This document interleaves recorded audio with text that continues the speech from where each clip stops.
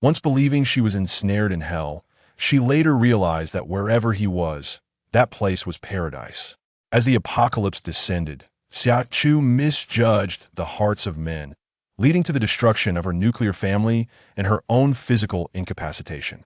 While everyone sought to trample her into the ground, only Lu Yuxiu devoted himself entirely to her well-being. Even if it meant sacrificing his life for her, he bore no regrets. Xia Chu clung to life for a decade in her frail state, ultimately exhaling her last breath upon hearing the news of her enemy's demise. What she had presumed to be the end of her existence turned out to be a new beginning. Upon her rebirth, Xia Chu harbored a modest wish to elevate Lu Yuxiu to celestial heights and ensure that he and his comrades thrived amidst the apocalypse. Chapter 1. Rebirth. Xia Chu was dead, and now she was alive again. She sat in a daze on her bed, fixated on the number displayed on the screen, and, in a trance-like state, pressed the answer key. "Chu Chu, did you sleep well?" The girl's voice was as delicate as ever. Xia Chu anticipated feelings of hatred and anger, yet found her heart as tranquil as still water. She heard herself respond, "Quite well." Xia Chu casually murmured an acknowledgement, preparing to end the call. Mu Qingyan had yet to finish her sentence. "We agreed you wouldn't spend money on my birthday gift. Just give me that bead, it will save you some cash. See how well I treat you." If the definition of well included repaying kindness with malice, distorting truth and justice, and kicking her while she was down, then indeed it was rather good. At the onset of summer, Xia Chu patiently engaged in a brief conversation before terminating the call. She had no intention of squandering this remarkable opportunity of rebirth on futile quarrels with Mu Qingyan, for in the face of life and death, personal grievances seemed utterly trivial. Rather than embroiling herself in conflict with her, she would prefer to seek solace in the affections of that scoundrel, Lu Yuxiu. As she ended the call, Xia Chu had already solidified the path she intended to pursue in the future.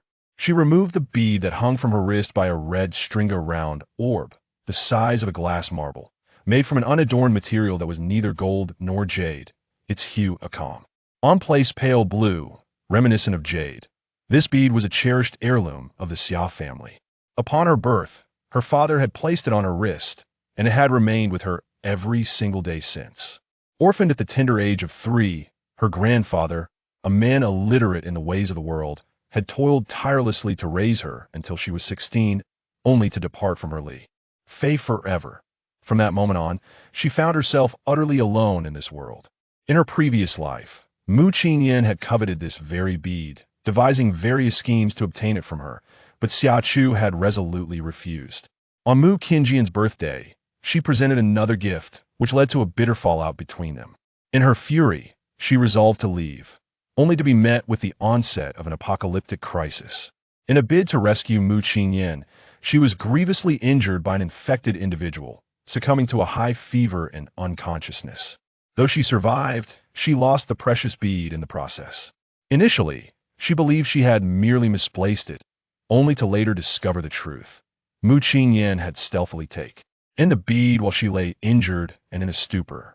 By the time she learned of this betrayal, she had been reduced to a state even more pitiful than that of an ordinary person, ensnared by Mu Qingyan's deceit. At that time, Mu Qingyan was surrounded by a throng of admirers, becoming a celebrated guest at various strongholds. In this lifetime, the ownership of the orb can solely belong to her. Opening the drawer of the bedside cabinet, Xia Chu took a brow-grooming knife and made a small incision on Thep.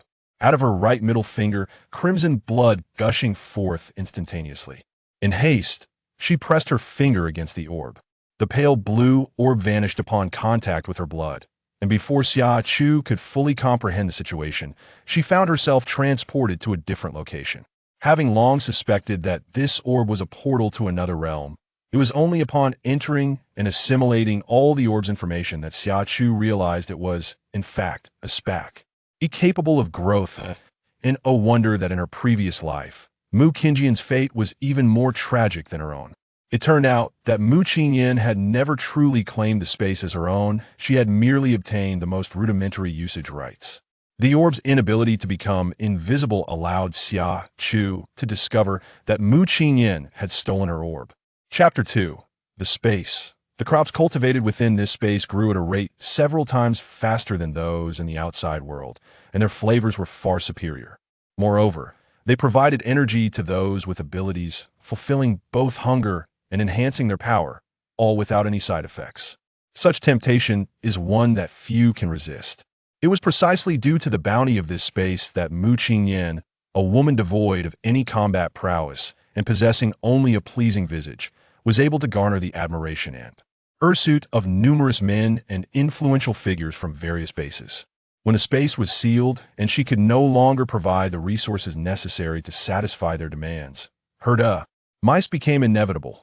Xia Chu was determined not to share the same fate as Mu Qingyan.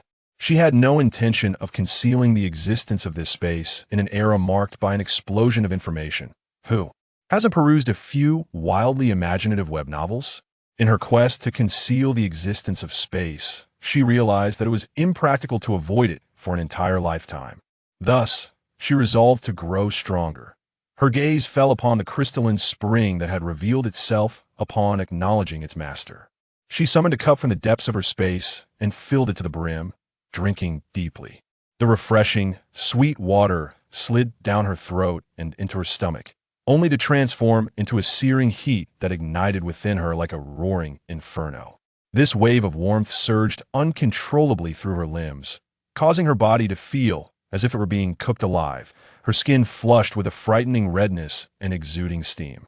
Yet, more unbearable than the intense heat was the excruciating pain that followed, fierce and devastating.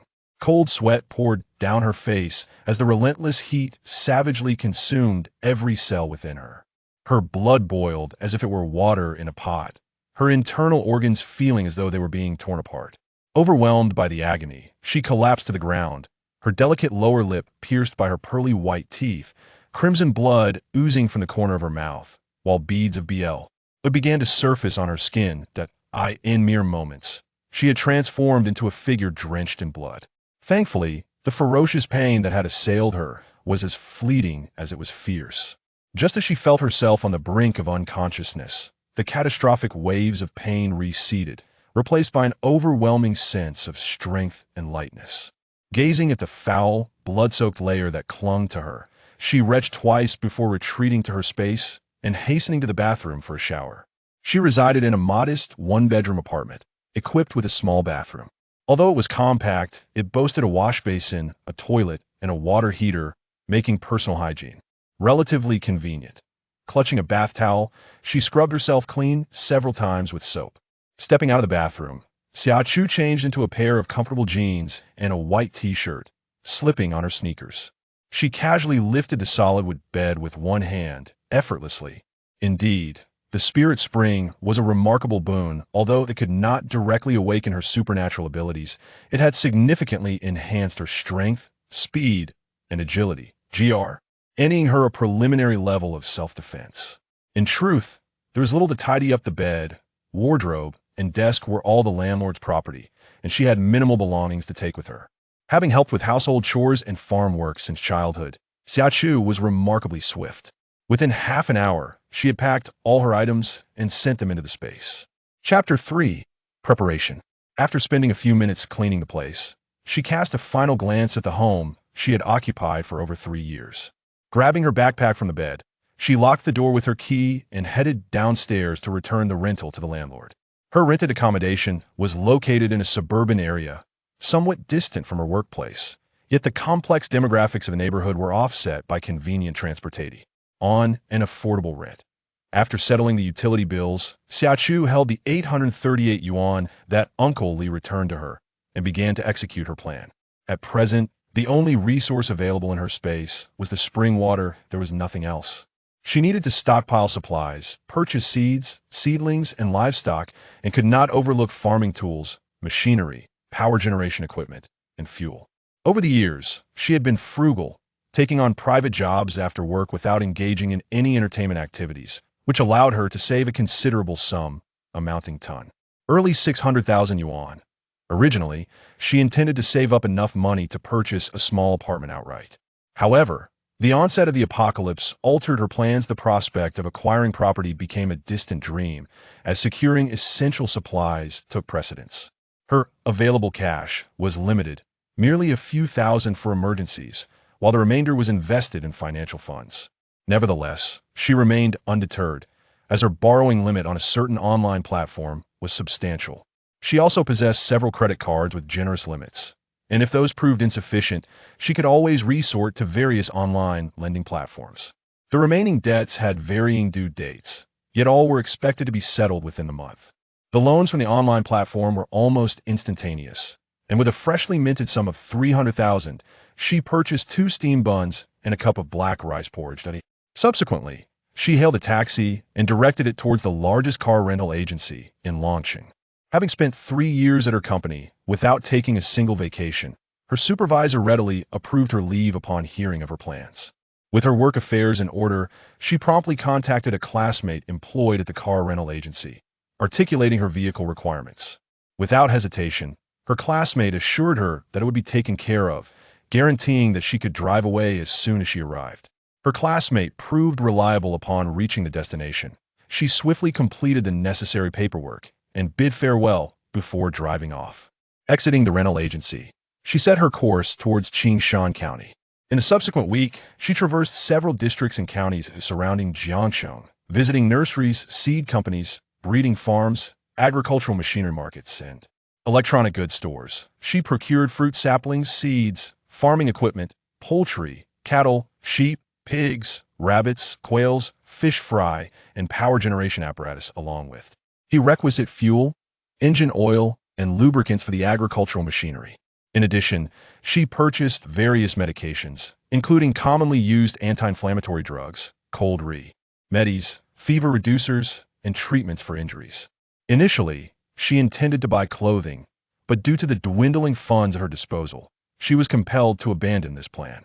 Within the span of a week, she had expended nearly 2 million, a sum that included over 1 million borrowed from various online lending platforms, combined with her own 30,000, and from the expiring credit card and other borrowing services, all of which flowed out like water. Chapter 4. Consequences to bear.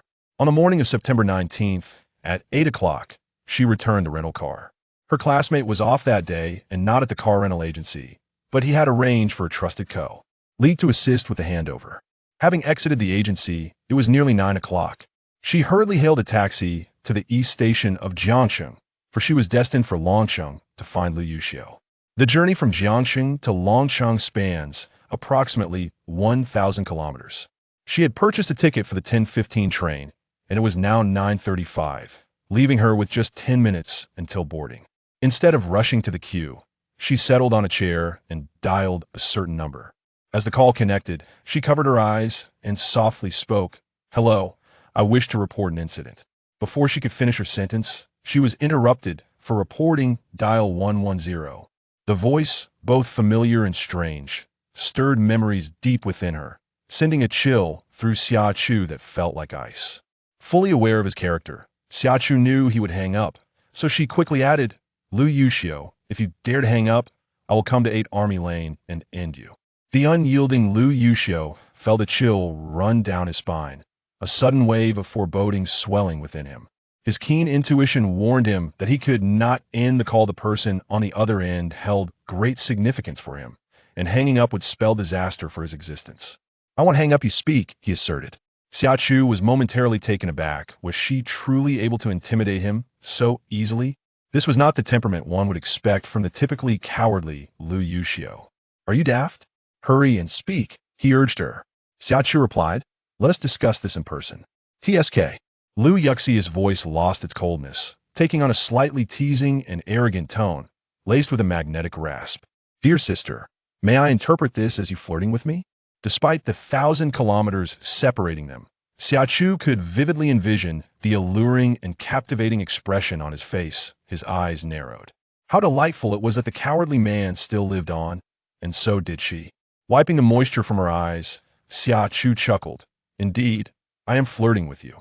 Do remember to meet me at the station. I shall send you the train details should you fail to show. The consequences will be yours to bear." In her previous life, she had never comprehended how that foolish man, Lu Yuxiu, could possibly have fallen in love with her. With his looks and abilities, he could have had his pick of women from every base. Yet he had chosen her, a woman rendered powerless, and a one-armed warrior. This foolish man was not only blind, but also hopelessly devoted. He could have thrived in that harsh post-apocalyptic world, yet for her sake, he stood against Mu Qingyan alongside his brothers, ultimately meeting his demise at the jaws of a level 9 zombie beast. Until the very moment of his demise, she realized that she had deeply fallen for Lu Yuxiu, a man who appeared rebellious yet was, in truth, a tender-hearted fool. Alas, she recognized her feelings too late. Lacking the courage to follow in his footsteps and depart from this world, she was still waiting to witness Mu Qingyan receive her come-up.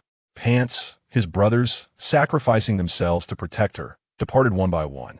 As a mere waste of space, she struggled alone for a decade, only to breathe her last upon hearing the news of Mu Qingyan's death. During those 10 years of lingering existence, she buried her love for Lu Yuxiu and her gratitude towards her brothers, leaving only a sense of resentment towards Mu Qingyan. She resented that those she loved, who cherished her, all drifted away, while Mu Qingyan thrived. She wished for a tragic and excruciating end for her rival. After a decade of waiting, Mu Qingyan finally met her desired fate.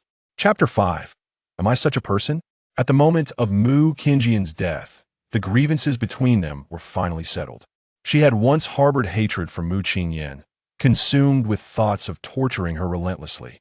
However, Lu Yuxiu's presence dulled her animosity towards Mu Qingyan. He said, "To hate a woman who is ungrateful and vengeful is a waste of emotion. She is not worth it. Trust me, she will eventually bring about her own demise." She countered, "What if she doesn't die? My dear, I will ensure her end." He tenderly kissed her, his eyes resembling a sky filled with stars, glimmering with profound affection and an unwavering devotion. He failed to bring about Mu Qingyan's end. Instead, she perished first. However, he spoke a truth that resonated deeply. Mu Qingyan had indeed brought herself to a dead end, leaving no trace of her former self. Thus, her heart found solace as all her grievances dissipated into thin air. She lay on the ground like a lifeless being, enduring the disdainful gazes and scornful remarks of Thep. A Sursby, gazing upwards at the azure sky, she beheld Lu Yuxiu approaching her step by step, as if he were a divine being descending from the heavens, illuminated by the brilliance. Unlight, his exquisite features reminiscent of an artist's meticulous creation. A gentle, indulgent smile blossomed on his face as he extended his strong, elegant hand towards her, saying, "Chu, I have come to take you away." She felt a surge of joy, yearning to place her hand in his and depart together. Yet her consciousness began to sink into an endless abyss. Upon regaining awareness, she discovered that she had been reborn. Uncertain whether her rebirth was a blessing or a punishment from the heavens, she resolved to accept it with equanimity. In this life, she intended to live well alongside Lu Yuxiu and his brothers, to live with dignity in search of a sanctuary, a final destination for them all. Xiaoyu, Wenyi, with his bronze skin and tall stature clad in simple training attire, entered carrying bags of all sizes. He noticed Lu Yuxiu lost in thought, staring intently at his phone, and the words he intended to speak faltered. What could possibly hold his attention so deeply?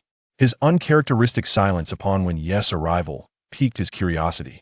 Setting down the bags in his hands, Wenyi approached quietly, preparing to glimpse at the screen when a FT voice interrupted. "Mosquito, may I ask you something?" "What is it?" inquired Gu Sheng, who had entered a few paces behind, his voice laced with curiosity. "Have I ever suffered from amnesia?" Lu Yuxiu maneuvered his wheelchair to face the two, his enchanting peach blossom eyes brimming with confusion. Lu Yuxiu was far from docile with such severe injuries. He should have been confined to a hospital bed for at least 10 days to 2 weeks. Yet, astonishingly, he had awakened from surgery just 5 days ago and, since yesterday, had been unwilling to remain still. Seizing an opportunity when the medical staff were momentarily distracted, he stealthily slipped out of his hospital room. Had it not been for their timely visit, which resulted in him being cornered at the elevator, he would have successfully made his escape downstairs. It would be amusing for those sisters who idolized Lu Yuxiu as a male god to witness the true nature of his character behind closed doors. A male god? No, this insufferable, headstrong, and temperamental individual was more akin to a rebellious beast. Lu Yuxiu scoffed. Am I really that kind of person? Chapter 6. Go pick her up. When Yi remained as resolute as ever, asserting, you are nothing but a brute. Realizing that he would not extract any answers from Wen Yi, Lu Yuxiu redirected his inquiry toward Gu Sheng. Orange, enlighten me. Have I perhaps suffered amnesia and forgotten that I am married with a wife? What nonsense is this? Had they succumbed to hallucinations, or was Lu Yuxiu's mind muddled? He had been a single man for so many years, never even having held a girl's hand. The notion of a wife was utterly absurd. Had he wed in a dream? The peculiar exchange of glances between the two was so strange that Lu Yuxiu found it difficult to endure. He pressed his lips together, recalling the messages Xia Chu had sent, and pinched his flushed earlobe, stating, I just received a call. Upon hearing this, when Yi began to comprehend the source of his disquiet, the caller was undoubtedly a woman, one who knew Lu Yuxiu but whom he did not recognize in the slightest. Thus arose the question, what on earth had that woman conveyed to Lu Yuxiu over the phone that had left him in such a state? Observing Lu Yuxiu's crimson ears, Wen Yi earnestly inquired, and then? Lu Yuxiu pressed his lips together again. She claimed to be my wife. The crux of the matter was that he genuinely could not recall having a wife. In fact, he had no girlfriend either. He had always been a shining and glorious single man. Yet the message from that woman was compelling enough to instill doubt within him. How could someone not intimately acquainted with him possess knowledge of his little habits, quirks, and some of his most closely guarded secrets? He felt utterly perplexed. With a sigh, he added, she has come from Jiangxing and wants me to pick her up. It is unfeasible. Your injury has not yet healed. The fact that you can merely stroll around this floor is already a considerable limit. If you wish to go outside, there are no doors nor windows. Gu Sheng, with a darkened expression, firmly declined. As if recalling something, he questioned, are you truly unfamiliar with the woman who claims to be your wife? You have no recollection of her? If there were any memory, he would not be in such a state of confusion. Lu Yuxiu raised his brows, exhibiting a hint of impatience and irritation. He profoundly detested this feeling of losing control. He coldly responded, no. What do you intend to do? Gu Sheng inquired with curiosity. Having known each other for many years, he understood Xiao Yu well enough to recognize her troubled state. I will go to fetch her. Lu Yuxiu did not waste words, propelling himself up with his hands on the wheelchair, driven by a need to unravel the mystery that plagued his mind. He was eager to discover the identity of that woman. The implications of his actions weighed heavily on him, and he found himself feeling somewhat guilty. Although he could not quite grasp the source of this guilt, it was utterly exasperating. Observing Wen Yi's righteous demeanor, Lu Yuxiu twitched his lips. No. She insisted that I go personally. Gu Sheng raised an eyebrow, bemused at the audacious Xiao Yu, who dared to infiltrate a terrorist stronghold single-handedly, would now exhibit fear of an unfamiliar woman. This was a joke he could relish for a lifetime. He genuinely wished to meet this formidable woman, to understand how she managed to tame the illustrious beast that was Lu Yuxiu, despite him having no inkling of her existence. Lu Yuxiu shrugged, an expression of innocent bewilderment on his face. What time is it? It is 2:15. The hour is still early. Let us first give you a bath and change your attire before adorning you splendidly to meet your wife. What do you think? Wen Yi playfully draped his arm over his shoulder, teasingly uttering these words. Chapter 7. I am wealthy. Upon hearing this, Gu Sheng could not help but emit a soft chuckle, which provoked a fierce glare from Lu Yuxiu, who was seated in his wheelchair, his face flushed with embarrassment. Wen Yi, twitching the corners of his mouth, inquired, are you serious? Lu Yuxiu cast a sidelong glance at him, raising an eyebrow, and declared, I am wealthy. Such words carried an audacious charm, evoking both envy and admiration, yet jealousy proved futile, for they had not been born into fortunate circumstances. Very well, Gu Sheng replied, his expression a complex mixture of emotions. You are truly a grand ancestor. Just wait, I shall procure some garments for you. With that, he turned and exited the room.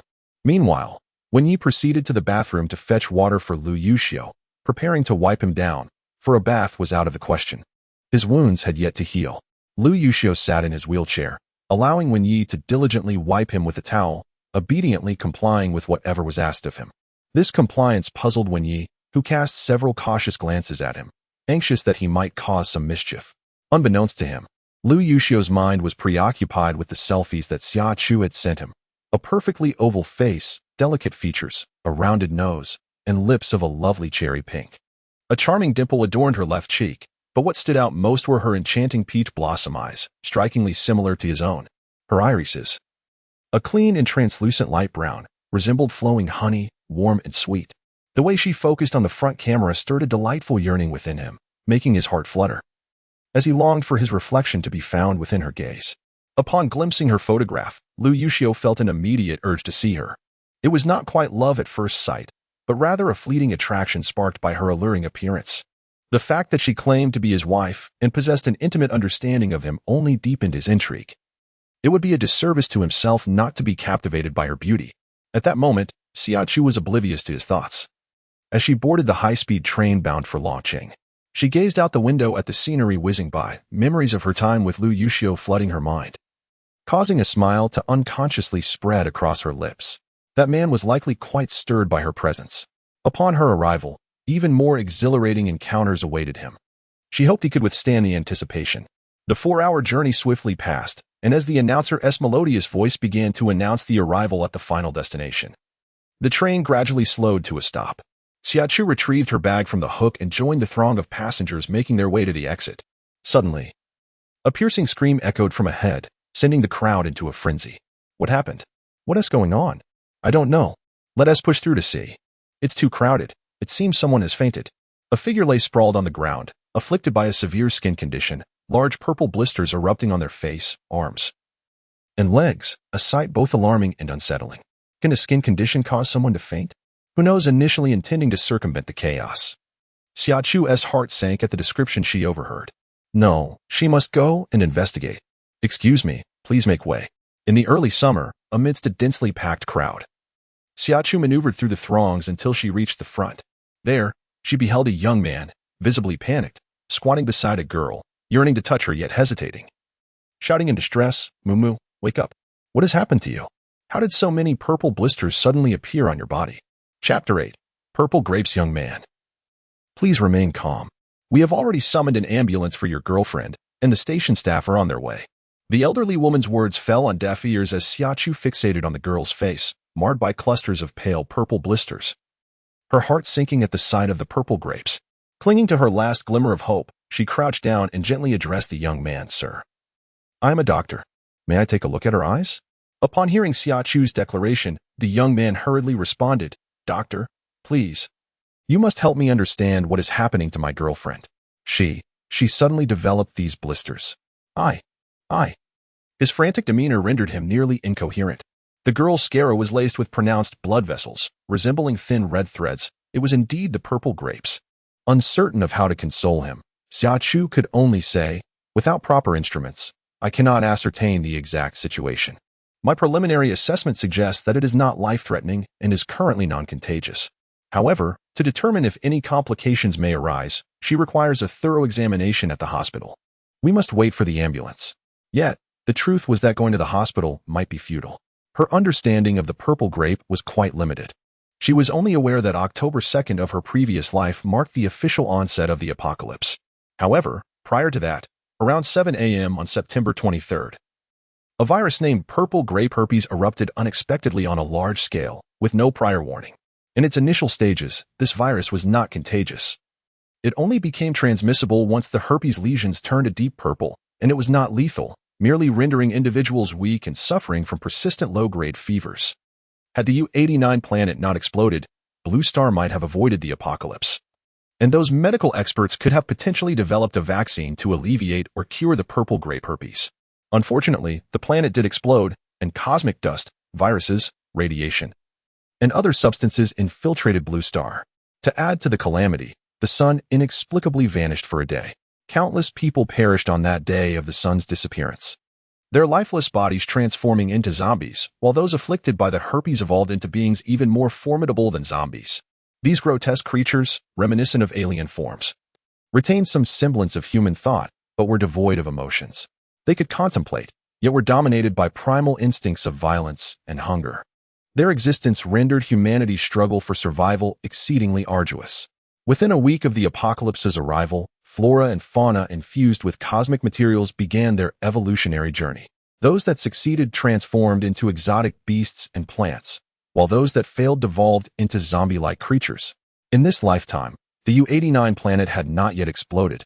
nor had cosmic materials infiltrated Blue Star, yet the purple grape made its premature appearance 4 days earlier. 12 days remained until the planetary explosion, and she earnestly hoped that the medical experts could develop a vaccine to alleviate or cure the affliction known as purple grape within this limited time frame. Xia Chu took a deep breath and made her way to the platform to meet Lu Yuxiu. She had lingered for a while. The other passengers on her train had long since departed. With the absence of a bustling crowd, she spotted 3 striking men at the exit. One of whom was Lu Yuxiu in a wheelchair, flanked by Wen Yi and Gu Sheng like sentinels. It had been quite some time since she last saw her beloved partner and the brothers who had shared life and death with her. Xiao Yu, why hasn't your wife come out yet? Wen Yi remarked, shaking his head as he observed a fashionably dressed woman approaching them. Despite her heavy makeup revealing signs of cosmetic surgery, this surely can't be her. Xiao Yu has discerning taste. Chapter 9. Are they truly not siblings? Song Jingyi. The military's own peony would never lower herself to be interested in someone with a social media face. This girl had no chance. Xiao Yu, that girl is heading your way. Take it easy and don't strike up a conversation. Otherwise, if your wife sees you, you'll be in trouble. Are you foolish? Gu Xing shot him a glance, irritation evident in his tone. Were you asleep during reconnaissance training? Open your eyes and see whom that girl is fixated on. It's clearly you. Lu Yuxiu, languidly resting his head on one hand in his wheelchair, appeared drowsy, his eyelids heavy. Upon hearing Gu Xing's comment, he could hardly muster the energy to lift his eyelids, merely uttering a soft agreement. He was acutely aware of his circumstances. Currently, he was a cripple confined to a wheelchair. No matter how handsome his features, it was all in vain. No woman would approach him with such blind optimism. I, too, harbor a disdain for the so-called influencer visage, though I refrained from voicing it. Just then, a fashionable young lady approached, her laughter light as she extended her hand. Hey there, handsome, may we be friends? Wen Yi disregarded the girl's gesture, his countenance frosty as he shook his head. Miss, please do not interrupt my work. Work? She echoed, and Wen Yi nodded curtly, his expression unyielding. Sensing her persistence, he added coldly, my monthly salary is merely 5,000. I possess neither a home nor a car, and I lack the benefits of social insurance. The implication was clear. My dear, I cannot afford to support you. You may take your leave. Upon hearing this, the girl turned away with a hint of regret. It was rare to encounter someone who piqued her interest, yet his impoverished state was disheartening, and his occupation unremarkable. In plain training attire. And you expect the girl to harbor hopes for you? Xia Chu, who had just approached, overheard this remark. Even without witnessing the unfolding events, she could envision the scenario and could not help but retort. People often respect attire before they regard the individual. In plain training clothes, one cannot distinguish a soldier from any ordinary person. Your outfit appears as if procured from a labor protection store, far too commonplace. The only piece on him that bespoke wealth was a bespoke watch, unique and unattainable in the marketplace, making it entirely reasonable for the girl to doubt his assertions. As Xia Chu's voice resonated, all 3 turned to her, revealing a breathtakingly beautiful girl standing before them, clad in a lake green, gracefully draping knee-length dress. Her skin was fair and luminous, akin to flawless jade. Her elegantly arched brows resembled the tender willow leaves sprouting in early spring, exuding a captivating blend of grace, vitality, and an air of refined sophistication. As they turned their gazes, the young lady smiled, her lips curving gently, and her eyes gradually blossomed with mirth. Her fluttering eyelashes resembled the delicate wings of a butterfly, and the dimples adorning her cheeks evoked a sense of sweetness, simultaneously stirring a pang of tenderness within. Wen Yi and Gu Sheng's eyes widened in astonishment, filled with admiration. Ah, this young woman is astonishingly beautiful, rivaling Yuer. In terms of appearance, these two are a perfect match, and notably, they share a striking resemblance, especially with those lustrous, peach blossom eyes. Except for the differing hues of their irises, their similarity is astonishingly high, reaching a remarkable 90%. Summer began. Chapter 10. For you. This scoundrel, who speaks nonsense, incites a desire to strike him. Summer cast a sidelong glance at him, half squatting as she placed her hand on Lu Yuxiu's hand resting on his thigh. Meeting his gaze, she smiled and asked, Little Yuer, are you happy to see me? Wen Yi and Gu Sheng were momentarily taken aback by the term Little Yuer, a wave of concern rising within them. Instinctively, they tensed their muscles, preparing to intervene should Lu Yuxiu erupt in anger. They secretly lamented for this beautiful woman. Not everyone is permitted to call her Little Yuer. And Lu Yuxiu's temper is notoriously foul. Yet, the situation unfolded quite differently from their expectations. The crescent-shaped, light brown eyes of Summer met Lu Yuxiu's gaze unguarded. And in that instant, his heart experienced a momentary void. Beneath his sharp brows, his enchanting eyes grew vacant, his focus lost in her presence. Every subtle expression of hers captivated him, embedding itself within his heart. Joy. The alarm was lifted, and their previously anxious hearts could finally relax. The two eased their bodies, with Wen Yi winking at Gu Sheng, pondering if little Yuer had indeed fallen for him. Gu Sheng gave a slight nod, affirming, "When have you ever seen this lad allow a woman to call him Xiao Yuer? The only ones who can call him that are his comrades in arms, bound by life and death. As for others, well, they might as well prepare to see a doctor." Xia Chu laughed merrily, introducing herself. "Lu Yuxiu, allow me to formally introduce myself.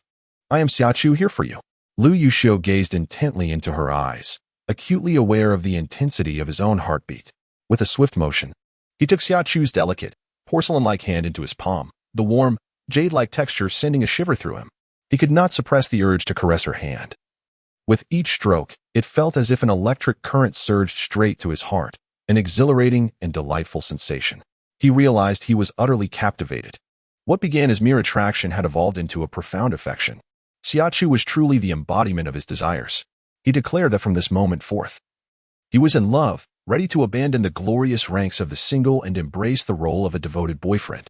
A dazzling smile spread across his handsome face as he exclaimed, "I truly admire you. I cherish that you came for me. I adore your laughter. And I revel in the way your eyes shine with reflections of me. Do you think I'm a lunatic?" Xia Chu teased him, with a slight arch of his brow.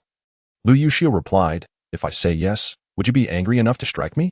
He leaned in just enough to convey intimacy without crossing the line, maintaining an ideal distance that was neither too distant nor too forward.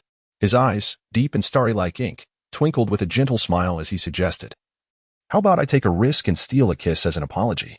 Gu Shengwen and you were left utterly astonished. The familiarity and ease of interaction between the two individuals seemed rather excessive. Both harbored silent doubts as they cast a glance at Xia Chu, pondering the nature of her relationship with Lu Yuxiu. Could it be that they too had experienced amnesia, forgetting that Lu Yuxiu was a married man? Suddenly attacked by her unexpected presence, Lu Yuxiu's heart skipped several beats. By the time he comprehended the situation, she had already departed. Chapter 11. Concealing problems, regretting that he had not savored her essence, he was instantly uplifted by her words, his brow lifting in delight. Undoubtedly, he was exceptionally handsome. Even when not smiling, his allure was almost surreal. Yet, when he smiled, he resembled the rare bloom of a night blooming cereus, breathtaking to the point of rendering one breathless. Unable to restrain herself, Xia Chu leaned in to place a gentle kiss at the corner of his eye. Her Lu Yuxiu was alive, allowing her to witness his smile, feel his warmth, and inhale his scent. Such bliss. She expressed gratitude to the heavens for granting her the chance to reclaim him. Her voice, tinged with a slight huskiness, stirred a sensuous itch in the air. The passionate heroine, Xia Chu, felt her expression falter, almost uncontrollably wishing to brandish a durian to make him kneel. However, she dismissed the thought, choosing instead to remain calm. "All right, I shall heed your wishes." The expressions of the two shifted dramatically as they observed her. Their initial vigilant suspicion gave way to a gradual relaxation, culminating in a serene smile. They had indeed grown curious about Xia Chu's origins and sincerely hoped she would provide them with a satisfactory answer. As Xia Chu smiled and gently pushed Lu Yuxiu's wheelchair away, a sense of satisfaction enveloped her. She was certain that they would be pleased, though she pondered whether they could withstand the ensuing excitement.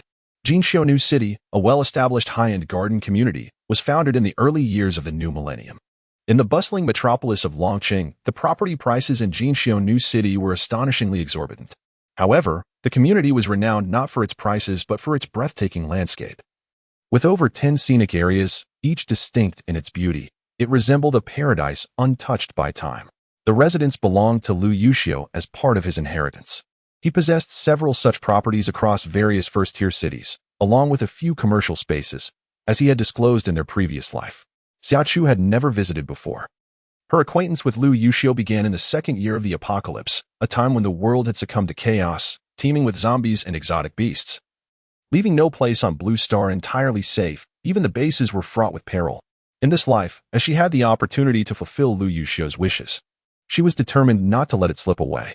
Her first impression of this enduring garden community in Longsheng was one of grandeur.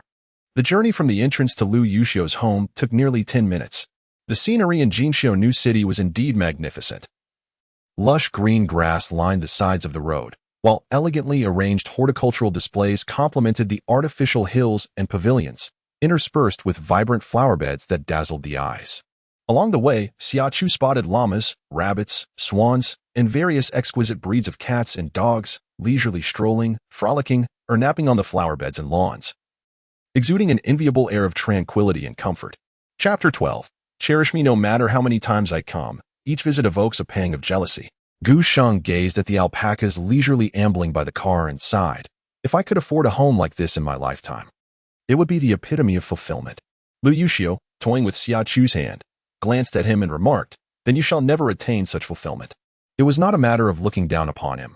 Rather, it was the stark truth. The salary of a soldier is limited, and frontline troops are bound by age restrictions. Once one surpasses that threshold, their physical capabilities inevitably wane, rendering them unfit to remain in the thorns of the battlefield. Whether through promotion or retirement, earning a living until death would scarcely be sufficient to secure a residence in the splendid new city. He was merely fortunate, born into a family of tenacity and financial acumen. Even though his parents perished in an air disaster when he was 20, they left him a substantial inheritance. Otherwise, he would have only been able to afford a modest apartment. Wen Yi, pragmatic in nature, stated, I do not desire such a home. I merely wish to purchase a 2-bedroom apartment to propose to Xiao Xiao. Stop dreaming, Xia Chu retorted, dousing him with a splash of cold reality. The apocalypse is upon us. Proposing? Let us focus on surviving first. Have I offended you? Has a mosquito offended you? The voices echoed simultaneously. The former belonged to Wen Yi, while the latter was Gu Sheng. Lu Yuxiu remained silent, his fingers intertwined with hers, his enchanting peach blossom eyes regarding her with keen interest. Xia Chu originally intended to just a few words, but upon recalling the premature appearance of the purple grapes, she chose to swallow her words instead, saying, I have not offended anyone. What I speak is indeed true. The apocalypse will officially arrive on October 1st. Now, in the gaze of the 3 men, who seemed eager for her to reveal her secrets, Xia Chu smiled slightly, realizing these 3 gentlemen were compelling her to showcase her prowess. Do you not believe me? Quickly, let us enter the house. I shall broaden your horizons. Very well. The car came to a halt, and Gu Sheng alighted to retrieve a wheelchair from the trunk. When he approached, ready to assist Lu Yuxiu, but Xia Chu raised her hand, asserting, no need for you. I will handle it. All right, if you insist. When you stepped aside to make way, Xia Chu bent down, extending her hand towards Lu Yuxiu in the vehicle, asking, darling, do you trust me? Lu Yuxiu paused momentarily, a brilliant smile breaking across his face, his voice imbued with unprecedented gentleness. I do. Her Lu Yuxiu was truly obedient. Xia Chu felt her heart melt at this expression of complete trust. As he gradually maneuvered his legs out of the car, she slightly bent down, placing one hand beneath his knee and the other on his back, lifting him in a princess carry. Her eyes filled with tenderness as she remarked, you are lighter than I expected, but fear not. I shall ensure you gain weight. Standing at a height of 188 meters, Lu Yuxiu, being cradled by the 168-meter-tall Xia Chu, found even his thick skin blushing with embarrassment. Yet he could not bear to let her release him. Noticing how effortlessly she held him, he wrapped his arms around her neck, resting his head on her shoulder, embodying a charmingly dependent demeanor. This sight left Gu Sheng, who was holding a wheelchair, and Wen Yi, who stood nearby, utterly astonished by Xia Chu's strength, while simultaneously feeling a wave of disgust. The situation grew even more repugnant when he declared, you are the first woman to princess carry me. I am at a loss for how to repay you, so I have resolved to dedicate myself to you. From now on, I belong to you. Please treat me kindly. Cherish me, and do not bully me. Chapter 13. Is it sweet? The seemingly unflappable Xia Yu, who could face the extraction of bullets without flinching, surprisingly exhibited such a delicate and gentle side. The 2 men gagged in disgust, preparing to scold him, but upon meeting his piercing gaze, one that held a mix of ruthlessness, cunning, and a hint of threat, they quickly mimed a zipper motion, signaling their vow of silence. Once inside, they changed their shoes, and under Lu Yuxiu's guidance, Xia Chu proceeded to the living room, where she placed him on the soft sofa. She surveyed the surroundings and furnishings, exclaiming, wow, it's so stylish. I designed it. Lu Yuxiu responded with pride, grinning as he asked, am I not remarkable? Indeed. Xia Chu leaned in and planted a kiss on the corner of his mouth, proclaiming, You're absolutely amazing. When Yi and Gu Cheng, caught off guard by the overwhelming display of affection, found themselves choking on metaphorical dog food. One hastily retreated to the refrigerator for fruit, while the other strategically positioned himself as an unwelcome third wheel between the two, hoping to prevent any further indulgence in their budding romance. Little Yu's wound has yet to heal, making it imprudent for her to engage in any vigorous activity, which could lead to further tearing of the injury. He truly exerts himself for her well-being, embodying the essence of a kind-hearted individual, oblivious to his own overestimation of himself. Gu Sheng casually seated himself on the sofa opposite the couple, his gaze fixed intently upon them. This infuriated Lu Yuxiu, who longed to confront him, yet was constrained by the need to maintain his dignity, resorting instead to subtle signals. For heaven's sake, leave us be. Do you not realize that interrupting a romantic rendezvous could invoke divine wrath? Gu Sheng, with an indifferent glance, reclined languidly on the sofa, exuding an air of affluence that made the cheap furniture seem inferior in comfort. He vowed to acquire a similar luxurious set once wealth graced his life. Xia Chu, would you prefer tea or something else? When Yi inquired, presenting a tray adorned with an assortment of fruits, tea leaves, coffee, yogurt, and milk. Despite the variety, everything was arranged with meticulous precision, avoiding any semblance of chaos. When Gu, you are quite impressive, Xia Chu remarked, giving a thumbs up as she assisted in placing the items from the tray onto the coffee table. She then asked, is there any hot water? The water isn't ready yet. Please enjoy something in the meantime. When Yi began to reply, but then recalled that they had yet to introduce themselves. Upon reflection, he deemed it quite normal, considering that one should not judge this woman by conventional standards. She was as enigmatic as a sprite. Notably, she was aware of both his and Orange's girlfriend's names, so it was hardly surprising that she would know his as well. Would you care for some cherries? He pushed the box filled with cherries in front of Xia Chu, who maintained a calm demeanor. Thank you, she expressed, sifting through the contents of the box. She selected a cherry with a fresh hue and a brilliant luster, delicately offering it to Lu Yuxiu's lips. Open your mouth. Her slender fingers gently held the dark red cherry, the healthy pink of her unpolished nails contrasting beautifully with the fruit's vibrant color, creating an alluring aesthetic. As he swallowed, his Adam's apple bobbed slightly. He averted his gaze and opened his mouth to accept the cherry. Was it sweet? In Chapter 14, do you really like me this much? He gazed at Xia Chu, slowly nodding in response to her smiling eyes. Yes, it is sweeter than any cherry I have ever tasted. Xia Chu's eyes sparkled. My taste in fruit is as exquisite as my taste in men. Wouldn't you agree? Lu Yuxiu chuckled, realizing she was subtly complimenting him. Indeed. I am quite pleased to be chosen by you. You should try one too. Lu Yuxiu picked a cherry and offered it to her. Yet his gaze remained intensely fixed on her eyes. The more he looked, the more he found himself enchanted. If he had known that a woman like Xia Chu, who brought him such joy at first sight, existed in the world, he would have sought her out long ago, eliminating the need for her to approach him first. In the early summer, she could not help but smile, recalling that in her past life, Lu Yuxiu had perished at the fangs of a level 9 zombie beast while striving to save her. In that moment, she had forgotten how to laugh. Subsequently, as Wenye, Gu Sheng, and others met their untimely ends, only she and Jiang Xiao remained in the team. Lu Yuxiu had pulled her from the depths of despair, and after enduring near-fatal betrayal, she resolved to survive merely to witness Mu Qingyan's demise. She could persist like a soulless automaton. Jiang Xiao, however, could not endure. She had been shielded too well, lacking the resilience to withstand pressure. She harbored resentment towards her, blaming her for the deaths of Lu Yuxiu and Wenye. Accepting Jiang Zhao's animosity with grace, she took it upon herself to care for her, even if it meant enduring hunger to the point of wishing to consume her own flesh, all in the hope that Jiang Xiao would live well. Wenye's death granted her both the duty and responsibility to look after Jiang Xiao. She was uncertain of the emotions that accompanied her as she collected Jiang Zhao's remains. Yet she was aware that in burying Jiang Xiao, she interred her last vestiges of humanity alongside her. Those years, in the shadow of Mu Qingyan and her ilk, had rendered her a figure of widespread contempt and loathing. Everyone sought to belittle her, to trample upon her. Yet, she remained indifferent, fixated solely on survival. Even if it meant living a life less worthy than that of a dog. Having borne witness to countless deaths, she herself had skirted the edges of mortality time and again. Not only had she forgotten how to smile, but she had also forgotten that she was human.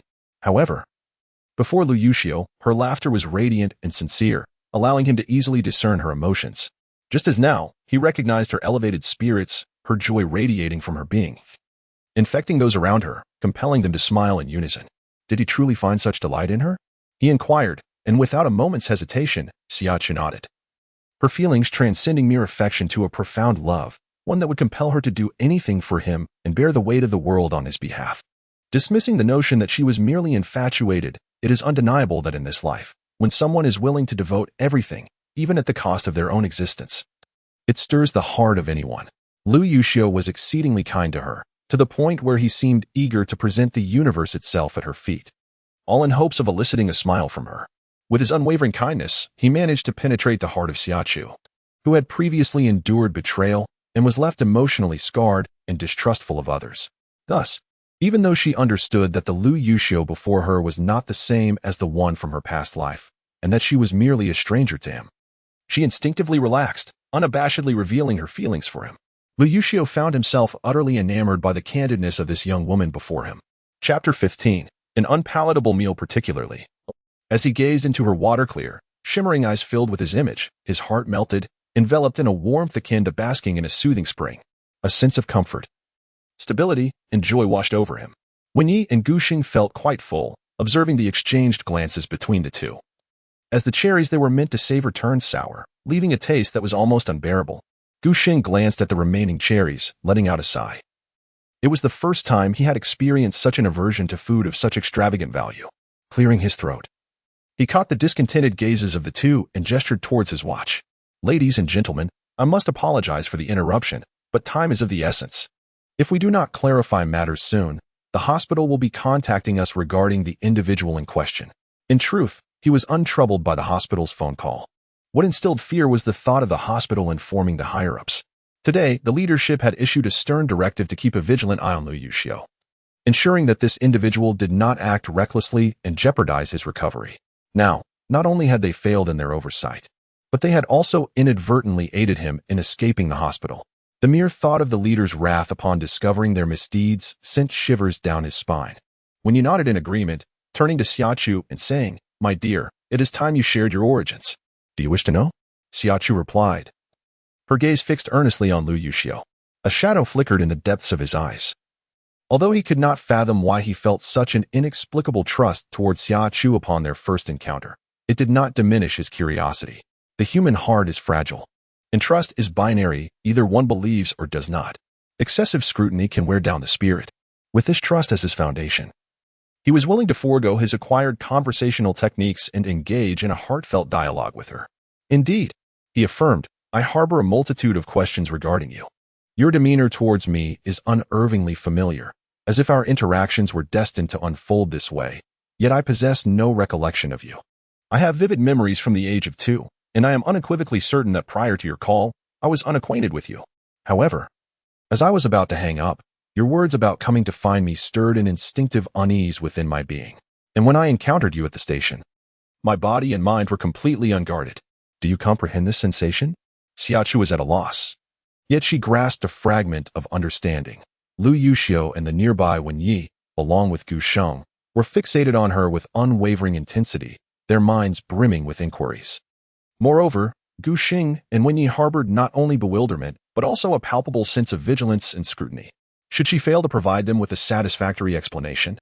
She was acutely aware that she might be apprehended on charges of investigating confidential personnel files. The situation was dire. The Thorn Brigade was somewhat unique. Unlike several other domestic units, the Thorn Brigade held the distinction of being the only team permitted to communicate directly with the higher-ups. The confidentiality level of its members' information was exceedingly high, inaccessible without the requisite clearance. In such circumstances, her knowledge of Lu Yuxiu's every detail, as well as the name of Wenye's girlfriend, was indeed highly suspect. "I never intended to conceal anything from you," Xia Chu declared. Grasping Lu Yuxiu's hand and addressing Guxing and Wenyi, "I swear on my life that every word I am about to utter is the absolute truth." Under the ambiguous gazes of the two men, she modified the events of her previous life and recounted everything. Chapter 16. Is it false? Surely, it is fabricated? She had already devised a rationale, prophetic dreams. Although this explanation was rather irresponsible and lacked credibility, it mattered not, having ventured to present such an outlandish justification. She possessed the means to convince them. Guxing and Wenyi exhibited remarkable composure. Even in their skepticism, they refrained from interrupting her. though their expressions morphed into a complex mixture of incredulity and discomfort, ultimately contorting their faces in response to her revelations. Xia Chu was aware that the two would likely be incredulous, yet it mattered not, for she had yet to reveal her trump card. Her gaze settled on Wen Yi, and she curved her lips into a smile, one tinged with a hint of mockery. Instinctively, Wen Yi sensed impending trouble and opened his mouth to speak. But it was too late. In a voice that was both cool and laced with a touch of warmth, she articulated each word with precision. Amidst the astonished expressions of Gu Sheng and Lu Yuxiu and the horrified gaze of Wen Yi, Xia Chu dropped her most significant bombshell. Mr. Wen Yi, your pursuit of Miss Jiang Shao was not motivated by her fair complexion or gentle disposition, but rather by her exquisitely delicate feet. Am I correct? Lu Yuxiu. Gu Sheng? Wen Yi's body abruptly stiffened, his expression contorted with a cold rigidity, his eyes still sharp. Yet only he was aware of the multitude of goosebumps that sprouted forth like mushrooms after a rain, betraying his tumultuous and uncontrollable emotions. Could it be false? Doubt began to seep into Wen Yi's mind, for the reasons behind his pursuit of Jiang Shao were known solely to himself, including Jiang Shao, who was oblivious to this peculiar preference of his, which he had never disclosed to anyone. How could Xia Chu possibly know? Was her assertion about the impending apocalypse true?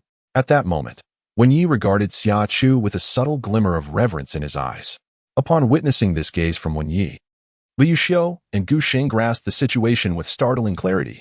Wen Yi was, in fact, an undercover foot fetishist, and his reasons for pursuing Jiang Shao were not as he had proclaimed, but rather due to an infatuation with her feet. The two exchanged bewildered glances, each feeling as though their perspectives on life and the world were on the brink of collapse. In early summer, disregarding their thoughts, Xia Chu entwined her fingers around Lu Yuxiu's, her gaze fixated on Gu Cheng, a teasing smile gracing her lips. Mo Xiaozhua, do I need to be any clearer? Mo Xiaozhua, Gu Cheng's concealed first love, was a secret known to all before by Xu Weiwei's passing, yet none knew her name. Xia Chu became privy to this information during an outing to procure supplies, where fortune favored them with a considerable cache of liquor, leaving most inebriated. It was on that day that Gu Cheng and Wen Yi inadvertently divulged their private matters while intoxicated. No need, Gu Cheng exclaimed, leaping to his feet. I believe you. I implore you to cease. Please, act like a human. Lu Yuxiu, quick-witted, discerned Mo Xiaozua's identity upon witnessing Gu Cheng's reaction. Chapter 17. At least conscience is clear. His eyes widened slightly, astonished that Xia Chu was aware of this. Observing the visibly altered expressions of the two, his countenance shifted as he turned to Xia Chu. You did not come merely to see me, did you? Xia Chu met Lu Yuxiu's earnest gaze, which held trust and gravity, devoid of any suspicion or wariness. Unable to suppress her laughter, she replied, Aren't you upset? Upset that I'm taking advantage of you? That I approached you with ulterior motives? No. Lu Yuxiu shook his head, his expression growing more solemn. What do you intend to do? What do I intend to do? Naturally, it is to collaborate with the higher-ups.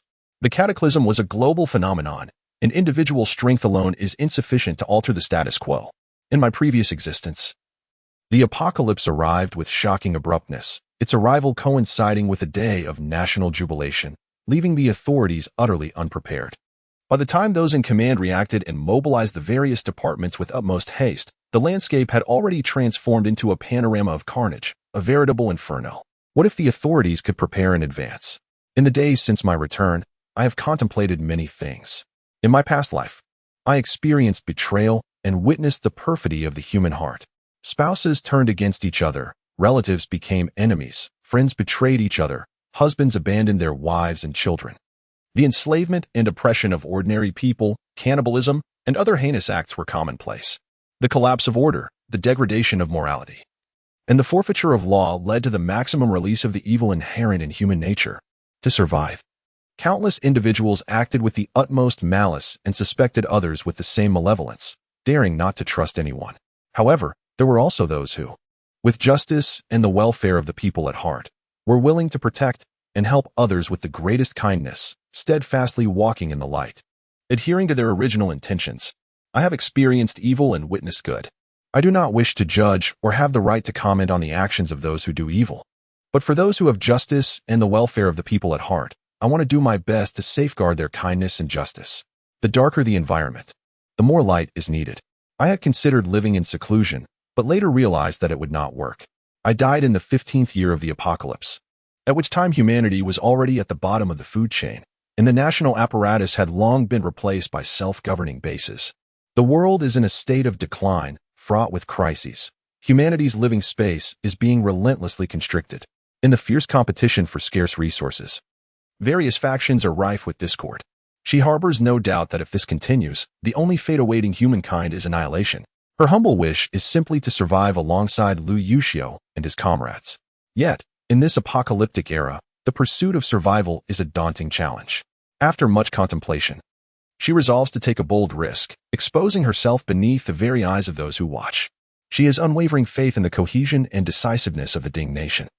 Had the apocalypse not struck so unexpectedly, leaving the state apparatus unable to respond in time, perhaps the outcome would have been different. She yearns to grasp that fleeting glimmer of hope, even if the results are less than satisfactory. At least her conscience would be clear. With a soft sigh, she slowly articulates a statement in the gaze of her three companions. The Thorn has the right to converse directly with the boss. Observing their expressions, she falls silent. Yet, the implication of her unfinished words does not elude them. Their understanding evokes a sense of dread, such audacity, such madness. Lu Yuxiu's throat begins to feel parched, though he betrays no sign of panic. Do you comprehend what this entails? He inquires. Indeed, Xia Chu nods, aware that if the boss believes her words, everything could be negotiated. If he does not, the consequences are all too predictable. Is she afraid? Chapter 18. What are your thoughts? Of course, she is afraid. Yet fear does not preclude action. In one's lifetime, one must undertake endeavors of significance, worthy of remembrance. The apocalypse is a terrifying abyss, where all beings are either being dragged into its depths or have already succumbed to its grasp. The only force capable of resisting this abyss is the machinery of the nation. Lu Yuxiu, with his pitch-black eyes, unleashed a turbulent wave, gripping Xia Chu's hand with such intensity that she felt a sharp pain, despite her current strength. However, he was a member of the Thorns, forged through rigorous and brutal training, having brushed shoulders with death countless times. This experience had honed his psychological resilience, allowing him to maintain control over his emotions and physical movements at all times. Thus, aside from Xia Chu, both Gu Qing and Wen Yi were oblivious to his fleeting moment of distress. The two were experiencing a severe dizziness, their gazes towards Xia Chu filled with awe. The events of the day had profoundly stimulated them. Gu Qing, sister, from this moment on, I am in awe of you. Wen Yi, sister, you are a good person. Gu Qing spoke gravely, however. Sister, I don't mean to dampen your spirits, but while we believe in what you say, it does not mean others will share that belief. Do you understand? Wen Yi's expression turned serious. In truth, I would advise against voicing such thoughts, as they are too unrealistic. It is already 2028. And the notion of the apocalypse is no longer credible. Xia Chu, at a loss for words, turned to Lu Yuxiu. What about you? What are your thoughts? Lu Yuxiu, equally affected, replied with a somewhat ethereal tone. What you have said is insufficient to inspire conviction. In light of the magnitude of the apocalypse, your words indeed lack the weight to be believed. Gu Qing murmured, if only a few more compelling facts were added, there might be hope. Xia Chu, with a serious demeanor, glanced at Lu Yuxiu's watch. 3:52. Excellent, there is still time. She retrieved her phone from her bag and unlocked it. It read 4:07. At Qianjiling Tunnel in Changjia County, a series of car accidents would occur, resulting in 23 fatalities and 7 severe injuries. Wen Yi remained silent, yet her body instinctively moved away from the sofa to join Lu Yuxiu in observing the phone in Xia Chu's hand, eager to witness the accuracy of her prophetic dream. The atmosphere in the room grew tense and silent. In that moment, no one was inclined to speak, patiently waiting for 4:07 to arrive. As the seconds ticked by, when 4:07 finally arrived, news of the Qianjiling Tunnel accident erupted across major portals, the casualty figures mirroring exactly what she had foretold. Wen Yi gazed at her with admiration, unable to suppress her awe. Sister, you are truly a girl kissed by the heavens, utterly blessed. To possess such foresight, what immense fortune must one have to know of the apocalypse in advance amidst nearly 8 billion people worldwide? Gu Qing murmured, your existence is simply unscientific. Xia Chu, on the verge of despair, questioned, is this really the time for such discussions? The apocalypse on October 1st, are you not concerned for your future? Gu Qing, feeling awkward, quickly adjusted his demeanor. Please don't be upset. I am simply too shocked. He then turned to Lu Yuxiu, asking, what should we do? Lu Yuxiu took a deep breath, attempting to soothe his emotions, yet found it to be of little effect. He lifted his gaze and found 3 pairs of eyes intently fixed upon him, their faces adorned with a hint of expectation. Without hesitation, he boldly inquired of Xia Chu, "Are there any more occurrences like this?" Chapter 19. Chu, you are the best, Xia Chu. Her expression solemn, nodded affirmatively. Indeed, there are quite a few. While I cannot claim to have complete clarity regarding all events that transpired before the arrival of the apocalypse, I have foreseen several significant occurrences. One such event is set to unfold this evening. The outbreak of the purple grapes was alarmingly swift.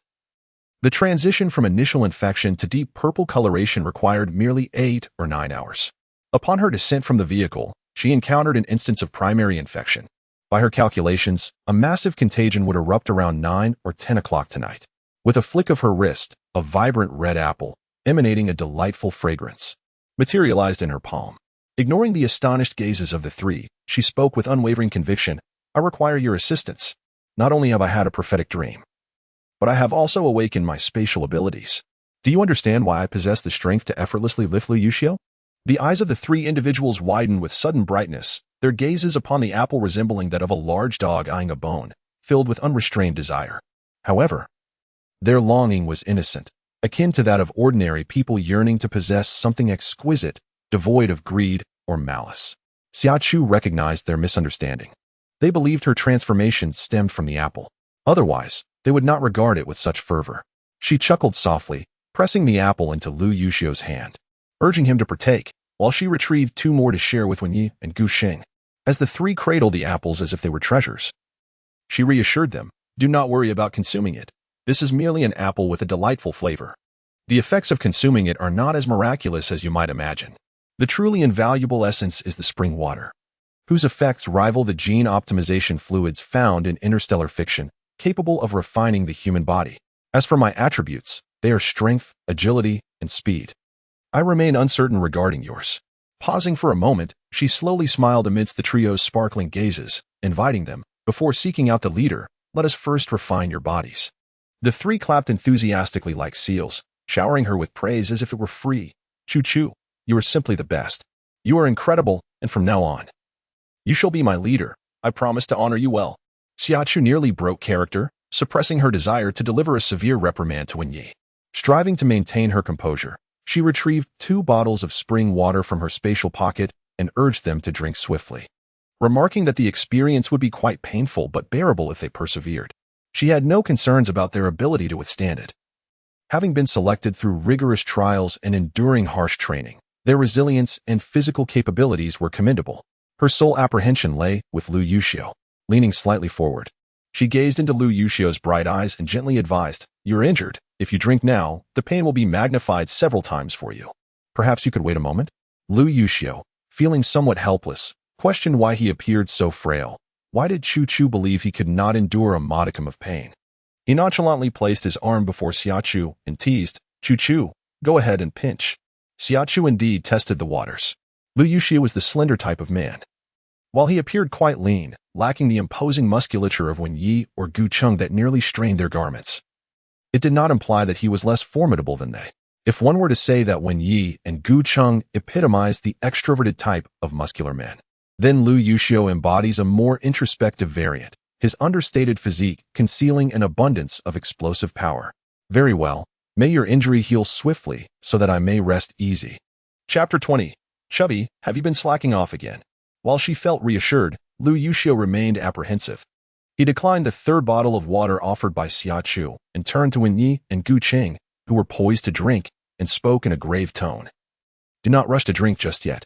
Since the moment he applied to the military academy and donned the uniform, he had prepared himself for the possibility of sacrificing his life for his country. Joining the Thorns, he undertook numerous perilous missions, brushing against death countless times. Was he afraid? Not at all, for the uniform he wore symbolized a profound meaning, as well as the responsibilities and obligations he embraced upon its donning. He did not fear death. After all, every life must eventually come to an end, a truth from which none can escape. Rather than fading into obscurity, he preferred to die meaningfully, ensuring that his name would be eternally etched upon the martyr's tombstone. However, circumstances had changed. In the past, he had been solitary, but now he was bound by love. Even though this wife was someone he had only just met, and her appearance in his life was foretold by prophetic dreams, what of it? She had journeyed great distances to find him, bestowing upon him her utmost trust and revealing her secrets without reservation. She was a girl of profound love. Her spirit far more beautiful than her exterior, captivating him deeply. He had lived freely and unconstrained for nearly 3 decades, harboring no thoughts of any woman. Yet the moment he laid eyes upon the photograph she sent, his heart stirred with unexpected emotions. Upon meeting her in person, his initial attraction swiftly transformed into love at first sight. Regret gnawed at him, a longing for having discovered her sooner, but such remorse proved futile. The situation was laid bare before him, and all he could do was confront it. He understood what the end of the world signified. And precisely because he comprehended its gravity, he could not turn down Xia Chu's proposal. It was not merely a matter of 1 or 2 lives, but countless souls beyond counting. He could not bear to witness a hell on earth nor stand idly by as innumerable lives perished before his eyes. Some actions necessitate human intervention. If everyone adopted a self-preserving mentality, tending solely to their own affairs, humanity would be destined for a hopeless future. However, taking action did not imply he would willingly place the woman who had captured his heart in jeopardy, since she placed her trust in him. He felt compelled to honor that trust and consider her well-being. The matter of prophetic dreams could be disclosed, but the details regarding space and the spring must remain confidential. He required their assurance. He regarded Gu Sheng and Wen Yi with a serious demeanor. The military off-road vehicle sped away from the bustling city like an arrow released from a bow, weaving through the traffic and heading straight for the barracks. Gu Sheng was a show-off behind the wheel. Once Wen Yi and Xia Chu had completed the registration and boarded the vehicle, he pressed the accelerator, drifting recklessly into the thorny area.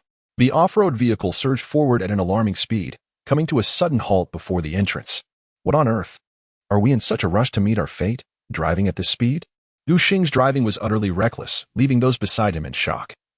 Unable to refrain from cursing, bang! Gu Sheng exited the vehicle, his countenance dark and brooding as he surveyed the crowd, exuding an aura of palpable menace. Those present gaped at him in astonishment. Orange, has your girlfriend been taken from you? Otherwise, why the long face? Get lost. Your girlfriend is the one who has been taken, you dog. Nothing good ever comes from your mouth. Gu Sheng, anger flaring, furrowed his brows and shouted at the loudest among them, Li Shaoqing, you lazy bum. Chapter 21. Sneaking away again? Li Shaoqing, the portly figure, ambled over, half asleep, with a tuft of grass in his mouth. Draping himself over Gu Sheng, he mumbled, Orange, for heaven's sake. Be a decent person and don't stalk me like a miser. I'm so tired. Wait, who is that stunning girl? Upon catching sight of Xia Chu emerging from the car, Li Shaoqing snapped to attention, suddenly alert. With renewed vigor, he tousled his hair and bounded over to Xia Chu, grinning like a large dog. Hey there, how old are you? Do you have a boyfriend? Do you find me appealing?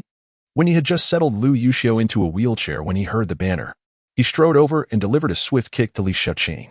Get lost. This is Xiao Yuer's daughter-in-law. How dare you try to undermine Xiao Yuer? How many lives do you think you have left?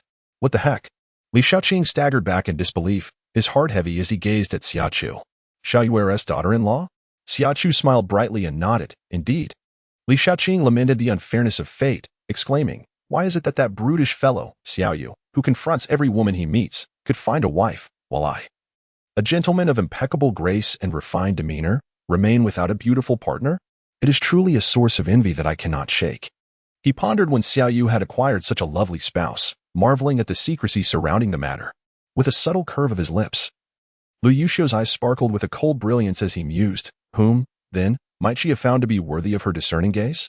However, as he began to speak, Li Shaoqing abruptly felt the conversation veering off course. Like a rusty automaton, he turned his head to meet the gaze of Lu Yuxiu, who sat upright in his wheelchair, hands resting upon his knees, his crescent-shaped eyes glimmering with mischief. A sheepish grin spread across Li Shaoqing's face as he awkwardly altered his statement. I meant to say, my brother Xiao Yu. As he spoke, he regarded Lu Yuxiu with astonishment. Wait, how did you manage to escape from the hospital? You look quite pale. It truly tugs at my heartstrings. Have you snuck out again? Again? Xia Chu suddenly turned her attention to Lu Yuxiu. You frequently slip out of the hospital? Lu Yuxiu, seemingly unfazed, merely acknowledged her with an indifferent "oh."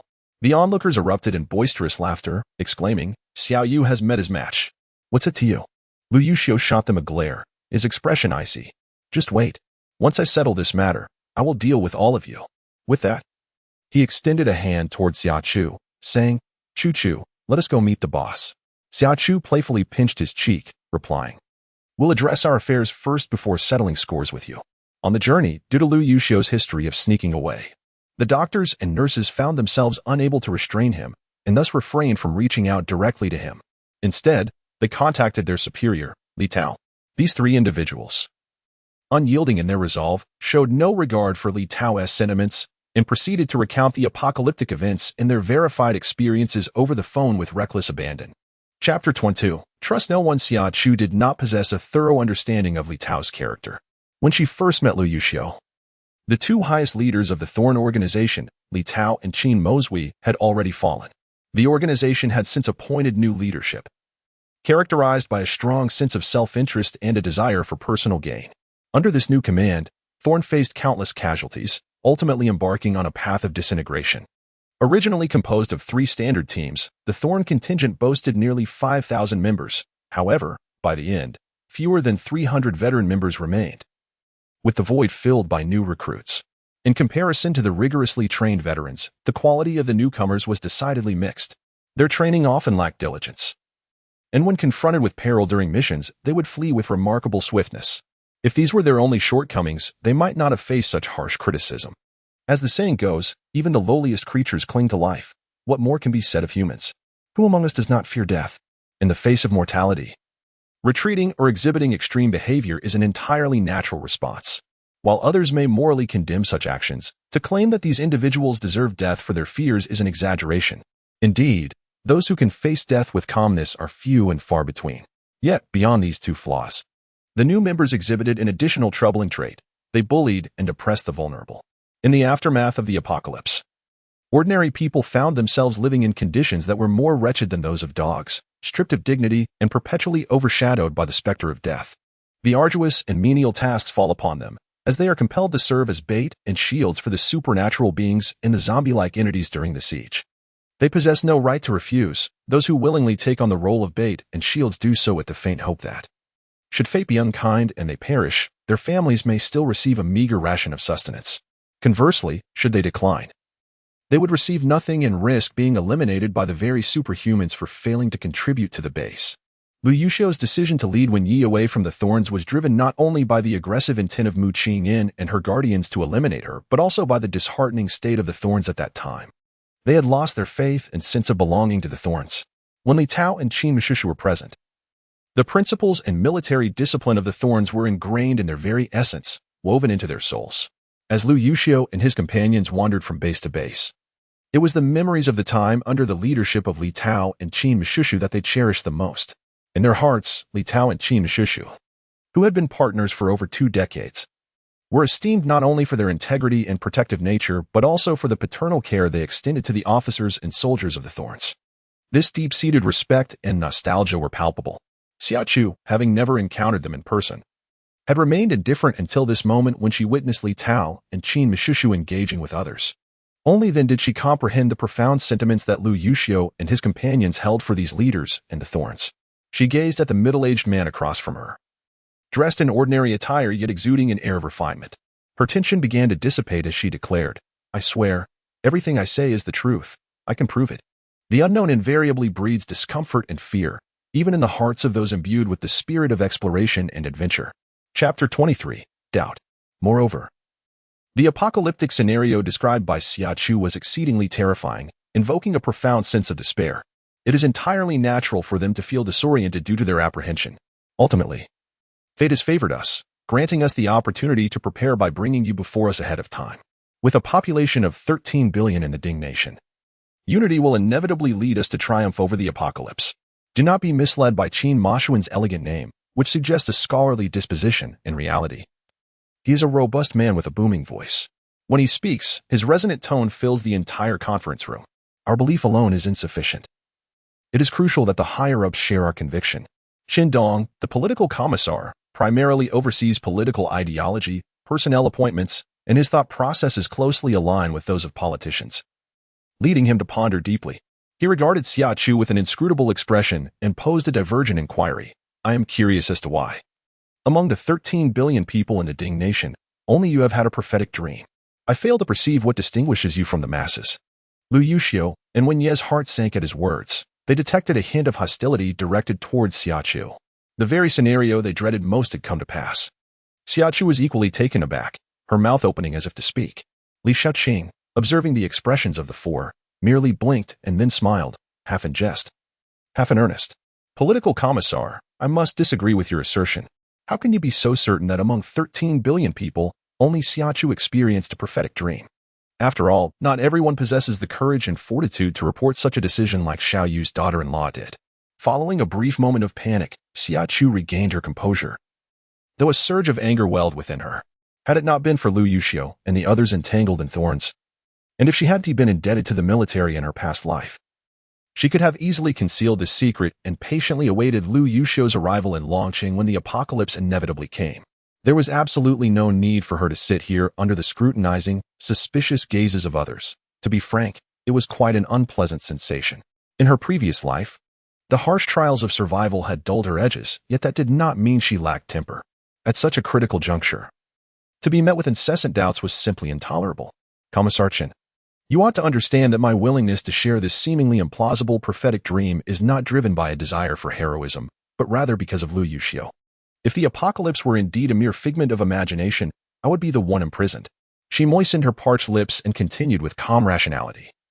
What you all should be doing now is not doubting me here, but rather verifying my claims and reporting the matter. The apocalypse is no trifling matter.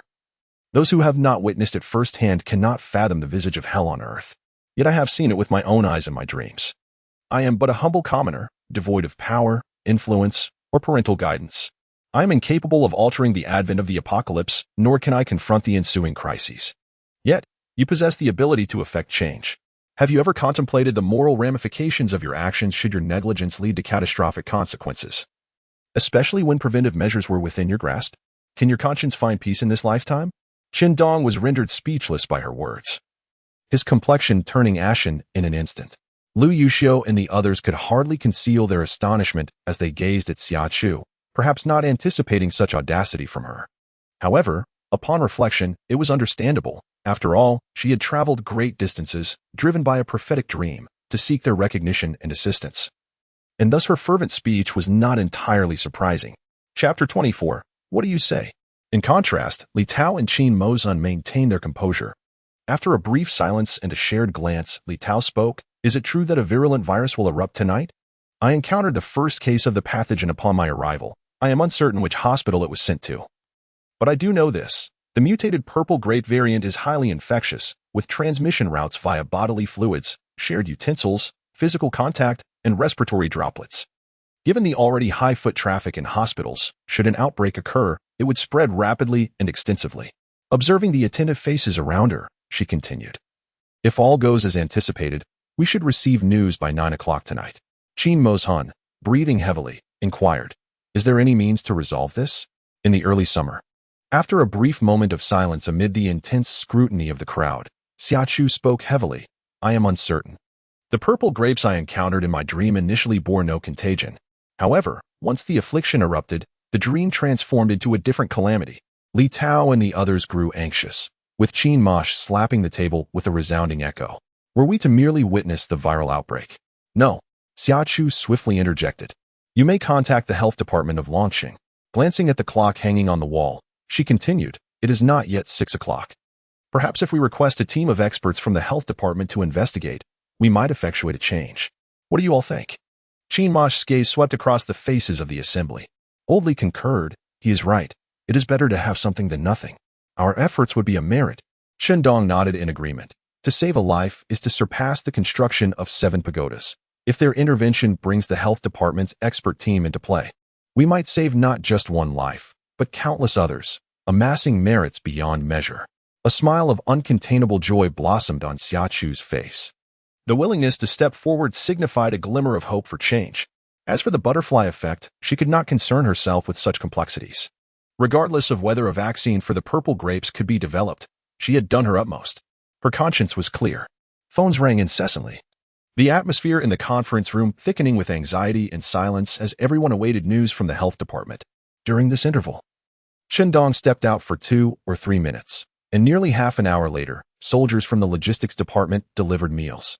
The military's provisions were quite satisfactory, featuring a balanced assortment of meats and vegetables, complete with soup and fruit. However, Li Tao and the others were too preoccupied to eat. The impending events loomed so large that even their psychological resilience was tested. Xia Chu, possessing considerable mental fortitude, remained unfazed. Having faced death once before during the 15 years of the apocalypse, she had encountered and witnessed countless hardships.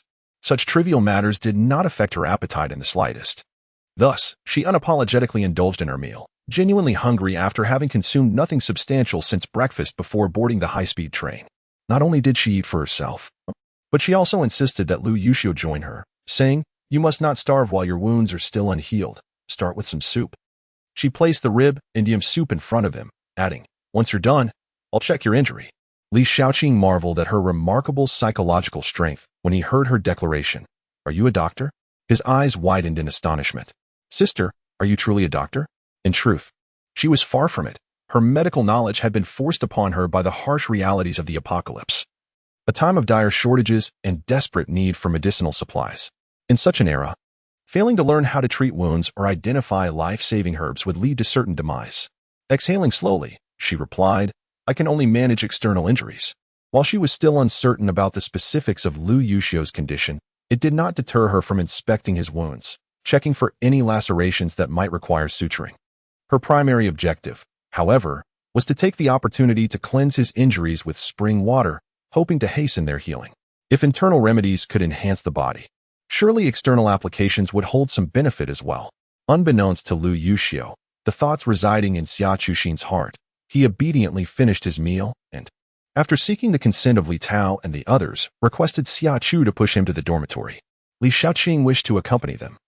Harboring a plethora of questions regarding the burgeoning relationship between Lu Yuxiu and Xia Chu, yet his intentions were thwarted by Wen Yi, Gu Cheng, and Xiaoling Tian. Wen Yi, irked, chastised him, stating that the young couple rarely found private moments, and it would be prudent for him to exercise some discretion. Did he not comprehend that interrupting a romantic liaison could draw the ire of the heavens? It was no wonder he remained a solitary figure, devoid of female attention. Xiaoling Tian nodded in agreement, admonishing him not to dwell on base instincts, for such a path led to a bleak future. Li Xiaoqing was left in utter despair, exclaiming internally, how could they so brazenly pierce his vulnerabilities? Was having a girlfriend truly a remarkable feat? Did his single status impede anyone? Just wait. When he encountered Jiang Shao and Wan Mengmeng, he would ensure to bestow a generous dose of favor upon those two rascals, Mosquito and the Emperor. Lu Yuxiu's dormitory was a modest single room equipped with a bathroom and shower, lacking a kitchen yet ample for his solitary needs. He lifted his gaze to Xia Chu and offered a gentle smile, declaring, "I must accompany you. Otherwise, I would be quite uneasy." As he spoke, his fingers inscribed a few words in her palm, and upon catching her almost imperceptible nod of understanding, he released her hand with satisfaction. "My dear, you shall bear the burden of arranging the bedding." Xia Chu playfully squeezed his cheek, awaiting her next task. As she spoke, she turned and approached the wardrobe, swiftly retrieving blankets, pillows, and sheets, expertly preparing the bed. Next, she lifted Lu Yuxiu from the wheelchair and placed him gently onto the bed. "Where are your injuries?" "Let me see. There are 3 places. Which one would you like to inspect?" He reclined against the bed, squinting playfully at her, his deliberately lowered magnetic voice combining with his current demeanor to create an oddly enticing allure. Xia Chu felt a flutter in her heart, as if a tiny kitten had scratched her insides. She turned her head, took a deep breath, and, amidst his light laughter, leaned closer to observe his eyes. "You. Chapter 26. Behave yourself, how audacious." Although his voice was alluring and his posture enticing, Xia Chu mercilessly pinched his cheek, twisting it slightly. "Don't think that just because you're injured, I will indulge you. If you provoke me, there will be consequences. So, behave yourself, do you understand?" Lu Yuxiu. Chu, don't you think you're following the wrong script? This isn't how it should unfold." He gazed at her, speaking softly. "The correct development should be." Xia Chu took a deep breath and gently replied, "Lu Yuxiu." Lu Yuxiu felt a wave of comfort wash over him at her tender call, letting out a soft, husky hum. Xia Chu leaned towards his neck, inhaling his scent, then raised her gaze to meet his, asking earnestly, "You haven't tea-bathed in several days. You've only wiped yourself down with water, right? Could he really be blamed for that? He's an injured patient. 5 days ago, he fell into a deep coma, and upon awakening, he found himself unable to rise from his bed. Yesterday, he managed to get up, yet today, she appeared, leaving him quite helpless." Lu Yuxiu felt a tumult of emotions surging within him, his expression grave as he inquired of Xia Chu, Is the odor quite strong? Fortunately, not too much. Xia Chu offered a somewhat unsympathetic reassurance. It's not very noticeable unless one gets close. Do you need a wash? At that moment, Lu Yuxiu was devoid of any thoughts, his head bowed in dejection as he muttered in agreement, Yes, please, clean it properly to avoid any unpleasantness. Thus, Xia Chu busied herself with preparations to assist him in bathing. Seizing the opportunity to fetch water from the bathroom, she discreetly smuggled out some spring water, then proceeded to remove his clothing, leaving him clad only in a pair of shorts. Before her lay the tall, robust figure of a man, a perfect amalgamation of strength and beauty. His sun-kissed skin, radiant and healthy, bore the marks of countless battles, scars both new and old, wounds from knives and bullets, rendering almost every inch of his skin marred. Xia Chu had seen these scars countless times in her past life, and was well aware of the stories behind each one. She believed that witnessing them again would not stir her heart too much, yet she found herself overwhelmed with compassion. Lu Yuxiu observed her reddened eyes, and then glanced at his own scars, feeling a quiet satisfaction. Her empathy was a testament to her care for him. There were 3 wounds requiring inspection and treatment, located on his abdomen, the inner thigh, and the calf. Having endured 15 years in a post-apocalyptic world, Xia Chu had gained considerable expertise in wound care and was quite adept at it. Soon, the wound on her abdomen was treated. She lifted her gaze towards Lu Yuxiu, silently inquiring if it was effective. Lu Yuxiu's expression remained unchanged, yet his eyes brightened considerably. Seeing this, Xia Chu smiled gently. Indeed, as she had anticipated, the spring water proved beneficial for external injuries. She exhaled softly and continued to tend to the wound at the groin. Admittedly, that area was somewhat sensitive, yet she was focused solely on her task. Lu Yuxiu, however, was different. He let out a soft grunt, lowering his gaze to the diligent and earnest Xia Chu between his legs. Her clear, light brown eyes sparkled under the light, radiating an almost otherworldly beauty that stirred something within him. What precisely it was, he could not articulate. All he knew was that simply gazing at her ignited a desire. He let out a soft breath, raising his finger to touch her, but in the next moment, she deftly evaded him, pinching him instead. The pain extinguished the burgeoning flame of desire, and he averted his gaze from Xia Chu's teasing eyes, discreetly lowering his finger. Chapter 27. Lu Sanyan. Xia Chu glanced at him, saying nothing as she resumed treating the wounds on his calves. Once all the injuries were attended to, she began to busily tidy up the supplies. Behind her, Lu Yuxiu gazed intently at her industrious figure, contemplating her earlier expression and gentle movements, his eyes softening uncontrollably. He stroked his chin thoughtfully, realizing that since Xia Chu cared for him so deeply, she would likely indulge him in his whims. Chu, would you help me put on my clothes? All right, if you insist. Upon witnessing her fierce demeanor, Lu Yuxiu, who had long relied on her affection, immediately felt his resolve wane. He mumbled with a hint of grievance, Didn't you promise to cherish and love me? You deceitful trickster. This child ought to be renamed Lu San, for he was utterly immature. Xia Chu suppressed a laugh, striving to maintain her composure as she gently reassured him. Your injury has yet to heal. If I assist you in dressing, you will have to rise and salute me. Isn't that uncomfortable? Very uncomfortable. Lu Yuxiu nodded without hesitation. After enduring such discomfort for many years, it would be a lie to claim it was bearable. He was an honest man who never spoke falsehoods. Once you have recovered, you may salute me as you wish, Xia Chu softly replied. Until then, hold back your sentiments. With a sense of resignation, Lu Yuxiu slowly donned his clothes and then extended his arms towards Xia Chu, seeking an embrace. As he drew closer, he inhaled deeply, his slightly pale lips curling into a faint smile. Chu, you smell delightful. In their intimate proximity, he detected a subtle fragrance emanating from her, a refreshing scent that captivated him. Is it fragrant? Xia Chu, unable to discern any scent on herself, raised her arm to sniff but found no trace of the scent he described. Perhaps it's the shower gel. She refrained from using perfume, not out of desire, but due to its extravagant cost. A small bottle could cost several hundred, equivalent to her living expenses for half a month. Her grandfather, a humble farmer who toiled in the fields his entire life, possessed no particular skills, and by the time he had raised her to the age of 16, he had exhausted his vitality. Consequently, he left her with nothing.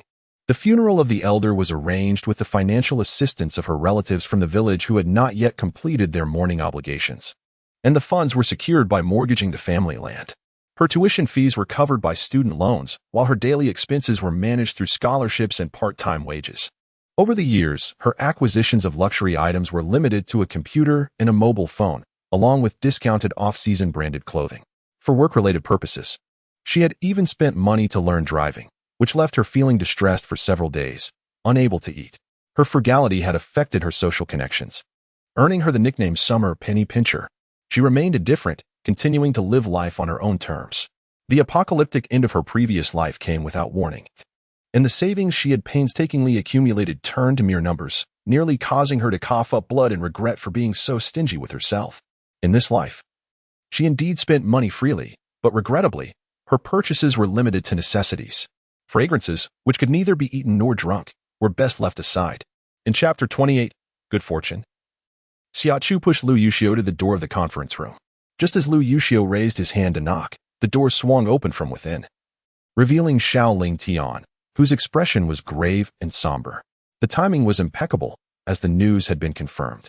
Recalling the message from the launching health bureau, Xiaoling Tian cast a penetrating glance at Xia Chu, a slight smile tugging at the corners of his mouth. "You are commendable." Xia Chu understood his implication and replied with a smile, "Thank you. I only seek to have a clear conscience." The phrase "a clear conscience" may sound simple, yet the execution is fraught with difficulty. Xiaoling Tian chuckled softly, shaking his head in resignation. The existence of prophetic dreams is exceedingly wondrous and fantastical. When an ordinary individual experiences such a dream and subsequently verifies its uncanny accuracy, they often choose to keep it to themselves, quietly hoarding resources in anticipation of an impending apocalypse, prepared to unleash devastation when the time comes. Over a decade ago, apocalyptic novels had surged in popularity, and he had read numerous tales wherein protagonists rarely, if ever, opted to report their findings.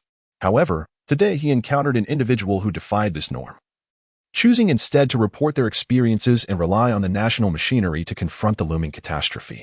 This audacious move astonished him, evoking both admiration and respect. The reality of an apocalypse is likely to be far more brutal than the artistic renditions found in literature and film.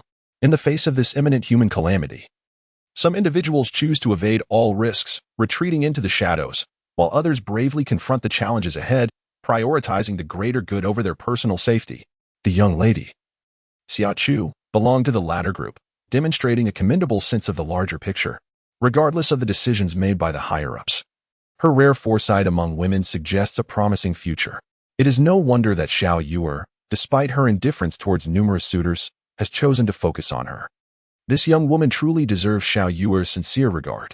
In a casual manner, he remarked to Lu Yuxiu, "Xiao Yuer, you are truly fortunate. I hope you can hold on to this blessing for a lifetime." Lu Yuxiu felt a sudden seriousness, exchanging a glance with Xiaoling Tian before responding with a light-hearted smile. "I will." The curve of his lips was both delightful and charming. "And what of the others?" "Yes, what of them?" The bond between brothers who would sacrifice their lives for one another is never merely a matter of words. Xiaoling Tian nodded slightly, intending to continue speaking, when Gu Xing abruptly pulled open the door and called out, "Come in quickly and discuss the matter at hand. Do not linger at the entrance idly chatting." As he spoke, his eyes flickered, and his fingers moved almost involuntarily a few times. Lu Yuxiu and Xiaoling Tian exchanged glances, their expressions shifting slightly, while Xia Chu maintained her composure, her mind racing. This gesture was one she had frequently observed in her past life. It was a covert signal commonly employed by Lu Yuxiu and his associates, akin to the cryptic codes of Sherlock Holmes, yet possessing a greater degree of secrecy. Few could decipher it, as it was a creation of Lu Yuxiu and his circle, unlike the widely recognized Holmesian ciphers. The covert message conveyed by Gu Xing was that Qin Dong was plotting something, and they should remain vigilant. Lu Yuxiu and Xiaoling Tian nodded slightly, indicating their understanding. With that, Gu Xing felt a sense of relief as the four of them entered the room, where the gaze of everyone present turned towards Xia Chu. Having changed her attire upon arriving from the splendid new city, she now wore a casual black outfit that accentuated her fair complexion and rosy lips. As she pushed Lu Yuxiu towards the conference table, she remained unfazed by their scrutiny or the tense atmosphere within the room, exuding an air of calm determination. Chapter 29. I am not a hero. Releasing her grip on the wheelchair, she approached the chair beside Lu Yuxiu, slightly inclined her body, and said, "I apologize for keeping you all waiting." "No problem." Li Tao interjected eagerly. "Xia Chu, the situation is urgent. Shall we proceed directly to the main topic?" His inquiry, though phrased as a question, was imbued with an undeniable authority. Xia Chu was aware of their impatience and knew it was unwise to confront them at such a critical juncture.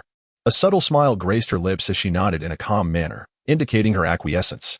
Just 2 minutes prior, we received news from the health department revealing that 137 cases of the pathogen had been identified, 56 of which exhibited the abnormalities you mentioned and have since been isolated for treatment. The search for the source of infection has commenced, but as you are aware, the presence of comatose pathogens complicates the identification process, and the health department requires time. Furthermore, it remains unclear whether the pathogen is confined to Longqing or if it has spread nationwide. In this regard, we are powerless and can only place our hopes in the health department and the Dengue Disease Control Center. Xia Chu never anticipated that within just a few hours, Longqing would report 137 cases of the pathogen. To claim her spirits were not burdened would be disingenuous. However, feeling weighed down served no purpose. She was not a specialist, and she was uncertain of the progress made in the vaccine research for the purple grape in her previous life, rendering her unable to offer any assistance. Sighing, she inquired, "Has the health department reported the matter of the purple grape to the National Disease Control Center?" "It has been reported," Li Tao affirmed, then continued, "I am now preparing to escalate the situation of the apocalypse to our superior." "You." His voice faltered momentarily, revealing a look of concern. Observing this, Xia Chu promptly interjected, "If there is anything you require of me, please do not hesitate to ask. As long as it is within my capabilities, I shall not shy away." The implication being, should it be beyond her abilities, it was best not to voice it. They are all astute individuals. She discerned the underlying meaning in her words. Qin Dong exhibited a hint of dissatisfaction in his demeanor as he spoke in an official tone. "Xia Chu, since you have chosen to voice your prophetic dreams, I recognize you as a commendable young lady, Comrade Chun." Xia Chu interjected impatiently, "Please refrain from flattering me. I reiterate, I am no hero, nor do I aspire to be one. My expectations are modest. I wish only to survive. I am willing to cooperate with all official actions, provided they remain within my capacity. You, being such a prominent figure, surely would not impose unreasonable demands upon me. Would you?" After speaking, she muttered softly, "Otherwise, it would be an abuse of power." Though she intended her words to be discreet, they resonated clearly in the room, and everyone present heard her. Qin Dong's complexion darkened significantly. Since his appointment as the political commissar in the Thorn region, few dared to address him so candidly. The implications of her words were striking. If he were to press her, it would indeed be an abuse of authority. In such circumstances, what could he possibly say? Nothing. For any action on his part would only affirm her accusation. The apocalypse had not yet arrived, and should he act rashly, he would find himself in a precarious position. Humph! Such a young person, sharp-tongued and unwilling to yield an inch. He was curious to see what fate awaited her when the end times truly descended. Unbeknownst to Xia Chu, who remained indifferent to his thoughts, she turned to Li Tao and earnestly asked, "Are you planning to go in person or report via telephone?" "To the capital." The magnitude of the apocalypse weighs heavily upon her. She feels an unsettling anxiety in her heart, fearing that a mere phone call may fail to convey the gravity of the situation to the esteemed leader. In the 30th chapter, devoid of concern for ridicule, Xia Chu promptly retrieves a notebook from her bag, rising to present it with both hands in a respectful manner. "Please take this with you," she implores. "I have documented all the calamities that will transpire before October 1st in my dreams." This task was assigned to her by Lu Yuxiu during their journey, primarily to test whether these insights could aid her in extricating herself from peril. In light of the impending apocalypse, she has compiled information regarding the vulnerabilities of zombie-like entities and otherworldly beings, as well as strategies for combat and the cities that are likely to fall first, necessitating complete evacuation. She hopes these insights will prove somewhat beneficial. Li Tao, reacting with remarkable swiftness, seizes the notebook and opens it, immediately confronted by elegantly penned lines. A cursory glance reveals content that is substantial and evidently crafted with care. As he reads, he inquires of Xia Chu, "Do you not wish to accompany me? Are you not aware that reporting this matter could yield tremendous advantages for you? Moreover, it could garner the attention of the higher-ups." Could Xia Chu be oblivious to this? Hardly. If she were astute, she would eagerly seek to enhance her own fortune, yet she is not. Her reincarnation has merely enriched her experiences, not her intellect. She possesses the self-awareness to recognize that she lacks the capacity to rise to prominence in this new world simply because she has been granted a second chance. She is but an ordinary individual fortunate enough to receive the gift of rebirth. Seeing Li Tao and his companions was not intimidating for her. as she often heard about Li Tao and Qin Mo Shu from Lu Yuxiu in her previous life, even though she had never interacted with them. She held a favorable impression of the two, establishing a foundation of trust.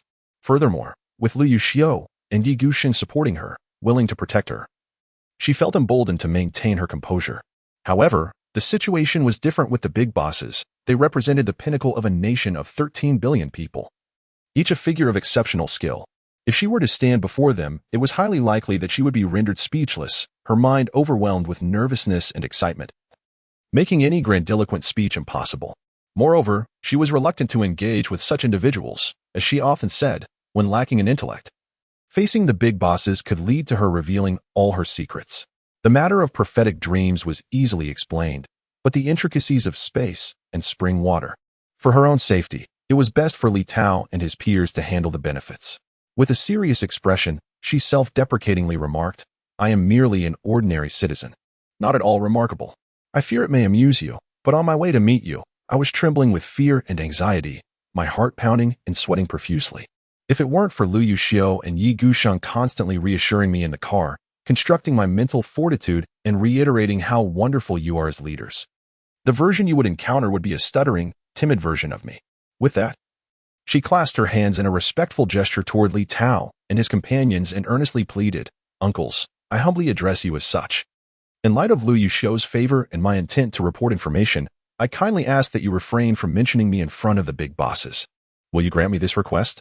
Li Tao and his companions did not investigate her identity because Lu Yuxiu, Wen Yi, and Gu Cheng had corroborated her story, firmly asserting that she was Lu Yuxiu's girlfriend, who had yet to report their romantic involvement and impending marriage.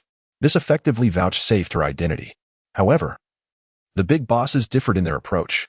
She was certain that if she consented to accompany Li Tao to the capital, her life, spanning 24 years, would be scrutinized thoroughly while she was still airborne, and the findings would materialize in a formal document on the big boss's desk. Chapter 31. His fortune. She was unafraid of scrutiny regarding her past life experiences from a week ago. Yet the events that transpired after her rebirth were too precarious to withstand examination. Thus, the accolades rightfully belonged to Li Tao and his associates. The group exchanged glances. Instinctively inclined to refuse, this honor belonged to Xia Chu. Although they yearned for such significant acclaim, they had not stooped to the level of usurping it from a young girl. "Dear uncles, please do not decline. I have my own considerations. The apocalypse is merciless. If you wish to protect the thorns, safeguard the 8 armies, and shield the residents of Long City and neighboring areas, I implore you to trust me. Let this honor be exchanged for elevated positions. In the end times, martial prowess reigns supreme." Some matters were too delicate to articulate explicitly. Political correctness held immense significance. With the apocalypse yet to arrive, she sought not to partake in free handouts, but rather wished to accumulate resources quietly, assisting Lu Yuxiu in expending the wealth he had amassed over the years. Otherwise, when the end times descended, money would devolve into nothing more than worthless paper and a mere string of numbers. Upon hearing her words, those who had previously intended to resolutely refuse fell into a profound silence. Gu Xing caught a fleeting glimpse of amusement in Yi's eyes. This girl, Xia Chu, had laid bare her cards upon their first meeting, revealing a trust in them that bordered on naivety. Initially, they thought that such a naive girl would capture the affections of their brother, Xiao Yuer, compelling them to protect her, not for any ulterior motive, but out of respect for her trust and their bond with Xiao Yuer. Yet, contrary to their assumptions, this girl was anything but foolish. Rather, she possessed an intellect that was astonishingly sharp. Exposed beneath the scrutinizing gaze of the powerful, the implications of her predicament were precarious. The potential outcomes were a double-edged sword. On the one hand, she could catch the attention of the formidable figures who might appreciate her efforts and offer her rewards. On the other hand, she risked losing her freedom, becoming subject to their oversight. Human nature is intricate, often failing under scrutiny. Xia Chu's prophetic dreams were too bizarre, their accuracy too unsettling. Who could say whether the powerful would ponder over them, suspecting her of concealing something? Regardless of the implications of her premonitions or what the influential might assume she was hiding, they would not allow her to depart. Such individuals could only be kept within close proximity to inspire trust. For those lacking broad horizons and a sense of the larger picture, the decision to meet the powerful was a foregone conclusion. To personally encounter the magnates who only graced the evening news and international headlines, to engage in cordial discussions, perhaps even share a meal and capture a photograph together, would be an extraordinary fortune for an ordinary person, a tale to boast about for a lifetime. This kind of temptation is indeed difficult for many to resist. However, Xia Chu resolutely declined, not only making her refusal clear but also articulating the current political climate in Dinghua. This young woman is remarkably astute. Xia Yue felt a sense of reassurance. Whatever thoughts Wen Yi and Gu Sheng could conceive, so too could Lu Yuxiu, Xiaoling Dian, and Li Xiaoqing. Lu Yuxiu joyfully grasped Xia Chu's hand and gave it a gentle squeeze, casting a sidelong glance at her. With his eyes, tinted with mirth, lowered, he mused over how his beloved could bestow upon him such delightful surprises, inciting his affection. To encounter her in this lifetime is indeed his fortune. Chapter 32. Living with Clarity. Old Shen. You? Are you certain? Two voices echoed simultaneously. The first was Li Tao, whose dissatisfaction with Qin Dong's remarks was palpable. The second voice belonged to Xia Chu, who was taken aback to find herself speaking in unison with Li Tao. After a brief pause, she addressed him, Uncle Li. I am quite willing. Please do not feel as though you are taking advantage of me. To be honest, meeting the esteemed boss is a privilege worthy of pride for you all, whereas for me, it brings only immense pressure that is truly overwhelming. As she spoke, she clasped her fists in a gesture of respect and implored, Uncle Li, I beg you, please agree. Consider it an act of compassion for this child, if you will. Having experienced a past life, the pursuit of fame and fortune feels trivial to her. Her singular desire is to live alongside Lu Yuxiu and the others, enduring until the day the apocalypse concludes. The journey may be long, fraught with cruelty and hardship. Yet what of it? She would rather contend with zombies and otherworldly beings in the wilderness than engage in the treacherous arena of fame and fortune. Battling wits and navigating the complexities of human intrigue, such a person is only suited to be a mere knife, incapable of becoming a leader or a sage. One can only navigate life with clarity to address oneself in every matter with reason and wisdom. Her greatest virtue is precisely this clarity. In her past life, after losing the protection of Lu Yuxiu and the others, she managed to survive alone for a decade, solely relying on this awareness. Li Tao unconsciously set down his notebook. Are you certain? Were it not for Xia Chu's clear logic, calm demeanor, and commendable personal qualities, Li Tao might have thought she was merely jesting. After all, this achievement is no small feat, I am certain. Xia Chu affirmed with a nod. Upon witnessing her resolute expression, Li Tao fell silent for a few seconds before acquiescing. If time had permitted, he would have continued to persuade her, but given the urgency of the situation, he could not afford to waste any more time. At worst, they would later include the young girl within their protective circle. As long as they drew breath, they would safeguard her. Thus, the matter was settled. As Li Tao was about to depart, he patted Lu Yuxiu on the shoulder, advising, take good care of Xia Chu, and do not bully her, or I shall strike you down. Li Tao and the others, along with Gu Xing and the rest, collectively gave Xia Chu a thumbs up, exclaiming, young lady, you have managed to tame the most formidable thorn of the thicket, and to even speak of striking down oneself is truly remarkable. Understanding the gazes of the crowd, Xia Chu chuckled. Lu Yuxiu is quite obedient. Lu Yuxiu shamelessly concurred, indeed, I am exceptionally well behaved. The heavy hearts of the crowd were somewhat alleviated by Lu Yuxiu's self-praise. However, after escorting Li Tao onto the helicopter and watching it depart, the atmosphere returned to its usual state. Everyone understood that the true challenge lay ahead when Li Tao would meet the higher-ups. Qin Mingshu felt as if he were burdened by several heavy stones. Yet he had no time for melancholy. Li Tao's departure signified that the days ahead would be busy for him. Thus, he approached Xia Chu, standing with his feet together and offering a salute. Good girl, thank you. He expressed gratitude for her willingness to trust them, risking her own safety to report such remarkable news. Chapter 33. I wish to be discharged. He also thanked her for not seeking glory for herself, allowing them the time to prepare. Xia Chu was momentarily taken aback, then smiled gently.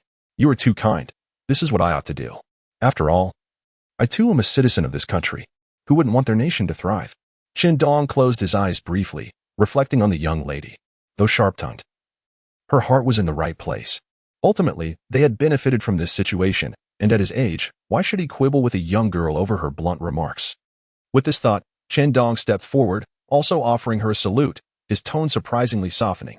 Xia Chu, I too thank you. Xia Chu was somewhat surprised, but quickly responded with a smile. You are too polite. Feeling that her words lacked sincerity, she cleared her throat and added, actually, I should also thank you for believing in my words. Qin Dong could not help but chuckle, remarking that they were unworthy of such gratitude. The true recipients of thanks should be Lu Yuxiu and his companions. It was not as if these three lads had any genuine belief in her words. They would not even entertain the thought of meeting her. I wish to be discharged, Lu Yuxiu declared without hesitation. Qinmosh, without a moment's contemplation, swiftly denied the request, insisting, "No, you have just undergone surgery. You must allow yourself time to recuperate. The hospital is currently unsafe. Even healthy individuals are at risk of infection. And someone in your condition is even more susceptible." As the others fell into contemplation due to his remarks, Lu Yuxiu gently shook Xia Chu's hand and asserted, "My injuries are adequately cared for by Chu. They were never critical to begin with. Having spent so many days in the hospital is sufficient. There is truly no need to prolong my stay and squander medical resources." His resolve to be discharged was unwavering, understanding his nature. Qinmosh and the others considered his words and conceded that he was indeed correct. Previously, his hospitalization was necessitated by a lack of care. The circumstances had now changed, with Xia Chu attending to him, making the idea of discharge quite acceptable. Hence, Lu Yuxiu's request was granted. In the end, as Xia Chu bid farewell to everyone, she drove Lu Yuxiu's dusty modified vehicle, which had been parked in the lot for an indeterminate time, straight to the military hospital to complete the discharge formalities. Upon arriving at Jinxiu New City and having returned the wheelchair to the hospital, Lu Yuxiu once again experienced the delight of being cradled in Xia Chu's arms. He possessed no sense of embarrassment. However, at the moment of being lifted, he slowly leaned his face closer to hers, his gaze dimming slightly. Xia Chu, startled, almost lost her grip and dropped him. As he beheld the flicker of malevolence in her light brown peach blossom eyes, Lu Yuxiu chuckled softly, leisurely turning his face away before burying it in the crook of her neck, nuzzling gently. "Initially, was it I who pursued you in your dreams?" Chapter 34. In truth, not beautiful at all indeed. Upon hearing this, Lu Yuxiu's eyes sparkled with interest as he inquired, "Pray tell, how did I pursue you?" I firmly believe our encounter must have been enchanting. Xia Chu, however, thought otherwise. In truth, it was anything but beautiful. Her initial meeting with Lu Yuxiu was far from pleasant. At that time, her core had been destroyed, her entire left arm severed by Mu Qingyan's foremost protector, Go Dongxi. The fallen limb was subsequently fed to a mutated dog by him. She did not perish, rather. It was Go Dongxi's desire for her to endure torment and suffering that kept her alive. Thus, he summoned a healer from their team to mend her wounds. Consequently, she became the one-armed hero. Though she possessed a fair appearance prior to the destruction of her core, even with her abilities not being primarily combat-oriented, she remained unscathed simply because she dared to wield a large blade in fierce combat. It was her fearless courage, coupled with her myriad of injuries and her aversion to causing trouble, that endeared her to her comrades. During that period, although her existence was not splendid, it was certainly better than that of an ordinary moreover. Guodongxi had boldly declared that anyone who attempted to protect her would find themselves at odds with the Qingyan battle team, rendering her a pariah whom everyone sought to avoid, fearing the wrath of Qingyan. The Qingyan battle team, the foremost faction within the Nanan base, possessed formidable military prowess. Comprising nearly 300 members, none of whom could be deemed ordinary. Indeed, the majority were combat-oriented ability users. Furthermore, they enjoyed a continuous influx of resources, making it imperative for others to curry favor rather than risk incurring their ire. The team she belonged to was known as the Hope Squad, a modest contingent with a mere 32 operatives authorized to venture beyond the base in search of supplies. Among them were a few mutated individuals devoid of abilities. The rear was occupied solely by the families of team members and ordinary people rescued along the way, predominantly the elderly and infirm. Her joining the Hope Squad was serendipitous. During an official mission, she fortuitously saved the squad's captain, Xiang Chumo, whose demeanor was as unpretentious as his name suggested, resembling a simple bear. Upon learning that she had not allied with any faction, Xiang Chumo persistently pursued her, and she recognized that being a lone wolf was not a sustainable strategy. Having a team to rely on would be advantageous for her. However, after enduring the betrayal and pain inflicted by Mu Qingyan, she hesitated to trust anyone again, thus declining Xiang Chumo's proposition. Yet, fate has a way of intertwining lives in the most dramatic of fashions. Xiang Chumo, oblivious to her refusals, continued to be a steadfast presence. Through repeated missions and shared battles, her bond with the Hope Squad deepened, ultimately leading her to be captivated by the camaraderie of the team. After enduring Xiang Chumo's persistent entreaties for half a year, she found herself unable to resist any longer and decided to join them. On the fateful day of her misfortune, It was indeed a stroke of ill luck that none of her teammates were by her side. By the time Xia Chu and the others learned of her plight and rushed to find her, she had already been rendered a mere shadow of her former self. Although they yearned for vengeance on her behalf, their adversaries belonged to the Qingyan battle team. What resources did they possess to exact retribution? Chapter 35. A Wedding Gift? The anguish, guilt, and despair of Xia Chu and his companions were painfully evident to her. She understood that remaining with the Hope Squad would only bring ruin to them all, thus she made the choice to depart willingly. Upon her departure, Xia Chu, after seeking the consensus of the entire Hope Squad, generously bestowed upon her the majority of the provisions they had gathered. With those supplies, she managed to survive her period of weakness and enlisted to serve as a tank, drawing the monsters away. The mortality rate for tanks was alarmingly high. Few among them managed to survive more than 3 missions, with most perishing tragically on their first attempt. Thanks to her extensive combat experience and the unfortunate fact that Guodongxi had severed her left arm rather than her right, she repeatedly navigated her way through perilous situations. However, one cannot evade fate indefinitely. She did not foresee that during one particular mission, Mu Qingyan's close friend, Lu Yuxiu, would also be present. The tank's role was to divert the monsters, buying time for the abilities users and mutants, but she fell victim to Lu Yuxiu's treachery. Consequently, she found herself encircled by countless undead plants and beasts.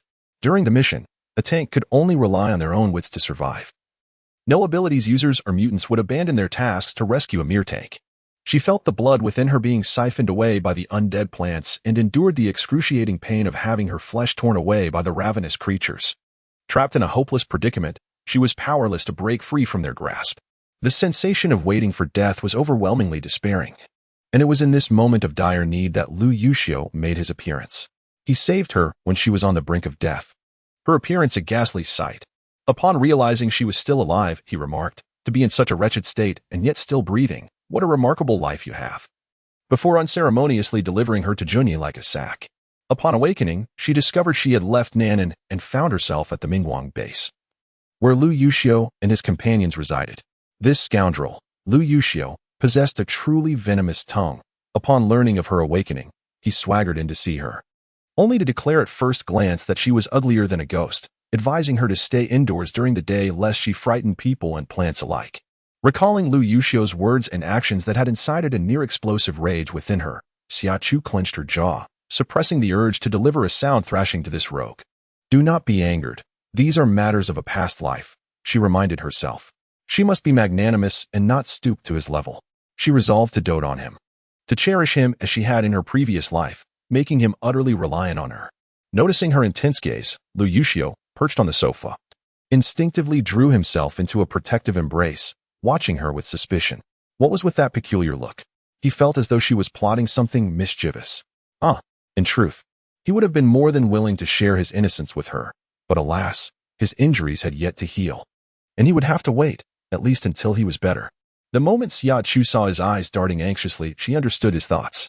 Ignoring his wariness and anticipation, she boldly extended her hand, declaring, "Come now, all your savings must be surrendered."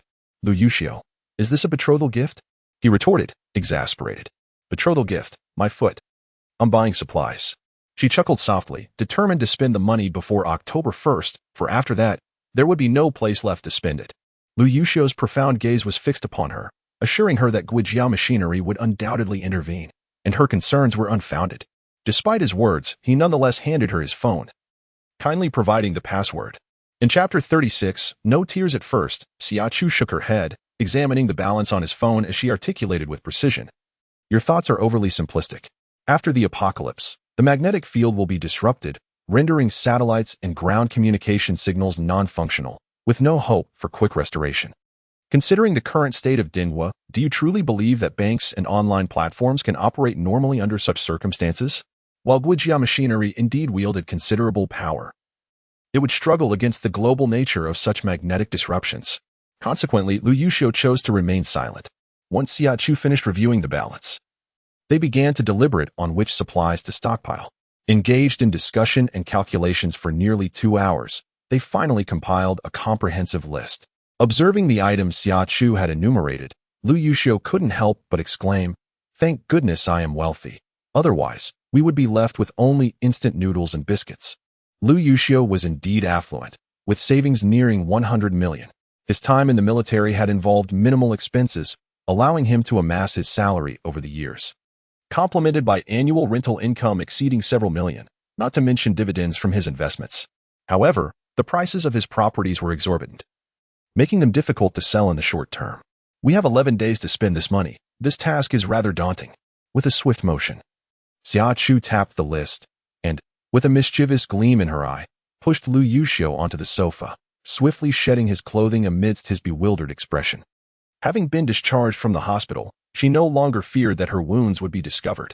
Swiftly, she resolved to strengthen her body for their actions the following day. With that, she fetched a cup of water for him. "All right," Lu Yuxiu replied without further ado, taking the cup and drinking eagerly.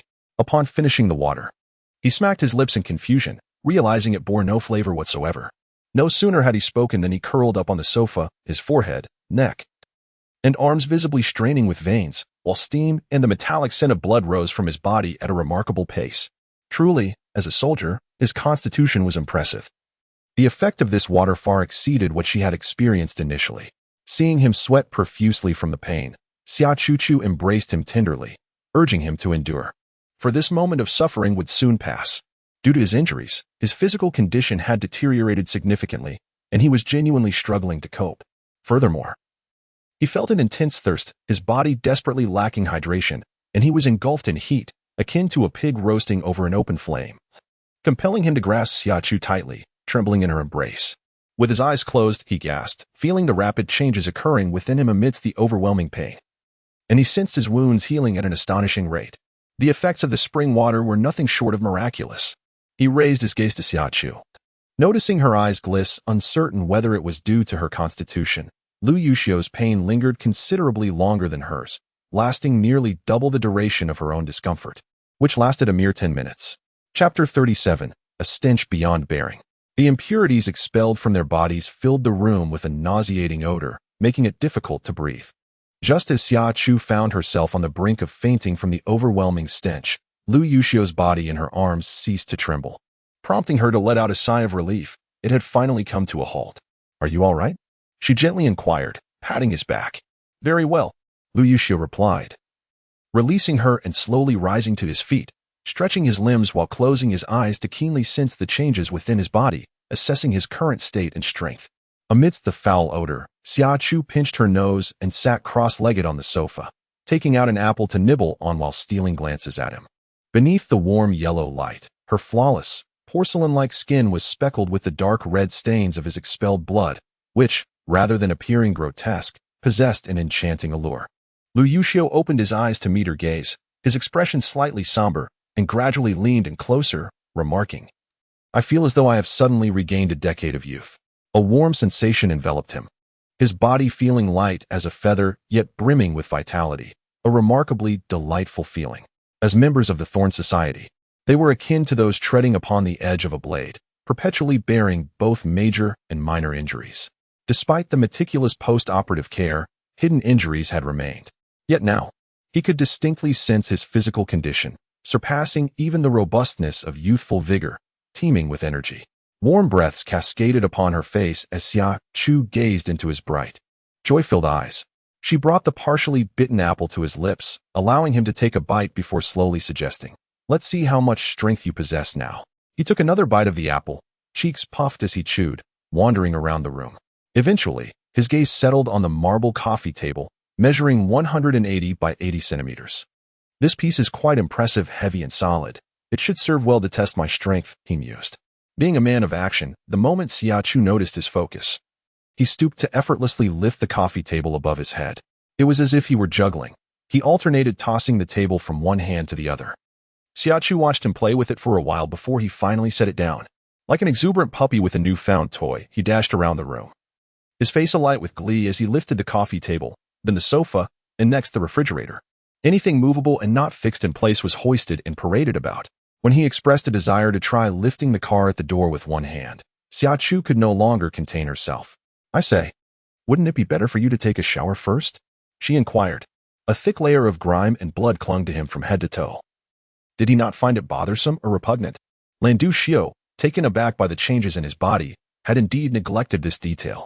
Upon hearing Xia Chu's words, He instinctively raised his arm. He does not possess a cleanliness obsession. Even if he did, the rigors of thorny training have dulled such tendencies. A true cleanliness fanatic would find it impossible to remain amidst thorns, as they would inevitably fail the selection process.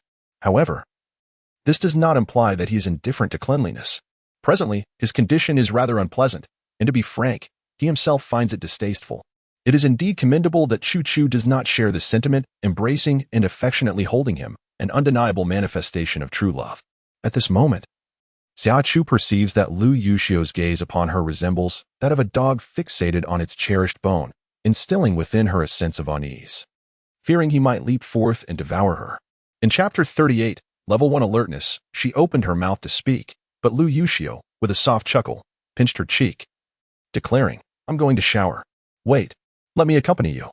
Xia Chu responded, placing her hand atop his and rising to follow him out of the living room.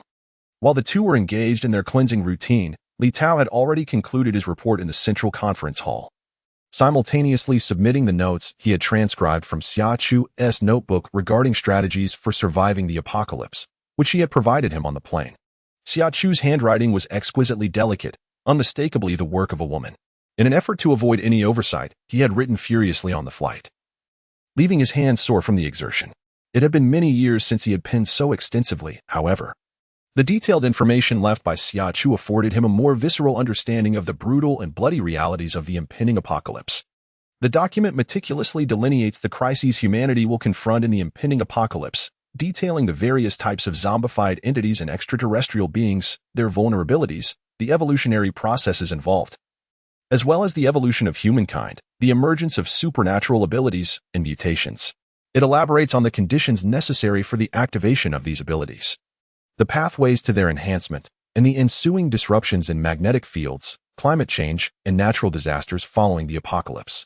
Armed with this information, it is anticipated that they will navigate the harsh realities of the end times with somewhat greater ease. The atmosphere in the conference hall is notably subdued, with each attending executive meticulously perusing their respective copies of the document. Li Tao, seated at the rear, adopts a posture of stillness, eyes closed and mind engaged, patiently awaiting the completion of their review. He harbors no apprehension regarding any skepticism about the origins of the document, nor does he fear disbelief concerning its contents. As Xia Chu has also included forthcoming significant events set to occur over the next few days, validation is minimal. The only requirement is to confirm the earthquake of 5.7 magnitude that will strike Mingchang Valley, Heqing Township, Sichuan Province, at 7:52 a.m. tomorrow morning. As for the purple grape situation, the director of the Disease Control Center received the latest updates just 5 minutes ago and has already reported the information. The phenomenon of purple grape is not confined to Longcheng. It is prevalent in most cities across the entire Ding nation. As time ticks by, the atmosphere in the conference room gradually shifts from its initial tranquility to a weighty gravity.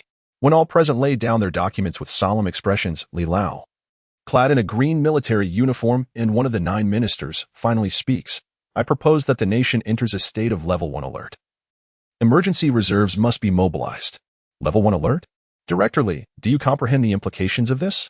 It was another member of the 9 ministers, Zhang Lao, who raised the question. The issue of emergency reserves was not significant. Only the various government departments were preoccupied, while the ordinary populace remained oblivious to the precise happenings.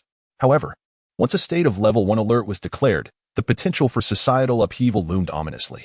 I was acutely aware of the reality. The apocalypse was approaching, and time was slipping away from us. If we did not act swiftly, we would be left to confront a world that was both brutal and sanguinary. Clearly, Commander Li had contemplated this well in advance.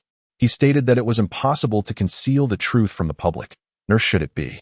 Thus, I propose that we disseminate the news of the impending apocalypse, enabling the populace to cooperate with official departments and personnel in their preparations. Chapter 39, A Major Crisis. I second this motion. Zhao Lao, who oversees legislation and legal development, spoke with resolute authority. In the face of a global catastrophe, failing to issue an early warning would result in countless casualties and rivers of blood. I concur with the necessity of Level 1 alert and emergency reserves. However, I oppose the release of the information. Chang Lao, who manages political law, social order, public safety, justice, and national security, wore a troubled expression. The implications of such an announcement were vast, encompassing chaos in public safety, soaring prices, and myriad other issues. Was the information accurate? Was it confirmed that the apocalypse would arrive on October 1st? Lei Jiayan, the only woman present, despite having reviewed the materials, remained skeptical about the arrival of the apocalypse. It was already 2028. The notion of an impending end had long been dismissed by the populace. Rather than subscribing to apocalyptic theories, she preferred to believe that Shaoli had been influenced by watching an end-of-the-world film, leading to contemplations and dreams at night. Upon hearing Lei Jiayan's concerns, Li Tao found himself caught between laughter and tears. He replied, "Lei Buchong, I am exceedingly busy. My meals are akin to battles, and I scarcely have time to watch any apocalyptic films. Furthermore, such a significant matter, if unverified, I would not dare to report. It is not as if I am willing to jeopardize my future. Aside from the purple grapes, have you verified anything else?" asked Jizihan, turning his gaze toward Li Tao. "Indeed," Li Tao affirmed, maintaining a composed demeanor as he recounted the statements made by Lu Yuxiu and others during the report of the Longjia car accident, adopting a serious tone. He added, "It is precisely because the Longjia accident mirrored my dream that I began to harbor doubts regarding the purple grapes. After discussions with Lao Qin and the others, we resolved to contact Shenbin.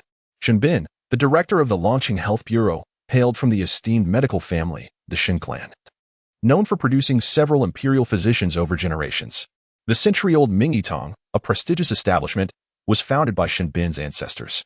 His father had previously served as the healthcare physician for the #1 big boss before retiring a few years ago."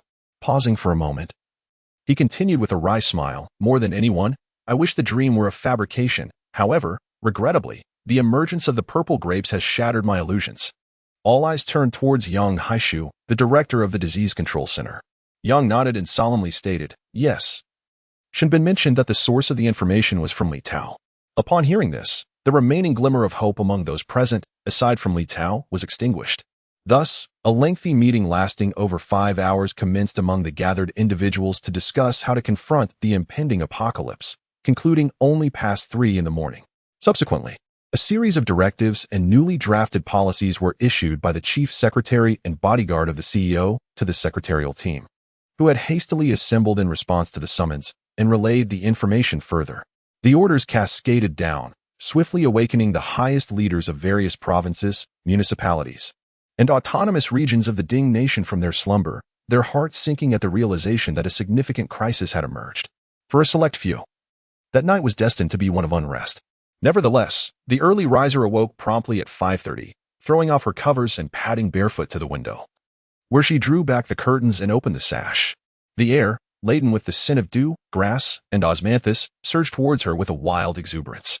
Chapter 40. The essence of happiness. She gazed at the towering osmanthus tree adorned with glistening dewdrops and blooming clusters of small yellow flowers, reminiscent of a soul enamored with the mundane world, inhaling deeply and exhaling slowly, savoring her existence amidst the vibrant chaos, acutely aware of her vitality.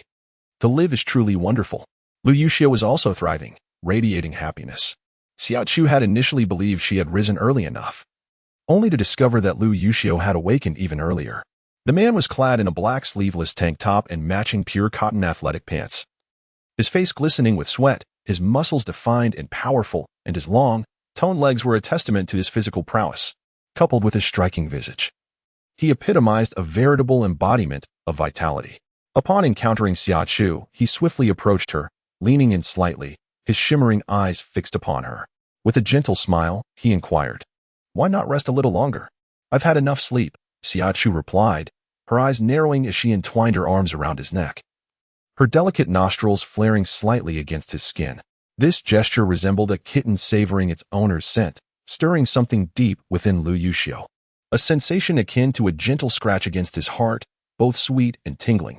He embraced her tenderly, tilting his head to whisper softly in her ear, "What troubles you?"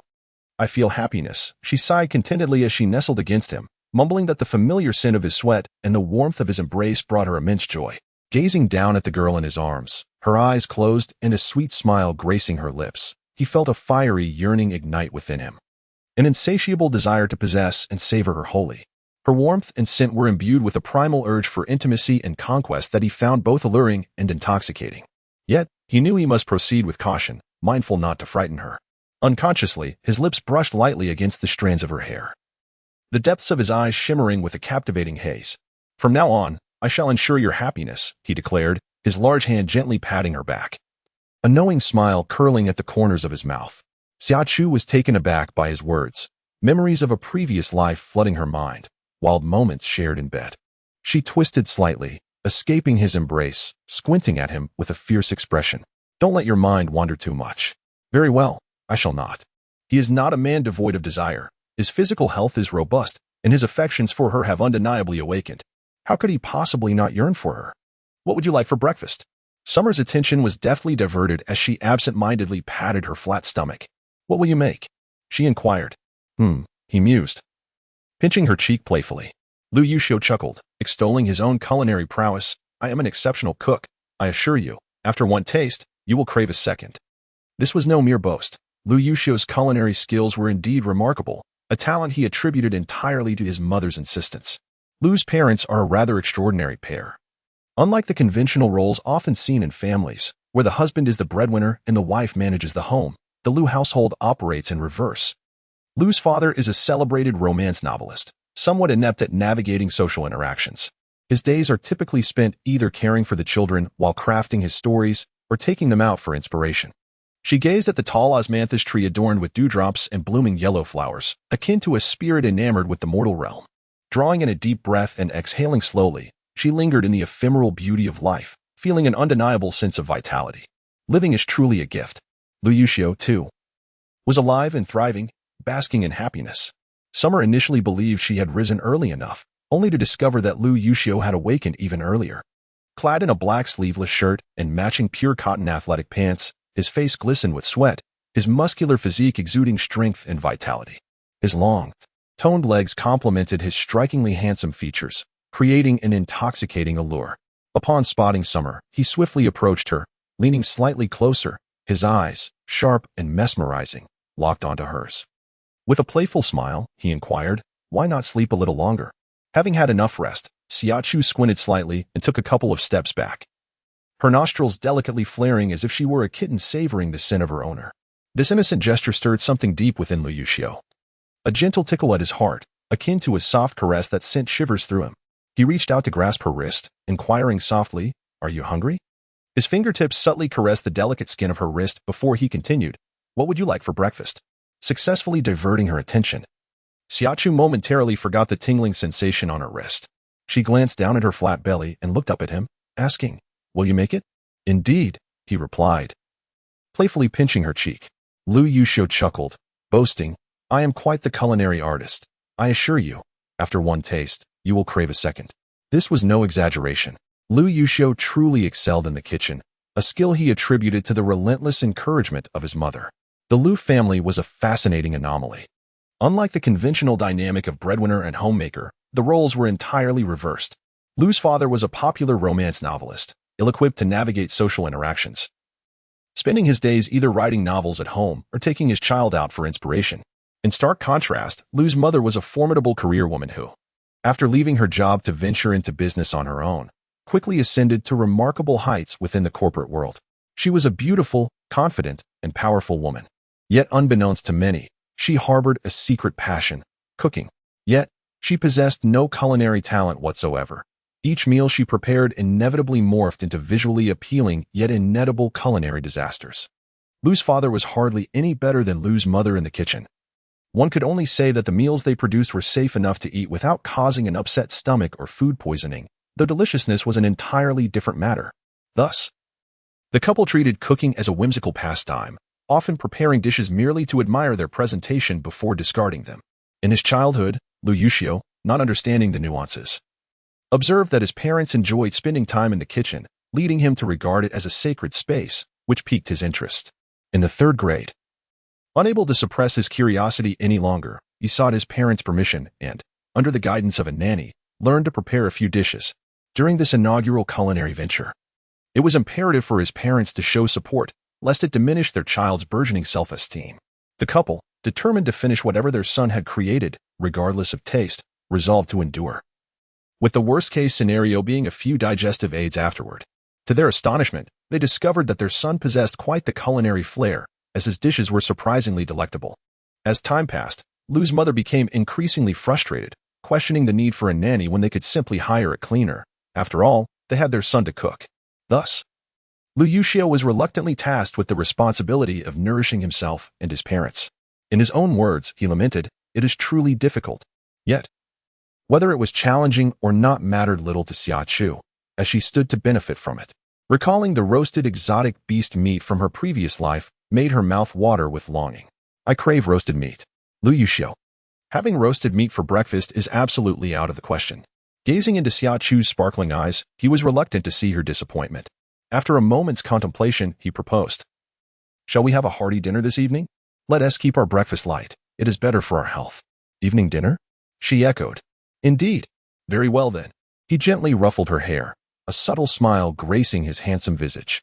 "I shall take a shower first. You may amuse yourself in the cat garden for a while." Xia Chu paused, surprised. "There is a cat garden here?" She had always assumed the pets were kept by the residents, never realizing they were not. A faint smile blossomed on her lips as she replied, "I'd rather wait for you." In her previous life, she had been quite fond of furry creatures, particularly those with attractive appearances. Alas, the onset of the apocalypse had cast a shadow over her affection for all animals. The mere thought of those once petite, robust, beautiful, or charmingly handsome creatures transforming into ferocious beasts or grotesque, bloodthirsty zombies during the end times made their alluring exteriors utterly unappealing to her. Rather than visiting the cat garden, she preferred to remain in his company. As it happened, a man accustomed to quick showers emerged shortly after. Xia Chu had barely settled in the living room when Lu Yuxiu, dressed in casual attire, greeted her before heading to the kitchen. He required no assistance from her, merely inspecting the ingredients prepared by the housekeeper in the refrigerator. Finding what he needed, he donned a deep blue apron and began his culinary endeavors. Leaning against the doorframe, Xia Chu watched his industrious figure in silence, her heart swelling with warmth and tranquility. Noting the multitude of tasks ahead for the day, Xia Chu inquired upon seeing the ingredients he had retrieved, "Are you making porridge?" "Indeed," he affirmed. "It is quite time-consuming. Let's keep it simple today as I have numerous places to attend to." Lu Yuxiu considered her words and found them reasonable. Their time was limited and should not be squandered. "Shall we have a Western-style breakfast? It won't take long." Indeed, a Western breakfast is quick and convenient. Toast cut into triangles and placed in the toaster, figs and blueberries sliced and arranged on a plate. Lacking fresh vegetables, Lu Yuxiu opted to boil some pasta and fry a few eggs.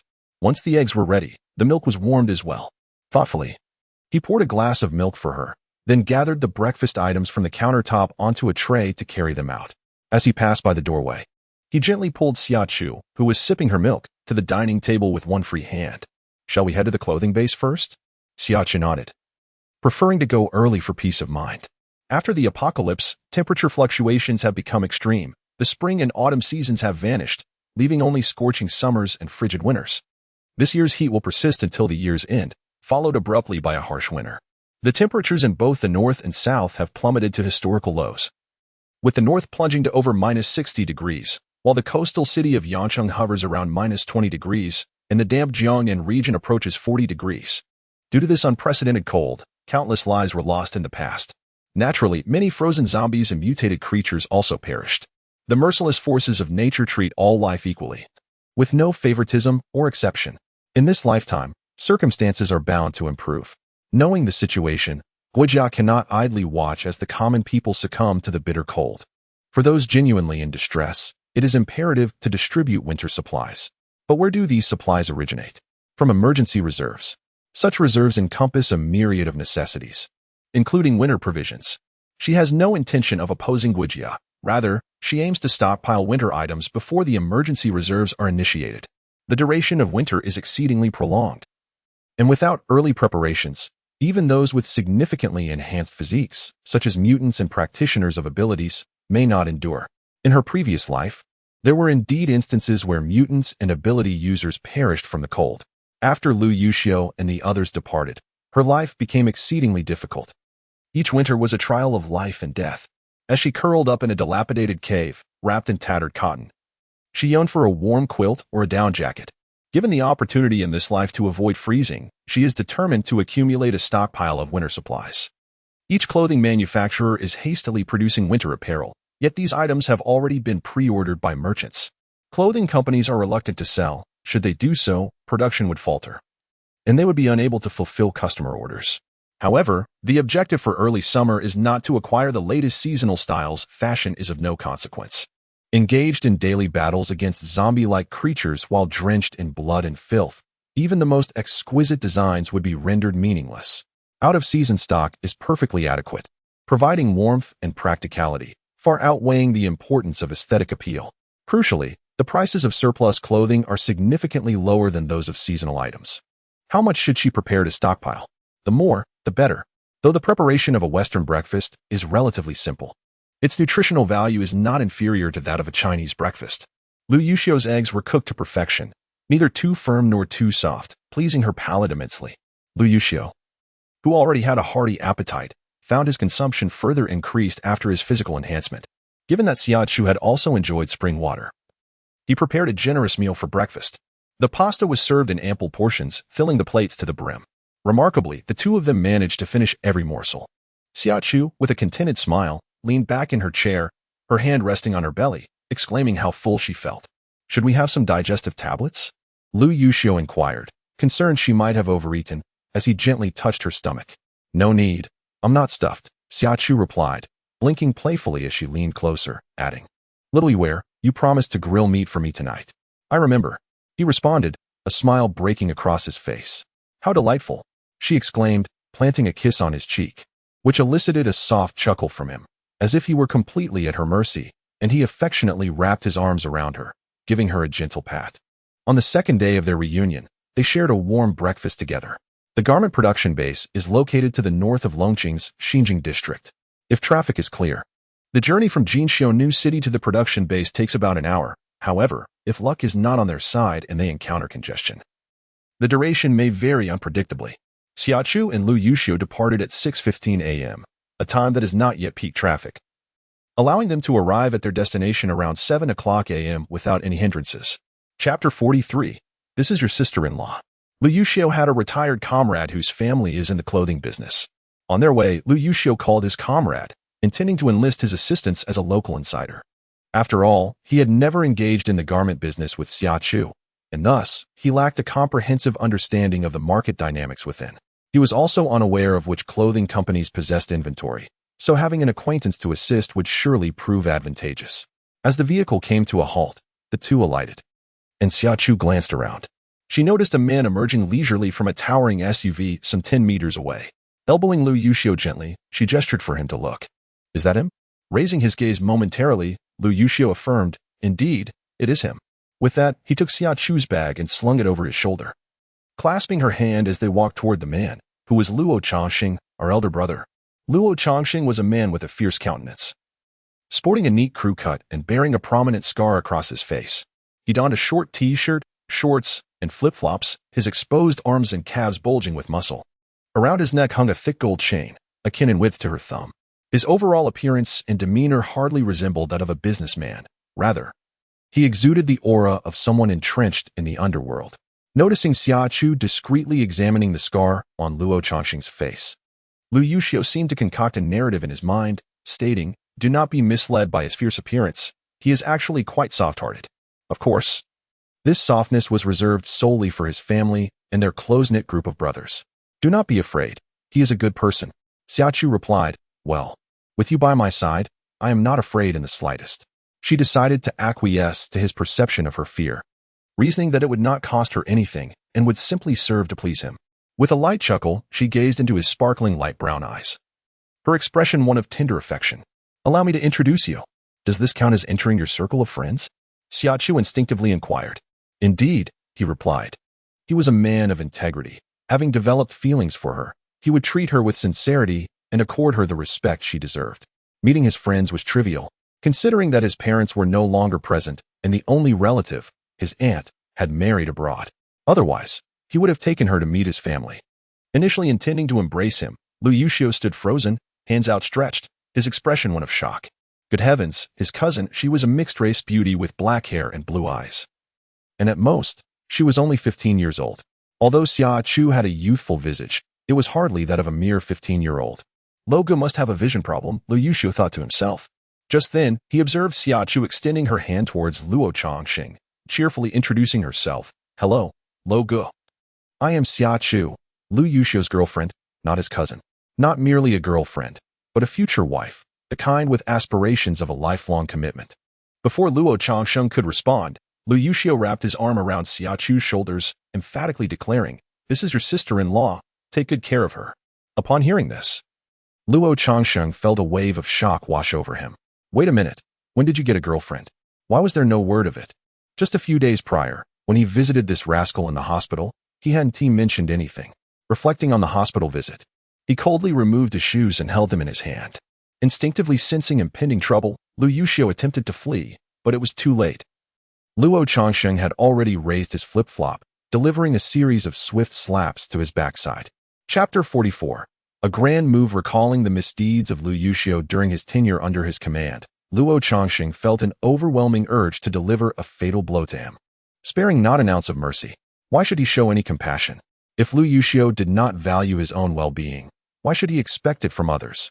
As Lu Yuxiu yelped in pain, desperately evading and pleading for mercy, he exclaimed, "Brother, you are mistaken. I did not sneak out. I left legally after completing the discharge formalities." Legally? Luo Changsheng paused momentarily, contemplating the notion of a legal discharge. Indeed, it was with the consent of Director Fong and Dr. Mo. "I refuse to be deceived by your lies." Luo Changsheng, infuriated, struck even harder. Scoffing at the supposed agreement from Director Fong and Dr. Mo. Why not claim it was the big boss who approved it? "If you think you can fool me, I will make it my mission to silence your deceitful tongue." He continued, "Do you dare to toy with your own well-being? I see you wish to retire like me." Xia Chu, observing her man's cries of anguish, felt little sympathy and subtly shifted to the side, casting an admiring glance at Luo Changsheng. The audacity to make Lu Yuxiu leap about like a monkey while garnering his respect rather than ire revealed the formidable prowess of Luo Changsheng. The captain's skill had evidently not diminished over the years.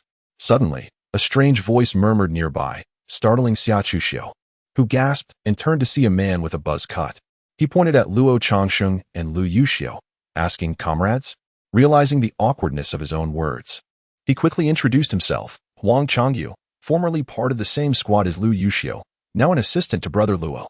As the early summer extended her hand to shake his, she introduced herself as Xia Chu, the girlfriend of Lu Yuxiu. Just as she was about to speak, a notification sound from her mobile device interrupted her. Upon checking, she found a series of messages from Wenyi. "While stockpiling supplies, do ensure to gather some for us as well. The funds have already been transferred to your account. As for what to stockpile, it's up to your discretion." In the dormitory, clad in camouflage, Wenyi raised an eyebrow, casting a glance at Zhao Hua and others, who were situated nearly Shaoqing, Gu Sheng, and Xiao Lingtian. He tapped the screen of his phone, noting that no responses had yet arrived, but based on my assessment, it was likely to be delayed by a few days. A few days of delay was understandable. The interests of the nation outweighed those of the individual. Completing such a vast and comprehensive emergency supply reserve within such a short time frame was no trivial task. Should the information be released prematurely, it would engender numerous complications. To ensure the smooth operation of the emergency reserves, all matters would be postponed. However, the higher-ups were perhaps overly optimistic. This world is never short of clever individuals, and such a significant operation regarding emergency reserves could not remain concealed for long. Chapter 45. The recall order. Yet, this was not her concern. What warranted her attention were the big bosses, adept politicians who, having made such a decision, possessed the capability to manage the situation within certain bounds. Luo Changsheng and Huang Changyu sat on the sofa, appearing visibly shaken as they gazed at Xia Chu and Lu Yuxiu, who were seated across from them. The events trace back to 5 minutes prior, when Xia Chu and Lu Yuxiu had just accompanied the two men into the office, and their phones had begun to ring. Since its establishment over 120 years ago, the Kingdom of Ding has experienced a journey marked by initial hardship in its early years, where the populace endured considerable suffering. However, circumstances gradually improved, leading to a period of rapid development, culminating in the current prosperous era of Ding Tai. In times of peace, it is unrealistic to expect that nations can exist without any friction. Where there are people, there exists rivalry, and this is especially true between countries. The fields of economy, technology, medicine, and culture are all arenas for competition. Such nonviolent struggles have become a norm for the citizens of Ding and indeed for nations worldwide.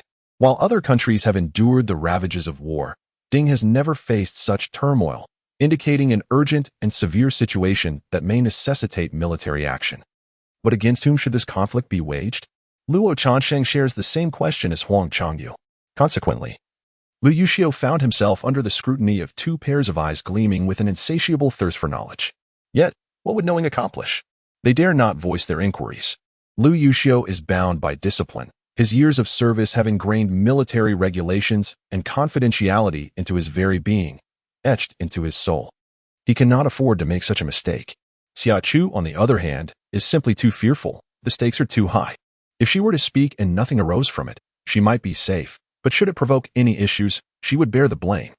She cast a glance at Lu Yuxiu, who then turned to the two and inquired, "What is the latest time for returning to the unit?" Luo Changxing sighed. "Before 5 o'clock this afternoon." If his dear daughter discovered that he had broken his promise again, he would face her silence for an extended period. The mere thought of it is disheartening. In early summer, Xia Chu was displeased by such remarks. She gestured towards Lu Yuxiu and then towards Luo Changsheng, asserting that they were not strangers, especially with the two brothers seated here. Lu Yuxiu let out a scoff, remarking that he did not consider them brothers at all. Luo Changsheng rolled his eyes at Huang Changyu, retorting that he had been eating his food, living in his home, wearing his clothes, and even frivolously spending the salary he had provided, as if he were merely a fool in his eyes, not a brother. Chapter 46, Money is a Scoundrel. Huang Changyu, scratching his head with an awkward grin, replied that they knew he did not mean it that way. In response to this smile, Luo Changsheng's indifferent demeanor softened slightly. He remarked that had he known better, he would have already used a feather duster on him. Both Lu Yuxiu and Huang Changyu instinctively felt the urge to shield themselves. Glancing at the feather duster on the bookshelf, and straightened their backs, striving to appear obedient and well-behaved. Xia Chu and Luo Changsheng exchanged glances, their smiles radiant as they began discussing clothing matters, feigning ignorance of the two men's sheepishness. Besides Xia Chu, Lu Yuxiu whispered, "Their attitude towards us is truly poor. While they treat you ladies with such kindness, our brother Luo, it's quite appalling how he favors women over men." Xia Chu remained silent but poked him with her finger. When he looked over, she signaled him with her eyes to cease his banter, emphasizing the importance of the matter at hand. Understanding her meaning, Lu Yuxiu promptly inquired of Luo Changsheng, "Brother Luo, which clothing company has a substantial inventory?"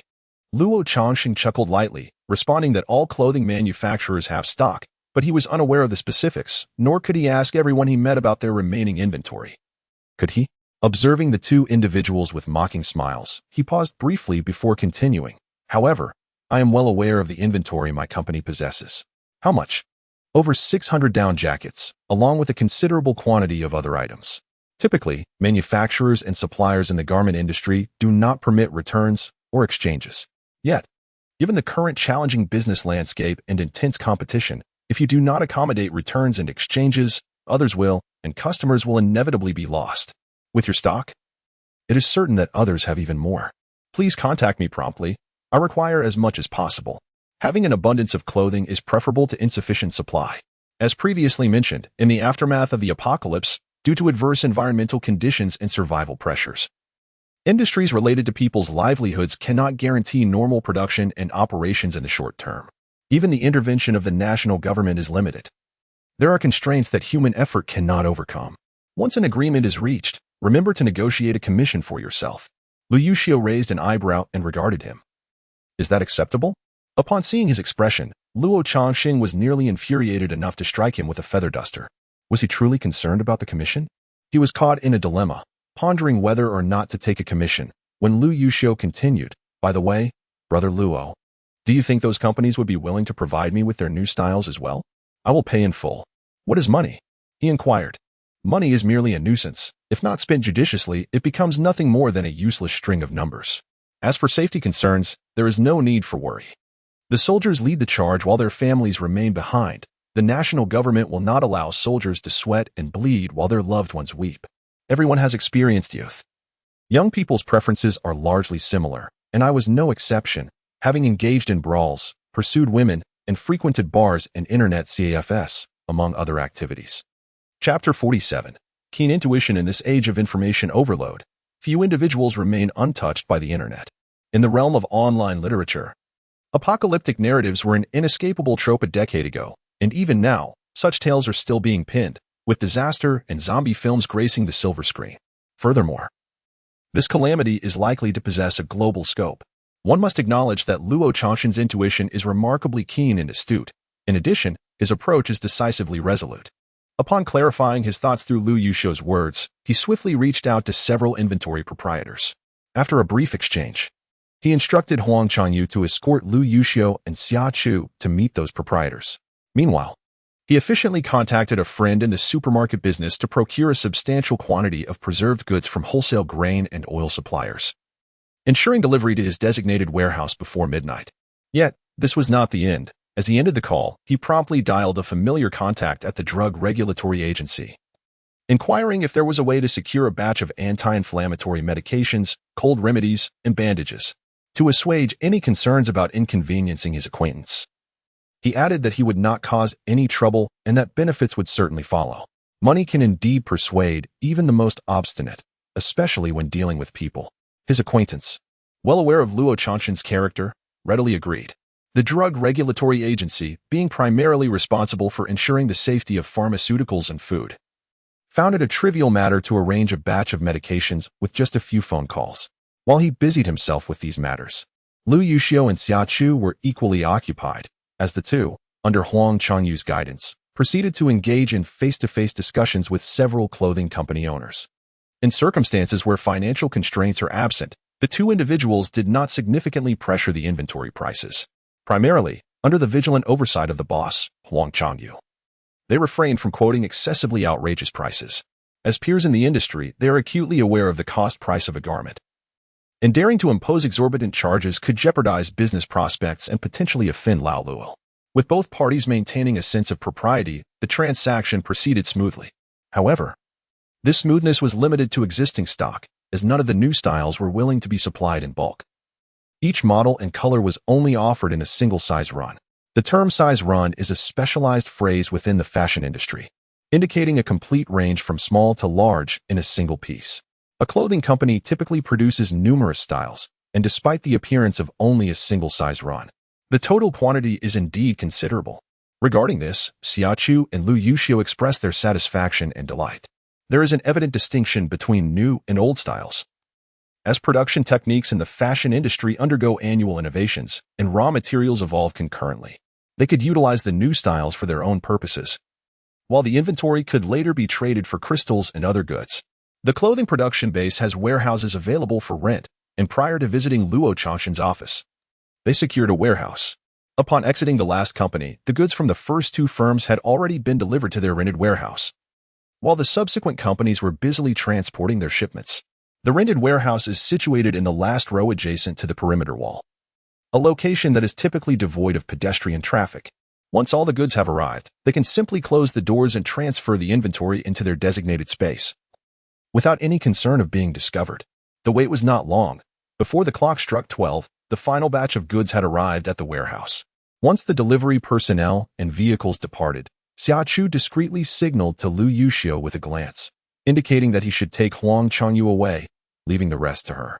Understanding her intent, Lu Yuxiu subtly responded with an okay gesture and excused himself under the pretext of stepping aside for a smoke, leading Huang Changyu away from the warehouse entrance. After their departure, Xia Chu surveyed the surroundings once more. Upon confirming everything was in order, she closed the door, leaving only a narrow gap. She then approached the pile of goods, waving her delicate hand, and the items vanished into her spatial realm, rendering the warehouse empty. In her previous life, when the spatial orb was in Mu Qingyan's possession, she had only attained initial usage rights due to the lack of a master. Mu Qingyan had to physically touch the items to store them.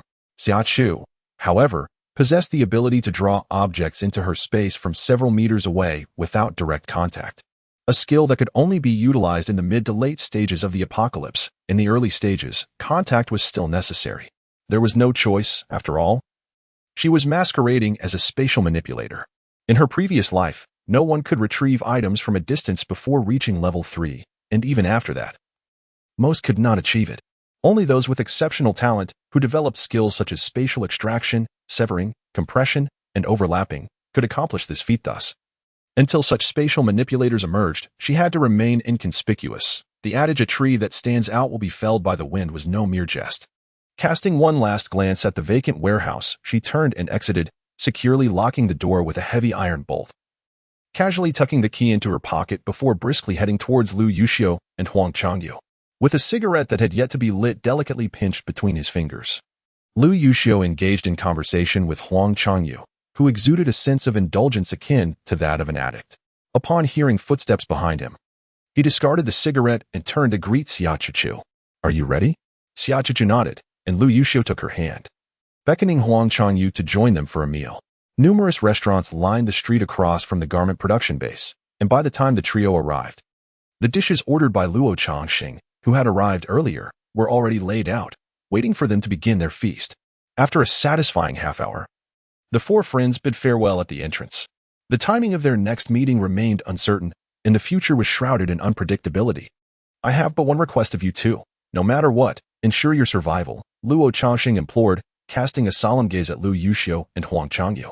Once the battle commenced, or in the event of a cataclysmic natural disaster, casualties would inevitably ensue, leading to a reduction in numbers and a disruption of ranks. A comrade who stood with them today might find themselves reassigned to a different unit by tomorrow. As an active duty soldier, Lu Yuxiu could not escape the fate that awaited him on the front lines. Luo Changxing, who had personally recruited Lu Yuxiu and trained him in the thorns of adversity, and who had fought alongside him for 5 years as both instructor and brother, harbored deep concerns for his well-being. Chapter 49. Do not deter. Lu Yuxiu and Huang Changyu instinctively exchanged glances, then nodded in unison at Luo Changxing. He continued, "You both have yet to marry or father children. Whether for the sake of your future wives or your unborn offspring, you must cherish your lives and refrain from reckless abandon." In the early summer, upon hearing those words, Huang Changyu immediately recognized that they were referring to Lu Yuxiu.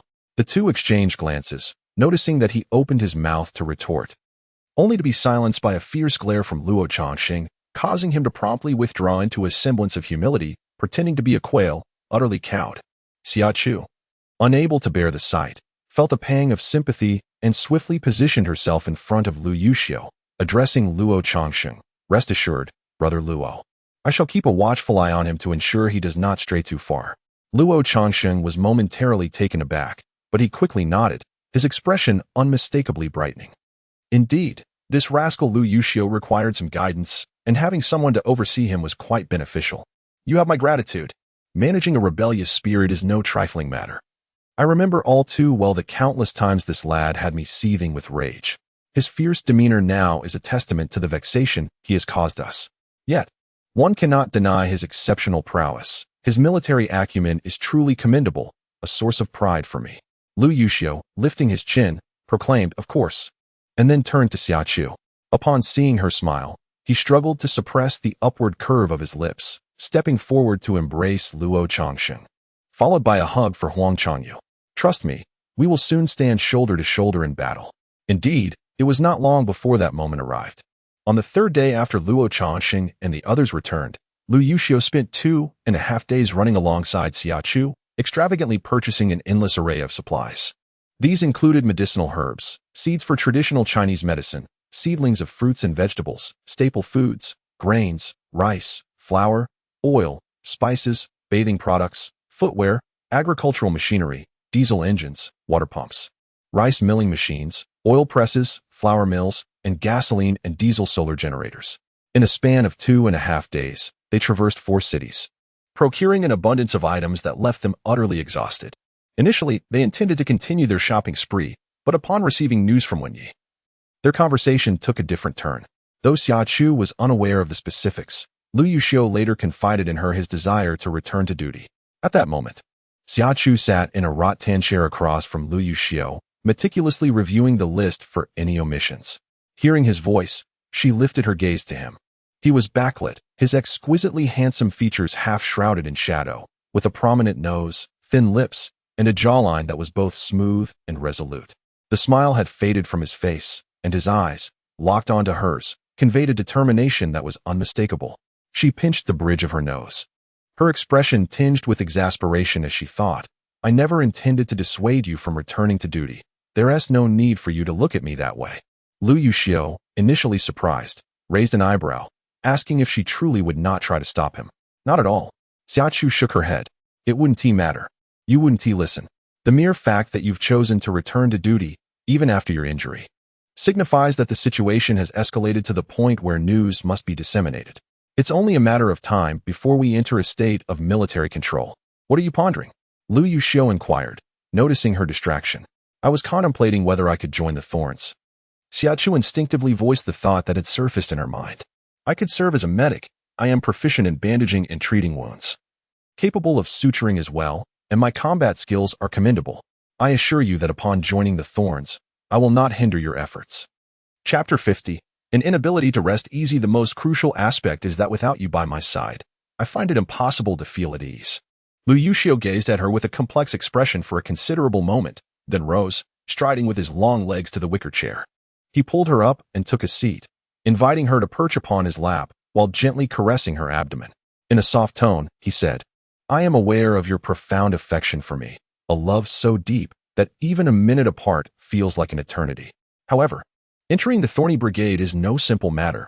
I cannot assure you that I can fulfill your desires, but I can promise to make an attempt.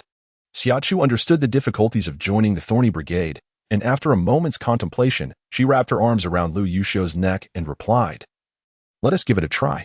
If we succeed, splendid. If not, we can address it when the apocalypse arrives. Xia Chu felt her heart stir at his words. Indeed, she had accumulated a fair amount of clothing and footwear, yet all were primarily practical. While not unattractive, they lacked the allure of the latest seasonal styles. No woman is impervious to the allure of beauty, and she was no exception. Her storage space was nearly filled with provisions, and Lu Yuxiu had already secured avenues to acquire cold weapons, having paid a deposit, now awaiting their arrival to settle the remaining balance. In the midst of the apocalypse, countless women took pride in possessing a single lipstick, and many formidable female warriors were willing to exchange special attribute crystals for a seemingly useless lipstick. She could easily stockpile more, positioning herself as one of the wealthiest women in the post-apocalyptic world. Furthermore, she could engage in trade with those women for crystal cores, a lucrative venture indeed. All right, let us hasten our departure. She patted his shoulder, urging him forward. Such an ungrateful little thing. The moment you hear about shopping and spending, you're willing to leave my side. Lowering her head, she sighed dramatically, and Lu Yuxiu, half amused and half exasperated, murmured a gentle complaint as he brushed his forehead against hers. He lifted her horizontally and carried her towards the door. Xia Chu reveled in his attentive service, her hands caressing the soft flesh at the nape of his neck, playfully teasing him with a gentle touch. A jolt of electricity surged through her body, catching Lu Yuxiu off guard as he shuddered, nearly dropping her in disbelief. His eyes widened in incredulity as he looked down at her. What is happening to me? Xia Chu met his gaze, her eyes sparkling with a blend of innocence and mischief. He beheld the woman in his arms, smiling like a cunning little fox, and gently nudged her delicate, rounded nose with his own, chuckling softly. Is this something you've known in your dreams? Xia Chu smiled coyly. Indeed. If you keep that up, I wouldn't mind engaging in something a bit improper. Xia Chu, she obediently conceded, halting her playful antics and settling into his embrace, her gaze lowered. As docile as a little kitten, Lu Yuxiu noticed her expression and smiled. Chapter 51. You are most cautious. Rest assured, I shall take responsibility for you, he said gently. His affection uncontainable. After all, they were bound by a certificate now, and she was safe. Xia Chu's ears twitched as she buried her face in the crook of his neck.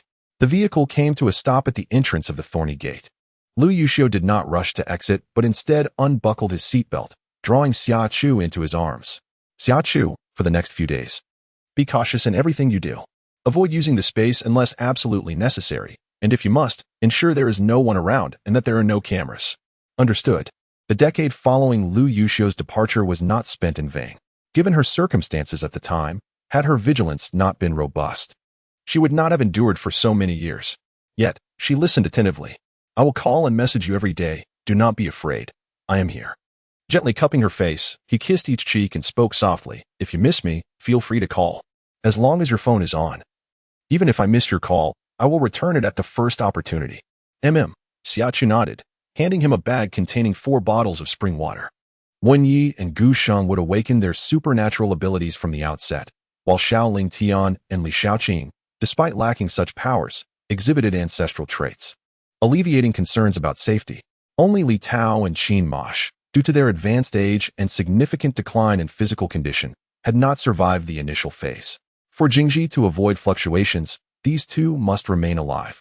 You should take these 4 bottles for now, and when the time is right, find a way to make them drink. Lu Yuxiu shook his head. The effects of the spring water are too extraordinary. It is not suitable for them at this moment. It should only be administered during the final countdown. He glanced down at the earnest expression on Xia Chu's face, a gentle smile tugging at his lips. For now, your safety is paramount. My dear Chu is rather naive. I must protect her. Otherwise, with such an innocent and trusting nature, she would be devoured to the bone, and I cannot bear that. The matter of the spring water can wait. I will come to you for it when the final countdown begins. All right. In early summer, Xia Chu retrieved the water from her bag and stored it away. Then gently touched his abdomen. Your wounds have healed. Have you thought about how to explain? No need for an explanation, Lu Yuxiu replied with a light chuckle, playfully caressing her face. Everyone knows I was injured. Even if I were to request a return to duty now, I wouldn't be assigned any strenuous tasks. Are you reassured? Upon hearing this, Xia Chu felt a surge of joy. That's good, but we must maintain appearances. The bandages still need to be wrapped. And do remember to apply some ointment. You all have an uncanny ability to sniff out even the faintest scent of medicine, and they will surely grow suspicious. Lu Yuxiu found her words amusing and lightly patted her. So, you would apply ointment and wrap my wounds right before I leave? Xia Chu, unperturbed, raised her chin defiantly. I am merely being prudent. She lazily acknowledged him, feeling a twinge of reluctance at their impending separation. Lu Yuxiu chuckled softly, opened the car door, and after stepping out, he lingered by the entrance, holding the bag and saying, I will watch you leave. All right, Xia Chu replied without hesitation, waving goodbye before starting the car and driving away. Lu Yuxiu stood at the doorway, watching her figure recede until the vehicle vanished from sight, before finally turning and entering the building. Greeted by the astonished gazes and chatter of those around him as he made his way to Li Tao's office. Chapter 52. Famine. The irritation in the voices was palpable. It was one thing to isolate those afflicted with the purple grape condition. After all, it was for the safety of the healthy individuals. At least the management was not intent on prematurely eliminating potential threats by eradicating those destined to become aberrations. Do not speak of humanity or inhumanity. The truth remains that when collective interests surpass individual ones, it has always been the case that individual sacrifices are made for the sake of the collective, never the other way around. The same principle applies to matters of safety. What does it matter if it seems inhumane? If those in authority truly resolve to eliminate hazards, no one would dare voice dissent or obstruct their actions. Transitioning to military governance presents no significant issues, after all.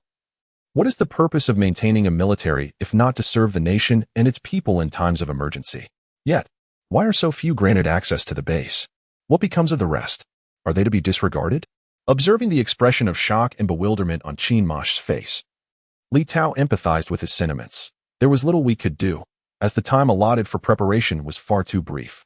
Even though the higher-ups issued directives promptly, achieving this level of organization was already at the limit of what was feasible. With nearly 1.4 billion people, even if a significant number vanished on October 1st, the remaining populace would still be considerable, regardless of how tirelessly the staff worked to establish new defensive bases or expand existing ones, akin to large prisons. Their capacity would inevitably be constrained. Furthermore, the scarcity of food is a dire concern. You mean to say? Recalling a piece of gossip circulating internally over the past few days, Qin Mosh's eyes widened in shock. Is that rumor true? Li Tao remained silent, exhaling a sigh of melancholy. Indeed, who could have anticipated that those unscrupulous individuals, driven by self-interest, would recklessly incite a fire in the granaries once more? And not just one, but multiple granaries. The Ding Nation is not only a populous country, but also a major agricultural and food importing nation. The applications of imported grains are quite extensive. Only a small fraction is utilized for direct consumption, while the majority is processed into animal feed. Despite the considerable disparity in agricultural technology between Ding Nation and the grain exporting superpower of the American Alliance, the stockpiled grains in the granaries over the years are sufficient to sustain the nation as populace for 2 years. However, a few large granaries have recently suffered from devastating fires, resulting in a loss of grain that could sustain 13 billion people for over half a year. This incident of granary fires is not unprecedented. A similar occurrence transpired a decade ago, prompting the furious owner to instigate a thorough investigation. That incident led to numerous repercussions, with several individuals facing demotion or imprisonment. In recent years, stringent management protocols have been enforced regarding granaries, with annual inspections conducted in late October. Although this year's inspection was not yet due, upon receiving the report, the owner appointed Mr. Jean, in charge of Dingnation state assets, to oversee the granary affairs. The directive was issued in the early hours of the morning, and just hours later, news of the granary fire emerged, causing the owner to suffer a hypertension crisis on the spot. Those few hours were truly harrowing, nearly inducing cardiac arrest. Even after the ordeal, the owner's health remained precarious, as he continued to preside over the situation despite his illness. This information must not be leaked. If it were to surface, chaos would ensue. Famine. Dingnation has eradicated famine for half a century. Aside from a few elderly individuals who survived that arduous era, at least 90% of today's citizens have never experienced the pangs of hunger. Chapter 53. A grand undertaking. The death toll from famine during the difficult years stands as a harrowing figure. Presently, the population of the Dingnation has multiplied several times over that of those challenging times. Should the existence of famine suddenly come to light, coinciding with an apocalyptic scenario, the implications would transcend mere arithmetic. It is likely that all would succumb to madness. Even those who can face the collapse of Mount Tai with calm and rationality would find their emotions spiraling out of control. One can only imagine the catastrophic consequences if this information were to be divulged. The base can be constructed gradually. Yet those who enter the base prematurely may not necessarily survive until the end. The production capacity is limited, and the years that all military supplies can sustain us are finite. With a reassuring pat on Qin Ma's shoulder, Li Tao spoke earnestly, "Old Qin, while I cannot guarantee much, as long as the big boss is alive, he will not abandon anyone. My fear lies in the unforeseen circumstances that may befall the big boss. It is not that I lack optimism, rather, I worry about his advancing age and whether he can endure." Xia Chu once expressed a prudent thought: to safeguard our warriors and protect Long City as well as the surrounding cities, military might is crucial. The future remains uncertain. Yet if we were to preemptively discern the trajectory of events and subsequently squander our resources, it would be a reflection of our inadequacy. What do you think? Qin Ma hesitated, locking eyes with Li Tao. After a prolonged silence, he finally managed to articulate, "Are you suggesting we undertake something significant? What do you wish for me to do?" As long-standing partners, Li Tao never doubted Qin Ma's security and responsiveness. Leaning closer to whisper a few words, he then inquired, "Are you in or not?" "Why not?" Qin Mozho exclaimed, his voice resonating with conviction. He had never forgotten the reasons that propelled him to enlist, nor the significance embodied by his military uniform. In times shrouded in darkness, when the path ahead appeared obscured, it was all the more crucial for someone to bear the burdens, as long as they remained steadfast in their purpose and treaded the righteous path. Even sacrifice would be deemed worthwhile. Li Tao chuckled at his words, inquiring, "Whom do you intend to assign for this task?" Qin Mozho rolled his eyes. Who else could it be but that lad? At this moment, he is the only one available to handle the matter.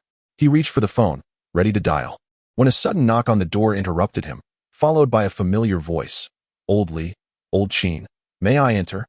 Perfect timing, exchanged glances between the two men, and Li Tao called out, "Come in." As Lu Yuxiu stepped through the door, he was met with the piercing gazes of two old men, their eyes gleaming with predatory delight. Those two rascals are up to something again, Lu Yuxiu thought, maintaining a stoic expression as he strode confidently to the table. Tossing his bag onto its surface before sitting atop it with legs crossed, his posture as straight as a pine tree, he surveyed the smiling Qin Mozho and the grinning Li Tao, sensing their ill intentions. "What scheme are you concocting now?" he queried, his tone laced with skepticism. "You impudent brat." Qin Mozho slammed the table with fervor. "Is this how you address your superiors?" Then, with a resigned smile, he leaned closer to whisper a few words in Lu Yuxiu's ear, echoing Li Tao's earlier question. "Just tell me, will you take on the task or not?" "Undoubtedly. We must proceed," he stated with gravity. "Are you all serious?" he inquired earnestly, emphasizing the gravity of the situation. In this critical moment, should they choose this path, any exposure could lead to accountability. Facing a military tribunal and being stripped of all positions for several years would be fortunate, but should fortune turn ill, the consequences could be dire. Chapter 54. Doing good deeds. Both nodded in unison, fully aware that a misstep could cost them their lives. Such matters were not to be trifled with, as they did not possess a death wish. Lu Yuxiu felt a sudden jolt of realization, yet he remained composed. He gradually rose and paced around the office, contemplating the situation. "Old man, have you received your promotion? Any benefits?" He turned to Li Tao and inquired.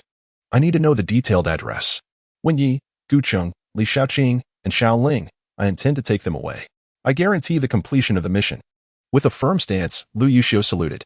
Li Tao and Qin Mozui stood at the door, watching him depart until his figure vanished from sight. Only then did Li Tao turn to Qin Mozui and say, "Let us go and communicate with old Fang." After leaving the office, Lu Yuxiu headed straight for the office of the 1st Battalion. He cast a glance at Zhang Hua and Yang Qing. Zhang Hua, Yang Qing. Old Li is waiting for you in the office. Hurry along. The two, noting his serious demeanor, had no reason to doubt his words. Although puzzled about why their superior would summon them at this hour, they complied without hesitation. Once they departed, Lu Yuxiu swiftly closed and locked the door behind them. Leaning against it, he surveyed the individuals within the room. Pack your belongings and follow me. Where are we going? Wen Yi inquired with curiosity. To do a good deed. Lu Yuxiu replied with a serious demeanor. I will meet with the deputy leader regarding the team's affairs. You have 10 minutes to gather at the usual place. Understood. Xiaoling Dian stated, laying down his bag. Shall we arm ourselves? Weapons are unnecessary, came the implication that other items must be prepared. The group exchanged nods. And Wen Yi asked, just a few of us? Until that day arrived, he could only proceed with caution. Xia Chu remained unaware that Lu Yuxiu had set his sights on her. At that moment, she was indulging in a shopping spree at the most renowned luxury mall in Longqing, drawing smiles from the sales staff and glances from passers-by. Upon exiting store, she was about to head to the next when her phone rang. She glanced at the screen, and the number caused her to pause for a few seconds before she unceremoniously ended the call. In her previous life, the moment she drew her last breath, her enmity with Mu Qingyan was forever severed. In this life, as long as Mu Qingyan did not provoke her, she had no intention of retaliating. However, if provoked, she would not hesitate to repay grievances with grievances. Just as she tucked her phone into her bag, it rang again. Annoyed, she prepared to turn it off, but upon retrieving it and seeing the caller, her expression transformed into a smile. Has the leave of absence been processed for your return? Lu Yuxiu's voice came at this moment. As she received the call, Xia Chu was acutely aware of the urgency of time and did not dwell on the matter. Meeting in person would suffice for inquiries. All right. I shall set off immediately, Lu Yuxiu stated before abruptly ending the call. Xia Chu stared at the black screen of her phone, swiftly unlocked it, and added Mu Qingyan's number to her blacklist. Having been childhood companions and classmates for 9 years, they had both enrolled in the same university, albeit in different departments, and were assigned to the same dormitory. This melodramatic fate had granted her profound insight into Mu Qingyan's nature, a person who would not relent until her goals were achieved. Had it not been for her previous life's experiences, she would have been more than willing to answer Mu Qingyan's call. However, engaging with her now would only sour her mood. She was disinclined to entertain her or engage in verbal conflict over the phone. Thus, blocking her was the simplest solution, sparing both parties the hassle. Mu Qingyan, on the other hand, did not find this to be a relief. Instead, she felt an overwhelming sense of frustration. Transmigration was not daunting, but to find oneself as a mere supporting character in a post-apocalyptic romance narrative was truly distressing, especially as a character defined by scant description. The original body not only shared her name but also bore a striking resemblance to her, albeit with features that were considerably more refined and beautiful, as if enhanced by an advanced filter. Yet, beauty held no value in a hellish world overrun by zombies, where chaos reigned and danger lurked at every corner. Without sufficient strength to protect oneself, beauty became a source of original sin. After the apocalypse struck, the original body had clung to a group of supernatural beings for over 10 days, but their motley crew was soon besieged by zombies, leading to their total annihilation. The original met a tragic end, devoured piece by the very zombies that had overwhelmed them. The thought of such a demise sends shivers down her spine, compelling her to devise a means of self-preservation before the impending apocalypse descends. She cast a curious glance, just 2 fleeting looks. The first revealing the tragic end of a fellow named similarly to her, and the second capturing the moment the protagonist, Xia Chu, sighed upon learning of the original owner's demise, subsequently averting her gaze. It was not a matter of disinterest, but rather the pressing need to attend class left her with no time to linger. She had intended to catch up on her reading after the lessons, but alas, before she could finish, an earthquake struck. In the chaos, she lost consciousness, and upon regaining awareness, she found herself entangled with an exceptionally handsome man. The shock of being in such a predicament, especially as one who had never even had a boyfriend, was palpable. Kai Muyong, the boyfriend of her namesake, a mere cannon fodder in this narrative, had, after the world had fallen into chaos, offered the original owner to several supernatural beings as a public lover in search of a protector or ally. Fortuitously, the protagonist possesses a golden finger and a halo of destiny, ensuring that following her will lead to survival within the story. Thus, with no time to stockpile supplies, she hurried to the protagonist's company in search of her. In Chapter 56, titled Jade Mountain, she urgently attempted to contact the protagonist by phone, only to discover that the call was perpetually engaged. The reason behind the protagonist blacklisting her remained a mystery to the book traveler, Machine Yin, leaving her in a state of bewilderment. However, this confusion dissipated upon encountering the bustling farmer's market. She quickly instructed the driver, "Master, I will not be going to Shinha Garden anymore. Please drop me off at the entrance of the farmer's market." The driver, responding promptly, applied the brakes, bringing the vehicle to a halt. 16 yuan. Thank you. With no cash in her bag, Mu Qingyin took out her phone to transfer the fare to the driver, expressing her gratitude to the original owner for leaving her memories that included the phone password, payment password, and credit card information. It seems that the original owner came from a wealthy background, with a father boasting an extensive network. Even without the protagonist's influence, she could leverage her father's connections. A man from a rural background, lacking both a diploma and resources, who managed to become a prominent businessman after years of labor. Bringing his entire family to settle in the city, clearly possessed significant capabilities. As she contemplated her father's prowess, her eyes sparkled with determination. She swiftly entered the agricultural market, found a grain and oil shop, and placed a substantial order for various grains and cooking oil amounting to 200,000, paying 1/3 as a deposit and leaving her address. Filled with excitement, she left the market and hailed a cab to her father's company. She needed to inform him about the impending apocalypse. Given her father's doting nature, she had no doubt she could persuade him. Meanwhile, Xia Chu remained oblivious to these developments. After leaving the mall, she drove towards Qingyang Road. The journey was somewhat lengthy, spanning over 40 kilometers, compounded by numerous traffic lights. It took her nearly an hour to arrive, by which time Lu Yuxiu had already been waiting for her. Beside him were 3 military-registered vehicles, inside which sat Wen Yi and the others. Perhaps due to their boredom from waiting, they were either engrossed in mobile games or smoking. Upon noticing Xia Chu parking beside them, they waved and greeted her as she leaned out of the window. Xia Chu smiled and waved back before inquiring of the camouflaged Lu Yuxiu, "How may I assist you?" Lu Yuxiu leaned closer to her ear and whispered, "We need to transport some items from Yushan." Xia Chu pondered, "Is there truly something we require in Yushan? That cannot be the case. Yushan is not merely a mountain. Rather, it comprises a myriad of peaks, totaling dozens, situated at the junction of Dinghe Province and Jiangfeng Province. Unlike the scenic areas of Qianlansang and Yunxi, which also lie at the borders of 2 provinces, Yushan's geographical location is exceedingly remote, representing an untouched, pristine wilderness. It is said that there is no road leading into the mountains. How, then, did Lu Yuxiu manage to transport those items there initially? Filled with curiosity, Xia Chu refrained from voicing her questions, merely nodding in agreement. "I will drive. You take the passenger seat," she insisted. Dutifully, Xia Chu vacated the driver's seat and moved to the passenger's side. Thus, Lu Yuxiu led the way in his vehicle, followed closely by 3 military green SUVs. Setting off towards Yushan. Chapter 57. No Morals. September 23rd marks the Mid-Autumn Festival, and today is the 22nd, so as they entered the highway, they were unfortunately met with a traffic jam. Initially, the vehicles could move slightly, but with the occurrence of 2 accidents, the drivers emerged to negotiate. As more drivers joined the fray, attempting to discern the situation, the cars became utterly immobilized, as if glued in place. Xia Chu leaned against the window to observe the spectacle, while Lu Yuxiu rummaged through the multitude of bags piled high in the back seat, examining her purchases.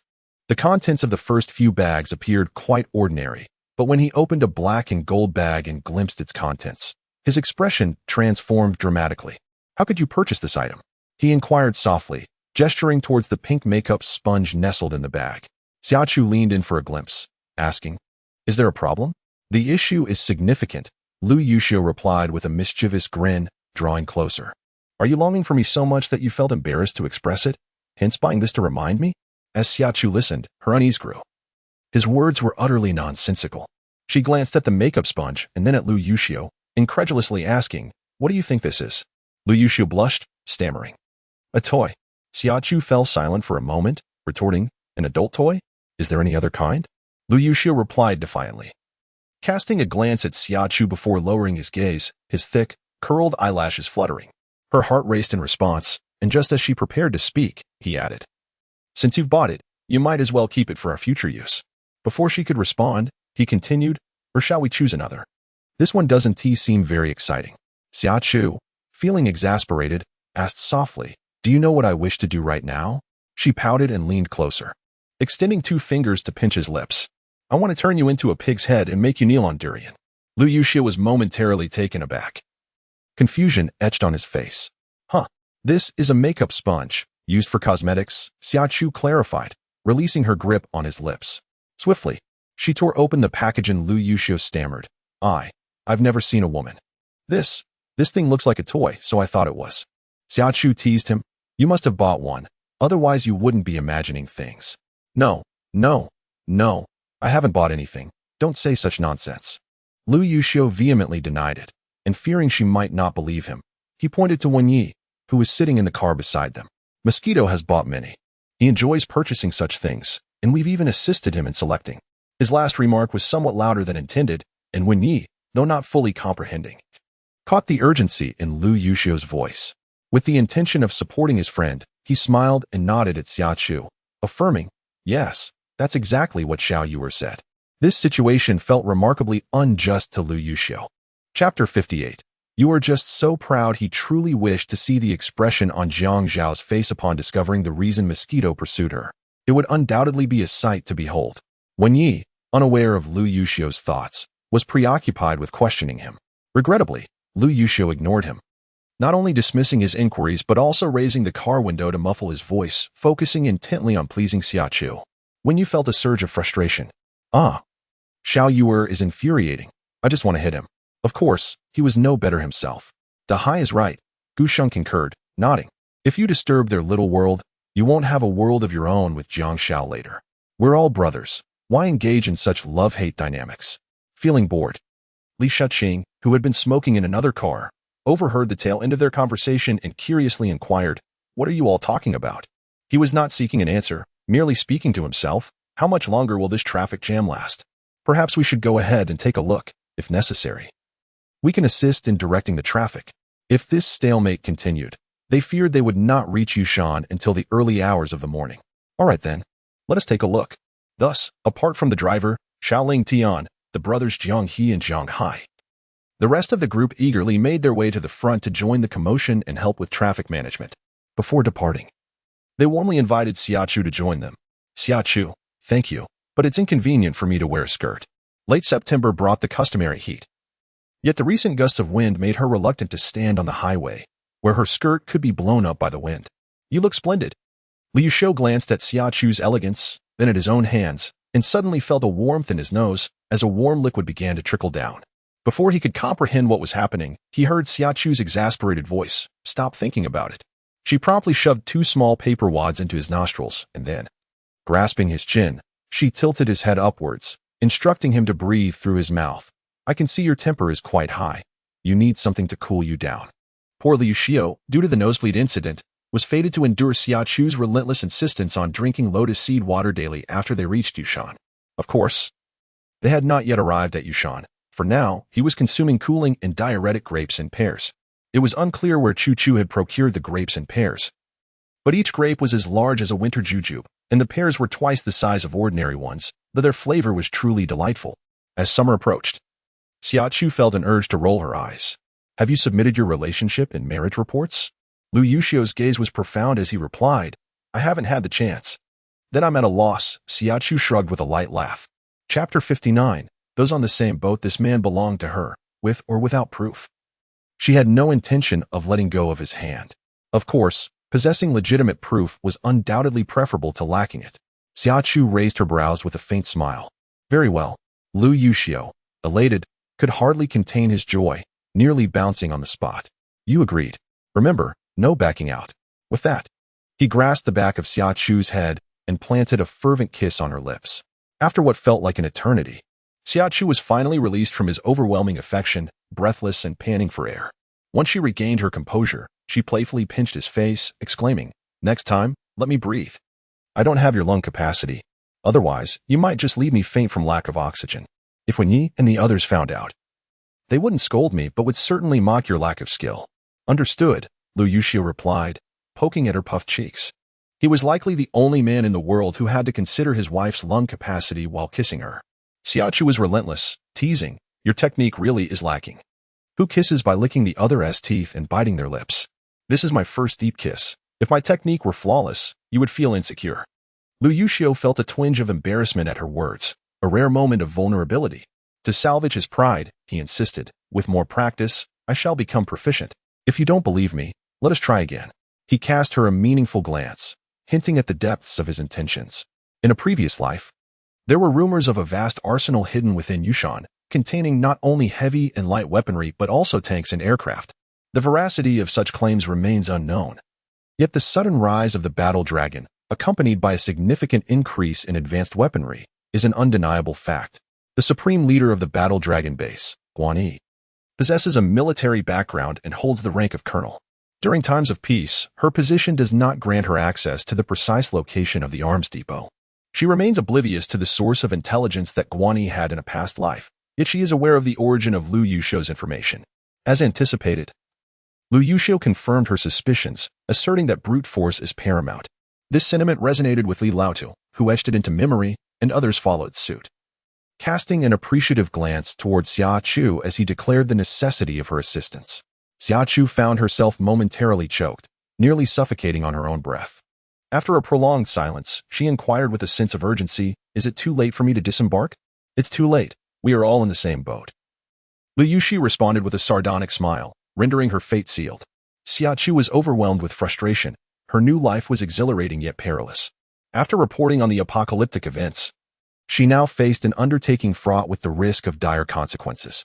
Yet what choice did she have? She had willingly boarded this treacherous vessel. With a deep sigh, she questioned, do you have confidence in circumventing the security system? The arms depot, as one might surmise, is fortified with a high level of security. Without the requisite technical prowess to breach the defense systems, merely attempting entry could trigger the defensive mechanisms, resulting in catastrophic destruction or obliteration of the weaponry within.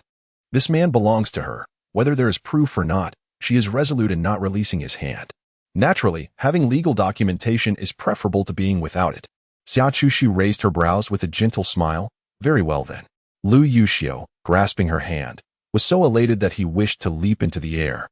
You've agreed, and once we've made a promise, there's no turning back, he declared, pulling her by the back of her head for a fervent kiss. After a considerable time, he finally released her out of benevolence, leaving her breathless and panting for a while before managing to catch her breath. With a playful puff, she pinched his face, saying, next time, remember to let me breathe. I don't possess your lung capacity and might easily suffer from oxygen deprivation. Whatever you say, Lu Yuxiu replied, poking her puffed cheeks. It's merely a matter of breathing. I'll agree to everything. A wife deserves to be cherished. Xia Chu smiled and affectionately patted his head. Good boy, your sister loves you. Sister? You're just a big-headed ghost. You're clearly several years younger than me. The term sister made Lu Yuxiu feel slightly embarrassed, a rare display of awkwardness on his face. Call me brother, or I'll give you a beating. Xia Chu was unperturbed. She glanced at the traffic beginning to move and urged him, we can go now. By the way, what is the purpose of our trip to Yushan? Lu Yuxiu started the car, casting her a meaningful glance. An arms depot. In a previous life, rumors circulated that Yushan housed a substantial arms depot, containing not only heavy and light weaponry, but also tanks and aircraft. The authenticity of these claims remained uncertain. Yet the sudden rise of Zhanlong was indeed accompanied by an influx of advanced weaponry. The highest-ranking leader of the Zhanlong base was Guan Yi, who possessed a military background and held the rank of colonel. During times of peace, Guan Yi's rank did not grant her the privilege of knowing the precise location of the armory. She was uncertain of the source of Guan Yi's information in her previous life, yet she was acutely aware of the origins of Lu Yuxiu's intelligence. Indeed, Lu Yuxiu provided her with a definitive answer. As you said, power is everything. Oldly etched this sentiment into his memory, as did the others present. Casting a glance of admiration towards Xia Chu, he remarked, this is precisely why we require your assistance. Xia Chu felt a lump rise in her throat, nearly choking her. And after a moment of silence, she asked in a subdued tone, is it still too late for me to disembark? It is too late. We are all in this together. Lu Yuxiu replied with a grin, effectively sealing her fate. Xia Chu was overwhelmed by a sense of despair. Her new life was undeniably exhilarating. After reporting on the apocalyptic events, she now faced the daunting task of engaging in an endeavor where even the slightest misstep could cost her dearly. Yet, what choice did she have? She had willingly boarded this treacherous vessel. With a deep sigh, she inquired, "Do you have confidence in breaching the security system?" The armory, as one might imagine, was fortified with a high level of security. Without a modicum of expertise to dismantle the security system, it would be impossible to enter. She feared that any attempt might trigger defensive mechanisms that could obliterate everything in a catastrophic explosion. Lu Yuxiu reassured her, saying, Xiaoling Dian specialized in this field and brought along a decoder, so it should not pose a significant challenge.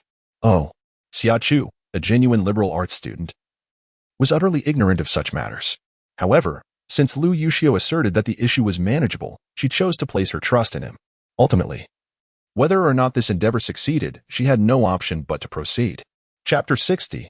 Understanding the singletons in the vast realm of the Ding Kingdom. Where the population is abundant and the roads are teeming with vehicles, the Mid-Autumn Festival holiday exacerbates the already desperate traffic conditions. The lack of civility among certain drivers often leads to reckless lane changes and aggressive maneuvers. Even in light traffic, accidents are common, and the congestion only worsens with the influx of cars. During a journey of less than 100 kilometers, they encountered 4 separate traffic accidents, resulting in over 2 hours of delay before finally arriving at the Baikowin service area. Summer was in urgent need of a restroom, her bladder nearing its breaking point. As soon as the vehicle came to a halt, she hurriedly opened the door, clutching her bag, and darted off in search of a toilet, her speed leaving Gu Xing and the others in awe. Xiaoling Dian, with a languid expression, offered his commentary, noting that even the most beautiful woman cannot maintain her poise in dire circumstances. Jiang He, however, had a different focus. She remarked on Summer's towering shoes, which must have been 7 or 8 centimeters high. It was impressive how Summer could run so swiftly in such elevated footwear. When he lit a cigarette, reflecting that women who frequently wear high heels often end up with unattractive feet. The others, sipping water and stretching, glanced at him before returning their gaze to Lu Yuxiu. Lu Yuxiu, with his eyes narrowed in concentration as he lit his own cigarette, sensed the attention and, with a subtle lowering of his eyelids, remarked lightly, "My Chu-Chu has beautiful feet." Even if he were not an admirer of feet, he could not deny the elegance of Summer's. Her size 30 shoes were exquisite and dainty, with toes that resembled tender silkworms emerging from their cocoon, delicate and round, complemented by her slender ankles, which were both ample and naturally graceful. A touch of nail polish would surely enhance their allure. There is time to apply nail polish for her, and I should also buy some to stock up, as it seems that girls have a penchant for adorning their nails. Wei Wei's feet are unsightly and deformed, with her big toe severely protruding. She often complains of foot pain, yet stubbornly refuses to wear flat shoes. Reflecting on his girlfriend's feet, Gu Chang grimaced and complained, saying that high heels are her lifeline, a notion that he finds utterly incomprehensible. Li Shaoqing, with a forehead marked by dark lines, remarked on the stark deviation of the conversation. "Can we not show some consideration for those among us who are single and without partners?" he inquired. "As for the few who are in relationships, never mind. Seeing their pitiful state, perhaps a bit of empathy is warranted." A gentle smile appeared in Lu Yuxiu's eyes as he suggested they disembark at Tongguan and take the national road to Yushan. If memory serves, the individual selling them cold weapons resides near Tongguan. So soon? When Yi looked at her in astonishment, "Aren't you going to touch up your makeup?" He recalled that each time Xiao Xiao visited the restroom, she would take quite a while to emerge, and even when leaving with her, they would have to wait for ages. Her face could easily consume 1 or 2 hours of her time. Of course, if she were to present herself without any makeup, her mother might not recognize her and would likely receive a beating from Xiao Xiao. Xia Chu, she chuckled lightly. "I haven't applied any makeup. Shall you wear? I envy you a little." The few with girlfriends looked at Lu Yuxiu with envy. It is rare these days to see a woman venture out without makeup, as the process can be quite cumbersome and time-consuming, testing the patience of these men. Lu Yuxiu, on the other hand, is fortunate enough to be free from such troubles. How blissful he must be. As for Li Shaoqing and the others without partners, they were somewhat puzzled by the conversation. Xia Chu understood, yet chose to remain silent. "So, do you all need to visit the restroom? If not, we shall take our leave." In such an atmosphere, only Xia Chu could display her presence with such calmness. Chapter 61. A glimpse of the goods. "So, do you all need to visit the restroom? If not, we shall take our leave." In this ambience, Only Xia Chu could so serenely manifest her existence. A few men shook their heads, indicating their disinterest in the restroom. Lu Yuxiu's lips curled into a faint smile, suggesting, "Once we descend, we can have a meal. Would you prefer to purchase some snacks at the service area supermarket for the journey?" "No need. I have fruit." Remembering the fruit, Xia Chu opened the rear car door, concealed by a multitude of paper bags. She discreetly retrieved some fruit from her space and distributed it among Wen Yi and the others. Although her space was in its nascent stage, it was quite spacious. Before seeking out Lu Yuxiu, she had diligently gathered supplies during the day and devoted her nights to cultivating the land and nurturing fish in her space. There was a 2-to-1 time ratio between the interior and the outside world, 2 days within equated to 1 day without. Logically, the saplings she planted should not have matured into fruit-bearing trees so swiftly, yet the miraculous effects of the spring water were unparalleled. On the very day she planted the saplings, her curiosity led her to pour a cup of spring water into the soil, and she witnessed a miraculous transformation. Within less than 10 minutes, the slender apple sapling, no thicker than a pinky finger, blossomed into a tree adorned with vibrant red apples. The crucial aspect was that the apples produced were exceptionally crisp and sweet, leaving one yearning for more. Thus, she generously watered all the fruit trees, medicinal herbs, and vegetables she had planted that evening with spring water. Fruits left unpicked on the tree do not rot. Thus, she refrained from harvesting them, choosing instead to pluck them when the desire arose. The space she claimed did not necessitate her physical presence, as she could manipulate it entirely through her mental prowess. Although she was not a psychic, her mental capacity, honed over 2 lifetimes, surpassed that of an ordinary individual. Without the memories and experiences from her past life to support her, she would not have achieved this capability. The fruits within her space were markedly different from those in the outside world. Observing the oversized fruits in her bag, which were more than twice the normal size, Wen Yi and Gu Xing remained composed, having first encountered apples when they met Xia Chu, while Li Xiaoqing and the others expressed astonishment. The sheer size of the fruits was remarkable, accentuated by their rich fragrance, which suggested deliciousness at first whiff. Upon tasting a grape, they found it indeed delectable. With eyes alight with delight, they inquired where Xia Chu had procured these fruits. Thus, a group of them once again boarded the vehicle and set off. At 8:20 p.m., they finally exited the Tongwan toll station and left the highway, first seeking a restaurant by the roadside for a meal, and only afterward proceeding along the national road to Kongning village to collect their goods. The Kingdom of Ding not only enforced a gun ban, but also regulated knives. The knives available on the market could inflict harm, but they were ineffective against zombies and otherworldly beings. Xia Chu had no connections to acquire such items, but Lu Yuxiu did. Consequently, Lu Yuxiu, leaving Wen Yi and the others at the crossroads, escorted Xia Chu to a small villa nestled at the foot of the mountains in Kong village. On the journey, Lu Yuxiu had been in contact with the seller, Zhang Hengxing. Just as the vehicle came to a halt, the villa's front door swung open, revealing a stout man clad only in shorts. Upon seeing Xia Chu and Lu Yuxiu, he greeted them warmly. "You've arrived." Lu Yuxiu held Xia Chu's hand as they ascended the steps, proceeding directly to the point. "Where are the items?" "They are ready. You may inspect them first. If you are satisfied, take them with you. If not, I shall create something else for you." After securely closing the door, the stout man led the two to the backyard. Chapter 62. The Great Xia Dragon Sparrow. In stark contrast to the opulence of the villa, the backyard resembled a veritable junkyard, cluttered with a disarray of items that left little room to stand.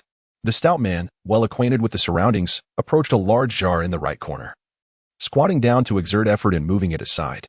This revealed a filthy, thick wooden board. Xia Chu exchanged a glance with Lu Yuxiu as he set down the jar and lifted the board, subsequently prying up a layer of green bricks, and then a large iron plate, unveiling an entrance to a basement that was barely wide enough for a single person to pass through. "You've concealed this basement quite securely," Xia Chu remarked, unable to restrain herself. The stout man chuckled, leading the way as he replied, "The tighter the concealment, the safer it is." He had no particular hobbies aside from crafting cold weapons, yet the government imposed strict regulations on this area. He had faced imprisonment twice and had been inspected numerous times without consequence to his shop. The stout man was indeed resourceful. As Xia Chu beheld the imposing wooden racks against the walls of the basement, adorned with a variety of weapons arranged with meticulous order, she finally comprehended Lu Yuxiu's statement regarding Zhang Hengxing being a talent in cold weaponry. Indeed, he was a remarkable individual. Here lay an array of swords, spears, and polearms alongside some uniquely designed cold weapons. However, What captivated Xia Chu the most were a Tang Dao and a replica of the Great Xia Dragon Sparrow knife hanging on the wall. The Great Xia Dragon Sparrow, one of the illustrious ancient blades, frequently referenced in historical texts, measures 3 feet and 9 inches in length, crafted by Zhang Hengxing.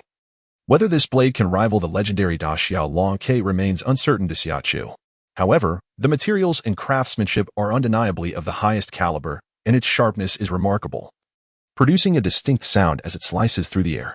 After testing its feel and sharpness, Xia Chu, satisfied, sheathed the sword and cheerfully inquired of the portly man, "Will this blade dull after only a few uses?" "Absolutely not," he replied, pride evident on his face. "I possess a unique ancestral blacksmithing skill, and the materials used are of premier steel. The tempering water is specially sourced as well. This blade can sever a strand of hair with ease. Its strength and resilience are unparalleled, so you need not worry. If it truly dulls as you suggest, bring it back, and I shall refund every penny without hesitation." He added confidently, "Severing hair is impractical. The true test lies in whether it can cleave a head in one stroke," Xia Chu thought. Yet she hesitated to voice this concern, fearing the portly man might label her a maniac and alert the authorities. Instead, she simply smiled and said, "I trust you." Elated by her response, the portly man opened his mouth to speak, but was interrupted by Lu Yuxiu's voice. "Portly man, I've made my selections. Please tally the cost." The critical issue was that he had nearly exhausted several years' worth of inventory, leaving the shelves almost bare. "Do you require this many?" the portly man asked incredulously. "This is not just 2 or 3 items, but dozens, each a masterpiece. It will cost over 100,000. "Indeed," Lu Yuxiu replied nonchalantly. The plump man, after a moment of contemplation, proceeded to tally the items before tapping away on his calculator to ascertain the total sum. Ultimately, after deducting the initial deposit of 200,000, Xia Chu transferred an additional 130,000 to him, culminating in a grand total of 1,500,000. When Yi and the others were aware that Xia Chu and Lu Yuxiu had come to Kong Village to procure goods, yet the specifics of their acquisition remained a mystery, and they had no intention of inquiring further. Chapter 63. No withdrawal thus. The two parties reunited and set forth once more towards Yushan. The journey from Tonggu to Yushan spanned over 100 kilometers, and by the time they arrived at their destination, an abandoned village long forsaken by time, it was already past 1 in the morning. The village was indeed diminutive, with only a sparse scattering of dilapidated houses each distance from the next. There were no streetlights, yet the moon and the car headlights provided a semblance of brightness.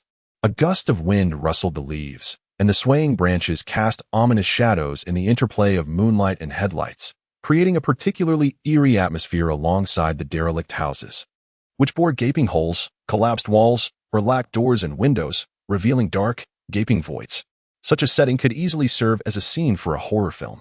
The mountain path was inherently treacherous, further exacerbated by the fact that the only village in the vicinity had been abandoned for years, leaving the road in a state of disrepair, overrun with weeds and riddled with potholes.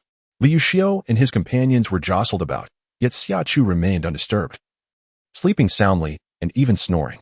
As when Yi and the others stretched their stiff limbs, they noticed Lu Yuxiu descend and quietly inquired, "Is he asleep?" "MHM," came the reply. Nodding slightly, Lu Yuxiu opened the trunk and retrieved a mat to lay on the ground.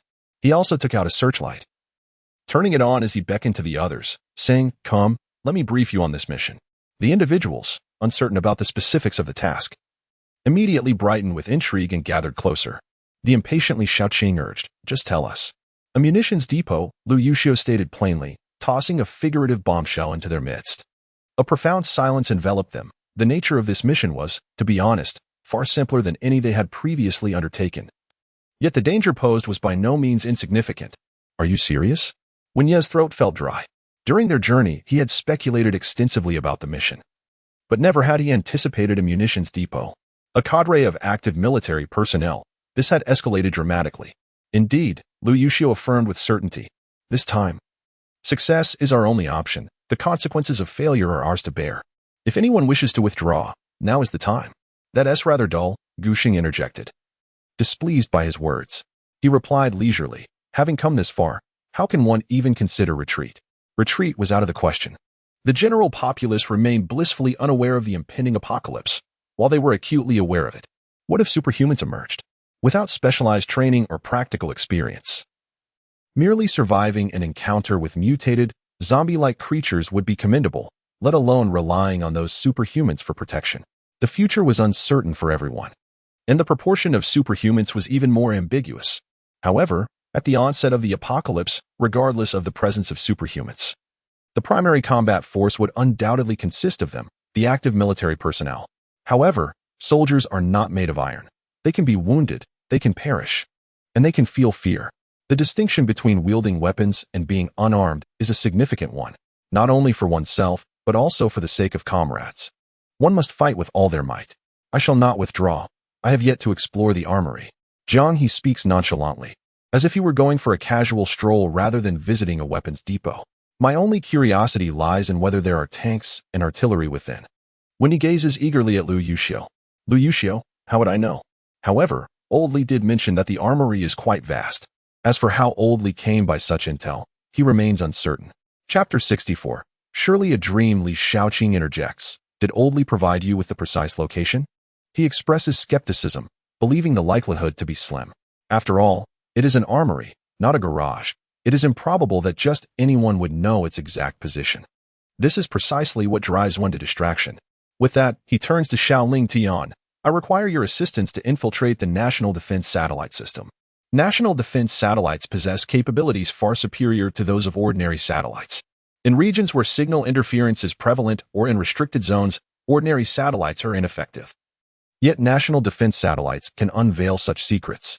However, the peril of breaching a national defense satellite is far greater than that of an ordinary one. The disparity in function results in a monumental difference in significance. National defense satellites are primarily utilized for military purposes. They not only connect various crucial authorities and departments, but also oversee the launch pads of the nation's major missile bases. Consequently, the security systems of national defense satellites are crafted by the nation's finest information engineers, rendering them impenetrable and fortified to an extraordinary degree. Xiaoling Tian, typically expressionless, displayed a rare moment of bewilderment. After a prolonged silence, he struggled to articulate, I cannot guarantee success. I can only say we shall try. His hacking skills were indeed commendable, placing him among the top 10 on an international scale. However, no matter how skilled he was, he faced a formidable adversary in the nation's elite information engineers, not just one, but a multitude of them. It was an arduous endeavor to confront such a multitude single-handedly. Was this truly a matter of mere trial? Jiang Hai slapped his hand down in frustration and admonished Lu Yuxiu, stop trying. We will search ourselves. With a general range, we shall surely find it. I refuse to complete this mission only to be apprehended by unexpected colleagues and sent to a military tribunal. After contemplating for a few seconds, Lu Yuxiu, reluctant to concede, inquired of Xiaoling Tian, what is your level of confidence? 50%, Xiaoling Tian replied candidly. If I had a partner, the probability of success would increase. I shall assist, Lu Yuxiu declared, opening his laptop. I will provide cover for you. No need for intrusion or cover, I understand, but I cannot assure absolute accuracy. As Lu Yuxiu exited the vehicle, Xia Chu stirred from her slumber, initially intending to continue sleeping but ultimately surrendering to their hushed conversation. Leaning against the car window, she eavesdropped for a while before she could no longer restrain herself from interjecting. The sudden sound of her voice startled the group of men, nearly causing them to leap in surprise.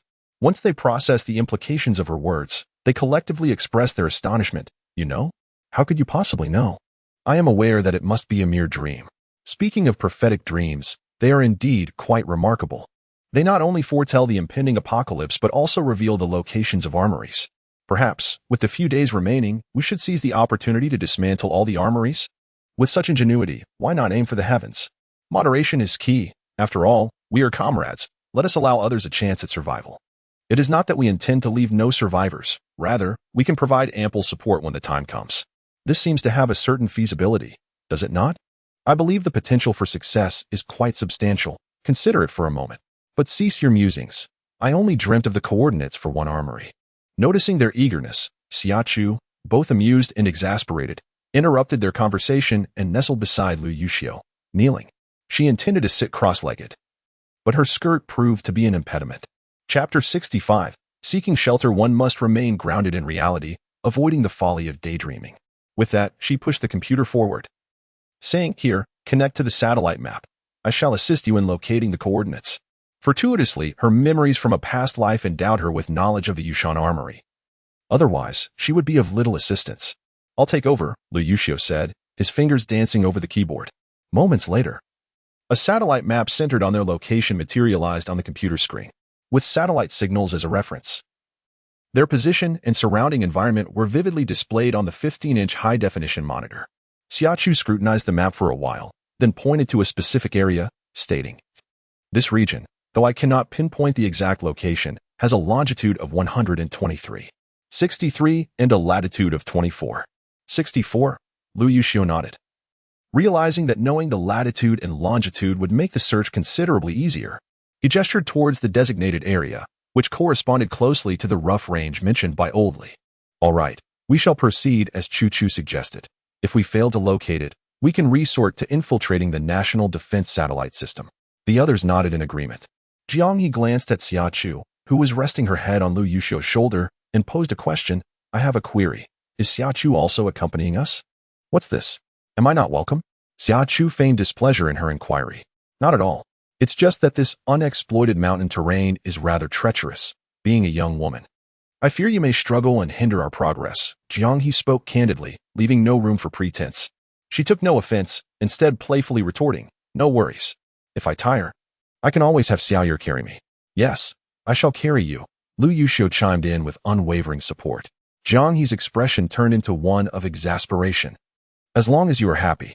Wen Yi and Gu Sheng exchanged glances with Lu Yuxiu, who subtly nodded in response. The two broke into smiles, speaking in unison. If Xia Chu does not accompany us, we shall be unable to retrieve any weapons we find. Indeed, they affirmed, and Xia Chu nodded along. When Yi pointed at her with a grin, stating, Allow me to formally introduce you.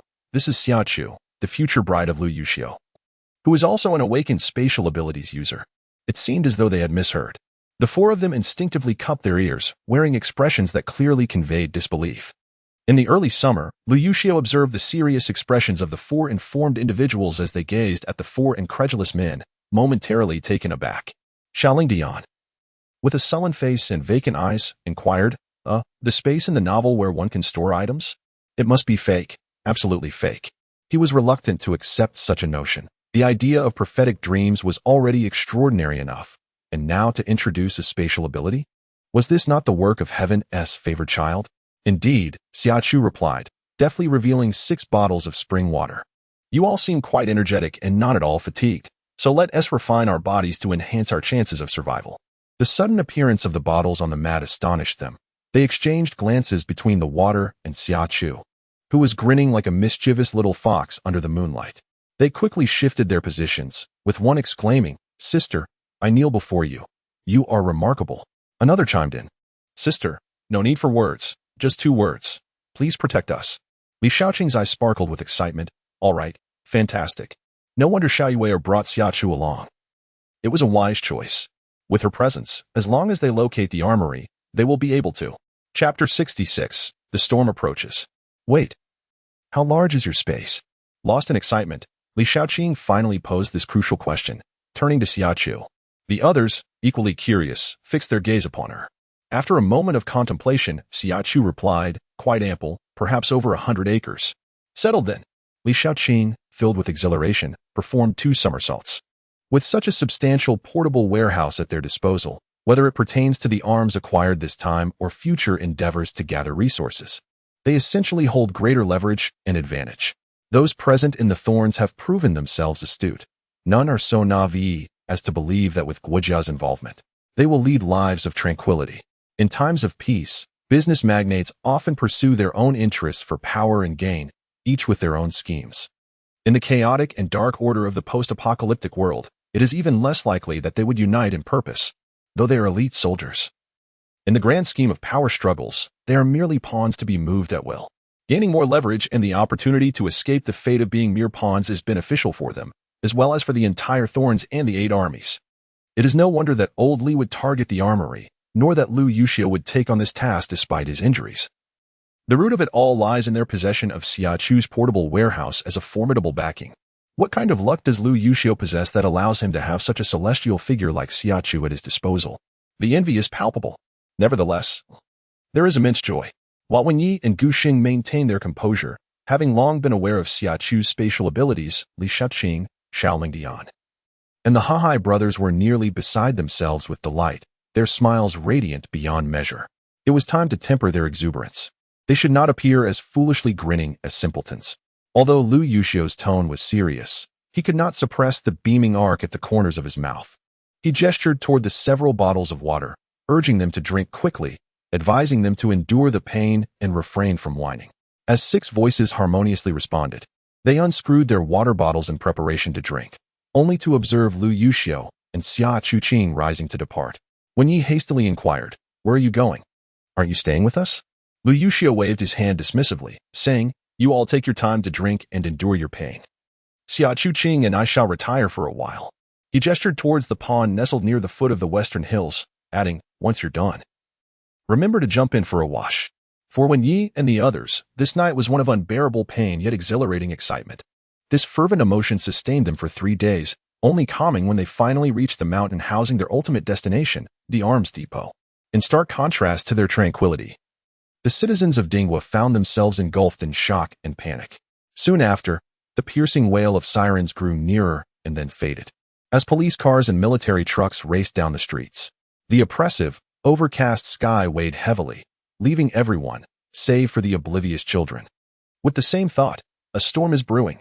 Chapter 67, countdown. Half an hour ago, in the conference hall of the Kyoto Central Palace. In just a few short days, the once commanding figure of their white-haired boss appeared to have aged a decade, his face etched with the marks of time and illness. However, his eyes, though aged, retained their clarity and sharpness as he surveyed the gathered crowd, solemnly declaring, "Are we all prepared?" Observing the bloodshot eyes before him, he let out a heavy sigh. The moment has finally arrived. The once stable nation of Ding has painstakingly entered an era of prosperity, only to be once again tainted by the ravages of war and bloodshed. This calamity, which humanity cannot resist, casts uncertainty on when it will cease. All that remains for them is to do their utmost. Let us commence. A resounding affirmation echoed as the assembly departed the conference room. With the departure of these leaders, commands cascaded down the hierarchy. Soon, the Ministry of Defense issued urgent notifications regarding the infectious virus, purple grape, and the impending apocalypse, set to officially commence on October 1st. The highest authorities in every province, city, and autonomous region of Ding began to act in accordance with the directives received. All departments sprang into action. The education sector announced school closures, while the Price Control Bureau commenced monitoring and regulating market prices. The propaganda department dispatched trucks laden with survival guides for the apocalypse to various districts, with community workers informing residents to collect their copies. Armed security personnel, traffic officers, bomb disposal units, and squads of soldiers bearing firearms appeared on the streets, marking Ding's official transition into a state of martial law. It was at this juncture that Li Tao called Lu Yuxiu, saying, "Little Lu, the countdown has begun. You must succeed." "I understand," Lu Yuxiu replied solemnly as he took Gu Sheng's phone and opened the browser. Almost the entire internet, including this dating site, was inundated by the urgent notifications issued by the Ministry of Defense. In this information age, where rumors spread with remarkable speed, how much more so for an announcement made in the name of the state? Li Tao nodded. "Very well. Please ensure your safety." "You too," Lu Yuxiu replied before ending the call. He lifted his gaze to meet the watchful eyes of those around him. The countdown to the apocalypse had begun. Xia Chu exclaimed, "Should we release the news now? Won't it cause chaos?" "No," Gu Sheng responded with a grave expression. "Since the boss has chosen this moment to make the information public, it signifies they are prepared. However thorough the preparations may be, one cannot control the hearts of men. We shall wait and see. Undoubtedly, someone will venture into the fray. Those who thrive in turbulent waters have always existed across ages. This is not our concern. We must focus on our own affairs. Moreover, in chaotic times, strict measures are necessary. Only the most astute would refrain from revealing themselves at such a juncture." Yet, some had already emerged, the middle class, possessing wealth but lacking the status of the elite. They had connections, albeit within the same social stratum. Being in such a position allowed them to acquire information more swiftly than the average person, yet they remained inferior to the upper echelons. Chapter 68, Martial Law. The nation's emergency reserves were established with urgency and secrecy, as the military and government collaborated in their efforts. The informed circles of the elite, even if unable to discern the precise movements of Guojia, could glean insights from the recent military and governmental coordination. Thus, these individuals, harboring a mindset of precaution. Exhausted every method to stockpile supplies and procure weapons without drawing the attention of Guijia. As for transferring assets and fleeing overseas, it was not a matter of desire, but of fear. The establishment of Dinghua has spanned over 120 years. Even during the years when espionage ran rampant after its founding, Guijia did not exhibit such significant movements. In such precarious times, while the successful transfer of assets would certainly be advantageous, what if failure were to occur? No one dares to challenge the authority of Guijia. When Guijia chooses not to engage with you, you may hold considerable influence. Yet, once Guijia decides to act, regardless of your personal wealth or the formidable strength of your family enterprise, you shall crumble before the might of Guijia's machinery. Thus, those residing at the pinnacle of the social pyramid, despite their desires to relocate their assets, remain paralyzed by apprehension, opting instead to quietly stockpile provisions and armaments. Upon the announcement from the Ministry of Defense, those who had amassed supplies and weaponry felt a slight easing of their anxious hearts. Nonetheless, the adage holds true: there is never an excess of supplies, only a scarcity. Following the Ministry of Defense's urgent notification, these individuals prepared to continue their accumulation. However, ominous news arrived. Dinghua, now under military control and strict curfew, began implementing purchase restrictions. Not only were purchases limited, but they could only be made at designated locations. All wholesale suppliers of food and oil, as well as retail stores and supermarkets, were commandeered by personnel from 2 military departments, prohibiting merchants from arbitrarily raising prices. Armed soldiers stood guard, while business owners were required to sell supplies based on their identification cards and household registration. City management officials supervised and recorded transactions in a newly established system designed for the registration of supply purchases, which was interconnected nationwide to ensure that individuals could not exploit their identification to acquire supplies at various locations. Under such conditions, the middle class, unable to procure provisions through private channels despite their wealth, found themselves compelled to take action. Thus, the turmoil unfolded, and within the span of merely an hour, countless incidents of violence and bloodshed erupted across various locales. It was not a confrontation among the populace, but rather a violent outburst from the frightened and aggrieved citizens directed towards the personnel of the military and governmental sectors. Initially, the dissent manifested as verbal assaults, which subsequently escalated into physical confrontations. The term martial law is not one to be taken lightly. In such tumultuous times, the application of force is a serious matter, serving as a warning to others. Fortunately, lives were spared, and the injured were promptly attended to by waiting medical staff, who swiftly transported them into ambulances for treatment. The lieutenant, clad in immaculate military attire and armed, adjusted his hat while casting a sharp gaze over the crowd, whose expressions revealed a mixture of fear and trepidation. His voice, cold yet imbued with a hint of gentleness, resonated through the loudspeakers. During this period of martial law, I expect all of you to comply with orders. It is not that you are prohibited from purchasing supplies. Rather, there are restrictions in place. Do you understand the reason for these limitations? It is to safeguard the interests of every one of you, ensuring that individuals of all ages and means can procure necessary items. Upon noticing the disdainful or sarcastic expressions among the crowd, he raised his voice, declaring, "Our mission is to maintain order without intent to cause harm. However, should anyone attempt to incite chaos amidst the disorder, rest assured that our firearms are not merely for show. Now, form an orderly line and proceed one by one to make your purchases." With a wave of his hand, the lieutenant signaled for them to proceed. Chapter 69. Is this my fault? Following the eruption of bloodshed, the unrest was temporarily quelled, yet the potential for greater upheaval in the future remained uncertain. However, the educated populace living in an era of peace predominantly aspires to lead a tranquil existence, devoid of the ambitions characteristic of schemers, exhibiting instead a modern indifference akin to the sentiment of minding one's own affairs. Unless driven to desperation, they are unlikely to resort to extreme measures. Furthermore, the policies instituted by the Guijia government, in numerous respects, indeed serve to safeguard the interests of the majority of ordinary citizens. Without the implementation of purchase restrictions, it is uncertain whether the common people could acquire the essentials for their survival. After all, merchants are motivated by profit, and Guijia is a nation not lacking in affluent individuals. Of course, the number of wealthy individuals pales in comparison to that of the less fortunate. Should Guijia refrain from intervening to curb inflation, those wealthy individuals would have the capacity to wield wads of cash, purchasing goods at prices several times, if not countless times, greater than their worth. In such a scenario, they would find themselves unable to procure anything at all. For this, they owe a measure of gratitude to Xia. Those whose assets are not sufficiently abundant express their heartfelt appreciation, while the wealthy harbor unspoken grievances. Yet, lamenting is futile. They cannot contend with Xia and are left with no choice but to acquiesce. The middle class, in this moment, experiences profound discomfort. In contrast, the Mu family, also belonging to this stratum, finds themselves relatively well off. It is not that they lack the desire to complain, but rather that Mu Qingyan has stockpiled a substantial reserve of supplies amounting to 200,000 units, compared to those who have failed to amass any supplies. At least they possess a considerable quantity. Initially, they could have hoarded even more, but Mu Jiangwo, skeptical of his daughter's assertions regarding the impending apocalypse, dismissed her claims as nonsensical, stubbornly refusing to stockpile any provisions despite her fervent entreaties.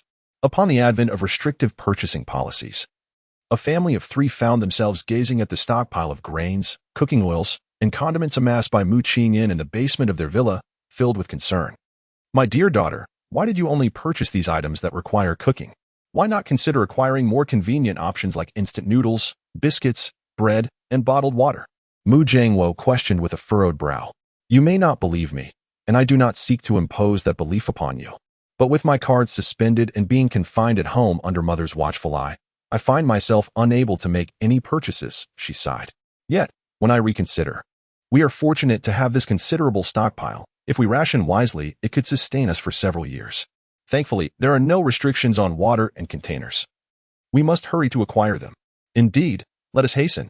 The survival guide for apocalyptic scenarios states that both water sources and soil will become contaminated. Without a reserve of water, our rice and flour will be of little use. Quickly, fetch the household registration booklet and identification. We must take all the cars. With circumstances as they were, Mu Jiangwo realized that regret was futile. He could only devote his utmost efforts to preparation. Thus, the family donned comfortable athletic wear and sneakers, taking 3 vehicles to the supermarket. As of now, the only items subject to purchase limits were grains, instant noodles, biscuits, and bread. Other goods remained available for sale at various stores without the need for registration with identification. However, no one was naive. It could be said that the owner of the supermarkets was a decisive individual. Having resolved to disseminate the news of the impending apocalypse, he would not limit himself to a single announcement. Chapter 70. Reluctance. Thus, following the initial editing by Xia Chu, Li Tao dutifully submitted the manuscript, which was subsequently reviewed and enriched with numerous additions by various experts after meticulous examination and discussion. The urgent notice from the Ministry of Defense was disseminated alongside this survival guide. It was common knowledge among those who had perused the guide that soil and water sources would be contaminated and that biological mutations were inevitable. Upon their arrival at the nearest supermarket, Mu Qingyan and her family were met with a scene of overwhelming crowds, all clamoring to purchase an array of bottled mineral waters, buckets, basins, and other essential items. The 3 of them exchanged glances as they observed the throng before them. "Father, shall we push our way in?" Mu's father, with an air of determination, replied, "Yes, let us push through. You lead the way." Mu Qingyan looked at her mother, who was already rolling up her sleeves, while her father, with his formidable physique akin to a human tank, bulldozed through the masses. This inevitably incited a chorus of protests. But who were Mu's parents? Though they now enjoyed a degree of affluence and often presented themselves with an air of sophistication, their rustic upbringing equipped them with a tenacity that rendered them unassailable when roused. Consequently, Mu Qingyan followed closely behind her parents, managing to navigate through the throngs relatively unimpeded. Despite her clothing being tugged in all directions, her hair resembling a bird's nest, and her feet having been trampled on countless occasions, they successfully entered the supermarket. Moreover, they adeptly seized several containers from the hands of the elderly shoppers, securing 3 packs of 24 bottled waters, while the general populace was preoccupied with hoarding supplies. The store owners were tirelessly engaged, scarcely finding a moment to eat. Upon confirmation of the apocalyptic reports, considerations were made to disseminate this information to various nations on humanitarian grounds. A global catastrophe looms, from which none can escape. In this calamity that concerns all of humanity, self-interest has ceased to be the sole priority. The plight of the Ding Kingdom, oppressed internationally over the years, has been particularly dire. Having embarked on its journey of development later than others, it has ascended rapidly from a nation of impoverishment to one of the 3 major economic systems in the world. attracting the scrutiny and animosity of numerous countries. For 120 years, this oppression has remained unbroken. However, this year's cancellation of the Grand Military Parade is not favorable news for those overseas nations. Why would the Ding Kingdom annul its annual showcase? What are their intentions? With such questions arising, there is an inevitable quest for answers. Spies capable of long-term infiltration into foreign nations, regardless of their assumed identities, possess considerable skills. While capturing these individuals in the act has traditionally proven difficult, the circumstances have shifted, the bait has been set, and their sole task now is to wait for the net to be drawn in. At 10:35, in an underground parking lot of Harbor City, a report comes in. We have successfully apprehended Tang Lizi of Weixin Technology. The information has been intercepted. At 10:36, in a public restroom of a community park in Yuqing City, another report states, we have successfully captured Shizaka Yui of Yuanheng Technology. The information has been intercepted. At 10:45, on the top floor of a residential building in Furong City, another report announces, we have successfully detained Lois Carlton of Xu Yuan Group. The information has been intercepted. As the prominent figures receive these favorable updates one after another, the head of the organization furrowed his brow deeply, realizing that an array of unforeseen entities had emerged. He was about to issue further instructions when the secretary approached him, stating that the Prime Minister of the Eagle Yuan Empire requested a call. Has the news arrived so swiftly? Do you think our Ding Kingdom is akin to a sieve with holes? Focus on your work. I have no time for idle chit-chat. The boss was suddenly incensed. At 10:55 a.m., in Yushan, is this indeed the location? Xia Chu, wielding a hefty machete, scanned the surroundings while inquiring with Lu Yuxiu and the others. They all turned their gaze towards Xiaoling Tian, who was busy typing on the computer. He nodded, confirming that the coordinates were accurate. Currently, the Guijia machinery was operating normally, and he lacked the audacity to infiltrate the military weapon storage. Thus, he opted for the tedious method of eliminating possibilities one by one. The final location corresponded precisely with the coordinates reported by Xia Chu. All right, let us commence our operation. Lu Yuxiu held a steadfast trust in Xiaoling Tian's capabilities. Consequently, the group began to utilize military detection equipment to locate the entrance. As Xia Chu was unskilled with such instruments, she carried her machete, serving as a guard to prevent any wild beasts from ambushing them. The mountainous region of Yushan appeared untouched by human development, boasting a remarkably pristine ecological environment inhabited by numerous wild animals. Since entering the mountains, they had encountered wild goats, monkeys, wild chickens, hares, snakes, and various other creatures. Additionally, they discovered protected species such as black bears, black muntjac, leopard cats, sparrowhawks, snake eagles, and white pheasants. Xia Chu managed to capture the smaller animals into her space from a distance, but she had intended to do the same with the black bear. However, due to its considerable size and heightened wariness stemming from distance, it fled before she could close the gap, leaving her with no choice but to abandon the attempt. Reflecting upon the black bear, Xia Chu felt a lingering sense of regret, yearning for the creature's reappearance. Alas, wildlife possesses a heightened wariness. Had she been alone, the bear might have indeed been drawn to her aura, unwittingly walking into a trap. However, they were a group of 8, and apart from her, the other 7 were seasoned soldiers, imbued with both valor and a hint of menace, having witnessed the harsh realities of life. Such a formidable presence would instinctively signal danger to the bear, prompting it to retreat at a distance. As her thoughts wandered, a chorus of cheers erupted behind her. Xia Chu joyfully rushed over, discovering. Lu Yuxiu, brimming with delight, enveloped her in his arms. His embrace so powerful it felt as though he sought to merge their beings. The entrance was cleverly concealed, vines cascaded down to obscure the mountainside, and the materials used for camouflage blended seamlessly with the rock, rendering it easily overlooked. Curious, Xia Chu inquired, how did you find it then? Xiao Qing playfully struck the mountainside, sensing an unusual texture. Listening to you, he declared, pressing a deep kiss onto her forehead before releasing her to rally the others for their tasks. Chapter 72. Decoding the password. The munitions depot is not a place one can simply enter at will. Such locations, even when hidden deep within the mountains, are fortified with unwavering security. The armory employs a security system akin to that of a grand banking vault. This system operates on a unique algorithm, requiring a precise password to unlock the door. Without it, the defense mechanism is triggered, and the explosives contained within possess the capacity to obliterate a person entirely, leaving no trace behind.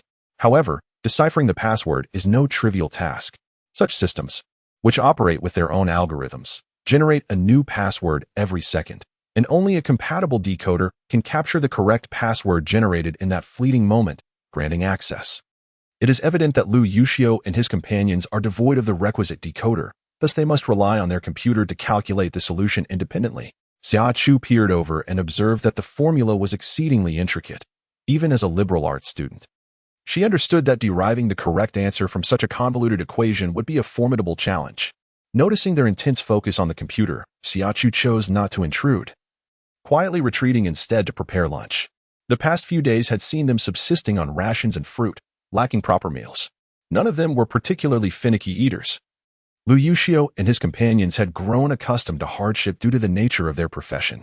As for Xia Chu, she had endured significant suffering in her previous life, having resorted even to consuming dirt in her starvation. To her, even the likes of decaying earthworms were delicacies. Rations, though simple, were at least genuine sustenance. Moreover, the military rations were neither lacking in flavor nor nutrition. Nevertheless, it must be said that when compared to a steaming, fragrant feast, no matter how palatable or nutritious, rations could never rival the latter. Ultimately, it is the warmth of cooked meals that provides true enjoyment and satisfaction. Given Lu Yuxiu's wealth, Xia Chu spared no expense in stockpiling supplies, including cooking appliances and utensils. She accumulated over 100 gas canisters of various sizes. With ample space at her disposal and an inability to fully utilize the land for planting in the immediate future, she designated an area far removed from both the planting and breeding zones for storage. Retrieving 3 small gas canisters from her space, she set one aside for boiling rice, another for stir-frying vegetables, and the last for simmering soup, an impeccable arrangement. For those who enjoy calculations, verifying formulas can be a delightful endeavor. However, for onlookers, it often proves tedious. While some may find the patience to quietly observe, others cannot resist the urge to continue watching. Observing the bright-eyed Xia Chu, along with Wen Yi and Xiao Yuer, one cannot help but notice the unexpected feats that seem to arise from her. Xia Chu, oblivious to Wen Yi's amusement, swiftly produced a folding table along with a variety of seasonings such as oil, salt, soy sauce, vinegar, cooking wine, and pepper, arranging them neatly. Following this, she brought forth a knife, cutting board, bowls, chopsticks, and dishes, executing the entire process with such finesse that it appeared as though she had performed it countless times before. All within a span of 5 minutes. Wen Yi, taken aback by the scene, gaped in astonishment. It is rare to find a girl proficient in cooking. His own Xiao Xiao was not among them. During their time together, he had always been the one to prepare meals, while she lounged on the sofa, akin to a lord, engrossed in television, computer games, or scrolling through her phone, or clinging to his back, watching him cook while awaiting her next morsel. Chapter 73. How to Eat Fish. To his surprise, Xia Chu possessed culinary skills, and her demeanor suggested a remarkable level of expertise. After the initial surprise came jealousy, when you could not help but turn his head to scrutinize Lu Yuxiu from head to toe. He was merely a bit thinner, slightly taller, more handsome, and considerably wealthier than him. Well, not just a little, but by a significant margin. No wonder he could attract such a beautiful wife, unlike Wen Yi, who had to toil and strive to win over his own partner. At first, Lu Yuxiu paid no heed to Wen Yi's gaze, but as it grew increasingly peculiar, he finally turned his head to look back. Their eyes met. Wen Yi's filled with a blend of envy, disdain, and a hint of contempt. What was wrong with this fellow? Why was he looking at him with such an expression? Lu Yuxiu felt a surge of irritation. He licked his back molars and quietly asked, "Have you lost your mind? Do you need me to shake some sense into you?" Wen Yi, it seemed, was not one to be underestimated. "Your wife is preparing dinner. You should go help her," he said, patting Lu Yuxiu's shoulder with a gentle tone. He was uncertain about Xia Chu's culinary skills, but he knew that Xiao Yu's cooking was exceptional. So hurry and assist in making a delightful feast for everyone. Meanwhile, Xia Chu busied herself by pouring bottled mineral water into a basin. It was indeed a luxury. But there was no water source nearby. She then retrieved a large piece of beef tenderloin purchased from the supermarket, along with fresh vegetables such as greens, cucumbers, and peppers. Gazing at the array of ingredients, Wen Yi's mouth watered uncontrollably, and he could no longer contain himself. He rushed over to offer his assistance, and Xia Chu promptly handed him a knife, instructing him to cut the beef into strips. 2 men, both seasoned in the culinary arts, surpassed Xia Chu considerably in their knife skills. Remarkably, this cook was exceptionally well equipped. Xia Chu, how would you like the fish prepared? Perhaps a steamed spicy fish head, or should we opt for sauerkraut fish or braised fish? The suggestion of sauerkraut fish, a dish that whets the appetite, was met with enthusiastic nods from Jiang He and others. Xia Chu glanced at Lu Yuxiu, who reluctantly agreed. The trio collaborated, and the preparatory work progressed significantly faster than if undertaken alone. Within a mere 10 minutes, all ingredients and accompaniments were meticulously arranged. Xia Chu and Lu Yuxiu took charge of the cooking, while Wen Yi was responsible for steaming the rice in a pressure cooker, which would be ready in 8 minutes without electricity. The remaining dishes gradually emerged from the stove, and after 40 minutes, Wen Yi triumphantly carried the final dish. The steamed spicy fish head, swaying with satisfaction as he approached the eager diners. The anticipation for the meal was palpable, though they were almost repulsed by the sight of him. The sky was a brilliant blue, with fluffy clouds drifting lazily above. A gentle breeze rustled through the lush foliage, creating a scene brimming with vitality. The air was fresh, yet even more enticing was the fragrant steam rising from the array of delectable dishes laid out on the table. These culinary creations appeared utterly appetizing, almost as if enhanced by a tenfold filter. Just gazing at them stirred an insatiable hunger. Chapter 74. Sisterland and Truth. They were indeed delicious. Beyond their exquisite taste, their presentation was so appealing it seemed as if they had been touched by divine artistry. Simply looking at them was enough to ignite one's appetite. Merely observing Xiaoling Tian, who was engrossed in his computer. The few individuals who had tasted the dish found themselves unable to extend their chopsticks for a second serving. What do you think? Jiang He inquired softly. If we call the emperor to dine, could we rouse him? Xia Chu, would that awaken him? Lu Yuxiu and the others remarked, it's unlikely. Once the emperor enters his working state, his mind automatically shields itself from the external world. He will only return to normalcy once his tasks are completed. Xia Chu. Is that really true? Yet, she had never encountered someone like Xiaoling Tian, who, upon entering a state of work, completely disregarded all external stimuli. The others nodded in resigned agreement. Should we wait for him to finish before we eat? Xia Chu asked, her hunger palpable. She was ravenous and unwilling to wait. However, leaving Xiaoling Tian to toil diligently while they indulged felt somewhat lacking in camaraderie, stirring a sense of guilt within them. What are we waiting for? I want to wait. Li Shaoqi was the first to object, turning to Xia Chu. Do you have a thermos, Lin Meimei? May I inquire? What does Lin Meimei signify? She is surnamed Xia. It would make more sense to call her Xia Meimei. Lu Yuxiu and the others found this curious.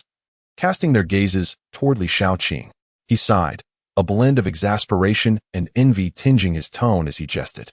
You are like the little bride who descended from the heavens, akin to Lin Meimei. Instantly, the group fell silent, finding his reasoning quite compelling. Nonetheless, he did have a point. Xia Chu's arrival was indeed akin to a celestial descent. Having lived for so many years, they could never have imagined that a girl would traverse vast distances simply because of a dream, seeking the husband she envisioned within it. The most astonishing part is that this husband harbored no reluctance. Rather, he joyfully accepted her. Such audacious actions leave one in awe and evoke envy beyond measure. Of course, the envy is primarily felt by the several bachelors, including Li Shaoqing. However, Wen Yi and Gu Xing feel no envy. They are in relationships. While Lu Yuxiu basks in self-satisfaction, having gained a devoted wife who treats him with utmost sincerity. Surely, in his past life, he must have been a savior. For such good fortune is hard to come by. This is certainly commendable. Gu Xing immediately retrieved bowls and plates, ready to serve the meal, while the others hastily lent a hand. Save a piece of fish head meat for him. The meat here is delectable and tender. Xia Chu used a spatula to scoop a generous portion of fish meat onto a plate, thoughtfully drizzling some broth over it. Leave him more of the spicy beef strips, as he delights in them. Lu Yuxiu transferred 1/3 of the spicy beef strips into an empty plate, prompting Wen Yi to express his dissatisfaction, claiming, I also love to eat. You're being far too generous with your portion. Hearing this, Gu Xing sighed, placing a comforting hand on Wen Yi's shoulder. The emperor has it tough. We must be understanding. What harm is there in giving him a bit more? He gestured toward the remaining food on the plate. We have plenty. Wen Yi huffed, that is not the same. There are 7 of us sharing, while he has it all to himself. There is simply no comparison. Jiang Hai retorted with annoyance. Why not just wake the emperor? Then you want tea have to share it all. Wen Yi's face darkened, and his gaze turned subtly towards him. Wake him? Is the emperor, now in a working state, capable of awakening himself? If he possessed such abilities, he would have ascended to divinity at dawn, forsaking his humanity. That scoundrel, the ocean, should prepare himself. One day, I shall submerge him within its depths and wash him thoroughly with salt water. With that thought, Winnie glanced at the remaining generous portion of spicy beef strips before him and, gritting his teeth, conceded, "All right, fine. The laborer deserves the greatest respect. After all, it was merely a trivial amount of beef strips. Was it truly necessary for him to dwell on it so persistently? Indeed, it was. Regardless, after the meal concluded, even though Xia Chu and the others had left a significant portion of beef for him, he still longed for the share reserved for the emperor. The pitiful sight stirred Xia Chu's compassion, prompting her to retrieve a package of vacuum-sealed beef jerky from her space. With a daily ration of 100, it could last over a month, and that beef must weigh at least 3,000 to 4,000 pounds. Are the cattle in this post-apocalyptic world truly that large? Lin Mei, do animals become larger in the aftermath of the apocalypse? Li Xiaoqing, seemingly struck by an idea, inquired with sparkling eyes. I wish to acquire a tiger as a pet. What do you think of my idea, Lin Mei? Faced with 6 pairs of gleaming eyes, Xia Chu could only twitch her lips. The concept is quite splendid, and its feasibility is commendable. However, recalling Li Xiaoqing's ancestral traits, she responded with a hint of exasperation. You might as well consider yourself a rather furry creature. When the apocalypse descended upon the world, the entirety of Blue Star transformed beyond recognition, giving rise to bizarre and illogical phenomena that defied scientific understanding. Among the most extraordinary occurrences was the phenomenon of reversion. Even if one had not witnessed the transformation of superhumans, mutants, or zombies before the apocalypse, they had at least heard of it. After all, these tropes are inescapable in apocalyptic literature. The phenomenon of atavism, wherein a human devoid of any animal genes suddenly manifests animalistic traits, perplexes scientists, who are unable to ascertain its cause or provide a plausible explanation, ultimately attributing it to extraterrestrial matter. In her previous life, upon her demise, the number of survivors remaining across various bases was evenly divided between atavistic humans and those with extraordinary abilities. In certain respects, the combat prowess of atavistic humans is hardly inferior to that of the empowered. However, they possess a significant drawback. While the empowered can enhance their strength through the energy cores of zombified creatures and even their own kind, atavistic humans are incapable of assimilating such energy. For an atavistic human to advance, carnivorous individuals must consume copious amounts of meat for sustenance, while herbivorous counterparts rely on fruits, vegetables, and grasses. However, acquiring normal meat and fresh produce has become a formidable challenge in the post-apocalyptic world. Chapter 76. Do not weep. Extraterrestrial beings, especially those capable of altering their size at will, are virtually invincible as long as they are not besieged by a throng of empowered individuals. Hunting such creatures proves exceedingly difficult. In the past, many carnivorous atavistic humans perished due to their inability to secure sufficient food, ultimately succumbing to the void of energy. Li Xiaoqing, renowned for his swiftness, embodies the wild patterns of a leopard, a quintessential carnivorous atavistic human. During the initial period, when Lu Yuxiu and the others were still present, his life was relatively comfortable. He could satiate his hunger without fear of starvation. However, as Lu Yuxiu and the others departed one after another, Jiang Shao lacked any combat capability. Though she possessed some fighting strength, it was limited due to her disability, rendering her assistance to Li Xiaoqing minimal. Subsequently, driven to the brink by ravenous hunger and the torment of his depleted energy reserves, Li Xiaoqing faced a harrowing dilemma. To prevent himself from succumbing to his primal instincts and devouring her and Jiang Shao to replenish his strength, he made the agonizing decision to venture out alone in pursuit of sustenance. Ultimately, this choice led to his demise. When she and Jiang Shao followed the trail he had inadvertently left behind, they discovered his lifeless body sprawled amidst the trees. His eyes were wide and unseeing, his posture contorted into an unnatural and grotesque position. Every bone in his body was shattered, yet clutched firmly in his jaws was a piece of raw meat, complete with fur. Despite their combined efforts, she and Jiang Shao were unable to pry the morsel from his clenched teeth, a testament to the severity of his starvation. Memories of their previous lives, where each of them met a tragic and agonizing end, overwhelmed Xia Chu, causing her emotions to spiral out of control. Xia Chu possessed eyes of captivating beauty, a sentiment shared by all who beheld her. Resembling delicate peach blossoms, their large, expressive shape framed warm, honey-hued irises, lending her an air of both alluring sentimentality and poignant vulnerability. The subtle upturn at the corners of her eyes further enhanced her captivating, pitiable charm. They had witnessed her radiant smile, a sight of breathtaking and unforgettable splendor. However, They were unprepared for the profound impact of her tears, which evoked an overwhelming sense of heartache and an irresistible urge to comfort her, yearning to see her face light up with joy once more. Their intentions were purely fraternal, devoid of any romantic inclination. She was, after all, the cherished wife of their comrade, a boundary they dared not cross.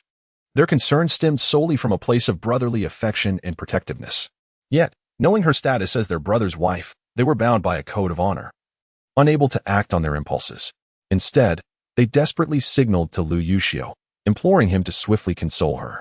Lu Yuxiu was utterly oblivious to their gazes. At that moment, he found himself captivated by the sorrowful depths of Xia Chu's eyes, and a sudden panic gripped him.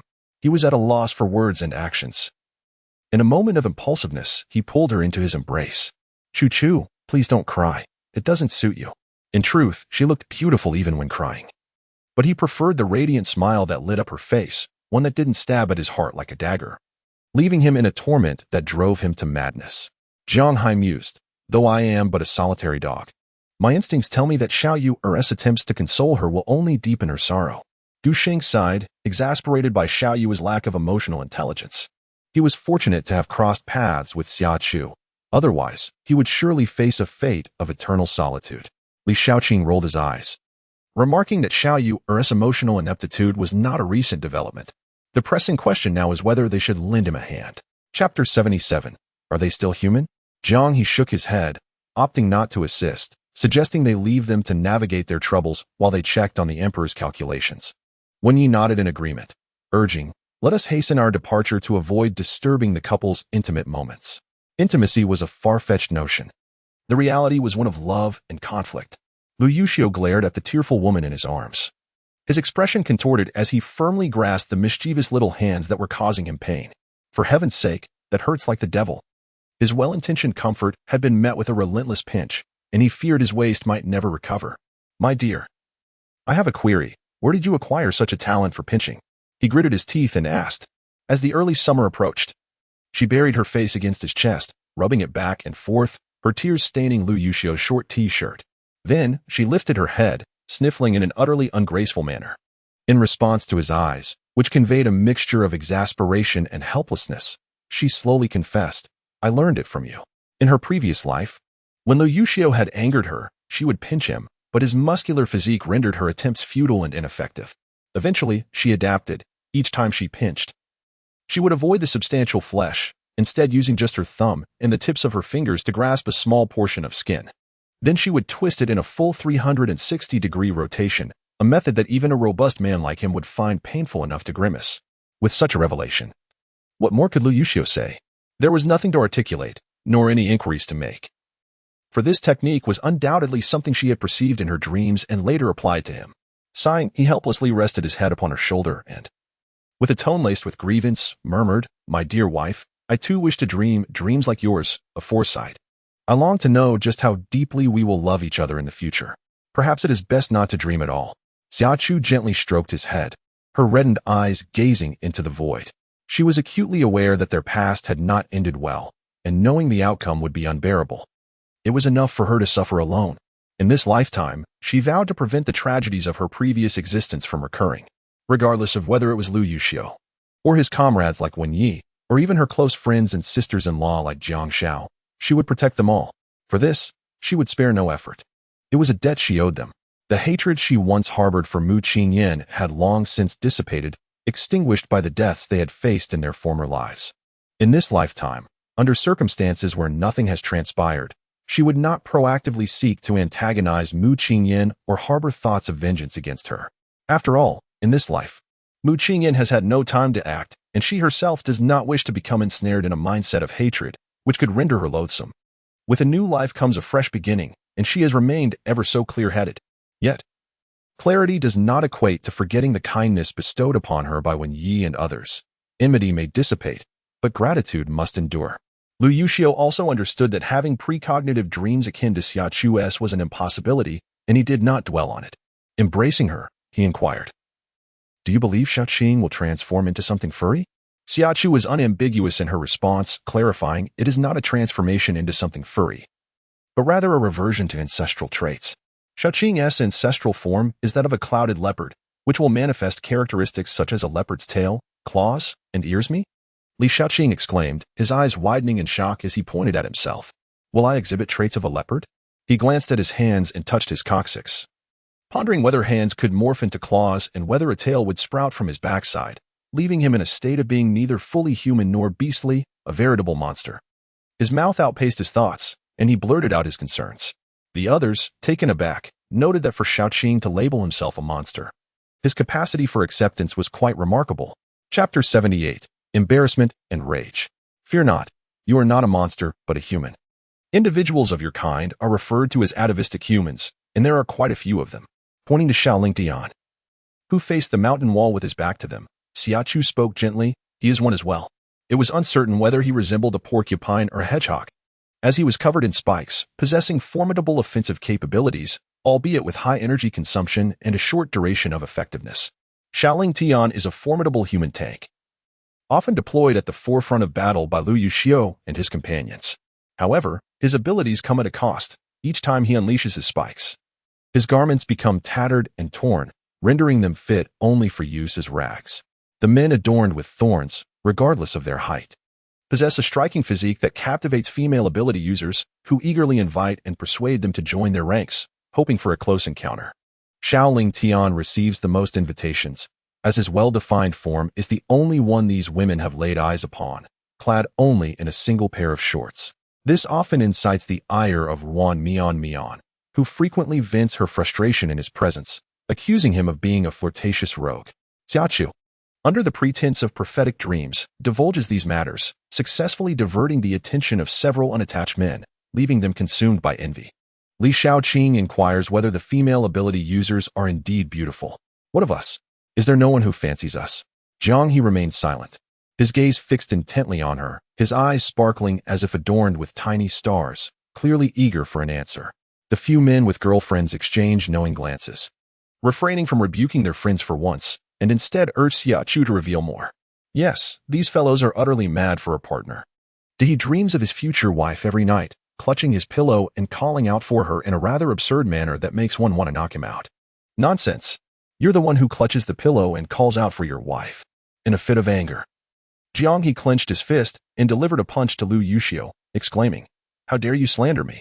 Don't think I one-T strike you just because Lin Mimi is here. Lu Yuxiu, seemingly indifferent, embraced Xia Chu and playfully whined. Look, he is furious out of embarrassment. Chu, you must protect me. I'm afraid he will hit me. Jiang He's face turned a shade akin to liver, a deep red not born of shyness, but genuine ire. Xia Chu, witnessing this, chuckled and patted Lu Yuxiu, admonishing him not to bully Jiang He. Immediately, Lu Yuxiu feigned grievance, insisting, he is the one bullying me. He struck me first. Xia Chu, bemused, could only comfort the shameless Lu Yuxiu, who was pleading for a hug. Thus, the group was reluctantly subjected to a display of affection. Jiang He, already irate, felt a surge of indignation, nearly on the verge of tears. Observing his pitiful demeanor, reminiscent of a large dog, Xia Chu swiftly reassured him, I dreamed of your wife. She is a strikingly beautiful and vivacious young lady, affectionately dubbed the Red Rose. However, her profound filial piety only touched her heart and failed to resonate with her extraordinary parents, ultimately leading to her tragic demise. Chapter 79. A worthy task. Li Xiaoqing and Jiang He turned their heads in unison to look at Jiang He, astonished that he had managed to find such a beautiful girlfriend. Is she not discerning? Jiang He blurted out, My wife is this beautiful? A rose, indeed, is a rare gem among women. The desire to meet her is overwhelming. Yet, encountering her seems impossible for now. Whether fate will allow such a meeting in the future remains uncertain, contingent upon circumstances. After all, the changes in this world are quite significant. However, Xia Chu firmly believes in the saying, those destined to meet will cross thousands of miles, while those without fate will not encounter each other even when close. If the two truly share a bond, she would not hesitate to assist Zhou Tianyun in freeing herself from her intolerable parents and brothers in this transformed existence. Should fate not permit their meeting, then let Jiang He seek another companion. In the aftermath of the apocalypse, many girls have chosen to abandon their self-respect in pursuit of a comfortable life through reliance on men. Yet there are also numerous admirable women who wield weapons to fight and strive, living with dignity. Given Jiang He's appearance, character, and capabilities, finding a commendable partner should pose no challenge. Li Xiaoqing and Jiang He also have their fair share of prospects. Their prolonged single status is not due to a lack of potential partners, but rather an absence of time to seek them out, as training is rigorous and missions abundant, leaving scant days for respite throughout the year, unless one sustains an injury.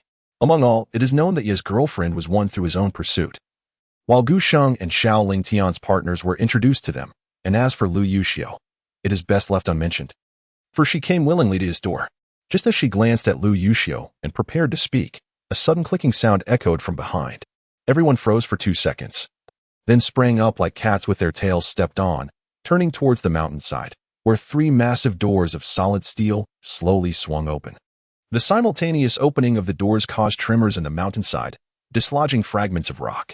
Xiaoling Tian let out a triumphant roar, rising to stretch his stiff body, wiping the sweat from his brow before turning with an exhilarated smile, declaring, "I have not failed my mission." Goodness!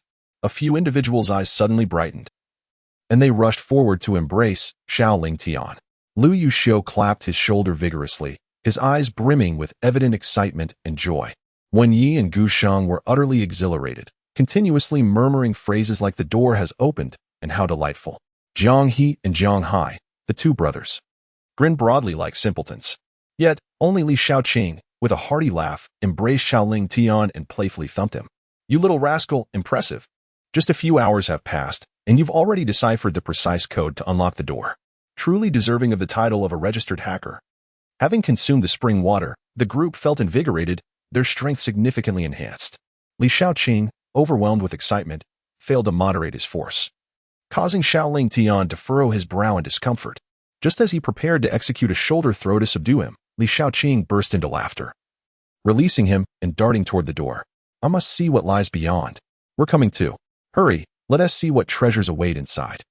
Before Lu Yuxiu could finish, Li Shaoqing's exuberant shout echoed, followed by his ecstatic laughter. "We've struck gold. My goodness. This arms depot is likely one of the major military warehouses of the general headquarters.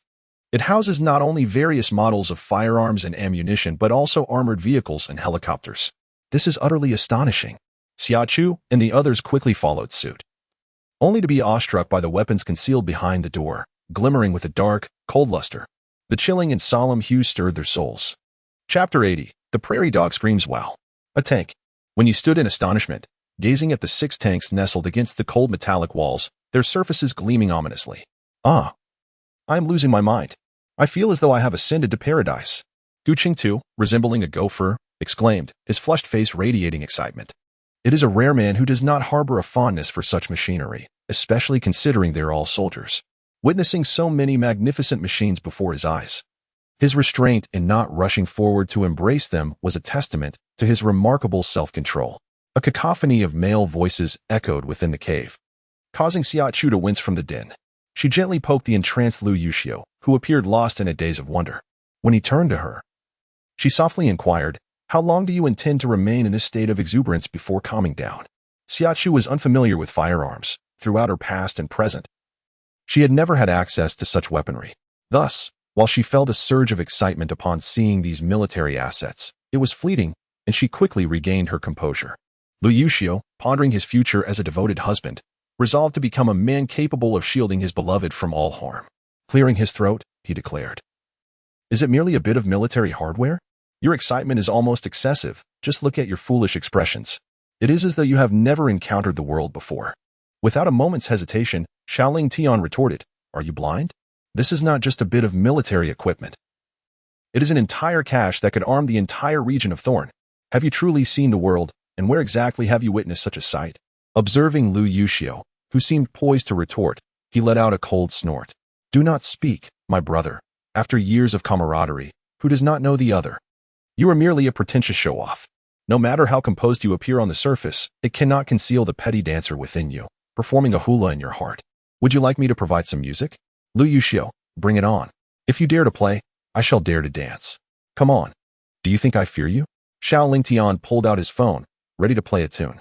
Xia Chu glanced at the 2 childish fools, then at the cave, where Wen Yi was scurrying about like a madman, handling firearms and cradling explosives with an almost affectionate grip. With a twitch of her lips, she approached, placing her hand upon various weapons, which were then swiftly confiscated. The once spacious metal cave appeared even more expansive with the newly cleared area. With a clatter, The sniper rifle in Wen Yi's grasp fell to the ground. Ouch! Lu Xing exclaimed as he lost his grip on the light machine gun, only to react swiftly. Catching it mid-fall, yet still startled enough to let out a yelp. Hiss! Jiang He was testing the sharpness of a dagger when his hand slipped, slicing a deep gash into his left thumb, blood instantly oozing forth. Jiang Hai and Li Xiaoqing, however, did not drop anything but stood there, seemingly dazed. Xiaoling Dion's phone met the metallic floor with a resounding thud. A specially designed phone, guaranteed to withstand the impact, remained unbroken. Chapter 81. Hidden Secrets. It is no wonder they were astonished. Your skill is truly remarkable. As Lu Yuxiu observed several burly men nearly burying their heads in embarrassment at Xia Chu's remarks, he felt a sense of camaraderie and spoke on their behalf. Truly, witnessing you amass such a significant collection of items is nothing short of miraculous. It is indeed astonishing, no matter how many times I see it. Each occasion evokes the sensation of watching a science fiction blockbuster. His reaction was entirely reasonable, considering it was their first encounter with Wen Yi and the others. In life, as long as one remains on the right path, a touch of selfishness is only human. While she may not wield firearms, Lu Yuxiu and his companions certainly do. With an entire arsenal at their disposal, unless they requested an inventory from the higher-ups, the exact count would remain unknown. However, it is evident that the masterminds, Li Tao and Qin Mozhan, would not recklessly place themselves before a military tribunal, thus rendering the path to obtaining an inventory futile from the outset. In the absence of precise numbers, they could easily choose to withhold a portion of their arsenal. How could they have overlooked this? The distinction between possessing and hoarding weapons is significant. It is not about clandestinely escaping with arms, but rather a reflection of the notion that clarity often invites peril. The internal dynamics of the Thorns are anything but tranquil. In the wake of an impending apocalypse, a degree of self-preservation is hardly a vice. Lu Yuxiu gazed with bright eyes, captivated by the allure of the weaponry, and turned to the others, asking, "What say you?" Xiaoling Dian cradled a single-use rocket launcher as if it were a cherished treasure, beaming with approval. I wholeheartedly endorse Xia Chu's proposal. The remaining few echoed in unison. I concur.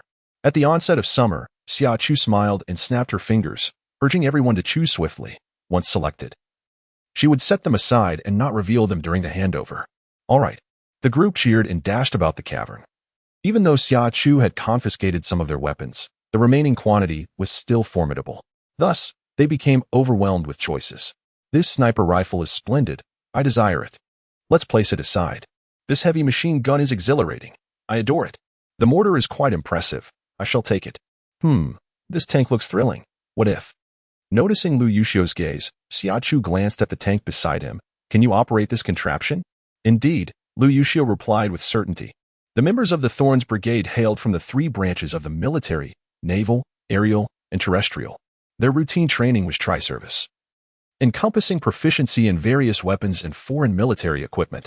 Not only could they operate tanks, but they were also adept at piloting aircraft and navigating vessels, and yes, they could even dive. However, every individual possessed different talents, with varying areas of specialization. Moreover, knowing how to operate something does not equate to mastery. In any profession, one must pursue excellence to truly embody the essence of mastery. The distinction between mere competence and true expertise is significant, much like Xiaoling Tian, whose focus lay in hacking and intelligence analysis. His daily work emphasized these two domains. And while he was no slouch in combat, capable of taking on 3 or 4 ordinary soldiers single-handedly against them, he would find himself at a disadvantage. He assumed Xia Chu was ignorant, like many ordinary people who mythologized them, and thus sought to explain this to her.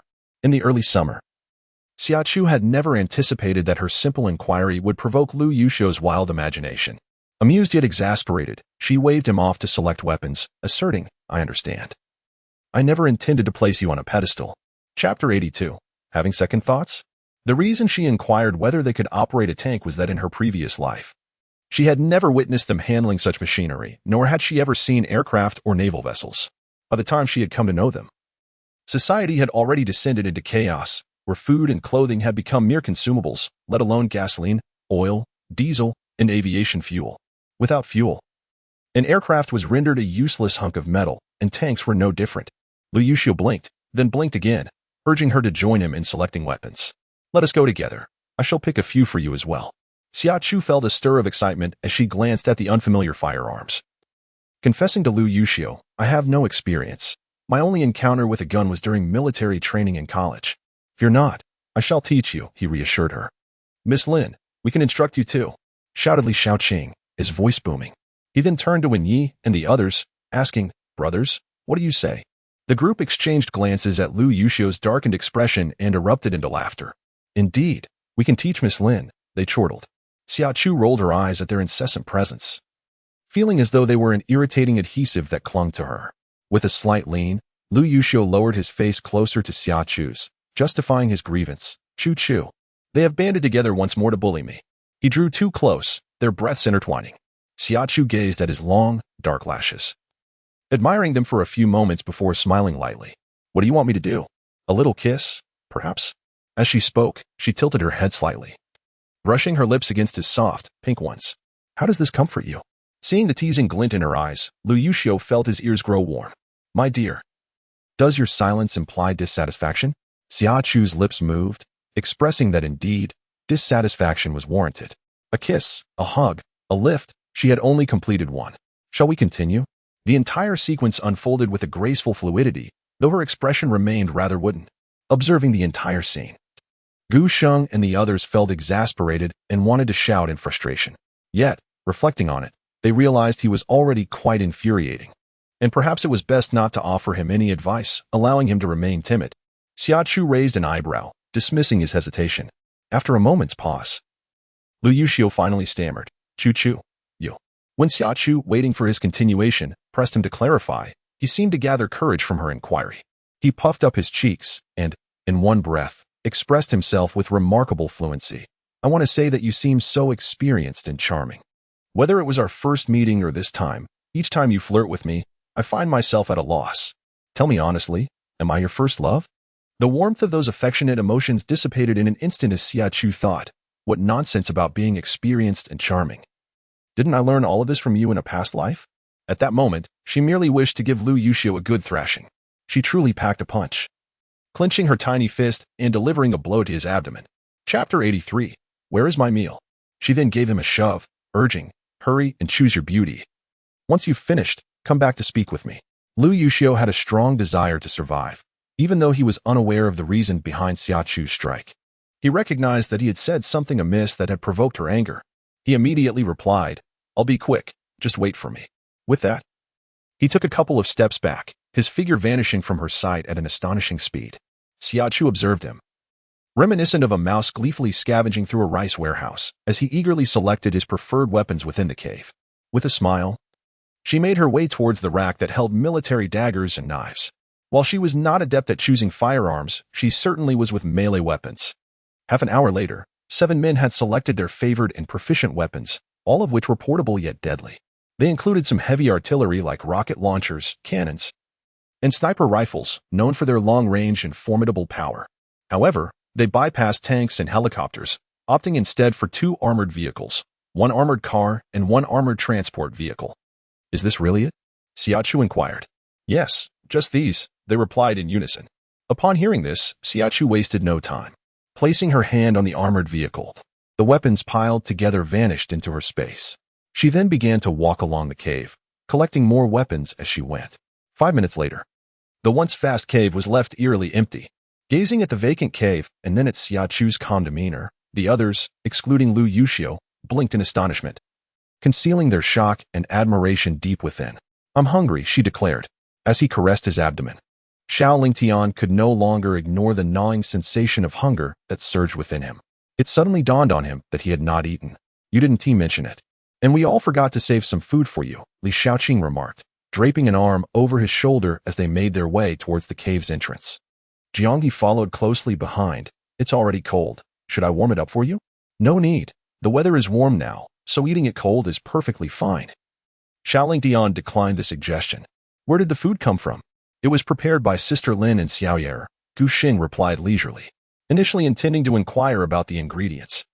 Xiao Lingtian promptly fell silent upon realizing the presence of spatial storage. Having cooking utensils was hardly remarkable.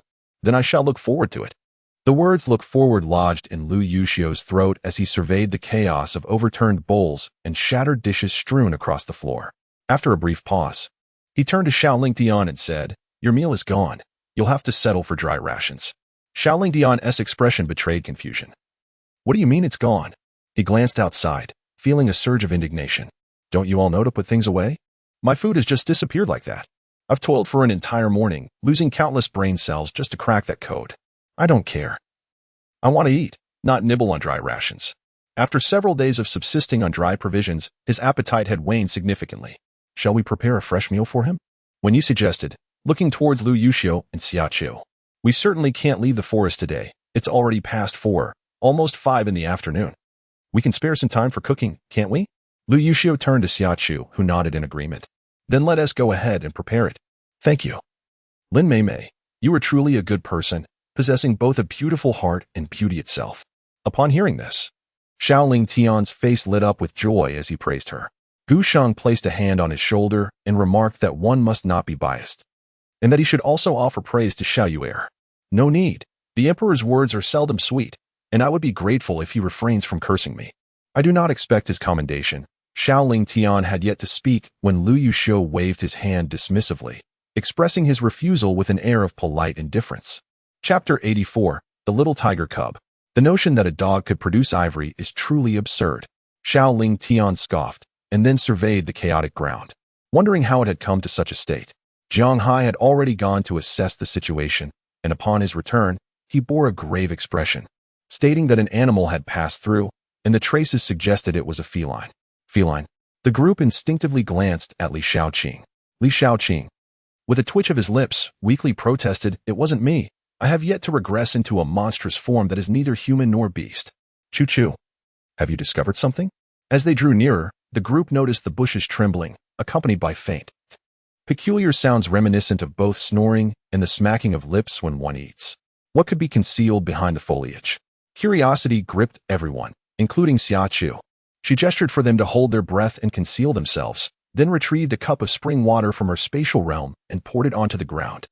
The quivering bushes stilled momentarily before shaking violently once more. Something was about to emerge.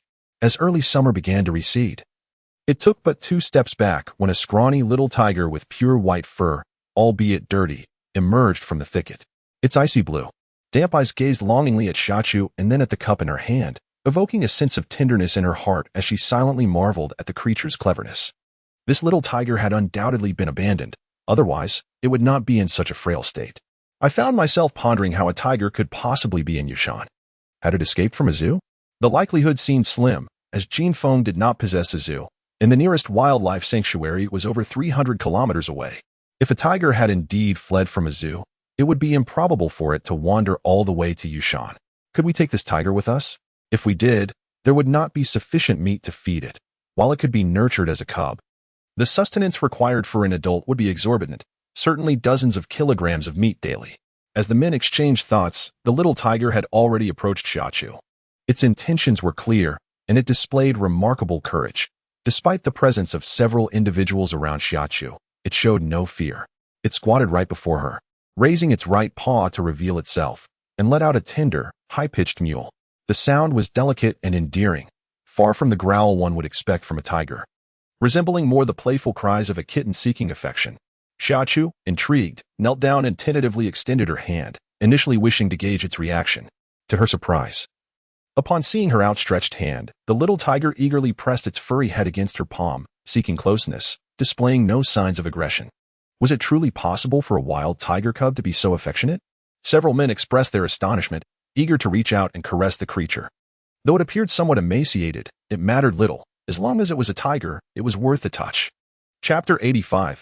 The debt repaid. Lu Yuxiu fixed his gaze upon Xia Chu and the little tiger cub, his eyes unwavering. Chu is a special case, he remarked. If his conjecture was accurate, this cub had likely been drawn by the sin of spring water. They had utilized mineral water to wash their pots and dishes for lunch, and the meals had been infused with the spring water that Chu had procured for body refinement. While the Bengal white tiger and the snow tiger both possessed white fur, they bore faintly colored stripes. This little cub, however, was entirely devoid of any color variation. Such a cub is rarer in the wild than the Bengal and snow tigers, yet it is considered an anomaly in the eyes of the mother tiger. Furthermore, though the region of Yushan is home to numerous wild animals, adult tigers in the wild have substantial dietary needs, averaging a daily intake of 40 kilograms. Wild mother tigers do not typically bear a single offspring. Litters of 2 or 3 are common, and they can sometimes have as many as 5, if born singly. A mother tiger would not abandon her cub. However, this little tiger has been forsaken, and given its gaunt appearance, it has likely been alone for some time.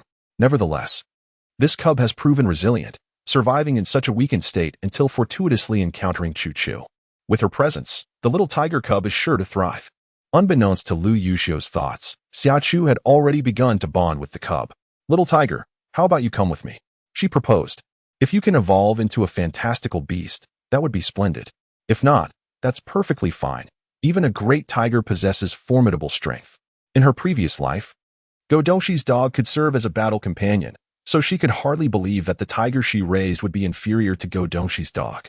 Godongxi could use her left arm to feed the dog, just as she could use Godongxi's left arm to nourish the tiger. It was a fair exchange. A tit for tat. Meanwhile, in Harbor City, the impeccably dressed and cold-faced Godongxi was engrossed in a tender moment with Fu Qinglian, the granddaughter of the owner of the largest chain department store in the country. Suddenly, he let out a thunderous sneeze that not only startled the enchanting lady, but also sprayed her with saliva and mucus. Fu Qinglian, holding a tissue and preparing to wipe her face while apologizing, caught sight of her fleeing figure, leaving him speechless. Maintaining a calm demeanor, he set down the tissue, rose, and followed her, pondering which of his numerous lovers was thinking of him so intensely that it prompted such a mighty sneeze. Little did he know that if Xia Chu were aware of his thoughts, she would undoubtedly nod in agreement, for she too was consumed by thoughts of him. Even considering using his left arm to feed her tiger, Xia Chu, with her little tiger, felt utterly fulfilled.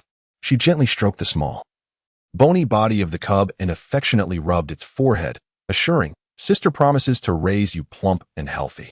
The little tiger let out a soft purr, seemingly in agreement with her words. Xia Chu was immensely pleased and took out a piece of imported fresh beef, tearing off the packaging to feed it to her cub.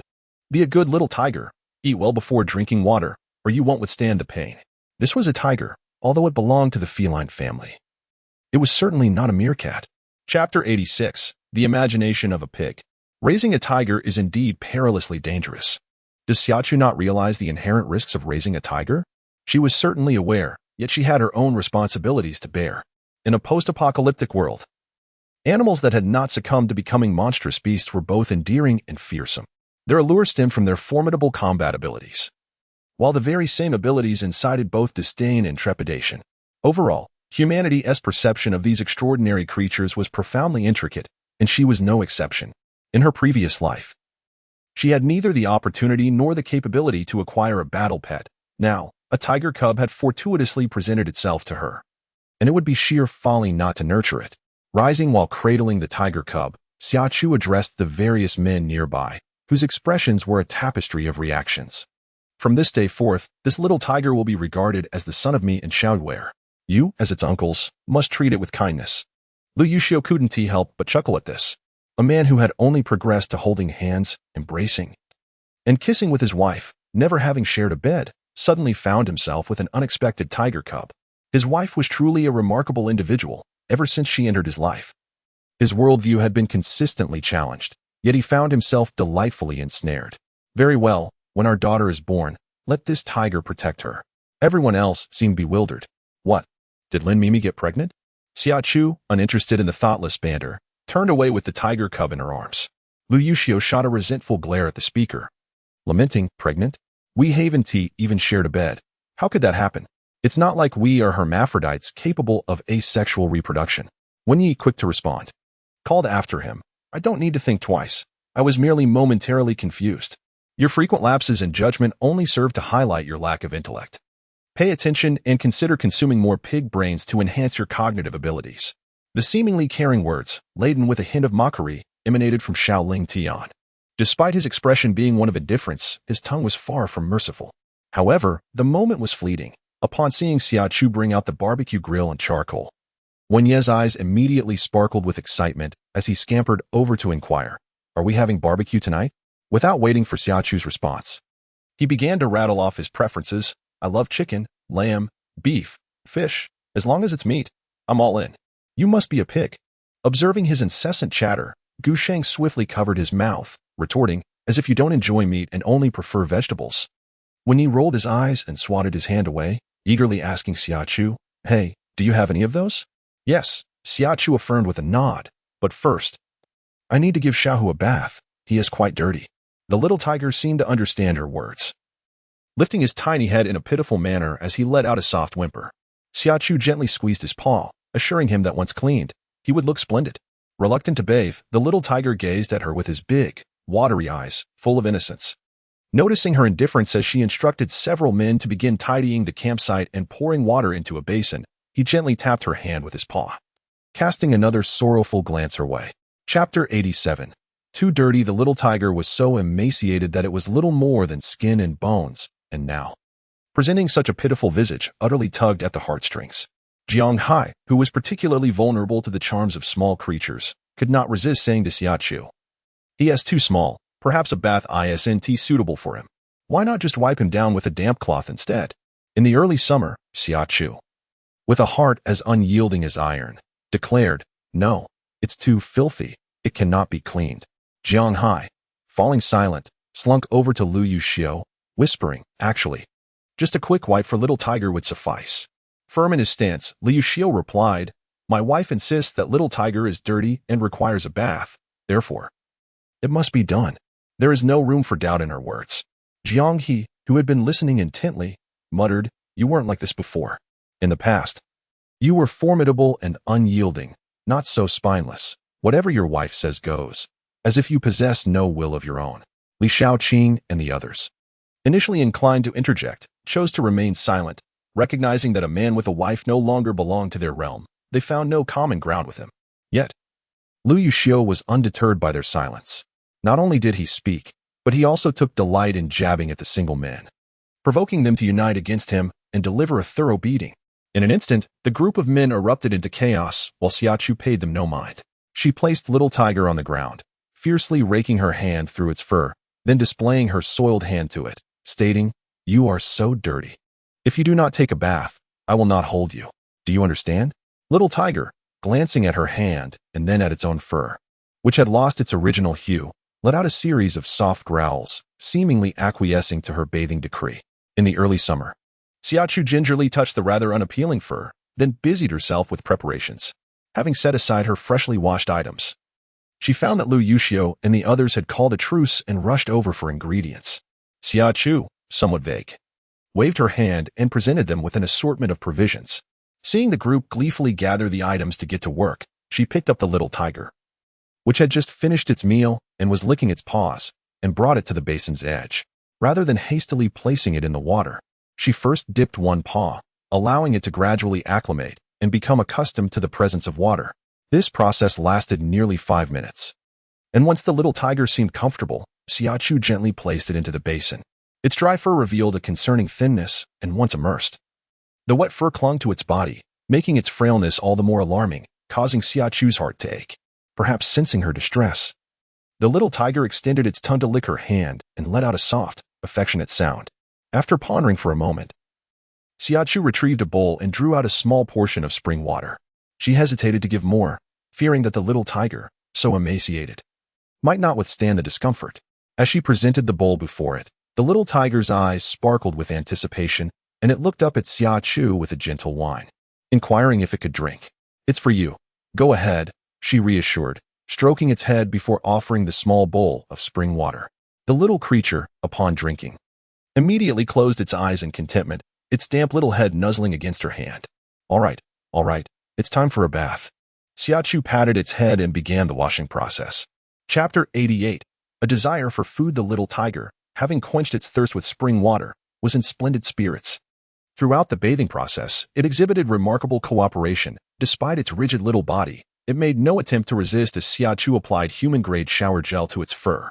It was not that she preferred this over animal-specific products, but rather that she had none at hand. Given that this was a rare occasion, she deemed it acceptable to make do. The little tiger was genuinely filthy. The suds produced during the wash were a murky gray. Its paws and belly were somewhat cleaner, likely due to its own grooming, while its back and ears were in a deplorable state. After several changes of water, Xia Chu finally extracted the now pristine creature, enveloping it in a large towel as she placed it on her lap, drying its fur while inspecting for external parasites. The results of her examination were not particularly encouraging. The little tiger bore not only parasites but also wounds.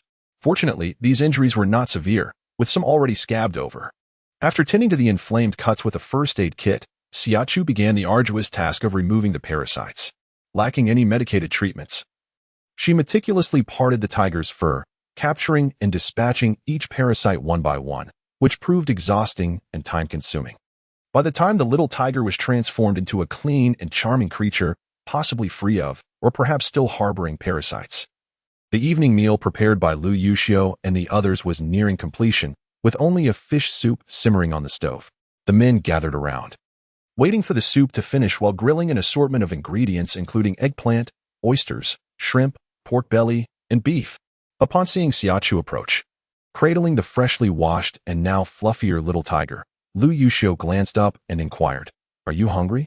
As he inquired, he did not forget to brush the meat with seasoning. The aroma of the spices mingled with the rich scent of the meat, causing Xia Chu to swallow discreetly at the onset of summer. The desire to indulge was palpable. A few days prior, Lu Yuxiu had prepared barbecue for Xia Chu. Well aware of her preferences, once the honey glaze was applied, he used tongs to transfer the grilled meat and vegetables onto a plate, sprinkling a touch of chopped green onions atop before indulging himself. Without hesitation, Xia Chu accepted the plate, first inhaling the delightful fragrance. Then, wielding her chopsticks, she captured a piece of pork belly and brought it to her lips. Her eyes sparkled instantaneously. The flavor was as exquisite as ever. Her partner excelled in both barbecuing and culinary skills. The small tiger nestled in her embrace also caught a whiff of the enticing aroma, pawing at her arm and craning its neck towards the plate. "This is not for you," she declared, placing the plate on the table. She gently patted the small tiger's round belly, noting it was plump enough not to require any more treats, lest it overindulge.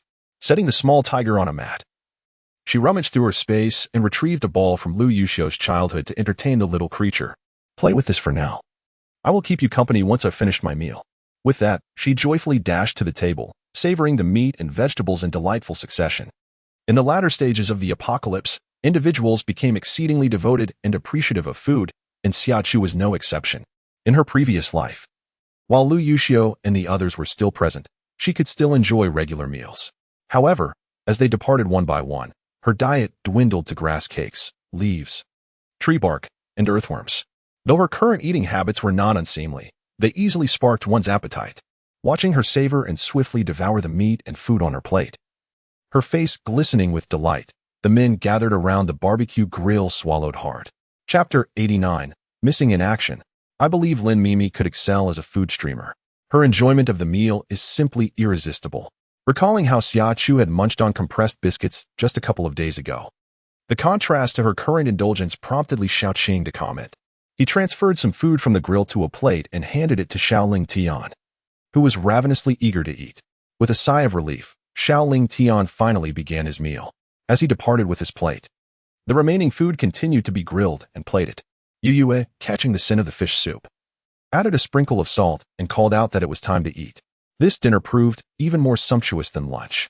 Amidst the gentle evening breeze, the group gathered around the table, chatting and enjoying their meal, while a small tiger cub approached, seeking affection and scraps, creating an atmosphere of relaxation and profound satisfaction.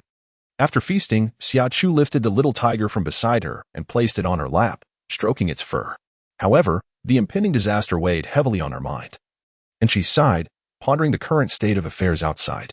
The light-hearted ambience was abruptly shattered by her words, plunging the group into a heavy silence.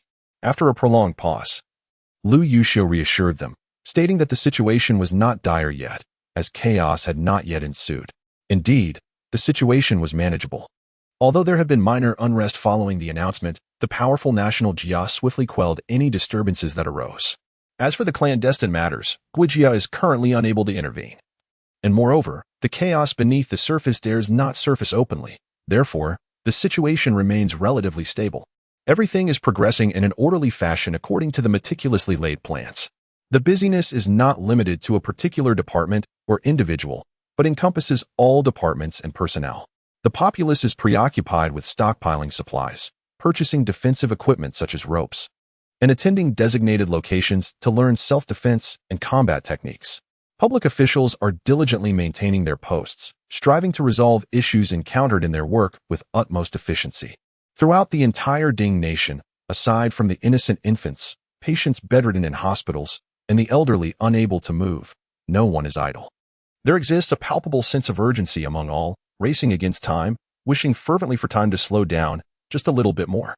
In stark contrast to the bustling Ding nation, the leaders of various nations observing from afar wear expressions of bewilderment.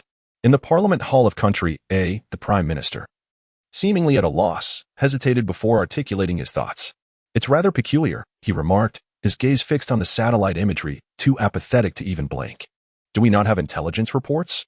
"Apologies, Prime Minister, but Ding nation has entered a state of military control and martial law. All our personnel have gone missing." "What?" "We must make every effort to establish contact with them." "Yes." Meanwhile, in a certain location within the Tasman Empire, the question lingered. Has Ding nation truly entered a state of military control due to the apocalypse? Indeed, however, there exists a peculiar matter. What is it? It appears that there is an issue within our ranks. Tang Lizi has gone missing. Does this imply that the virus has yet to be deployed?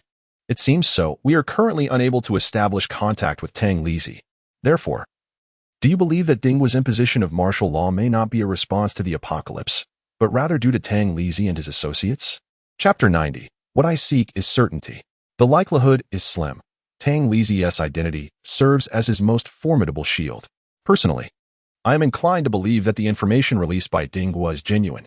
I do not seek inclination. What I desire is certainty. Conduct an investigation. Understood. This situation is not unique. It has transpired across various nations globally. On this day, all eyes are on Dinghua, attracting the attention of numerous nations. In Yuhang City, Zhou Zhou signaled to his subordinates, who promptly reached for their firearms at their waists, then raised their hands to knock on the door of a nearby residence. Who dares to knock at this hour? Is no one allowed to sleep? The muffled voice from within was thick with drowsiness. Fellow villager, I am the resident from downstairs who forgot my keys. May I borrow your balcony for a moment? Oh, borrowing the balcony? Certainly, that is fine. The door clicked open, and as the homeowner peeked out, armed officers surged in, forcefully pushing the homeowner to the ground. Do not move. Publ, the security officer, with a mocking expression and a hint of disappointment, patted his face and scornfully remarked, "Why waste your talents as a citizen of the Ding Kingdom to serve your foreign masters? I am curious to see if your devoted foreign benefactor will come to your rescue." At the foot of a mountain in Shuiyun City, a soldier stood deep in thought at the intersection of national, provincial, and municipal roads. He pondered while tapping on his phone, contemplating the strategic advantages of the location. The mountain posed a significant challenge, one that could not simply be leveled. Should he abandon it? Where else could he find such a prime spot? Perhaps it would be wise to explore further. Turning in place, he faced the rock wall, gazing silently for a moment before looking back at the flashing red dot on his phone screen. Meanwhile, at a naval base in Country C, a submarine submerged, its destination set for the East China Sea of the Ding Kingdom. The military lockdown in Ding Kingdom had unleashed a myriad of unforeseen complications. However, these matters were of no concern to Xia Chu and her companions. As day transitioned to night, mist enveloped the mountainous forest, and sunlight gradually lifted the veil of obscurity. Inside a two-person tent, a fluffy, pure white tiger cub emerged from beneath a thin blanket. Noticing that Xia Chu was still asleep, the cub gently patted her face with its paw. Xia Chu, seizing the cub's paw and placing a kiss upon it, opened her eyes to prepare for the day, only to find a hand resting on her waist. Hearing the steady rhythm of breathing beside her, she glanced at her watch for 36. The dawn was just beginning to break, explaining the serene atmosphere. It was time to rise.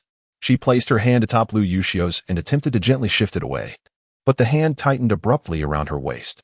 Slightly tilting her head, she met Lu Yuxiu's gaze, which sparkled with a hint of enchantment.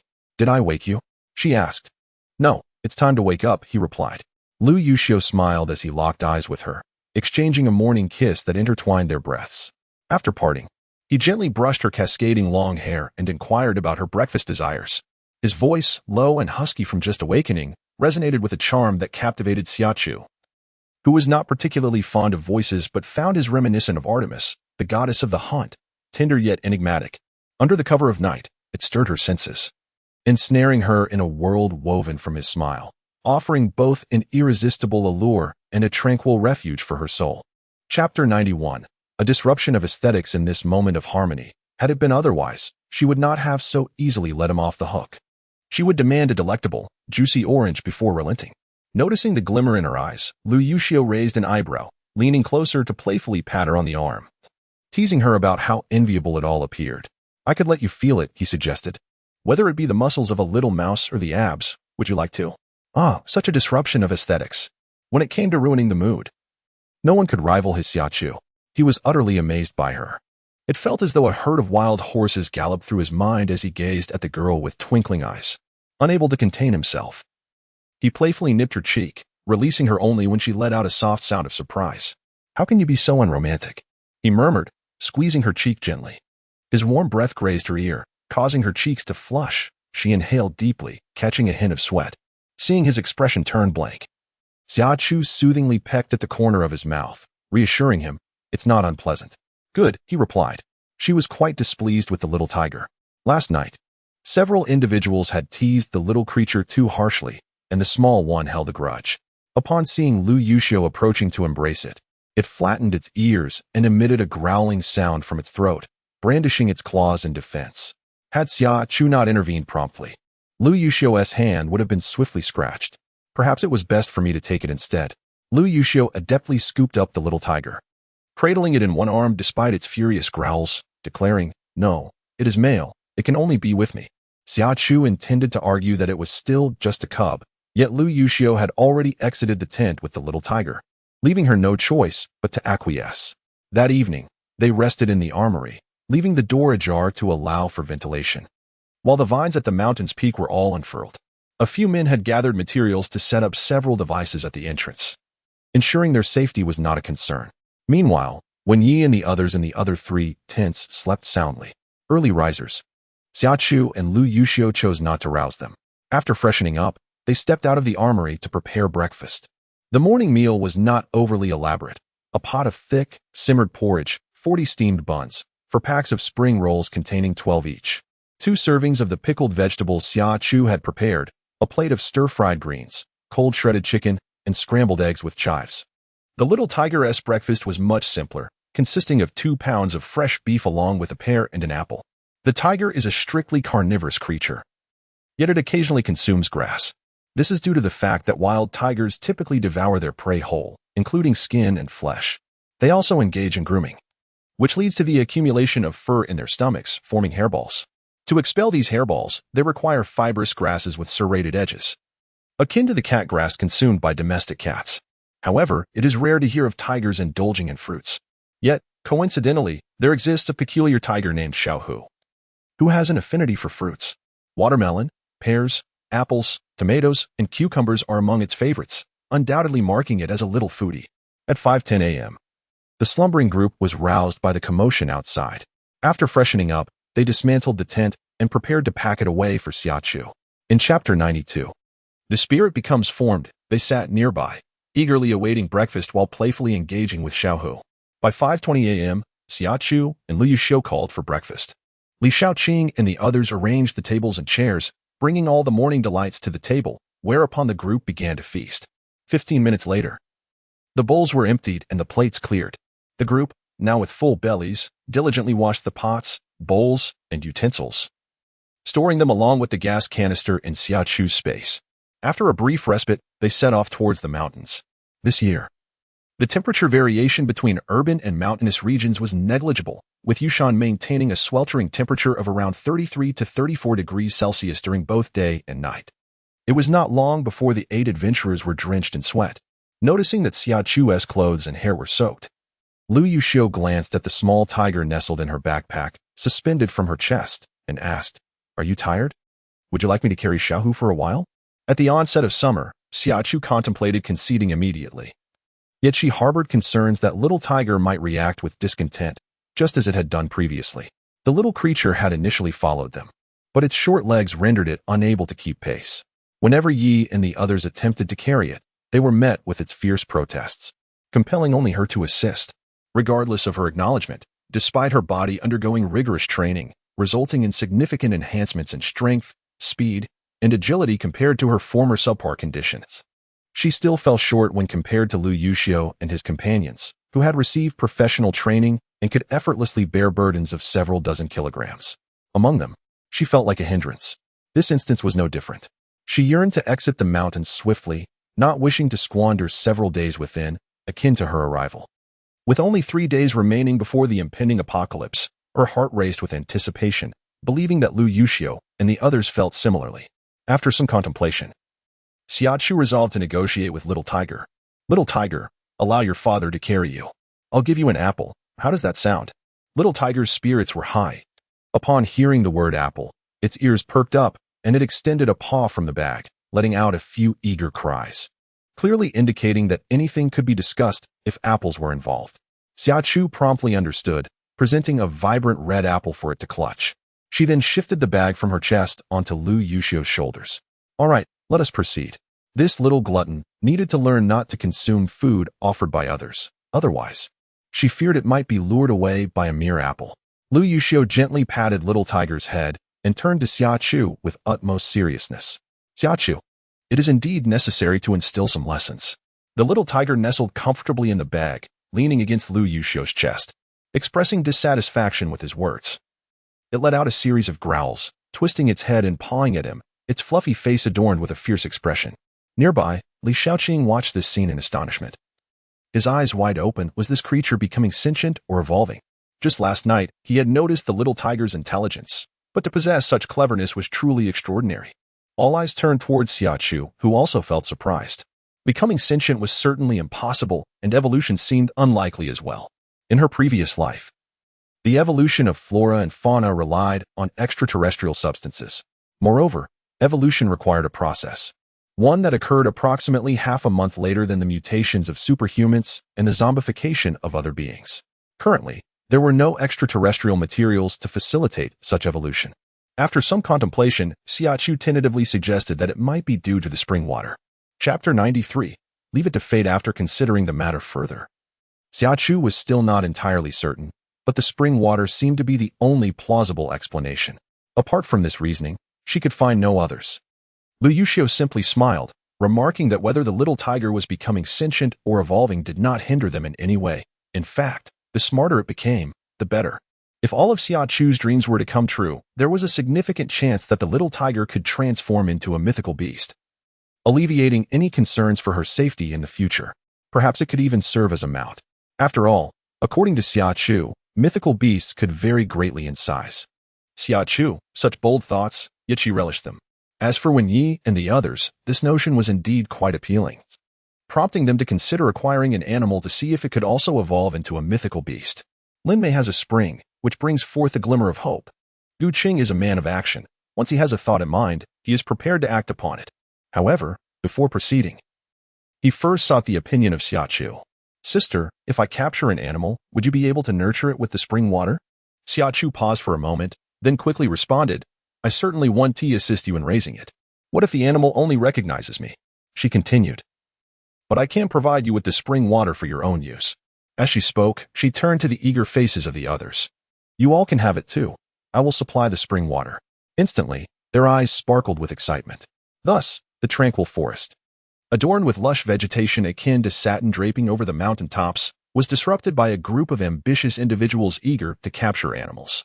They found themselves deep in the mountains, in an area so remote that the local villagers rarely ventured here, even for bamboo shoots, a testament to the sparse human presence. In this untouched wilderness, the primitive beauty remained intact. Towering ancient trees stood proudly, casting vast shadows. While no trails existed, they had to wield machetes to forge a path. The creek flowed with crystal clear, rushing water, and the occasional glimpse of small creatures flitted by. Larger animals were a rare sight. The only black bear they spotted from a distance fled before they could approach, evidently too perceptive.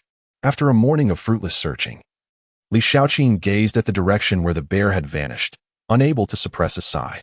Capturing such astute wildlife proved to be an exceedingly daunting task. As summer approached, Xia Chu playfully tapped her calf muscles. During a brief respite, she urged everyone to quickly set up a few traps, suggesting she could utilize the spring water to lure some animals.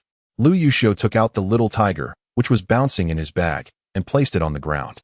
He watched as it joyfully scampered around Xia Chu's feet. He joined her, deftly removing the bits of grass and leaves that clung to her. It's a clever idea, he remarked, but its feasibility is rather limited. Although there are numerous wild animals in the Yushan region, most are small and not suitable for battle companions. Who says that? I think that black bear looks quite promising. When Yi disagreed, his interest piqued by the bear. However, this notion was evidently impractical. Reluctant to abandon the idea, they ultimately decided to give it a try, leaving the outcome to fate. Chapter 94. Poking the water bubble. A water source would undoubtedly attract animals seeking a drink, especially with the addition of the spring water. With proper arrangements, they had no reason to fear a lack of captures. Conveniently, their current resting spot featured a babbling brook, its waters shimmering and crystal clear, flanked by gracefully drooping branches that gently stirred the surface, creating delicate ripples. "Are you tired?" Lu Yuxiu inquired, noticing Xia Chu's flushed cheeks and her hair damp with perspiration. He wiped his hand across her face, akin to a cloth soaking up sweat. "I'm not tired, just hot," she replied with a smile, finding a shaded spot beneath a tree to sit. From her space, she retrieved a fan to create a gentle breeze. The little tiger, nestled in Lu Yuxiu's bag, perched comfortably against his chest, contentedly observing the trees and grass as they journeyed, still buzzing with excitement. However, as Xia Chu settled down, the little creature beside her began to whine insistently, demanding to be let down. Its noise was incessant, and its tiny paws flailed about chaotically, driving Lu Yuxiu to distraction. He ultimately released it, and the moment it touched the ground, it dashed straight for Xia Chu's feet. She lifted it onto her lap, stroking its fur affectionately, and offered it a cucumber to nibble on. Observing this, Lu Yuxiu smiled and allowed Xia Chu to rest while he joined Wen Yi and the others in setting up traps using their portable tools. All seasoned in the art of wilderness survival, crafting a few traps posed no challenge for them. Xia Chu possessed the skills as well, yet she preferred to remain idle. Her skin, tender from the body tempering process, was exceptionally delicate, and her feet were covered in blisters. Thus, by the stream, several men toiled vigorously, digging and arranging traps, while the sole woman, Xia Chu, sat barefoot, pricking her blisters with a needle. The little tiger, having been placed down after finishing the cucumber, sat nearby, its fluffy front paws tucked beneath it, watching her intently, as if curious about her actions. Blisters do not hurt until they burst. When they do, the sensation is oddly satisfying. Applying saline solution or iodine for disinfection heightens the experience even further. The soles of her feet, particularly around her heels and beside her big toe, turned a yellow-brown hue after the iodine treatment. The little tiger, intrigued, tilted its head for a moment before gently nudging its furry head against her foot, then extending its tongue to give a tentative lick. Caught off guard by a sudden lick on her foot, Xia Chu was equally surprised when little tiger, with a tongue coated in iodine, reacted explosively, yelping and bouncing around in a frenzy.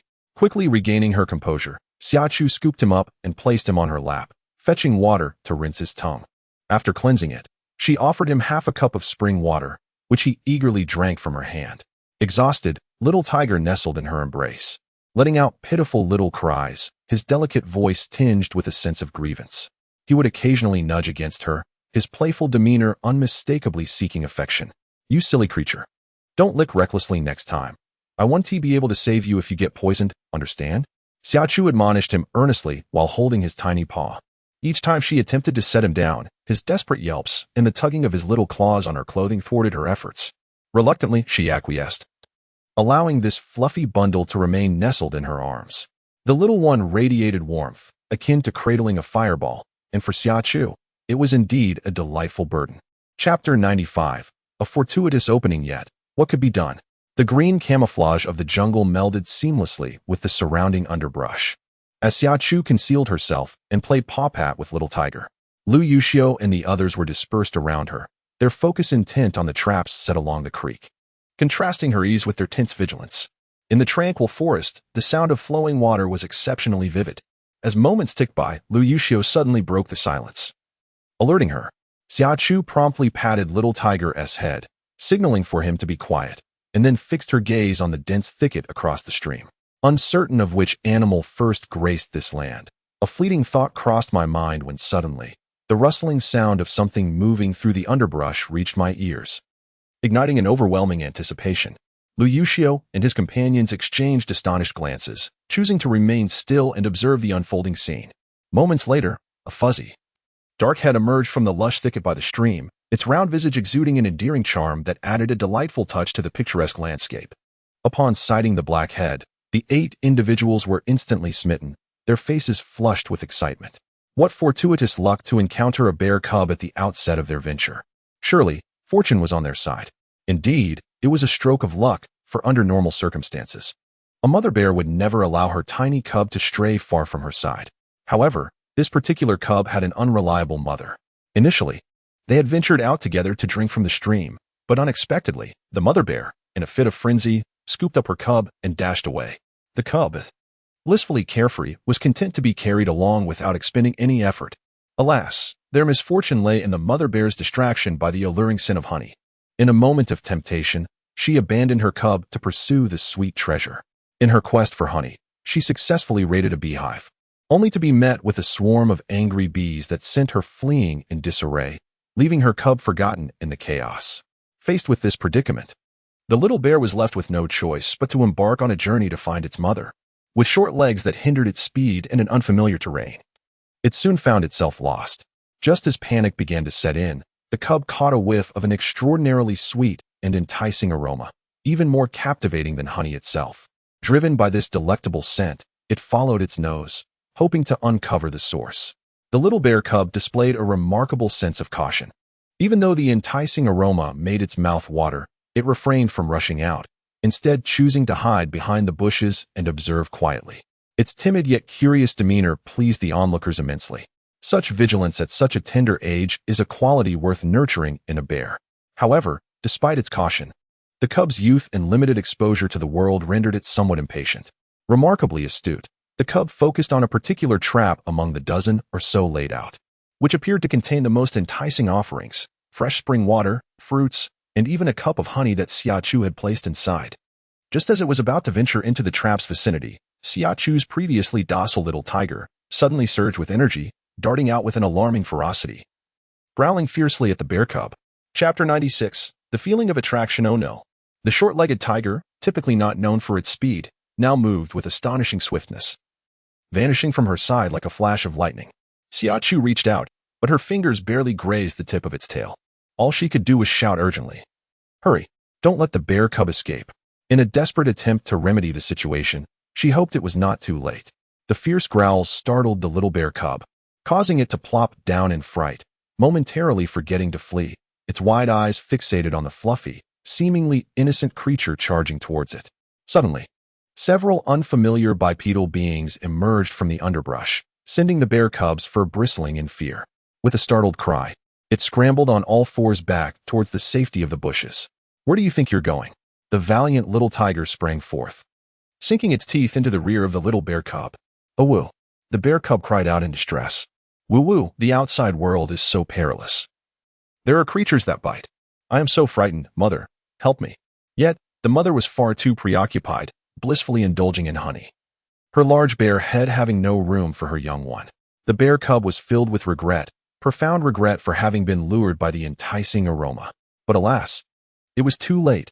The creature that clung to it would not relent. Cowardly and timid, it could only bury its face in its paws and sob. The pitiful cries of fear startled Xia Chu and the others, who rushed over in haste. "It's fine to be timid, as long as you're adorable."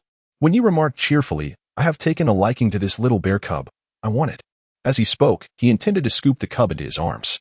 "I have my eye on it too, Jiang," he interjected, stepping forward to block Wenyi. Jiang Hai, not to be outdone, bent down to grasp the bear cub.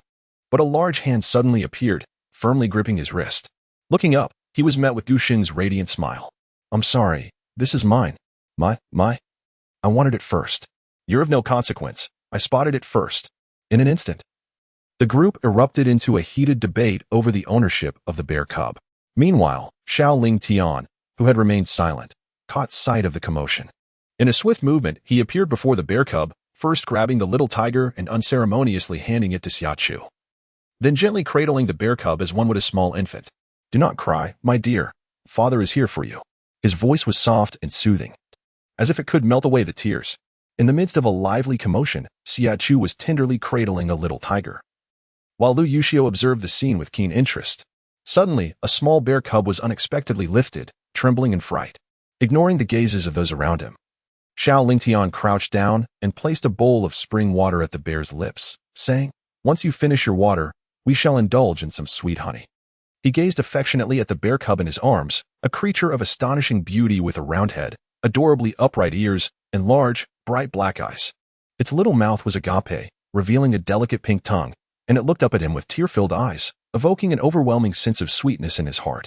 A blush crept over his fair complexion, spreading from his ears down to his neck, while his eyes sparkled with delight. Chapter 97. Save the child. Upon witnessing Xiao Lingtian's expression, the others and the little tiger thought to themselves, this person must surely be enchanting. Suddenly, a tender and urgent cry pierced the air. Xia Chu glanced down to see the little tiger looking up at her, seemingly seeking recognition. Before it waved its paw in a playful gesture towards the small black bundle in Xiao Lingtian's embrace. Its demeanor was adorably fierce. Xia Chu instantly understood its intent and promptly stroked its back fur to soothe it, saying, "Little tiger, you mustn't bully the little black cub. It will become your companion in the future. We must learn to coexist harmoniously, understand?" However, the little tiger resolutely refused, thinking, "I have no desire to be friends with a timid, whimpering black cub. Such a little brother cannot be taken out. It would be too embarrassing for the tiger." The young tiger bared its teeth and roared at the little black ball. Nestled in Xiao Lingtian's embrace, the little black ball, comforted by his gentle reassurances, appeared somewhat less frightened. However, upon witnessing the ferocious white-haired creature pointing and shouting at him, the hard-won tears began to flow once more.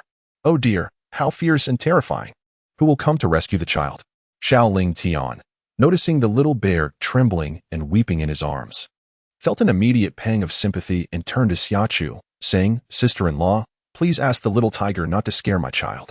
Before Xia Chu could respond, Wen Yi and the others interjected. "Why is it your child? I was the one who noticed him first. Even if you did, this little ball shares my zodiac sign. We are truly a perfect match." "Perfect match, you say? There is no bear in the 12 zodiac signs. We are the true match." "What kind of match is that? Both as dark as night?" "Enough of this bickering. Let us first tend to the little bear's injuries," Xia Chu interjected, shoving the little tiger into Lu Yuxiu's arms before retrieving a first aid kit to treat the bear's wounds. The little tiger's bite was indeed quite fierce, having drawn blood from the bear's rear with a single snap. Watching Xia Chu approach to tend to the bear, the little tiger, held by Lu Yuxiu, became exceedingly jealous and continued to roar, "Hey, you black ball, step away. Chu Chu is exclusively my litter box attendant. Keep your distance, or I shall bite you to death." The little bear shivered, burrowing further into Xiao Lingtian's embrace. "Do not frighten it." Lu Yuxiu gently patted the little tiger's head. The little tiger glanced at him sideways, then resumed its furious barking at the bear. Noticing the little bundle in his arms trembling even more violently, Xiao Lingtian helplessly said, "Let me handle it. The little tiger is too possessive. I fear that if this continues, the little bear will be bullied to death." What could Xia Chu do? She could only hand over the medical kit and allow Xiao Lingtian to take charge. The location of the injury was rather peculiar. The little bear could not sit and had to lie on its stomach like a small, prone bear on Xiao Lingtian's lap. Taking advantage of the moment while Xiao Lingtian examined the wound, Yi and the others crouched beside them, poking the little bear with their fingers. Surrounded by several formidable presences, the little bear felt utterly despondent. It was not until Xiao Lingtian used tweezers to apply a cotton ball soaked in iodine to its wound that the little bear ceased trembling, erupting into loud cries, its small paws incessantly wiping away tears. This sight was truly pitiful. Even the little tiger, feeling sympathetic, refrained from continuing to roar at it, instead resting quietly in Lu Yuxiu's embrace while watching it weep. Once the wound was treated, the little bear lay listlessly on Xiao Lingtian's lap, having completely transformed into a lethargic creature. Suddenly, a bowl emitting a delightful aroma appeared before its eyes, causing the little bear to drool with anticipation. Chapter 98. The appearance of Mama Bear wanting to drink, yet hesitant. It fixated intently on the bowl, then followed the hand holding it upwards, meeting a pair of gentle, smiling eyes. With a soft woo, it inquired, "Is it for me? Good bear, drink up. Once you finish, we shall have honey," Xiao Lingtian encouraged, bringing the bowl closer to its mouth. The little bear glanced at the little tiger, raised its 2 paws in a pleading gesture, and said, "Awo, great one. You drink first." Awo. The little tiger, having demonstrated a degree of understanding, was content to allow the bear to drink on its own. This bear, though somewhat timid and a touch foolish, possessed a keen awareness, which sufficed for its acceptance as a companion. The little tiger, reveling in its status as a leader with subordinates, felt a surge of joy, observing that the esteemed figure was not partaking. The bear gleefully scooped up the bowl with its paws and began to drink with fervor. The spring water filled only half the bowl, and within moments, it was finished. Reluctant to relinquish the empty vessel as it licked it clean, Noticing the bear's antics, Xiaoling Tian could not help but snatch the bowl away, swiftly replacing it with honey before the bear could react. This little gourmand, faced with a half cup of honey, employed both tongue and paws to thoroughly clean the disposable cup before proceeding to savor the sweetness clinging to its paws. The little tiger, enchanted by the bear's enjoyment, succumbed to temptation, playfully tapping Lu Yuxiu and gesturing toward the ground, indicating its desire to seek out the little black ball of fluff. Understanding the silent communication, Lu Yuxiu complied without hesitation. With all four paws on the ground, the little tiger let out an excited yelp and dashed towards the bear, still with sticky paws from the honey. The sudden appearance of the white-furred creature startled the bear, causing it to freeze, its tiny paws hovering near its mouth. Paralyzed by fear, it was only when the little tiger licked at its paws and gave a dismissive growl, encouraging the bear to clean itself, that it regained its composure. Like all young mammals of its kind, the bear exhibited a spectrum of emotions: joy and laughter, sorrow and tears, and vulnerability in the face of adversity. Presently, reassured by the little tiger's benign demeanor, the bear shed its fears and joyfully approached, eager to engage in playful antics. Little Tiger expressed his disdain, reluctant to engage in play. However, upon reflection that this was his first little brother, he resolved to indulge it for a while. After all, it was no easy feat to win the loyalty of a subordinate. Some effort was required. Thus, by the stream appeared two adorable little fur balls frolicking together. Observing the lively interaction between the black and white fur balls, Li Shaoqing and his companions were consumed with envy, their eyes turning green with jealousy. They exchanged glances, surveying the nearby traps. Then, Wen Yi urged them to conceal themselves once more, preparing to ambush the second creature. Very well, they would continue their stakeout. Without a moment's hesitation, they followed him. After running for about 10 minutes, a massive bear with a distinct-shaped white patch on its chest appeared at the stream. Sniffing the air from one side to the other, it ventured to the place where Xia Chu and the others had previously hidden, searching for its cub. Finding nothing, it lifted its head and let out a furious roar. Accompanied by two beasts, Xia Chu and the others heard the enraged roar behind them, and their bodies immediately stiffened. They paused, turning in unison to look at the little bear nestled against Lu Yuxiu's chest. They thought, could that roar possibly belong to the cub's mother? Chapter 99. Becoming wiser, no sooner had this thought crossed their minds than the once quiet little bear suddenly became animated, lifting its head and opening its mouth, ready to unleash a powerful roar. However, no sound emerged, for Xia Chu, quick-witted and swift, had shoved a large apple into its mouth. The sudden appearance of the fragrant fruit startled the little bear momentarily, but then it tentatively grasped it with its paw and took a bite. The sweetness of the apple overwhelmed its senses, and it promptly forgot everything else, focusing solely on devouring the delicious treat. Upon witnessing the situation, the group collectively exhaled in relief. Although they harbored no fear of the formidable bear, they preferred to avoid a direct confrontation. Feeling a twinge of guilt for having taken the creature's cup, they quickened their pace, lest the bear pursue them. Lu Yuxiu, demonstrating swift decisiveness, extracted a bottle of essential oil from his pocket, uncapped it, and hurled it into the distance. The black bear, with its keen sense of smell and hearing, could detect scents from half a kilometer away and discern footsteps from 300 paces. However, it suffered from a deficiency in visual acuity. As long as they accelerated their escape beyond its sensory range and muddled the scent trail, the bear would naturally cease its pursuit. Seeing this, the others mimicked his actions. The pungent aroma of the essential oil wafted through the air as it was cast aside, the wind carrying its sharp scent. The two small, sensitive-nosed creatures, one black and one white, found the odor disagreeable and promptly buried their faces in Lu Yuxiu's embrace. He gently comforted the two little ones while leading the group onward. In truth, there was no necessity to flee, for the bear did not follow. Its attention was entirely captivated by the spring water and fruits ensnared in the trap. With a bellow of frustration at the absence of its prey, it settled beside the trap, contentedly drinking and feasting. Unbeknownst to Xia Chu and her companions, who had been running for over an hour through the forest with the two cubs, the bear remained oblivious to their escape. The men, already possessing robust physiques and having undergone rigorous training, displayed no signs of fatigue, while Xia Chu, though not lagging behind, found her breath becoming erratic and her steps increasingly laborious. I can't run any longer. She spoke breathlessly, too fatigued to continue. But what truly troubled her was the gnawing hunger after such a prolonged run, having yet to partake in lunch. Taking a moment to rest, she reasoned that the great bear would not catch up over such a distance. Observing her labored breathing, Lu Yuxiu approached to support her, allowing her to lean against him to ease her breath. Hearing the commotion, Wen Yi and the others came to a halt, some leaning against a large tree to hydrate, while others lit up cigarettes. The two furry bundles were also set down. Little Tiger, having familiarized himself with the group, began to frolic as soon as he touched the ground, while the little bear remained timid, watching from a distance as Little Tiger and Wen Yi played. The bear's bright, dark eyes shimmered with envy. It longed to join the playful antics of the little white group and these two-legged creatures. Yet fear of being bullied by them held it back. Upon noticing the bear's longing gaze, Xia Chu called out to Little Tiger, who pranced over and tilted his head in inquiry, asking what was the matter. Successfully understanding the cue, Xia Chu crouched down to stroke the bear's head, encouraging it to join in the play, offering it extra care. The little bear's eyes sparkled with delight as it clasped its paws together and nudged Little Tiger, imploring, "Hey, big guy, take me along." "Oh, the little bear has grown clever," Li Shaoqing remarked in surprise, noting its effort to curry favor with Little Tiger. "It was already quite intelligent," Shaoling Tian replied softly, casting a gentle gaze upon the bear that belied an unsettling feeling.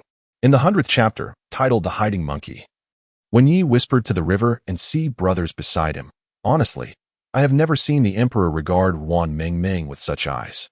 Jiang Hai nodded in agreement, casting a sidelong glance at Wen Yi, his expression dripping with sarcasm. "Unlike you, the emperor does not flaunt his affection before us to provoke the singletons. He possesses far more humanity." "Hey, that's going too far," retorted Wen Yi. "He never displays affection in public. He is, in fact, a profoundly reserved individual, one who finds it difficult to express his feelings openly." Li Shaoqing, upon hearing this, grimaced and scrutinized Wen Yi with a similarly mocking expression. Wen Yi opened his mouth to argue, but Xia Chu's voice interrupted, announcing that lunch was ready. "My goodness, I hadn't realized how hungry I was until now." Upon hearing the announcement of lunch, their stomachs began to grumble in unison. Forgetting their banter, they promptly made their way towards Xia Chu. Their original plan had been to venture out in the evening, but time was too tight to prepare a proper meal, so they resorted to instant noodles. Xia Chu brought out a gas canister and a large stainless steel pot, filled it with water, and set it to boil before adding 30 packets of instant noodles. When it was ready, she tossed in a handful of vegetables and some fried eggs prepared by Lu Yuxiu.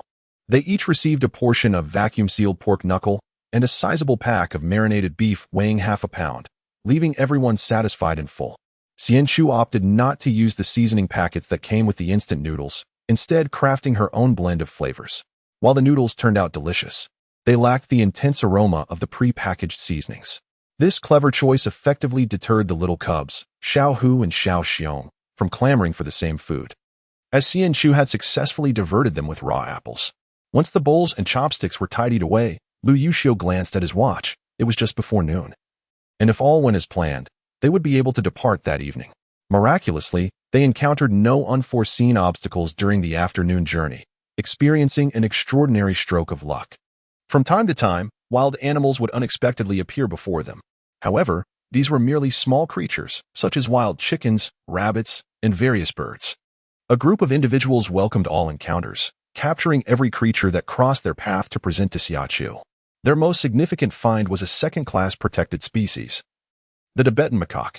The Tibetan macaque is the largest member of the macaque genus, living in social groups that typically consist of 10 to 30 individuals. The one they discovered was a small juvenile, roughly the size of an adult palm, with a white face and fur that shimmered in a pale golden hue, resembling a tiny old man. For reasons unknown, it had become separated and injured. Its right leg was fractured, and when they found it, it lay in the grass, crying out in pain. Without hesitation, they prioritized the rescue of the monkey. Saving it meant it would become their own. Having failed to secure a bear cub, the eager Li Shaoqing turned his attention to the monkey. To prevent Wen Yi and the others from competing with him, he resorted to flattery and even resorted to desperate antics to evoke sympathy, ultimately receiving assurance that they would not contest his claim. Initially, he believed the monkey would be easily won over, but to his surprise, the creature showed a preference for the muscular and handsome Wen Yi instead. This was indeed an unexpected turn of events. The monkey, seemingly indifferent to Li Shaoqing, had gravitated towards Wen Yi. Wen Yi, grinning broadly, examined the monkey's injury. With deft hands, he expertly reset the fractured leg, using bamboo splints fashioned on-site by Lu Yu and the others, along with a supportive pad provided by Xia Chu. To secure the injury, He then procured a banana from Xia Chu for the monkey to hold and eat, as if it were cradling a cherished golden doll. And they continued their journey. By 8:50 in the evening, there was no need for navigation or coordinates. They merely followed the markers created during their ascent into the mountains.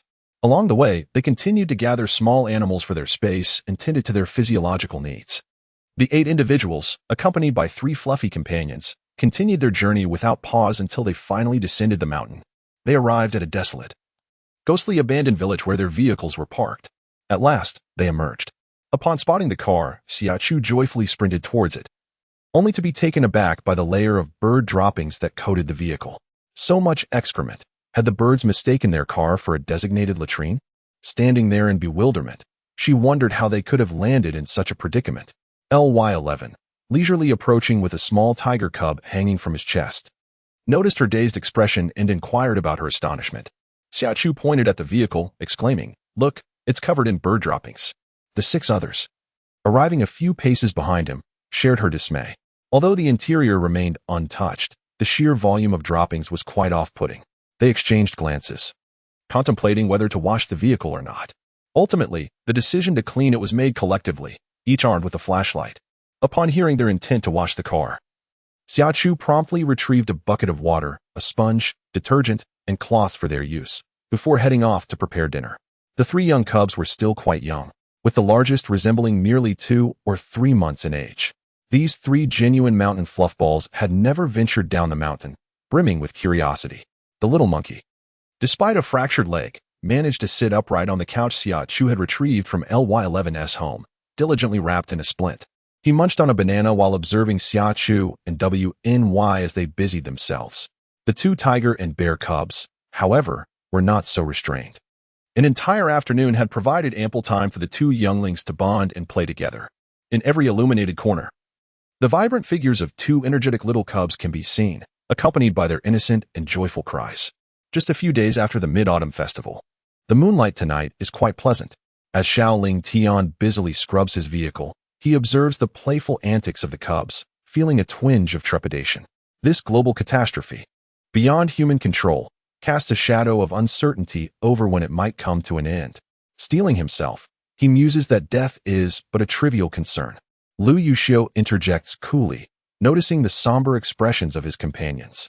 After a moment's thought, he inquires, "Your families must be prepared, right?" The others remain silent, offering him a look that conveys, "What do you think?" Lu Yuxiu comprehends instantly, and a smile escapes him. He realizes he is indeed worrying unnecessarily. As someone privy to first-hand information, how could he not have informed his family about the impending global disaster known as the apocalypse? What is there to fear?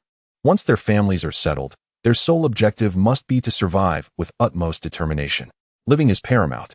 Only by preserving their lives can they protect and care for their families and shoulder their responsibilities.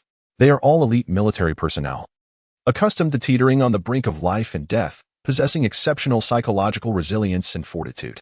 Their emotional control is formidable. They may exhibit sensitivity, cautiousness, or introspection, yet they lack the melancholic sentimentality associated with the changing seasons. Those who dwell too deeply in sorrow cannot endure in a place fraught with relentless pressure. If survival itself is beyond reach, how can one undertake missions, let alone engage in combat with adversaries? They would falter at the very thought of penning their last will. The stream cascades down the mountainside, plunging into a sizable pool nestled within the quaint village, sending forth a flurry of sparkling droplets. The resplendent moonlight spills from the heavens, dappling the faces of those below, swaying gently in tandem with the branches that dance in the breeze. Li Shaoqing crouches low, wringing out a cloth, the crystal-clear water trickling through his fingers, sending a refreshing chill coursing through his heart. Jiang Hai, having discarded the cloth, leans against the vehicle, one leg bent, gazing up at the softly reddening sky, where the occasional bird flits by. On such a night, he pauses, recalling the evening of his very first mission. Gu Sheng, his hands still, halts in washing the cloth, droplets slowly descending, plopping onto the surface of the water and sending ripples radiating outward. After a brief silence, he articulates, "It is all in the past. To dwell on what has transpired is unwise. Instead, we ought to focus on the future." Xia Chu, taken aback, turns to observe the half-lit faces of her companions amidst the night. Lu Yuxiu casts a complex glance at the group, his peripheral vision catching Xia Chu's silent profile. Her trembling lashes, and her tightly pressed lips. After a prolonged moment, he states, "It's time to call Old Li." Like a sudden beam of light piercing through the fog, the group instinctively looks up, their previously tangled emotions dissipating in an instant. Oh dear. Since the equipment warehouse opened yesterday, had it not been for Xia Chu reminding them, none would have thought to update Old Li. This matter must be kept under wraps. Otherwise, Old Li would surely be beside himself with worry. They must inform him promptly. Who shall make the call? 7 pairs of eyes simultaneously turned toward Lu Yuxiu. Lu Yuxiu, very well, I shall proceed. Li Tao seemed to be fixated on the phone, promptly answering the call. His first inquiry was, "Have you found it?"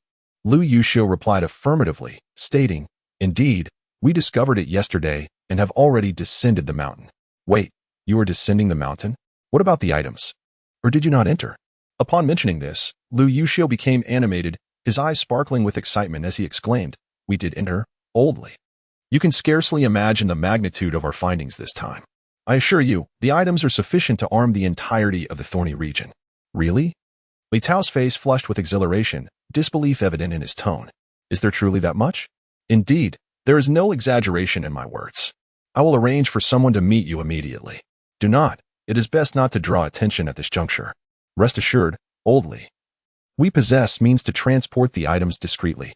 Silence enveloped the line, though Li Tao's breaths grew noticeably heavier. Lu Yuxiu refrained from rushing to fill the silence, allowing him to gradually come to terms with the reality. After a considerable pause, Li Tao's voice reemerged. "All right, I shall await your arrival at home." "Very well. Barring unforeseen circumstances, we should arrive around 2 or 3 in the morning." The plan was sound, yet fate intervened unexpectedly. Due to Guijia's early announcement, countless residents from rural areas returned home with their families. This wave of returnees was more fervent than the spring festival travel rush, arriving with even greater urgency. Fortunately, Guijia had anticipated this situation. Under the vigorous operation of various transportation units governed by the Ministry of Transport, including waterway, land, and air transport, most individuals have either arrived home or are gradually making their way back. The ominous news of the apocalypse looms overhead like a colossal stone, threatening to shatter lives at any moment. In the face of mortality, few creatures can remain composed. The instinct to survive prevails, and no one willingly embraces death. Consequently, those driving home inevitably exhibit heightened impatience. The impatience of one person is manageable, but the collective agitation of many becomes perilous. Furthermore, driving at excessive speeds in dimly lit conditions increases the likelihood of accidents, particularly when impatience prevails. Thus, traffic incidents become unavoidable. Shortly after entering the highway, Xia Chu and their companions found themselves ensnared by a chain collision ahead, resulting in a blockade that lasted nearly 3 hours, despite the prompt arrival of traffic officials, ambulances, and firefighters. The severity of the incident was profound, involving over 30 vehicles and resulting in 5 fatalities, 3 serious injuries, and numerous minor injuries. At 9:36 a.m. on September 28th, they exited the highway and proceeded along Longqing Avenue into the Dongjiang district. The atmosphere of the city revealed a stark contrast to what they had experienced prior, becoming evident as they transitioned from the highway to the urban area. Dongjiang district lies to the north of Longqing, and unlike other regions, its development primarily relies on agriculture, specifically the cultivation of flowers and seedlings. Along the route, one can behold expansive fields of saplings, vibrant blooms, and open-air succulent gardens, along with lush grass. Yet, such breathtaking scenery remains unappreciated, in stark contrast to the lively past. The Dongjiang region, now under military control and curfew, is devoid of the bustling traffic and throngs of people, replaced instead by an atmosphere of emptiness, solemnity, and gravity. Occasionally, a passerby appears, hastily moving along. Everywhere one looks, there are armed soldiers and various categories of security personnel, a presence that could be described as a sentinel every few steps. The sky offers little respite, with aircraft occasionally sweeping overhead, military planes, passenger jets, helicopters, and transport aircraft all included. As the vehicle enters the main urban area, the solemnity and gravity intensify. In such a situation, no one feels inclined to converse. Fatigue weighs heavily upon them after a sleepless night, their eyes bloodshot and their faces betraying weariness. In stark contrast, 3 fluffy companions, well-fed and well-rested, seem remarkably spirited. Gazing eagerly out the window like country bumpkins, their excitement palpable. Xia Chu gently pats their heads, signaling for them to quiet down. Silence, however, proves elusive. These unworldly creatures are determined to make their presence known. Their raucous behavior draws the attention of the traffic security officer, who spots the trio's furry faces pressed against the car window, leading to their vehicle being stopped. The officer, possessing striking features, maintains an air of professionalism, undeterred by the fact that 3 out of 4 cars bear military plates.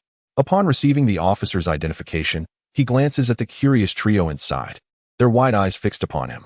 Uncertain of what he had conjured in his mind, the officer's professional smile faded, and his expression abruptly turned grave as he returned the military identification to Lu Yuxiu, then raised his hand in a salute. "Thank you for your hard work, Comrade Major." He inquired, "Are we ready to depart?" "Yes, please." Officer and waved his hand, and the checkpoint ahead immediately granted passage. Lu Yuxiu nodded his gratitude before pressing the accelerator and departing, with Wen Yi and the others hastily following suit. As the vehicle pulled away, Xia Chu embraced the 3 little cubs, playfully ruffling their fur. "Can't you simply sit quietly and be charming young gentlemen and ladies? For the remainder of our journey, I expect you to maintain a low profile. Otherwise, there will be consequences." She raised her palm in a teasing manner. The little cubs, oblivious to the concept of discretion, nonetheless understood the implications of her words and the sight of her hand. They froze in her embrace, gazing up at her with their fluffy faces, as if attempting to discern whether she was jesting or serious. With a stern countenance, Xia Chu fixed her gaze upon them. "I am not joking." "Ah well. All right. We shall be discreet. No spankings." The eldest, a little tiger, earnestly declared on behalf of his siblings, his youthful voice filled with sincerity. With her keen perception, Xia Chu recognized his earnestness, and a satisfied smile graced her face. "Good. You truly have a way with them." Lu Yuxiu, who had observed the entire exchange through the rearview mirror, spoke with a smile. "These 3 little cubs can be utterly endearing, yet they possess the capacity to drive one to frustration. The irony is that one cannot truly scold them. Who could possibly pretend to be oblivious to the language of humans but these furry creatures? It is of their own making. Whom can they blame?" Xia Chu remarked irritably. She could not fathom how these men, seasoned by bloodshed, could confront terrorists head-on yet faltered in the presence of a few fluffy beings. All they offered was indulgence. Pure indulgence. At this rate, if she did not impose some discipline, these creatures would grow larger and cause chaos. Lu Yuxiu refrained from responding, wary of inciting his wife's ire. However, upon spotting a large pet hospital still open, he felt compelled to speak. "Aren't you in need of purchasing some formula? There's a pet hospital right here." Xia Chu turned to see that he was indeed correct. She intended to buy the formula and thought it prudent to have the doctor examine their health and age as well. Lu Yuxiu acknowledged her with a nod and used the intercom to inform Wen Yi and the others trailing behind. Thus, the once sparsely populated pet hospital welcomed a woman accompanied by 7 men and 3 furry companions. Within the establishment, a young man, approximately 27 or 28 years of age, stood. He was both the owner and the veterinarian. Upon witnessing Xia Chu and her entourage enter while cradling 3 adorable creatures, he was rendered speechless. "My goodness. What had he just seen? A baby bear, a baby monkey, and a little white tiger cub. Shouldn't these younglings be under the care of a protection center or a zoo? How could they possibly be brought to a pet hospital by mere individuals?" Yet, the urge to pet them was overwhelming, especially the pure white tiger cub. It was truly a rarity. Observing its sturdy little legs, he could tell that its paws were irresistibly squishy. The intensity of his gaze upon the tiger cub's paws made the little creature shrink back into Xia Chu's embrace, raising its tiny head to let out a soft AO in her direction. Initially, this bipedal creature harbored feelings for Lord Tiger, and it was imperative to safeguard him. Regrettably, Xia Chu failed to grasp the nuances of the situation. She unceremoniously presented the small tiger to the young man, saying, "Doctor, could you please examine its health and ascertain its age?" The little tiger was taken aback, bewildered by the turn of events. How could Xia Chu possibly hand it over to this ill-intentioned biped? This must be a ruse, surely? Did Xia Chu no longer harbor affection for it? It was a reality it refused to accept. With a mournful wail, the little tiger cried out, desperately twisting its small head to catch a glimpse of Xia Chu, hoping she would reconsider her decision. The little bear cub and the young monkey, loyal companions to the little tiger, were alarmed by its anguished cries, joining in its lament. Thus, the room was filled with the sorrowful sounds of 3 distressed creatures. Fortunately, due to their tender age and small stature, and being held tightly, they refrained from causing chaos throughout the room.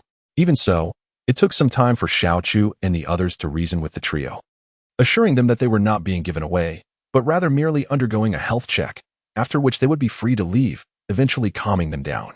"My apologies for the commotion," Xia Chu said with a smile, as she handed the little tiger over once more. "Oh yes, I can now openly pet the tiger." All right. The young man received the little tiger as if it were a treasure, believing himself to be discreet as he gently touched its tiny paws.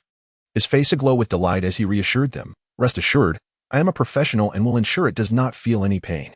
What could Xia Chu and the others possibly say in response? One could utter not a single word, even if one felt that the doctor appeared somewhat untrustworthy. Instead, a polite smile accompanied the request for his assistance as they watched the young man escort the cub into the examination room.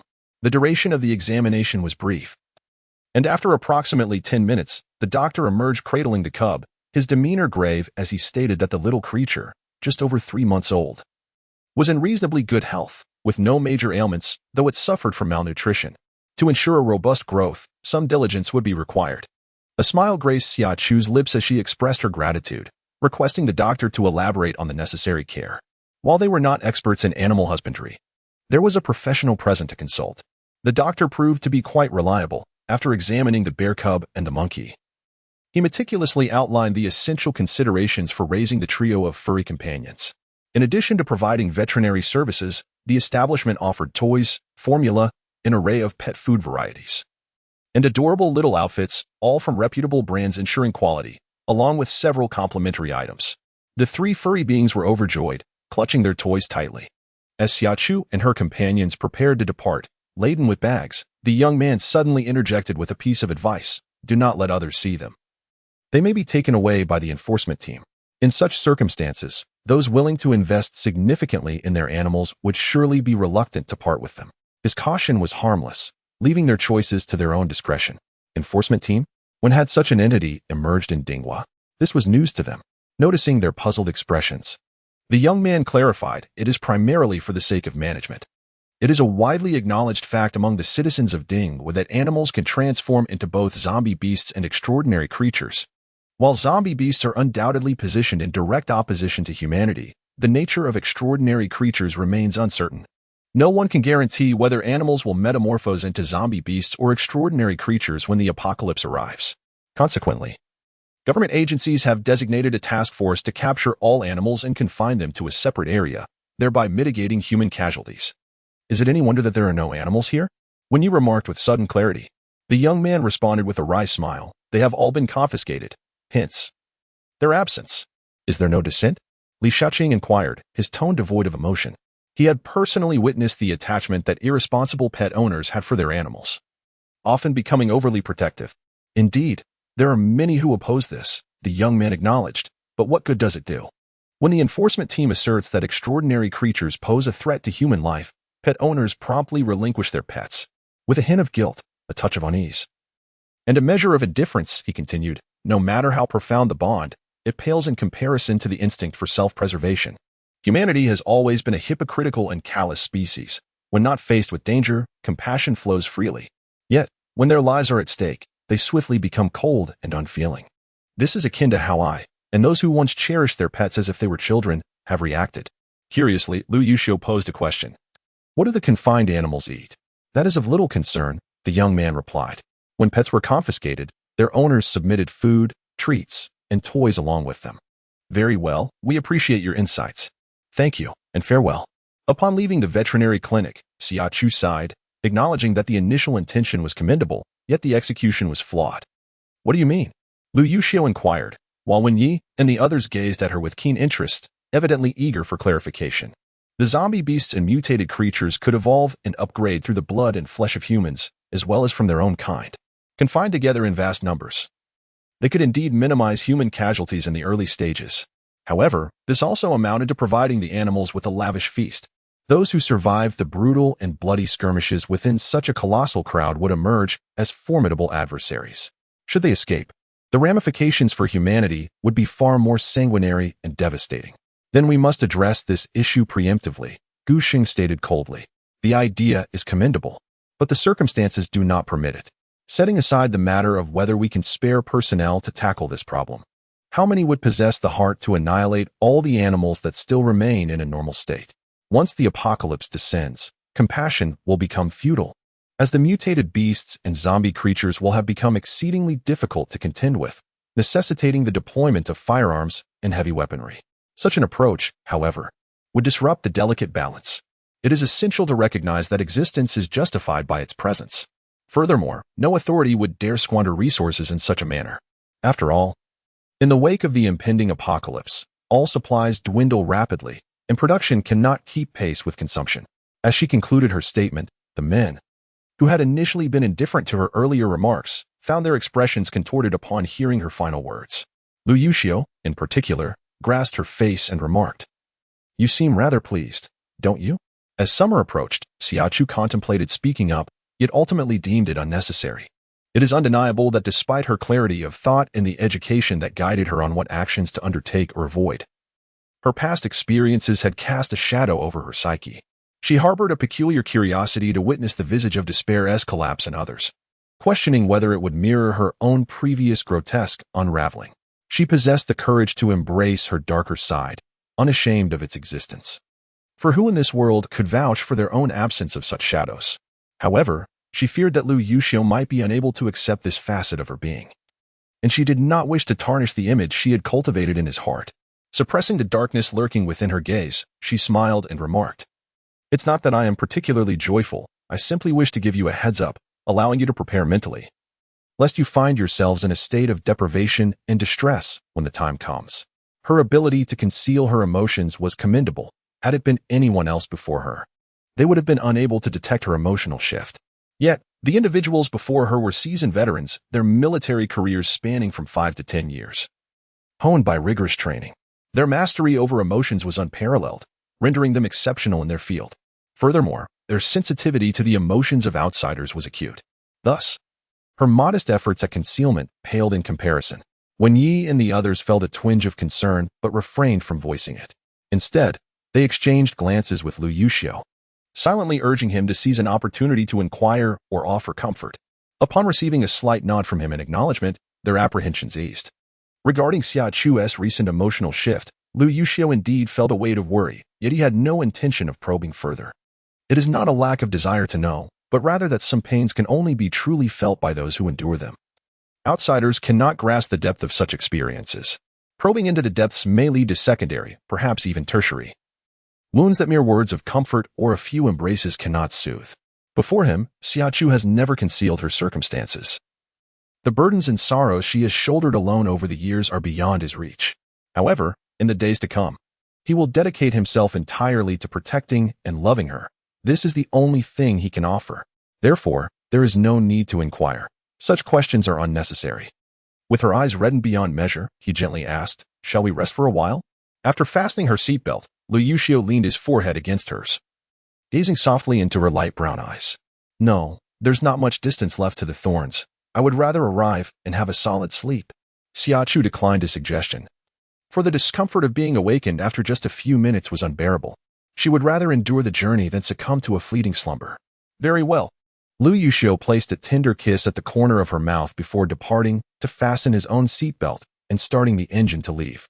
The military base where the 8th Army was stationed was situated far from the bustling main urban areas, nestled in the less affluent outskirts of the JA district, where residential buildings were sparse. Although not completely desolate, this area always exuded a sense of tranquility and emptiness, regardless of the hour. At 11:10, four vehicles entered the 8th Army base, speeding towards the sector where the Thorn Brigade was located. At the entrance of the brigade, Li Tao and Qin Mozui, having received advance notice, awaited the arrivals. As the individuals emerged from the vehicles one after another, faint smiles broke through the gloom that had shrouded their faces for days. They had fulfilled their duties and honored their commitments. 7 individuals raised their hands in a salute, and upon observing this, Xia Chu followed suit. The resolution of the matter seemed to hinge upon this young lady, who had prophesied global calamities. It was not surprising that she possessed some obscure abilities. The process was of little consequence. What truly mattered was the outcome. They only needed to ascertain that the result was favorable. Noticing the weariness etched on the faces of the 8, their clothes in tatters and stained with remnants of blood, Li Tao expressed his concern, questioning, "Aren't you here to help? How did you end up covered in blood?" The injuries were severe. The vehicle was completely mangled. We had to dismantle it to extract the people inside, Lu Yuxiu explained. Then, feeling his stomach, added, I'm quite hungry. May we dine first? Qin Mosui waved his hand grandly, proclaiming, Come, let us take you to a better meal. Old Qin, you were quite generous today, when Yi immediately chimed in. What a man! Qin Mosui, caught between laughter and exasperation, shot him a glare. Oh, so if I don't treat you, I'm no longer a man? No one replied, yet their faces unmistakably conveyed the sentiment of indeed, if you don't treat us, you are no man, leaving Qin Mosui speechless as Li Tao and the others burst into laughter. As the group turned to head towards the dining hall, Xia Chu hurriedly interjected. The little ones are still in the car. Ah, indeed, the three little ones had been traveling with Xia Chu and Lu Yuxiu. Had it not been for Xia Chu's reminder, they might have forgotten all about the children, taking responsibility for their own, when Yi, Shaoling Tian, and Lu Yuxiu hurriedly dashed to the car to retrieve the little ones. Li Tao and his companions, half curious and half perplexed, wondered what kind of little creatures they had encountered. As the conversation unfolded, they were taken aback upon seeing the furry beings being carried from the vehicle. Qin Mosui, with a quiver in his cheeks, inquired, Is this what you refer to as little ones? Indeed, they were small tigers, bears, and monkeys, undeniably young creatures. However, they were not just any animals. They were the cherished, fluffy beings protected by the nation. Where had these mischievous youngsters procured them? Surely, they hadn't stolen them from a zoo, had they? Having seen much in their lives, they were momentarily stunned, but as they regained their composure, they noticed the three furry beings nestled comfortably in their companions' arms, exhibiting an endearing demeanor. The pure white little tiger even raised its sturdy paw to greet them, prompting curiosity to draw them closer. In all their years, they had never been so close to a tiger. Li Tao, intrigued, gently touched the little tiger's paw, marveling at the soft, plush pads that felt wonderfully tactile.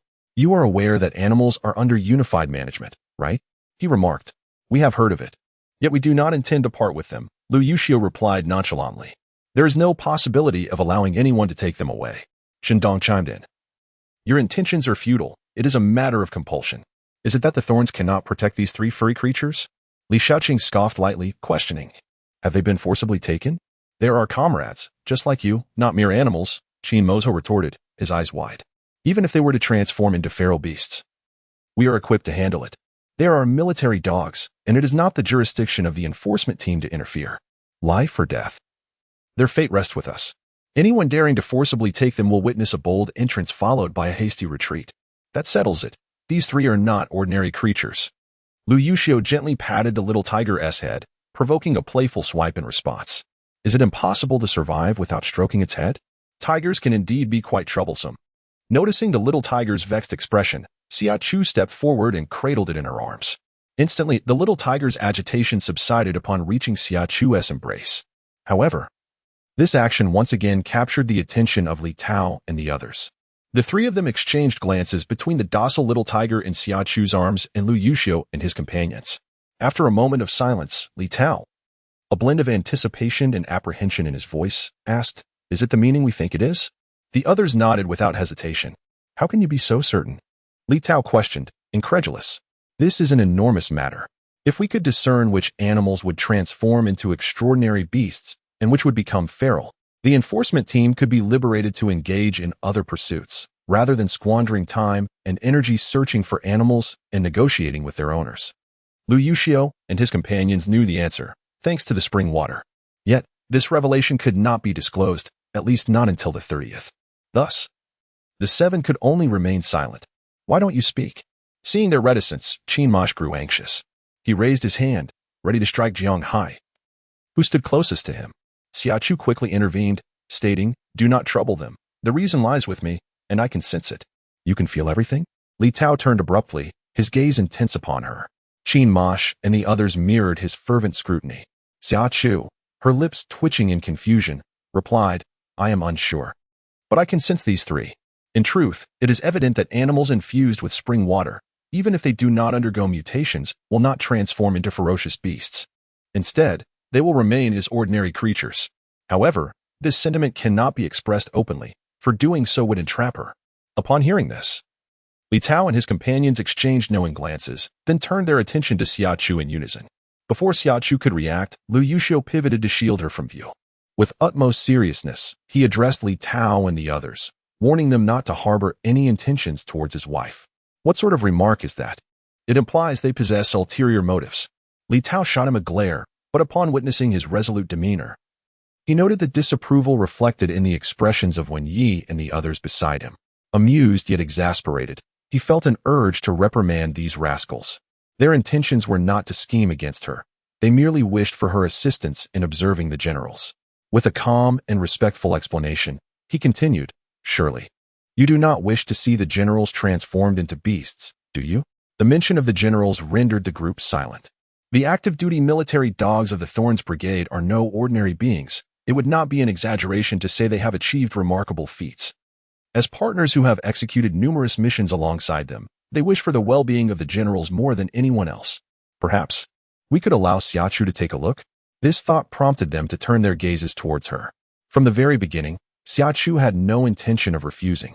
Her reluctance stemmed primarily from her fondness for them. Chapter 110. The general's a military dog, subjected to rigorous training and having undertaken numerous perilous missions. Contributes both to the nation and its people. In private, their compliance surpasses that of the exotic beasts outside, and most importantly, they understand the essence of cooperation. If this batch of military dogs can be preserved, it would undoubtedly benefit both the Thorns and their overall strength. She nodded in agreement, readily assenting. Very well. A pleased smile spread across Li Tao's face, just as he was about to suggest they go and take a look. He remembered that they had yet to dine, and his expression was marked by fatigue. Let us first have a meal. After we eat, we shall rest. And we can discuss everything thereafter. After a satisfying meal and a good night's rest, Xia Chu took the three little pups to the military dog training base. As for Lu Yuxiu and the others, after a few hours of respite to alleviate their weariness since yesterday, they busied themselves with their comrades in preparation for the final countdown. On September 30th, the last day of the Apocalypse countdown, nearly everyone in the Thorns was mobilized, except for those who remained behind. The surroundings were eerily quiet, with the only lively place being the military dog training base. Originally, these military dogs were supposed to accompany their partners outside.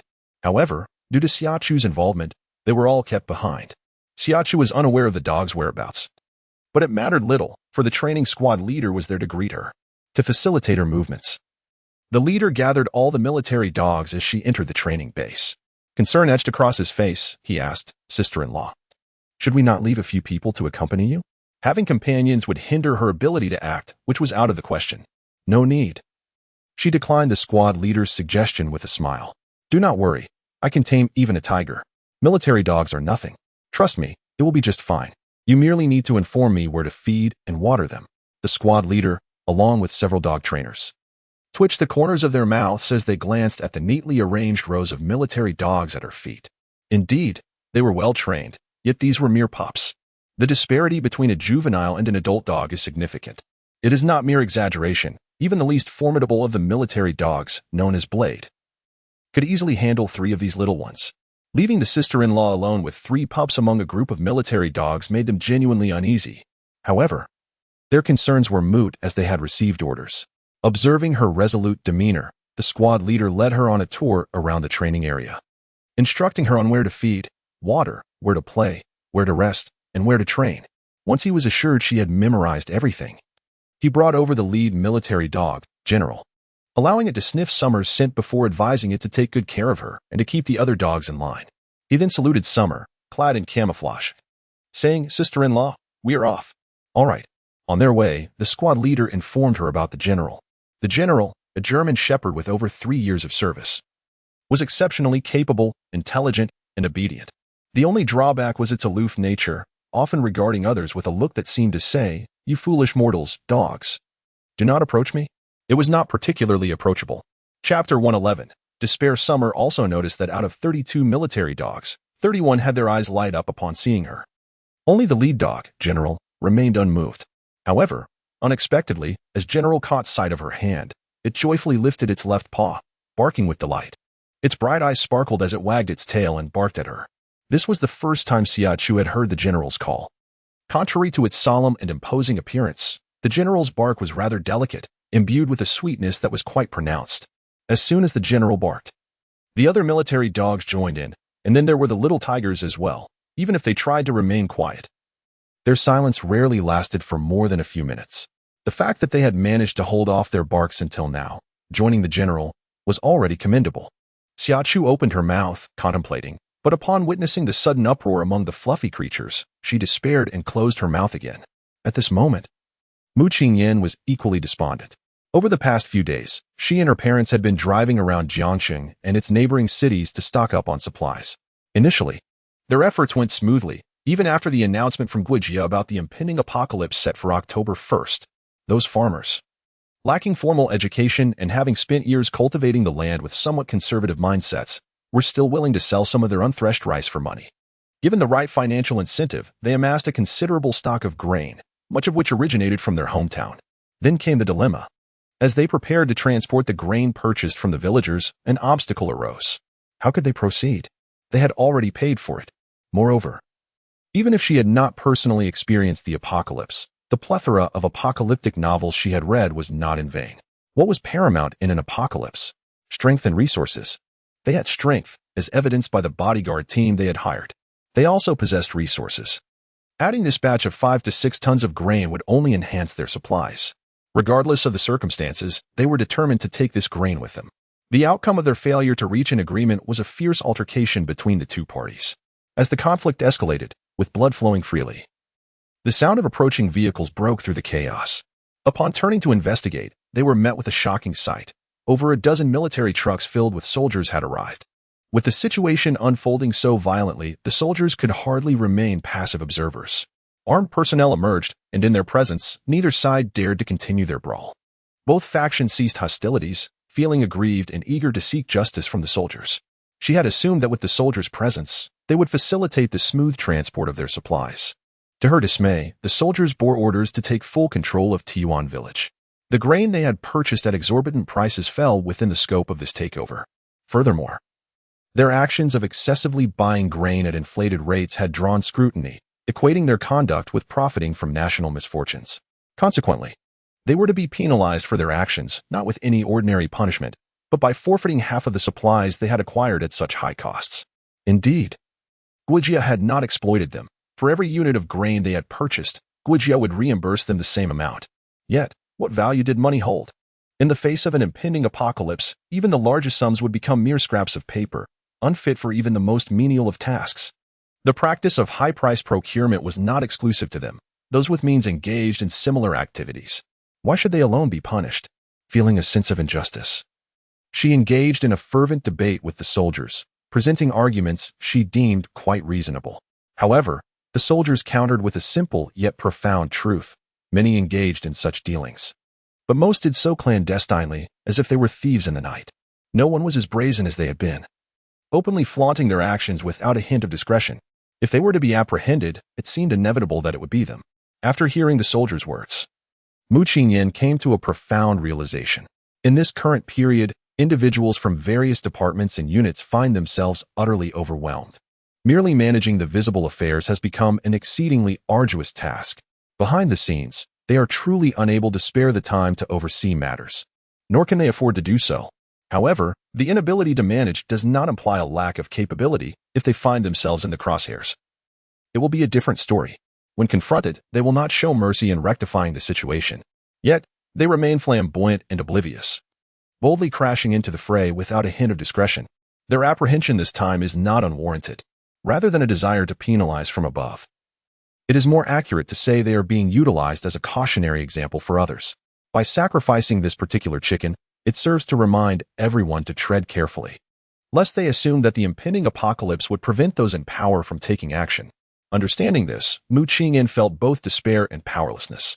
On the way to collect fines with her comrades, she glanced at her father, who sat dejectedly behind the wheel, and for reasons unknown. The fire of anger within her flared up, causing her eyes to redden and her thoughts to muddle. She unleashed a torrent of reproach upon him. I had already warned you to proceed discreetly, to act with subtlety, and to avoid flaunting a wealthy demeanor. Yet, you stubbornly disregarded my advice, charging in with all the flamboyance you could muster, claiming that those above would be too preoccupied to notice us. What is the reality? The reality is they have been watching us all along. Now, we find ourselves in a dire situation, half of our supplies gone. And all the effort we have put in, rising early and sleeping only 3 to 4 hours a day, has been rendered futile. Are you not pleased? Are you not proud? At your age, what value do you possess beyond that protruding belly? I truly cannot fathom how you, with such intellect, manage to amass wealth. It surely cannot be through lawful means. Would you kindly silence yourself? Mu Qingyan was in a foul mood, and her parents felt no better. Anyone who has to relinquish half of their hard-earned resources with no right to refuse would naturally feel a pang of sorrow. Yet, lamentation serves no purpose. This predicament arose from their own mismanagement, and it is only reasonable that scrutiny has fallen upon them. Thus, despite the frustration and indignation bubbling within, they could only suppress their feelings.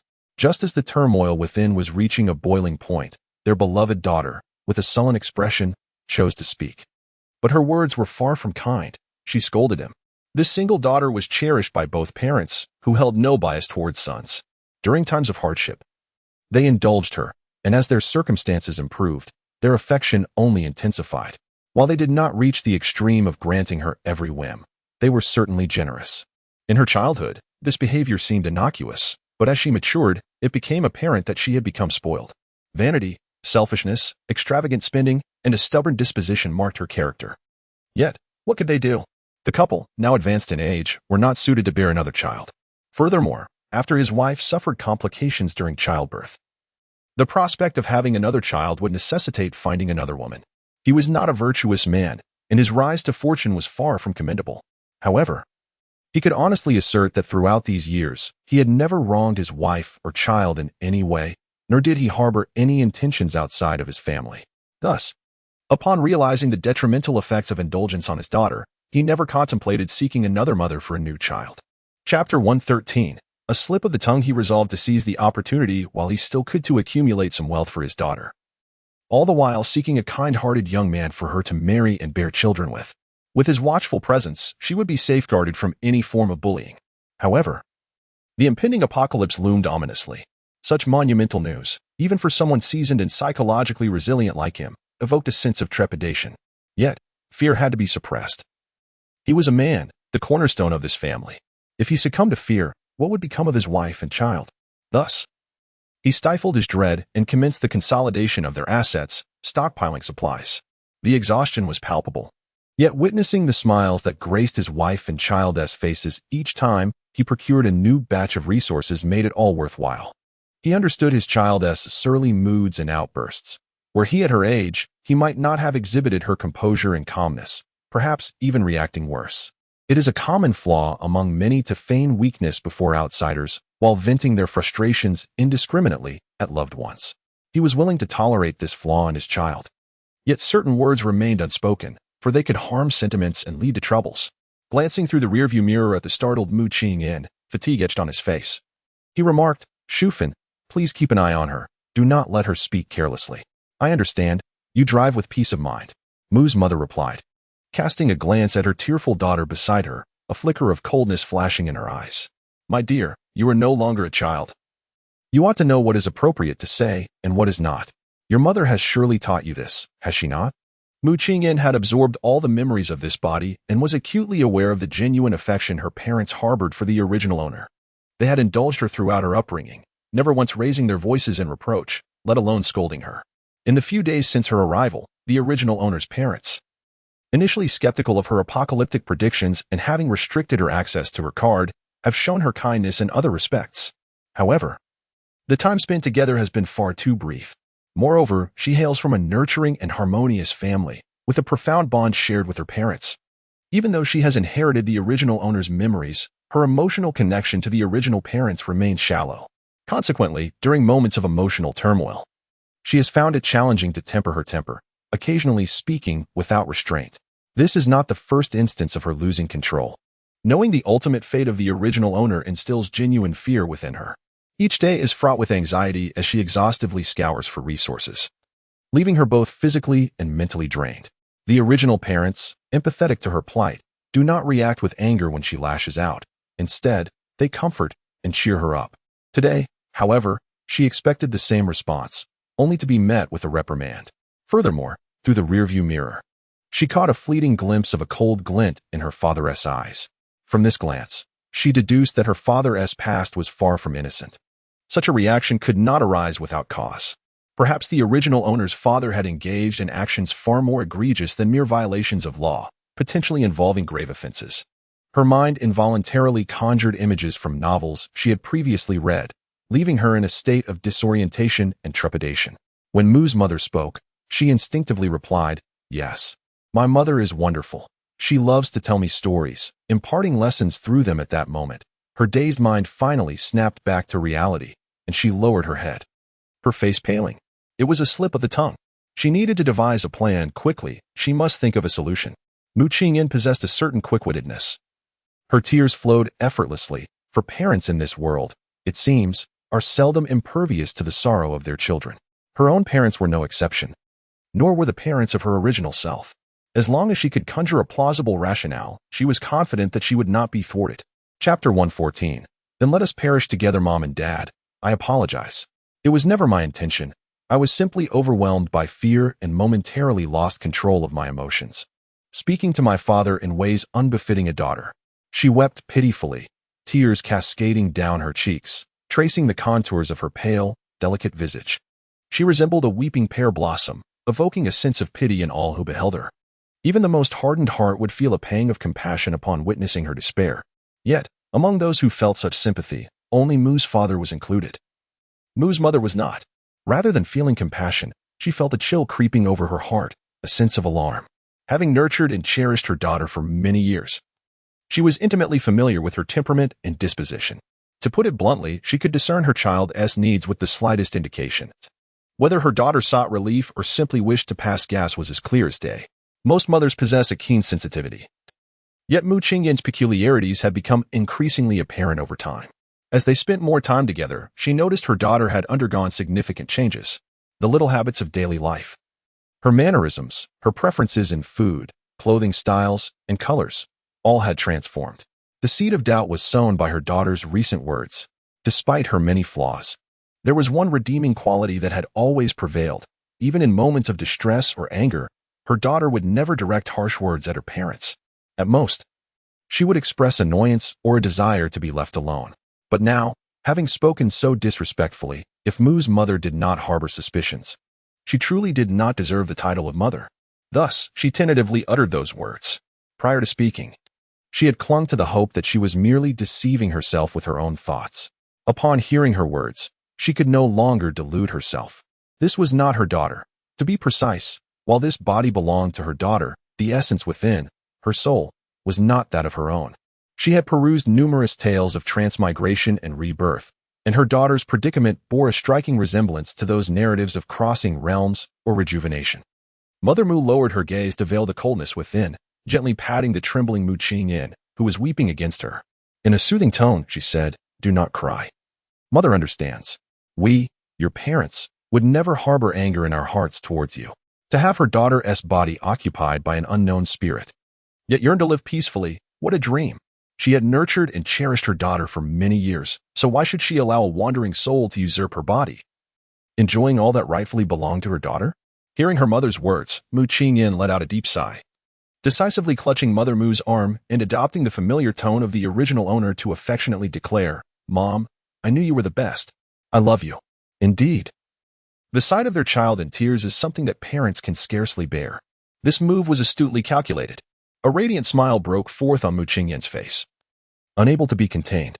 Witnessing this, Mother Mu's lips curled into a tender arc, affectionately tucking away the stray locks of hair behind her ear. "Mother loves you too." The word "you" was laden with profound meaning.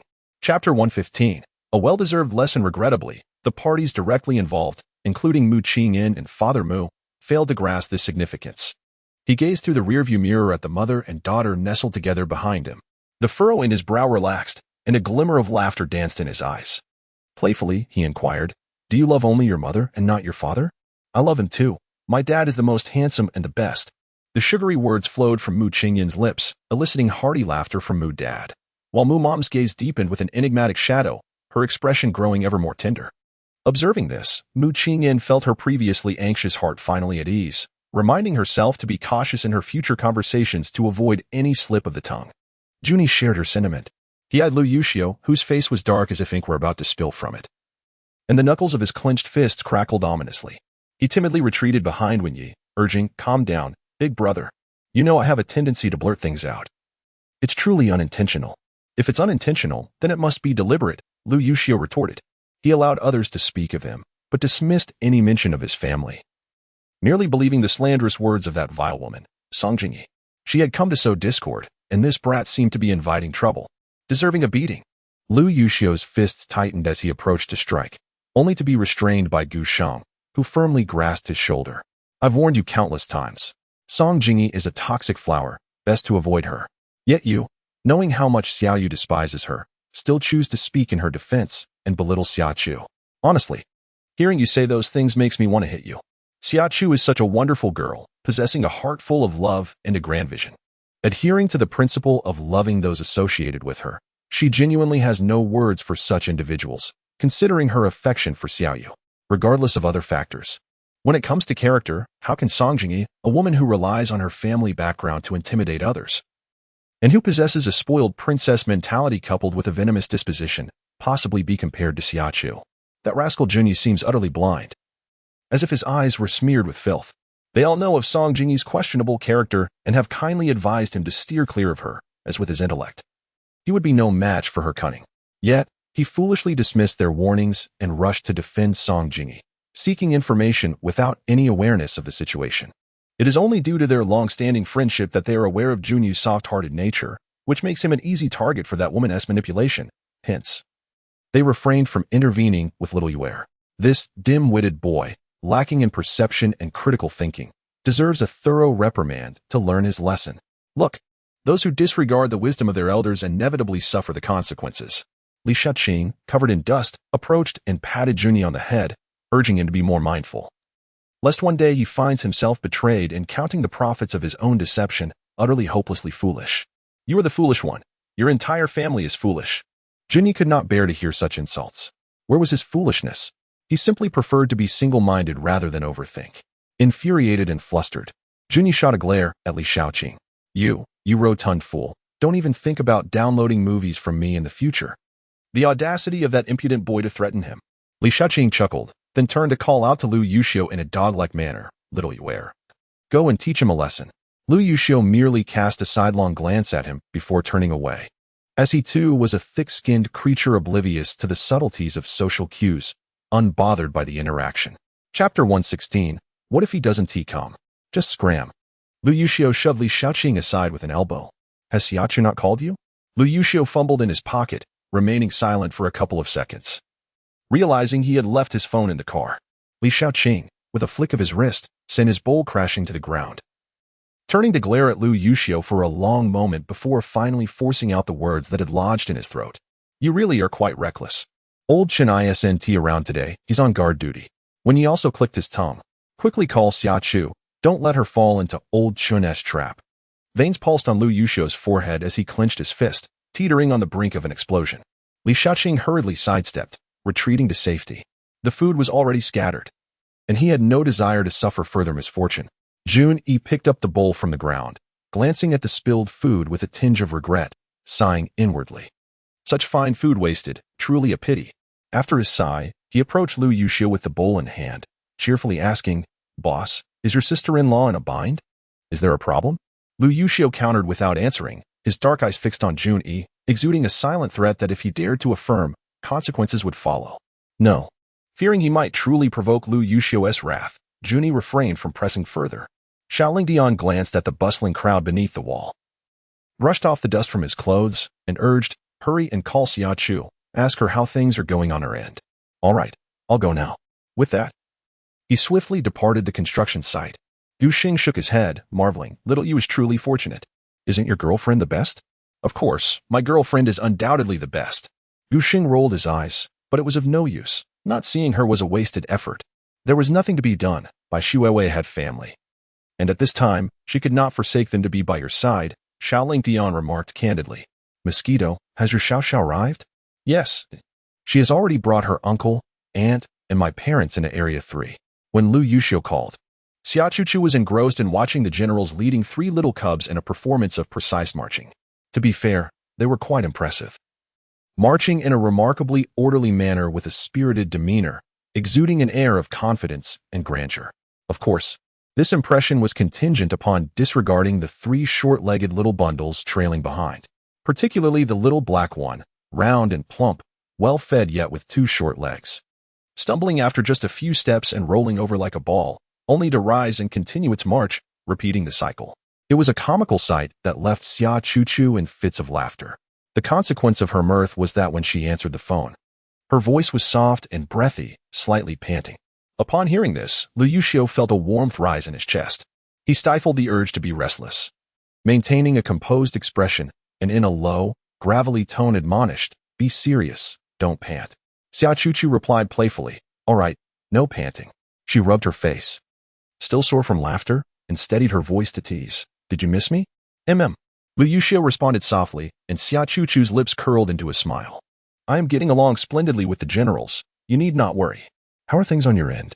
Fortunately, regardless of whether tasks are completed, the clock strikes midnight, and work must conclude punctually.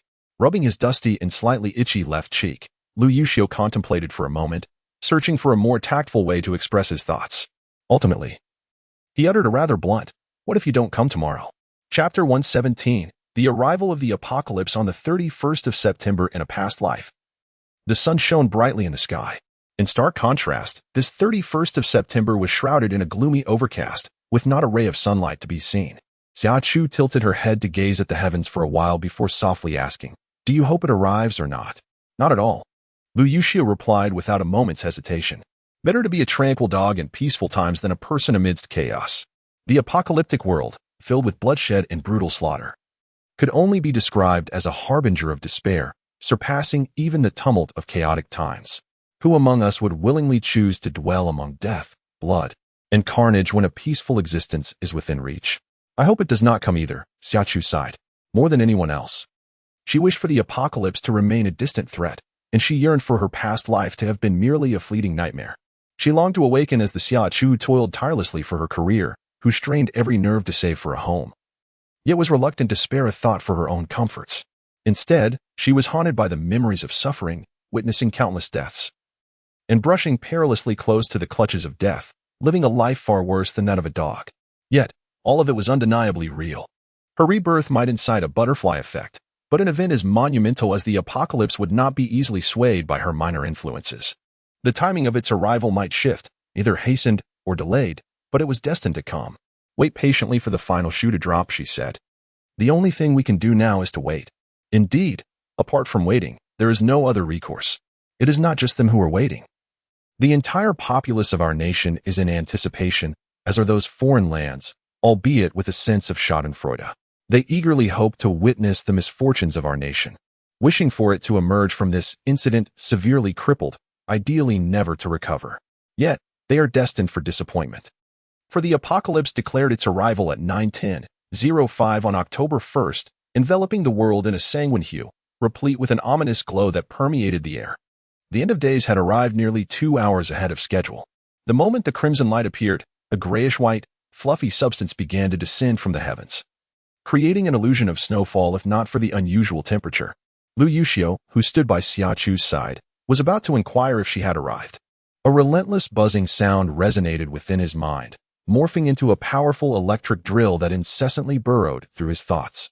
In an instant, he was beset by an excruciating headache, as if his skull might burst, and darkness began to encroach upon his vision. "Xia Chu, protect yourself," he managed to utter before losing consciousness entirely. Quick-witted, Xia Chu caught him just in time, enduring the searing pain in her head as she gritted her teeth and lifted him, placing him gently on the bed. "I will," she declared. With that, she lifted his eyelids to inspect his pupils, relieved to find their color normal, sparing her the fear of him turning into a zombie. As her heart finally settled, Xia Chu leaned down and pressed a kiss upon his lips. Turning swiftly, the little tiger, unable to emit a cry, collapsed to the ground, unconscious. It was lifted and placed beside Lu Yuxiu. As she walked toward the door, she retrieved a thick mask from her space and donned it. A throbbing pain plagued her head, so intense that she longed for death. Yet, having endured such agony in her previous life, she could tolerate it. She had not reached the point of fainting. Pain, as a sensation, becomes familiar over time. One could say her pain receptors had grown numb. In Chapter 118, titled Plant Mutation, her current appearance was indeed disheveled. Her clothing and hair were drenched in cold sweat, her face resembling one washed with water. Large droplets cascading down her cheeks, only to be absorbed by the thick cotton mask. Thanks to the advance warning disseminated by Guijia, everyone in the Ding Kingdom was securely barricaded within their homes, aware that the apocalypse was upon them. The world outside was eerily silent, save for the faint rustling of the fluffy substances that fell from the sky. This fluff, composed of extraterrestrial material, harbored viruses from beyond the stars.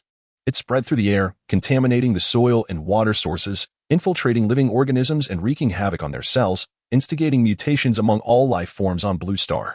In her previous life, a polymath well-versed in biology, medicine, mechanics, electronics, and mathematics once asserted that the phenomena of devolution, supernatural abilities, and zombification among humans and flora and fauna were significantly attributable to these extraterrestrial viruses. Whether this was indeed true, Xia Chu could not ascertain. Nor did she have the means to investigate further. Following the apocalypse, transportation and communication had both collapsed, thrusting human civilization back to a state reminiscent of pre-establishment times, where communication relied solely on shouts. The traffic was not yet at the point of relying solely on foot, but each venture outside felt akin to tethering one's head to the waistband of one's trousers. Simply stepping out of the base could potentially cost one's life, let alone traversing city or provincial boundaries. In such circumstances, the sources of information were shrouded in uncertainty, and few could ascertain whether the prominent figure disseminating the news was even alive. Nevertheless, Xia Chu harbored a subjective inclination to trust the words of this influential individual. Thus, she resolved to exert her utmost efforts to revive those who had succumbed to mysterious audio assaults. As for whether the spring water could transform them from zombies into superhumans, mutants, or ancestral beings, she remained uncertain. All she could do was strive diligently and leave the rest to fate. Upon forcefully kicking open the door to Wanye's dormitory, Xia Chu was not taken aback by the sight of several individuals sprawled haphazardly across the floor. Instead, she approached each one to inspect their eyes. For those with altered pupils, she retrieved ropes from her spatial pocket to bind their hands and feet, while gently tilting their jaws to administer a cup of spring water, subsequently tearing their clothing to stifle their mouths. This precaution was intended to prevent them from biting others should they succumb to zombification. However, should they encounter an aberrant creature, namely an evolved zombie, blocking their mouths would prove futile. As for those without discoloration in their eyes, she simply adjusted them into a more comfortable position before departing. The thorned individuals were numerous, and the entirety of the 8 armies was even greater, with an estimated total of around 30 to 40,000 personnel. Due to the vast area, various military branches were dispersed across different zones.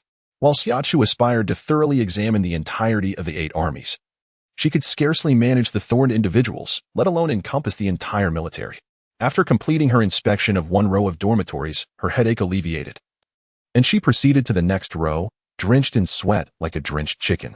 Having taken but a few steps, she suddenly halted. After a brief pause, she gently closed her eyes, focusing her mind and straining to hear the faint sounds emanating from all directions. Thirst. So thirsty. It is hot. Unbearably hot. I am but a seed. Hee-ho, hee-ho, a seed. Oh dear, I have emerged from my shell, sprouted, and unfurled 2 tender leaves. Those tender leaves, a vibrant green, how beautiful they are. Countless youthful voices filled her ears, laughing and singing joyous melodies. As summer dawn slowly opened her eyes, her gaze swept around her surroundings.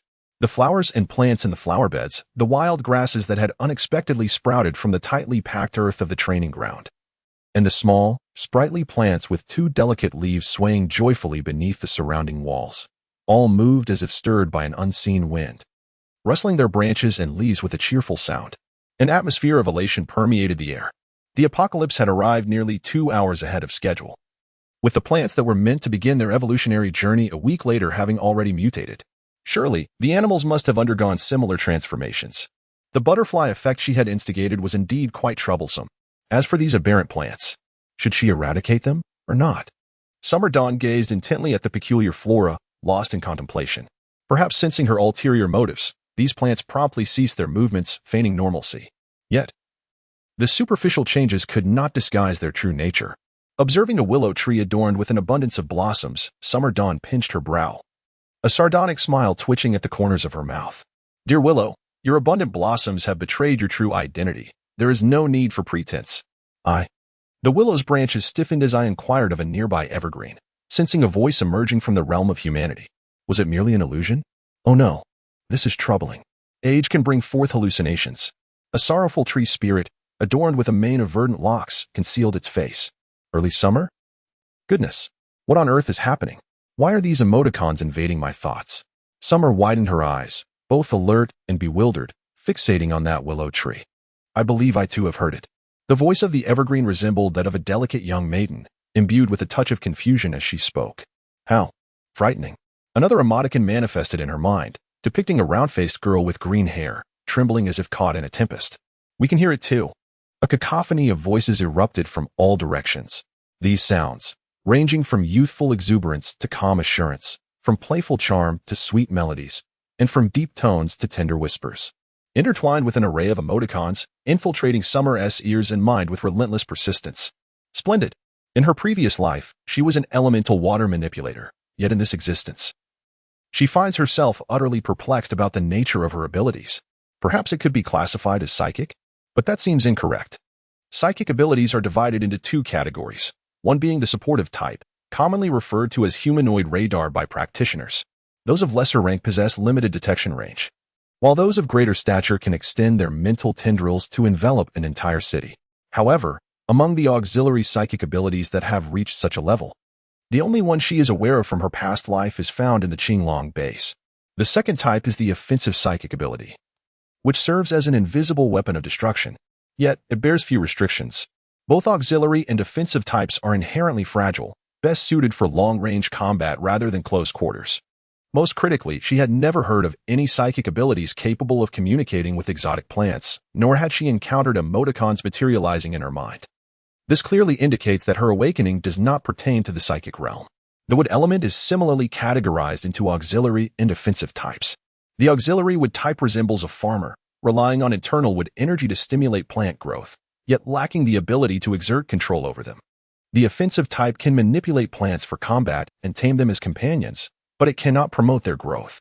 To ensure the flourishing of her plant companions, she must either utilize the abilities of the auxiliary wood type or tirelessly feed them with crystals. Likewise, no wood type has been known to comprehend the voices of plants or possess emoticons. Thus, the question arises, what precisely is her current condition? Is it an ability or something else? Yet, it is utterly ridiculous. Who has abilities accompanied by emoticons? This seems almost too cruel. Listening to the incessant chatter all around her and the myriad of emoticons flooding her mind, Xia Chu despondently lowered her head to cover her face.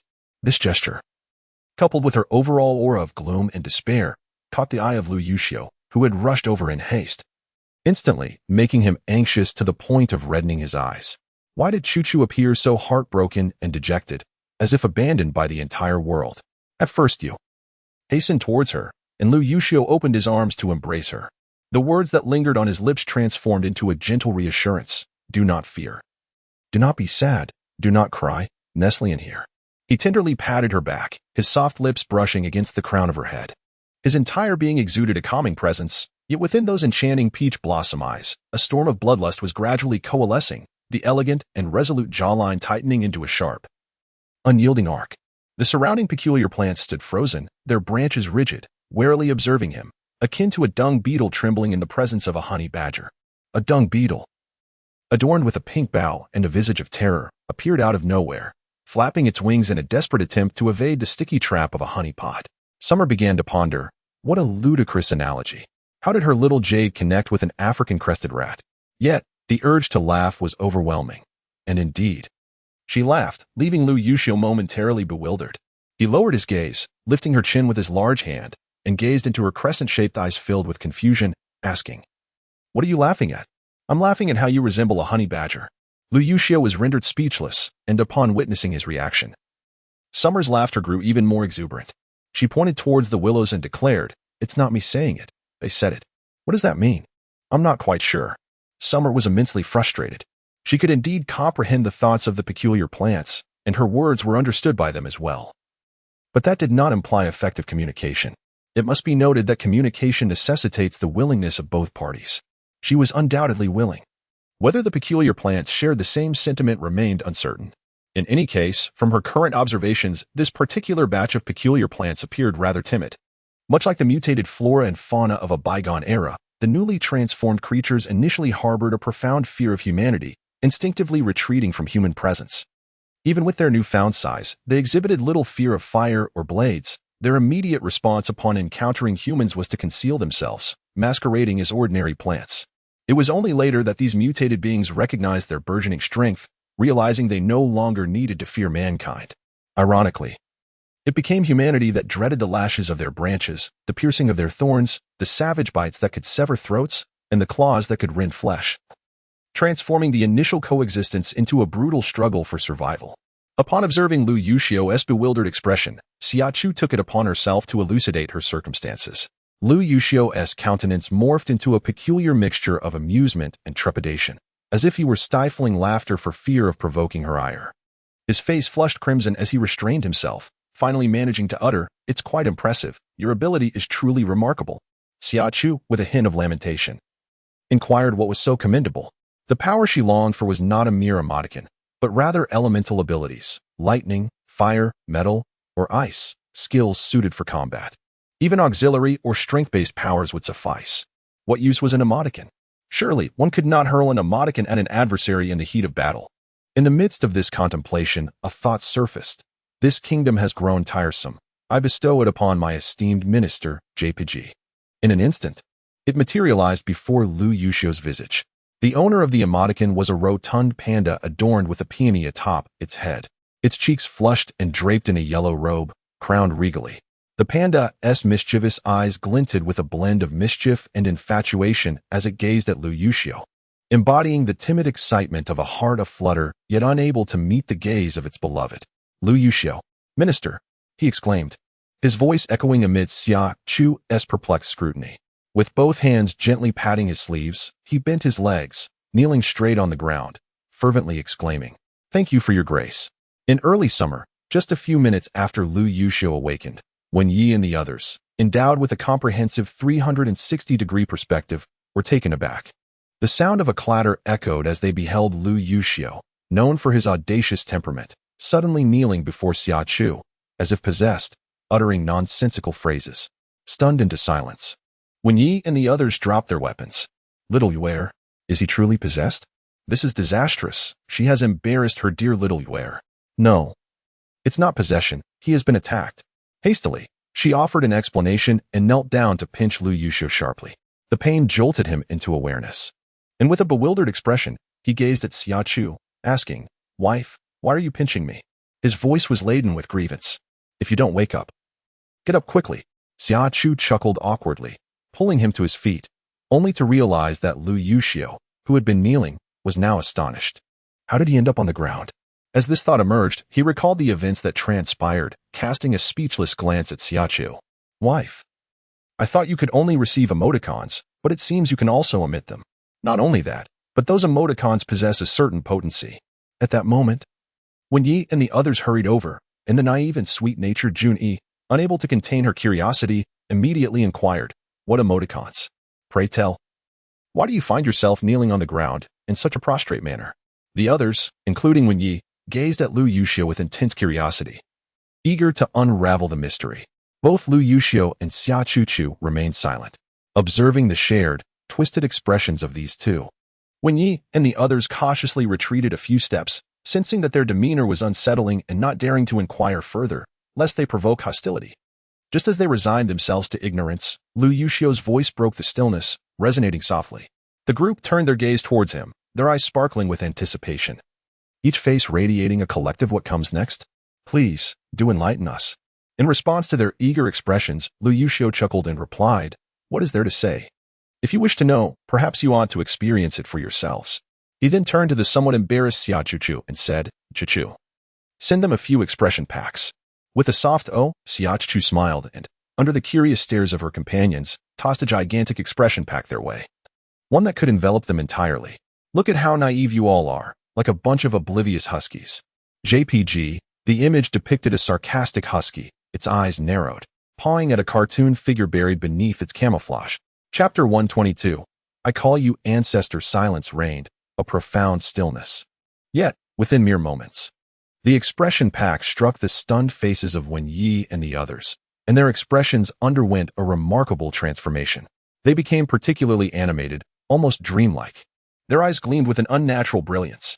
Come forth, revel in the moment, for there is an abundance of time. The ethereal and haunting melody, reminiscent of a ghostly presence, wafted through the air like a gentle caress of a kitten's paw upon the heart, sending electric sensations coursing through the veins, igniting the blood into a fervent boil. The enchanting notes stirred the emotions and ambience as Guxing's deliberately subdued tones elongated, softly penetrating the ears of those present. Xia Chu and Lu Yuxiu stood rigid, spellbound, gazing at Wen Yi and the others, who began to sway gracefully to Guxing's mesmerizing serenade. The onlookers stood frozen in disbelief. Come forth, love, for there is an abundance of folly. Guxing's deliberately lowered, beguiling voice continued, utterly captivating. Goodness! Today I have come to realize that these individuals possess an uncanny talent for mischief. Suddenly, Lu Yuxiu, who had been in a state of shock, sprang up like a cat whose tail had been stepped on, rushing forth to deliver a punch to each of them. Wake up, for heaven's sake, wake up. If you do not, you shall embarrass yourselves beyond measure. He was not concerned about Wen Yi and the others experiencing humiliation. In fact, he secretly wished for it. Yet for Chu Chu's sake, he truly did not want her to witness any unsightly scenes. The alluring song and captivating dance abruptly ceased in response to Lu Yuxiu's fists and shouts. Turning to glance at Wen Yi and the others, he noticed their expressions growing increasingly grim, and his mood instantly calmed. Excellent. He was not the only one caught in this embarrassing predicament. He had achieved a sense of balance. Ah! The fervor of early summer enveloped Xia Chu as she clasped her face, emitting a sound reminiscent of a startled groundhog, her blood ablaze with an insatiable energy. She had lost her composure.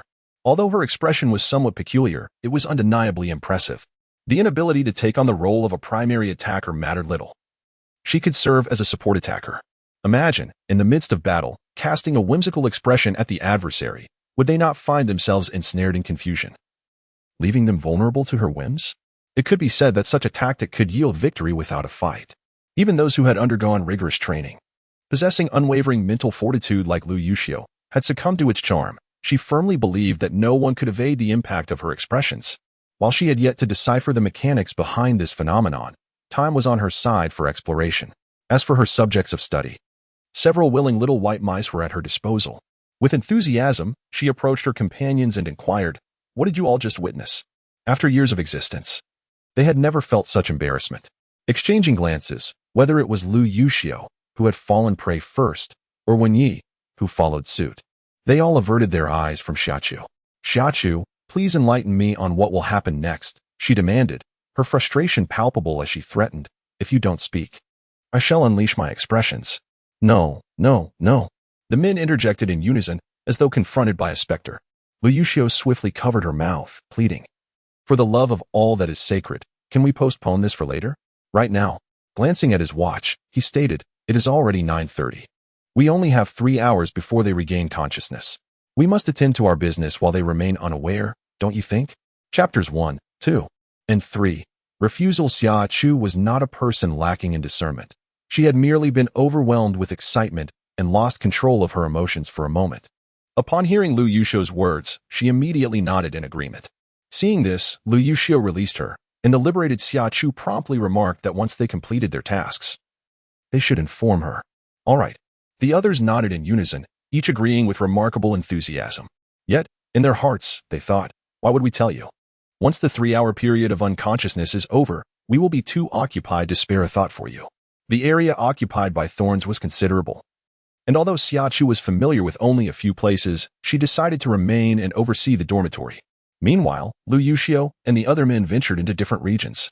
Before departing, each of them took 3 rolls of dinima ropes and a large covered water bucket filled with spring water from Xia Chu. There was nothing that could not be resolved.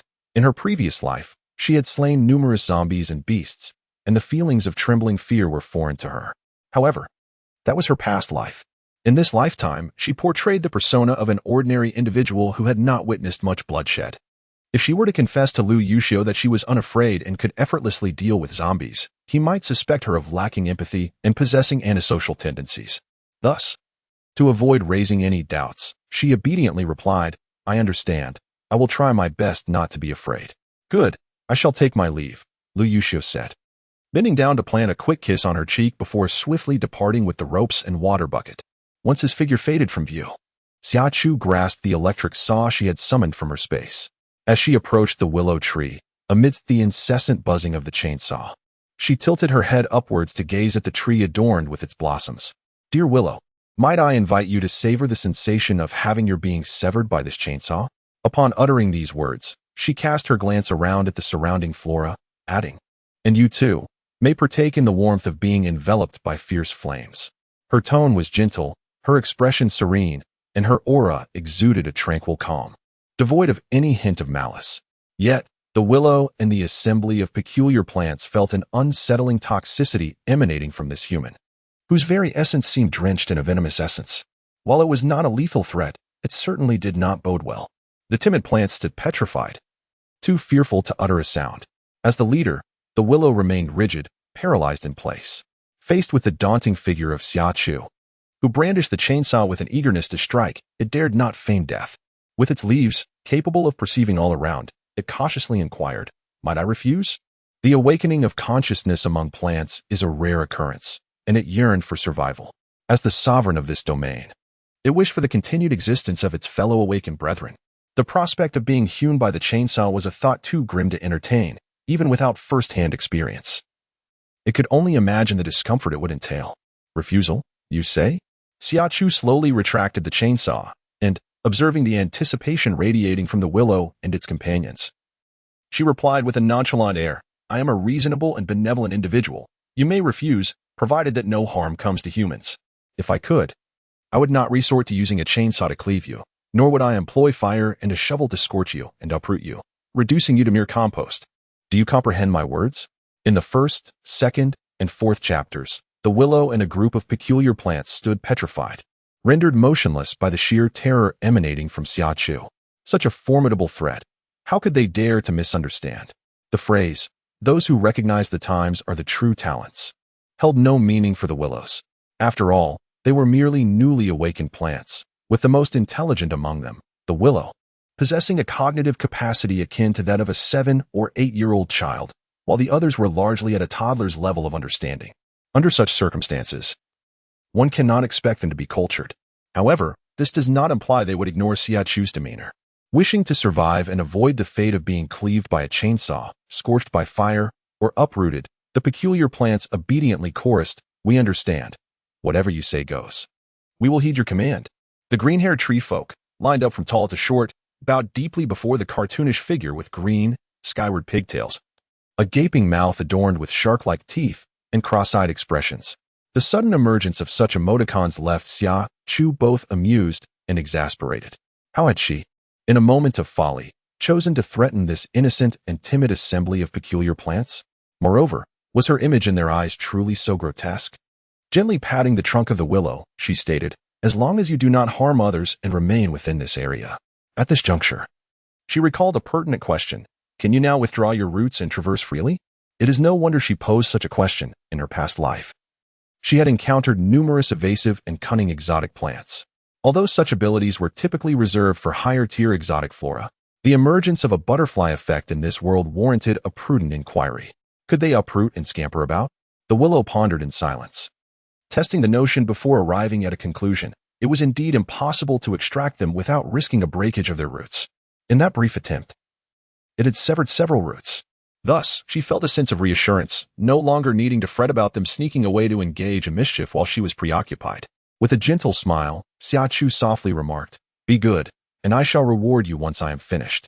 Perhaps realizing she was not as fearsome as they had initially imagined, the exotic plants felt a significant alleviation of their trepidation towards her. In the corner, a tender seedling with merely 2 delicate leaves boldly proclaimed, "Water, that water smells delightful.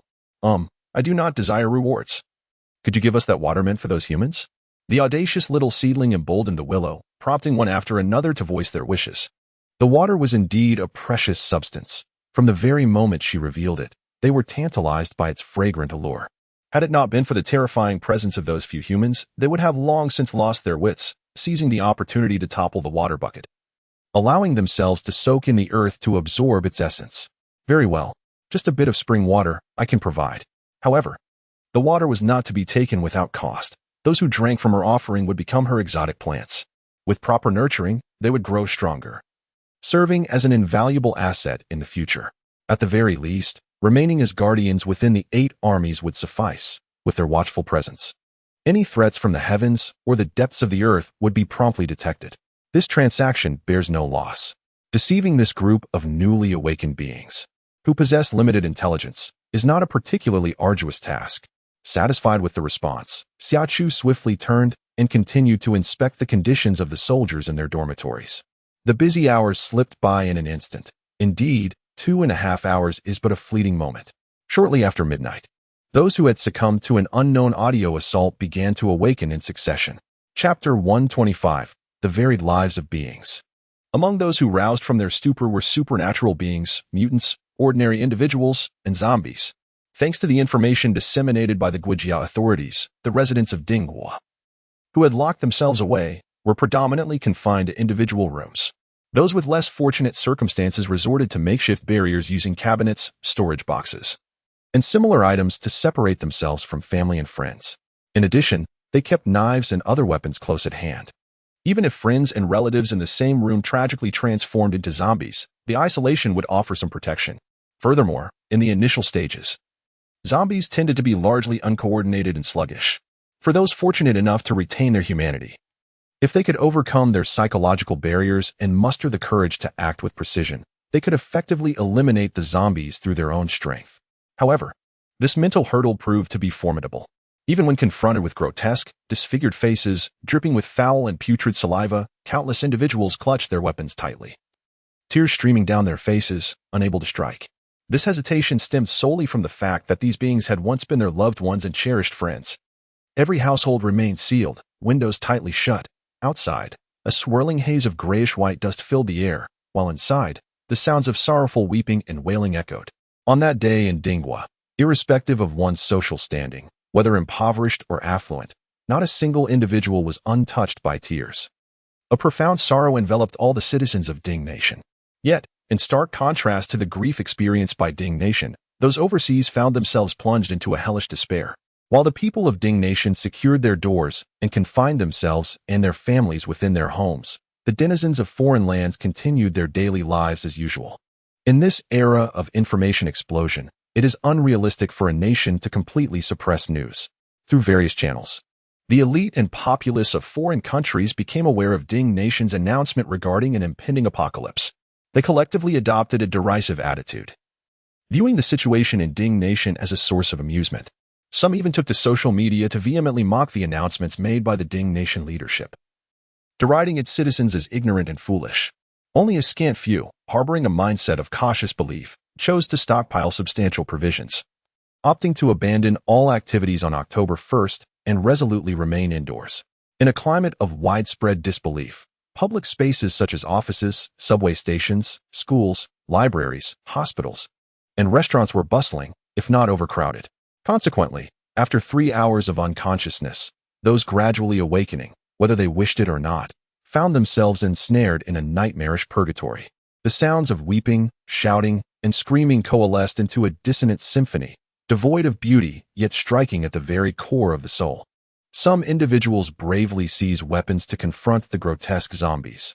Others, when faced with imminent peril, instinctively pushed those around them forward as stepping stones for their own escape. Some, upon witnessing children in danger, selflessly rushed to their rescue, while others cower in corners, attempting to call for help only to be horrified by the absence of signal on their phones, ultimately succumbing to the bloody carnage. The advent of the apocalypse inevitably magnifies the spectrum of human emotions and qualities, good and evil, courage and cowardice, perfectly illustrating the myriad forms of existence. At precisely 12:20, the dense particles from outer space amalgamated with water molecules in the atmosphere. Due to the increase in density, they plummeted to the ground, absorbed into the soil, and the air became distinctly clear once again. However, this did not signify the end of disaster, for the sky suddenly darkened. Chapter 126. Casualties.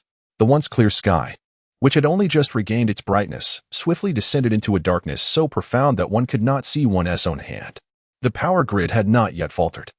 Overseas nations, unprepared, plunged directly into chaos. Even those who awoke in various departments, preoccupied with survival, could not attend to the matter of illumination. In contrast, the Ding Nation, Having made preparations, swiftly activated urban lighting as those still on duty responded immediately. By 4 in the afternoon, various departments and units, having resolved the threat posed by their zombified colleagues, resumed their work. The moment the gray-white dust appeared, the magnetic field of Planet Blue underwent a profound transformation. Although the 7G signal and satellite communication have not completely severed, they remain in a state of intermittent connectivity. Relying on telephonic communication to report situations or receive directives can be exasperating. Fortunately, preventive measures had been established in advance. In the event of signal failure, provinces and cities are instructed to act based on the latest directives received at 8 in the morning, adapting them to local circumstances as necessary. Compliance is not optional. The distant authorities cannot intervene in every local matter. Nevertheless, no one dares to overstep boundaries, for the national command will promptly seek to restore communication signals. To avoid repercussions from higher authorities, one must adhere to proper conduct. Consequently, all units and departments that received directives before 9 o'clock mobilized effectively. The casualties within the 8th Army have been particularly severe. According to incomplete statistics, over 5,000 personnel have either succumbed to zombification or been infected through bites. Such staggering losses were unforeseen. However, some soldiers were unable to overcome psychological barriers, making it difficult for them to act against their former comrades. This hesitation led to disastrous consequences. Not all infections result in zombification. Those who fall into a state of high fever and unconsciousness are isolated. There is a strong desire among some to eliminate those soldiers who hesitate to take action. From the very moment the survival guide was distributed, there were repeated admonitions emphasizing that if former comrades were to become zombies, one must not falter in their resolve. The consequences of hesitation are too grave to bear. Ultimately, the losses exceeded their expectations, and despite their anger and frustration, it was too late to change the outcome. Regardless of the sorrow or regret felt by the entire battalion, the officers and soldiers composed themselves and immersed themselves in their duties. Military vehicles, laden with fully armed personnel, departed the base to fulfill their responsibilities. Among them were not Lu Yuxiu and his companions, for they had a more significant mission at hand. Accompanying them was Xia Chu, embodying both the role of Lu Yuxiu's fiancée and a medical officer. Given the extraordinary circumstances, the political department of Thorns granted her an expedited approval. In less than 2 hours, their marriage application was approved. They had initially planned to obtain their marriage certificate. Yet the multitude of pressing matters left them no time to do so. In Chapter 127, the performance of the Miao Miao Fist, Xia Chu traveled as a medical officer, sharing the same vehicle with her fellow medics. She remained calm, clutching a first aid kit in the corner. Beside her sat Xiao who was restless, anxiously pawing at the window, his fluffy tail wagging energetically, and his icy blue eyes sparkling with excitement. Clearly, he was thrilled about this outing. The 3 fluffy creatures, along with the military dogs that had been nourished with spring water, had transformed into extraordinary beasts. While their combat prowess remained uncertain, they possessed the ability to alter their size at will. However, this transformation did not last long. The general could maintain a larger form for a longer duration, while the 3 young creatures could only sustain it for about 10 minutes at most. The little monkey fared the worst, reverting to its diminutive state after just 3 minutes, leaving when you feeling quite distressed. Just before departure, Xiao Xiong, Xiao Ho, and the general were taken away by their respective partners, leaving only Xiao Hu by her side. The vehicle they occupied housed a total of 7 individuals, 5 medics, a driver, and a soldier. In accordance with international conventions and treaties, medics on the battlefield are afforded protection. Regardless of the intensity of conflict, combatants are prohibited from attacking any medical personnel. However, it is evident that neither zombies nor extraterrestrial beings adhere to such protocols. Summer, who observed Li Tao and his team's strategic maneuvers, understood the gravity of their mission. Their destination was the Longqing Concord Hospital, the only tertiary hospital of its kind in the city. All patients infected with the purple grape virus had been relocated there. As of 8 o'clock this morning, doctors, nurses, and family members attending to those patients began to evacuate the hospital in a staggered manner. Yet, the premature onset of the apocalypse curtailed the evacuation timeline, leaving many unable to escape. Now, the Concord Hospital had descended into a nightmarish hellscape, with all infected patients transformed into grotesque, evolved zombies of various forms. Reflecting on the brave medical workers who had perished while standing their ground, Summer sighed. At that moment, her shoulder was unexpectedly tapped. Turning around, she saw a fellow medic beside her offering a piece of chocolate, suggesting it as a stress reliever. Would you like some? Summer accepted it gratefully, nodding in appreciation. Noticing this, little tiger reached out its paw, eager to partake. This little glutton had an insatiable curiosity for food. However, Summer hesitated to offer chocolate, aware that theobromine could be toxic to cats. As a member of the feline family, tigers were likely no exception. Instead, she presented a cucumber, saying, "You can have this." The little tiger, with its delicate paws, clasped her wrist, its round and luminous ice-blue eyes blinking gently at her. With a soft, childlike voice, it whimpered a woo. "Not that one. I desire the one hidden in your pocket. It appears far more delectable." As their gazes locked, a new expression emerged in her mind. "Look, I shall perform a series of charming cat punches for you." JPG. The small tiger, adorned with a flag upon its back, swayed as if intoxicated, striking a pose reminiscent of a drunken boxing style. Even more astonishing was the colossal tiger-shaped apparition looming behind it. "Goodness, how impressive you are. Capable of executing cat punches." Summer chuckled, cradling the little tiger in her arms and affectionately stroking its fur. She then held one of its paws, lowering her head to plant a couple of kisses upon it. In the midst of its sparkling, expectant eyes, she gently tapped its moist little nose and remarked, "Alas, even after such a performance, I cannot share with you. Chocolate could lead to a mere stomach ache or, worse, poisoning that requires an injection." In Chapter 128, titled "The Heartthrob Tiger," a new expression emerged. "Oh, the tiger is so pitiful." JPG, depicting tears streaming down its face, with its tiny paws covering its rear, embodying the struggles of a tiger's life. Summer. The little creature not only possessed a gluttonous nature, but also displayed a talent for feigning distress. However, her heart, as unyielding as stone, remained unmoved. Observing the interaction between the girl and the tiger, a nearby medic, utterly enamored by the little feline, could not restrain herself from cautiously inquiring, "May I pet it?" She had previously heard tales of Captain Ling's wife from Team Thorns bringing a fluffy, pure white tiger cub to the station, igniting endless curiosity among many who wished to see it, and she was no exception. It is indeed unfortunate that while the thorn bush shares the same encampment, it resides in a distinct area. Moreover, the thorn bush is rather unique. Unless one is a soldier of the thorn bush or under exceptional circumstances, entry is prohibited. Upon sighting, one cannot help but notice that this little tiger cub possesses remarkable beauty. Its sole flaw is its slender frame. Were it to gain a bit more weight, it would undoubtedly captivate hearts. "How delightful!" Xia Chu chuckled in agreement, feeling assured as she gently petted the creature. It was exceptionally well-behaved and rarely posed a threat. Upon hearing this, the young lady's eyes curved into crescent moons. Her charming features, those delicate lower eyelids and full apple cheeks, radiated warmth. She was undeniably a striking beauty, exuding an approachable aura. Tentatively, she reached out to stroke the little white tiger's head, her mind exploding with a myriad of colorful fireworks. Its fur was plush and soft, providing an exquisite tactile sensation. The scent of the shower gel was also delightful, infused with her favorite green-orange fragrance. Neither overwhelming nor faint, it was refreshingly perfect. She longed to bury her face into its fur and take a deep breath. The sensation would surely be sublime. The young lady was adept at petting cats, and the little tiger, usually irritable under the hands of others, melted into comfort at her touch, closing its eyes and emitting a contented purr, its tail swaying joyfully. It was utterly adorable. With a radiant smile, the young lady shared her delight with Xia Chu, reluctantly withdrawing her hand. The little tiger immediately leaned its head towards her, letting out a soft, endearing sound. "I think I have fallen for you. Are you aware of that?" The little tiger stood on its hind legs, covering its face with its front paws, revealing only its large, watery, ice-blue eyes, its expression one of bashful innocence. Xia Chu. Due to her exceptional cat-wrangling skills, she boldly expressed her affections through memes, unmistakably identifying herself as a playful little flirt.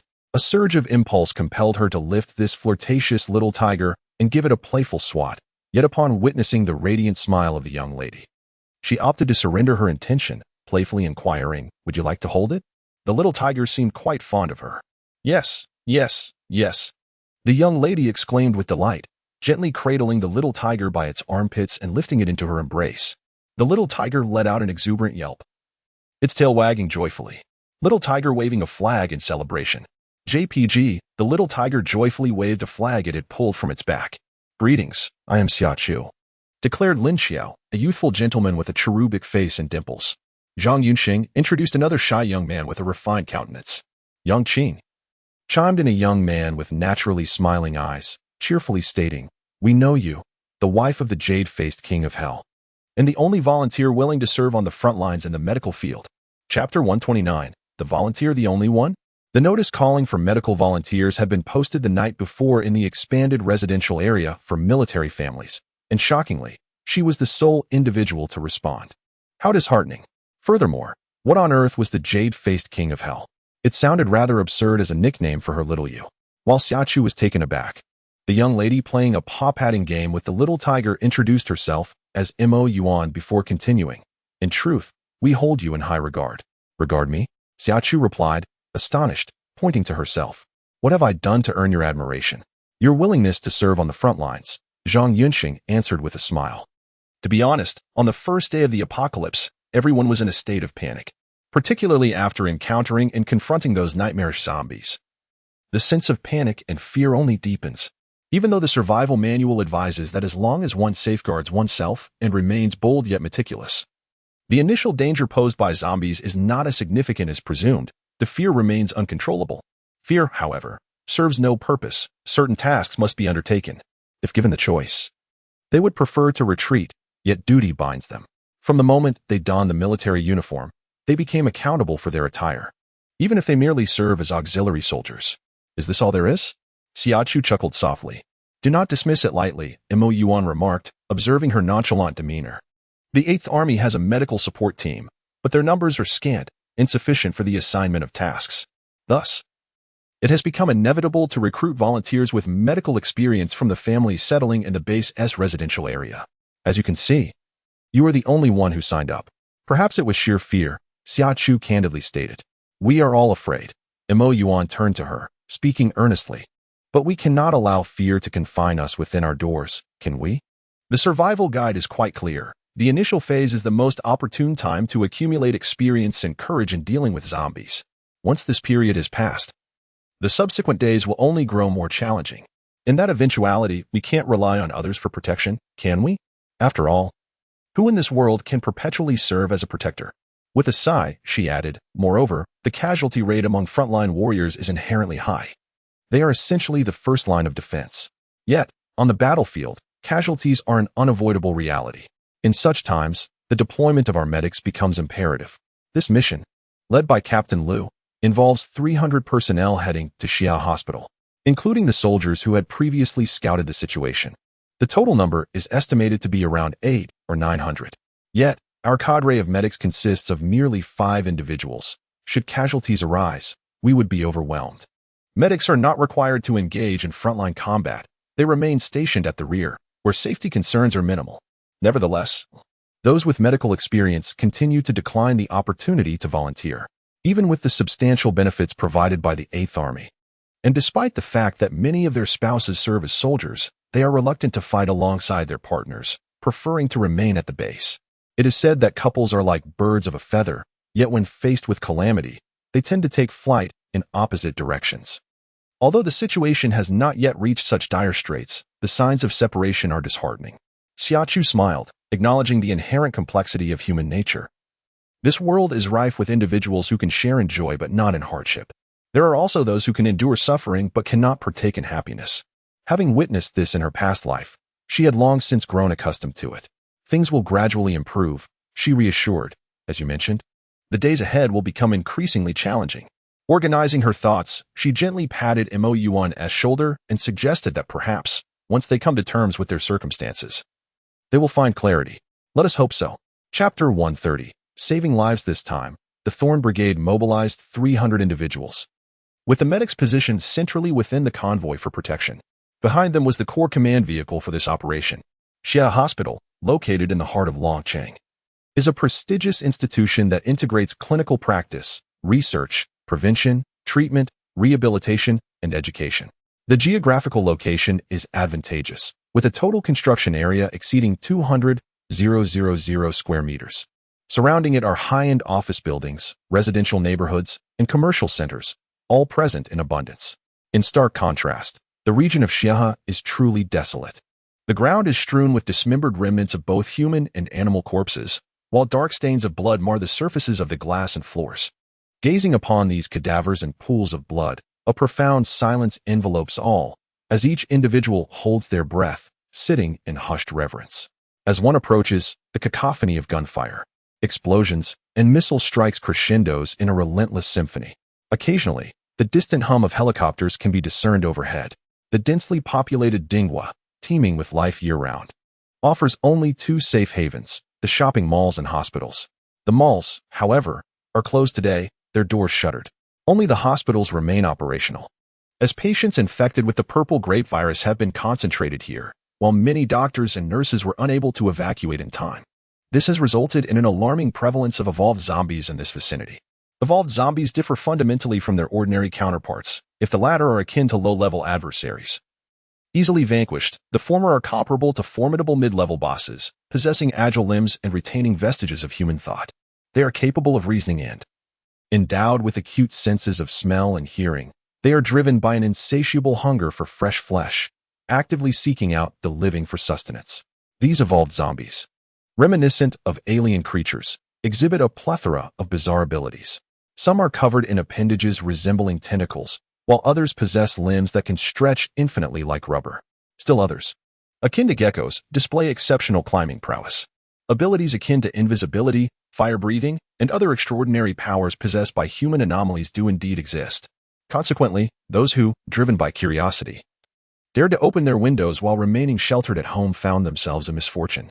By the time Xia Chu and her group arrived, a considerable number of these grotesquely evolved zombies had already escaped the hospital and were rampant in various residential complexes.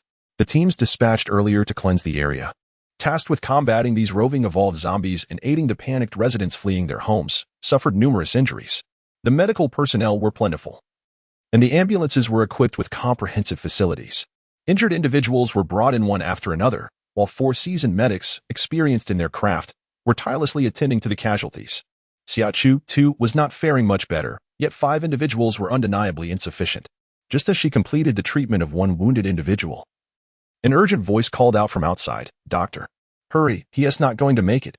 Upon glancing at the severely corroded patient, she instinctively recognized that he had encountered a dark-type evolved zombie without needing further examination. She adeptly connected the patient to the monitoring equipment for assessment, proceeded with disinfection, and then applied bandages. Finally, she gently opened the unconscious man's jaw and poured a mixture of Chapter 131. Little Tiger's hard work. The effect of the spring water was remarkably evident. Shortly after it was administered, the injured individuals exhibited a slight improvement in their heartbeats and pulses. Once everything was in order, she exited the medical vehicle and called out to the soldiers safeguarding their safety, requesting assistance. 2 fully armed soldiers promptly approached, saluting as they inquired, "Doctor, how may we assist you?" She pointed to the injured person, who was swathed like a mummy, and swiftly took out her casebook to document the medical records and instructions. Not being a professional doctor, she could not succinctly articulate the patient's condition in the manner of a seasoned physician. Thus, she endeavored to provide as much detail as possible. As for the subsequent treatment and medication of the injured, she was at a loss, leaving that responsibility to the doctors at the main hospital. Upon completion, she tore off the record and handed it to one of the soldiers, reminding him not to forget to deliver it to the doctor. With that, she turned to approach another injured individual. The medical supplies had been depleted several times, and Xia Chu was so engrossed in her duties that she lost count of how many times she had restocked the medical kits. This flurry of activity continued until midnight. And just as the majority of their medical supplies were exhausted, no more injured came in. As Xia Chu and Mo Yuan emerged from the medical vehicle, they were greeted by a group of weary soldiers who expressed their gratitude profusely. Given that Xia Chu was too occupied to tend to her own needs, Little Tiger had distanced himself from her upon arrival, choosing instead to remain with the soldiers who were protecting the medical vehicle and personnel. The situation in the Concord area had deteriorated significantly. Many residents who had initially sheltered in their homes had managed to escape the first wave of the evolved zombies. Yet they were unable to evade the second. Zombies, those dreadful entities, exhibit an astonishingly rapid rate of infection. A mere bite or scratch can swiftly transform an individual into one of their kind, leaving few fortunate enough to escape. This phenomenon enables a single evolved zombie to spawn a multitude of its brethren. Furthermore, not everyone possesses the fortitude to decisively eliminate a zombie in close proximity upon awakening. Consequently, the prevalence of zombies is alarmingly high. In the vicinity of Concord Hospital, an area teeming with residential complexes, a significant congregation of zombies has emerged, complicating rescue operations considerably. The region where Xia Chu and her companions find themselves is particularly rife with the scent of humanity. Coupled with the pungent aroma of blood from the injured, it is akin to a delectable feast in the eyes of both common and evolved zombies, irresistibly drawing them closer. Despite the valiant efforts of frontline defenders, who steadfastly strive to eradicate the undead, some manage to breach the perimeter and infiltrate the area. The warriors tasked with their protection are resolute in their commitment to safeguard the precious medical personnel, prepared to make the ultimate sacrifice. However, they find themselves unable to accurately target the rapidly advancing or sluggishly shuffling zombies. Suddenly, a small tiger, perceived as a mascot, dashes forth, growing in size as it runs. With remarkable prowess, it dispatches zombies with a swift paw to shatter skulls, a flick of its tail to send them flying, or with claws sharp as blades to rend them apart. The scene is undeniably gruesome and bloody.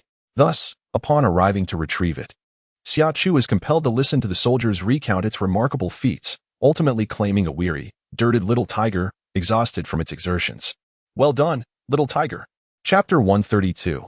Sacrifice. Upon receiving the small tiger from a fellow warrior, Xia Chu gently caressed its back, eliciting a soft whimper from the creature. Exhausted, Chu, please give me a kiss and a hug, it seemed to plead. The little tiger, with its distinct air-fringed face and paws on its hips, blushed brightly as it boldly made its demands. It's too dirty, I cannot eat. Xia Chu, with a look of disdain, playfully pinched its ear, unflinchingly indifferent to the fragile feelings of the small tiger. Surrounding the little tiger were muscular companions clad in tight leather pants, all of whom were weeping uncontrollably. They formed a fan-like arrangement, their large tears splattering in all directions. Xia Chu pondered, what could possibly occupy the little tiger's mind all day? How could such a ludicrous expression pack exist? She was truly taken aback. In an effort to escape the absurdity of the tiger's antics, Xia Chu offered it a piece of chicken breast. Be good and eat some meat to replenish your strength. With its mouth occupied, the little tiger would have no room for errant thoughts, thus preventing any further ridiculous expressions. She felt liberated, concerned about the potential arrival of more injured comrades. They decided to adopt a rotational treatment method for rest. The three medics had initially intended for Xia Chu and Mo Yuan to rest first, but Xia Chu declined. Little did they know that they would end up waiting until after 2 in the morning. At that hour, Xia Chu had just seen off an injured soldier and, fatigued and drowsy, sat within the confines of the medical vehicle, cradling the small tiger as she closed her eyes. Beside her, Mo Yuan leaned against her shoulder, soundly asleep, his posture causing drool to dampen the fabric of her shirt. The familiar cadence of footsteps heralded his approach, instantly rousing Xia Chu from her light doze. Her eyes fluttered open, drawn to the sight of Lu Yuxiu standing outside the vehicle. His gaze, though still bearing traces of coldness, met hers. His person was undeniably soiled, his garments plastered with the grim residue of blood and cerebral matter. Yet, his face was clean, recently washed, with droplets of water cascading down his jawline. A boonie hat cast his countenance in shadow. Upon noticing Xia Chu's gaze, a subtle curve graced his lips. Xia Chu responded with a smile and a gesture, indicating he should tarry momentarily. She gently lifted the slumbering little tiger from her lap and placed him aside. With utmost care, she repositioned the sleeping Mo Yuan, who was nestled against her shoulder, ensuring her comfort. Then, turning to Lin Xiao and the others, she mouthed, "I'll be right back." They responded with an affirmative gesture, and Xia Chu alighted from the vehicle with quiet grace. Her brow arched as she observed his significantly depleted gear pack. "Did you expend all your equipment?" she inquired. "Indeed," Lu Yuxiu affirmed, enveloping her in an embrace and burying his face in the hollow of her neck. His voice, tinged with an uncharacteristic vulnerability, uttered, "Chu. Xiaolu has fallen." Xiaolu, whose full name was Hua Wei, served as one of Lu Yuxiu's soldiers. Though Xia Chu was not intimately acquainted with him, she had encountered him on several occasions. He was a robust man from the north, known for his incessant banter and lack of formality. Xia Chu's impression of him was neither particularly positive nor negative. However, the sudden demise of a capable individual evoked a sense of unease within her. "How did he perish?" she queried. As the words left her lips, Lu Yuxiu's aura underwent an abrupt transformation, becoming sharp and intense. A pang of apprehension struck her heart. suggesting that Xiao Lu's demise was shrouded in abnormality. Indeed, as this thought emerged in his mind, Lu Yuxiu's cold voice resonated, pushing the one he protected to face the advancing zombies. He lifted his gaze, his crimson eyes fixed intently on Xia Chu. Xia Chu, when peril approaches, would you push the one who would risk everything to shield you into the path of danger? Chapter 133. A desire to weep. Xia Chu took his hand and led him to a nearby wooden bench. Your question lacks depth, she said, turning to meet his gaze. However, since you've asked, allow me to provide an answer. No. Lu Yuxiu remained silent, and Xia Chu smiled. Do you not believe me? It is only natural to doubt. The treacherous nature of humanity surpasses even the most formidable mountains, revealing the inherent dangers that lie within. Under ordinary circumstances, when reason governs our emotions, few would willingly engage in acts that harm themselves for the sake of others, exposing their own unsightly facets. Yet in extraordinary circumstances, this may not hold true. Especially when faced with imminent danger, most individuals struggle to maintain composure and rationality. In moments of mental void, instinct, rather than reason, governs their actions. Their innermost desires may resist, and they might later experience regret. Yet in the heat of the moment, instinct prevails. Only a rare few possess the ability to remain consistently calm and rational when faced with peril, swiftly devising solutions. However, such individuals are indeed a rarity among those who have lived through peaceful times, seldom encountering the brutality of life. In the face of a relentless pursuit by evolved zombies, one instinctively seeks refuge in the strength of others. Simultaneously, one may subconsciously prioritize their own safety over that of others. Is this selfish? Indeed, it is. Yet, it starkly reflects the most visceral aspects of human nature. Of course, this perspective does not encompass everyone. However, it is undeniable that such individuals are not in short supply. Xiao Lu was unfortunate, not perishing amidst the brutal clash with the evolved zombies, but instead meeting his demise at the hands of those he had endeavored to protect. This is a profoundly infuriating and sorrowful circumstance. Yet, whether one feels anger or grief, what can they truly accomplish? Should they seek vengeance against the resident who wronged Xiao Lu, attempting to quell the tumult of misplaced devotion and anguish? Or should they cast that individual into the throng of zombies, allowing them to fend for themselves? Perhaps granting them the opportunity to experience the despair and agony Xiao Lu felt in his final moments? If it were possible, she would gladly take it upon herself to act in place of Lu Yuxiu. But alas, she cannot. They are powerless to act. She cannot do anything. Lu Yuxiu cannot either, and the entire community of Thorns is equally helpless. Even though Xiao Lu was a soldier nurtured by Lu Yuxiu, discipline prevails, and all he can do is endure. They must await the law to deliver a verdict on Xiao Lu's sacrifice, a judgment that embodies justice. As long as the Guijia machinery functions normally and order remains intact, the law holds significance. She articulated her thoughts in this manner. I understand. I harbor no disbelief in your words. I merely... After a prolonged silence, he suddenly sighed, resting his head upon her shoulder, hand pressed against his chest, murmuring, Chu, I feel an overwhelming discomfort here. The ache was so profound that it brought him to tears as visions of Xiao Lu's former presence flooded his mind. On the very first day of the apocalypse, he had already lost so many brothers. What lay ahead? Would he face the loss of even more? Xia Chu embraced him and offered a gentle pat. She understood the heart-wrenching pain of losing a brother with whom one could face life and death. She had experienced it countless times herself. Having endured such sorrow, she found it difficult to offer words of comfort, merely patting him again and encouraging him to grow stronger. Only by becoming formidable could one possess the confidence and capability to pursue their aspirations and protect those they cherish. In the depths of his heart, Lu Yuxiu felt a tumult of emotions. Indeed, the only way to gain the power to dictate the rules of the game and safeguard those he held dear was to become stronger, strong enough to stand at the pinnacle. Rising from where Xia Chu stood, he straightened his clothes and extended a hand towards her, urging, let us go. Where to? Xia Chu asked, her expression one of confusion. As a medic, her duty was to remain by the medical vehicle. If Old Li found out she had abandoned her post, he would surely be furious. Sensing her thoughts, Lu Yuxiu returned to his usual calm demeanor and explained, this is not an unauthorized departure. There is a group of injured residents at the Dragon City No. 1 property hall, located on the street behind the hospital. They need someone to check their viral conditions. Upon hearing this, Xia Chu sprang to her feet. Am I enough on my own? Yes, he replied. Even if it's not enough, it must suffice. There are only 5 medics in total, and we can barely tend to our own. We must also send someone to examine that group of ungrateful souls for their viral conditions. It was not merely a matter of duty. He genuinely did not wish to take Xia Chu along. Reluctantly, Lu Yuxiu drove away from the temporary encampment with Xia Chu, who was burdened with a medical kit, heading towards launching number 1. Little Tiger was left behind, utterly exhausted, having expended an immense amount of energy. It would not awaken any time soon, requiring rest, and there was no need for concern about its search for companionship. Both were fatigued, yet sleep eluded them. Thus, Lu Yuxiu focused intently on the road while Xia Chu organized the medical kit in the passenger seat. The medical kit, adorned in camouflage, was spacious and heavy, filled to the brim with medical supplies. Its interior was divided into 4 compartments. The first and fourth compartments contained various odds and ends, such as elastic headgear for head injuries, tubing for blood collection, medical tape, safety pins, and other assorted items. The second compartment housed instruments including scalpels, sphygmomanometers, thermometers, hemostatic clamps, probes, and small tweezers, alongside ENT equipment for examining the ears, nose, and throat, as well as tracheal tubes, all meticulously organized.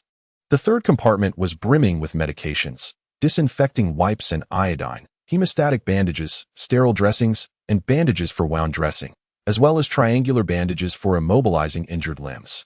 Additionally, adrenaline, medical morphine, and saline were also included. In her past life, after everyone had departed, she had rescued an elderly military doctor who had been mistreated in a slum. The old doctor, a treasure of medical knowledge, appeared disheveled and lived in a makeshift shelter crafted from branches and leaves. Yet, who could have imagined that he concealed a trove of medical equipment and medications, albeit most of the devices were in disrepair? At the outset, her movements were unrefined and sluggish, yet after enduring the long hours of practice through the night, her speed had significantly improved. Medical supplies are a crucial strategic resource in the apocalypse, destined to become ever more scarce. Fortunately, she had amassed a considerable stockpile of medication. She firmly believed that this medical backpack would accompany her for a lengthy duration ahead, and she must treasure it dearly. As the vehicle rounded the corner, she could see that Dragon City 1 was not far off. Suddenly, a horde of zombies appeared ahead. Among them a few emanating a menacing aura that sent shivers down her spine, an intensity she had previously encountered with the evolved zombies. Damn it! With such a large throng of zombies, compounded by several adeptly concealed evolved ones, there was no way the vehicle could forge through. The only viable option was to fight. In the first chapter, Misstep, the zombies have arrived. Lu Yuxiu abruptly slammed on the brakes and shouted, "Chu Chu, protect yourself." Initially, Lu Yuxiu had intended to keep Xia Chu in the vehicle, but the zombies provided no such opportunity, charging towards them with alarming speed, a dark mass that instilled dread. Xia Chu was momentarily stunned, not having the time to lift her gaze from the medical bag when a large emoticon suddenly soared from the car, landing squarely on the faces of the zombies. "Enough, you ugly, ignorant creatures. I shall represent the divine and obliterate you." With her hair styled in high pigtails and wielding a spiked whip, the animated Xia Chu opened her mouth, and with a swift flick of her whip, a fire dragon soared forth. The zombies seemed to be frozen in place, as if under a spell, and the concealed, evolved zombies comparable to aliens revealed themselves with a series of resounding thuds. Lu Yuxiu trembled as he gripped his firearm. The bullet veered off course, intended to pierce the skull of the first zombie, but instead striking the third one on the left. Fortunately, no ammunition was wasted. It must be said, no matter how many times he witnessed this peculiar ability, he still found it rather absurd. Among the many extraordinary individuals in the 8 armies, none exhibited such eccentricity as his own Xia Chu. However, this presented a splendid opportunity. His eyes gleamed as he turned to Xia Chu and declared, "Let us wreak havoc." "Absolutely," Xia Chu exclaimed, jubilantly leaping from the vehicle and retrieving the Daxiao Longke from her space, charging toward the immobilized zombies with an air of deadly intent. "Should you wish to provoke me, I shall sever your heads," declared the cartoonish Xia Chu, a vibrant red peony gracing her mouth and a bow adorning her sky-high ponytail. In the fleeting moment the expression flashed by, the heads of the nearby zombies exploded like overripe watermelons. The previously rigid horde, akin to statues, was roused by the sound. Instantly returning to normalcy, their excitement palpable as they roared and surged toward the two. Xia Chu pondered, how is it that exploding zombies possess a wake-up feature? Had I known this expression would rouse them, I would have refrained from using it. A grave miscalculation. Lu Yuxiu, armed with a submachine gun, unleashed a torrent of bullets. Each shot finding its mark and each shift in position was accompanied by a fierce gust, as she wielded her blade with all her might, slicing through the air. One after another, 6 zombies were severed at the waist, their dark blood splattering, exuding an unbearable stench. Zombies could only be slain by destroying their heads. As long as their heads remained intact, their bodies could continue to thrash and assault. Thus, those headless remnants of zombies still sluggishly lunged towards her, only to be obliterated in an instant by Lu Yuxiu's lightning sphere. Indeed, Lu Yuxiu belonged to the combat class specializing in lightning, whose destructive power was beyond doubt. Whether engaging in solitary combat or collaborating with the water class, his fighting prowess was formidable, even with a relatively low ability level. His lethality surpassed that of ordinary combat specialists significantly. The 2 seasoned fighters, despite their initial lack of synergy, rapidly acclimated to one another during the fray. As if their thoughts were intertwined, achieving an extraordinary level of coordination. Suddenly, a colossal mutated zombie, adorned with 2 heads and countless arms, burst forth from the shadows. Seizing the moment as she decapitated a zombie, Xia Chu nudged Lu Yuxiu's back with her elbow, whispering, "Darling, a big monster is approaching." Chapter 136, Celestial Expressions. Xia Chu, keep up with me. As they soared through the air, a rapid barrage ensued, toppling a swath of the zombie horde. Following this, the blue-purple lightning spheres leaped towards the remaining zombies, crackling and exploding, sending brain matter and blood flying.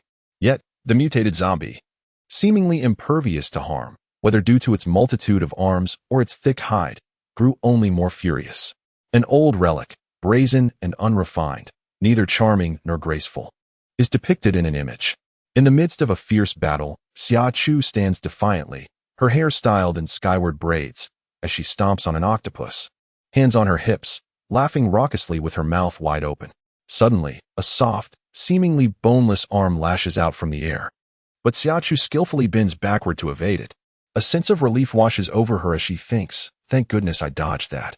Otherwise, I would have been struck." She has experienced the formidable power of the rubber zombie in her previous life, and despite its malleable form, its strength is utterly despairing. A direct hit would likely result in shattered bones, and should one be struck in the waist without a healer present, paralysis would surely follow. In her past, she had suffered broken ribs, with a shattered bone nearly piercing her lung, leaving her fate hanging by a thread. Surviving that ordeal was merely a stroke of luck. Beautiful and enchanting as I am, I shall showcase my allure. Adorned in a flowing, Xia Chu dances gracefully on tiptoe amidst swirling petals. The evolved zombies and the ordinary ones that had emerged alongside the rubber zombies suddenly appear listless and drowsy. Meanwhile, Lu Yuxiu feels invigorated, as if a conduit of energy has been unlocked within him. The expression Xia Chu displays not only serves to attack the zombies, but also rejuvenates their allies. What an extraordinary expression.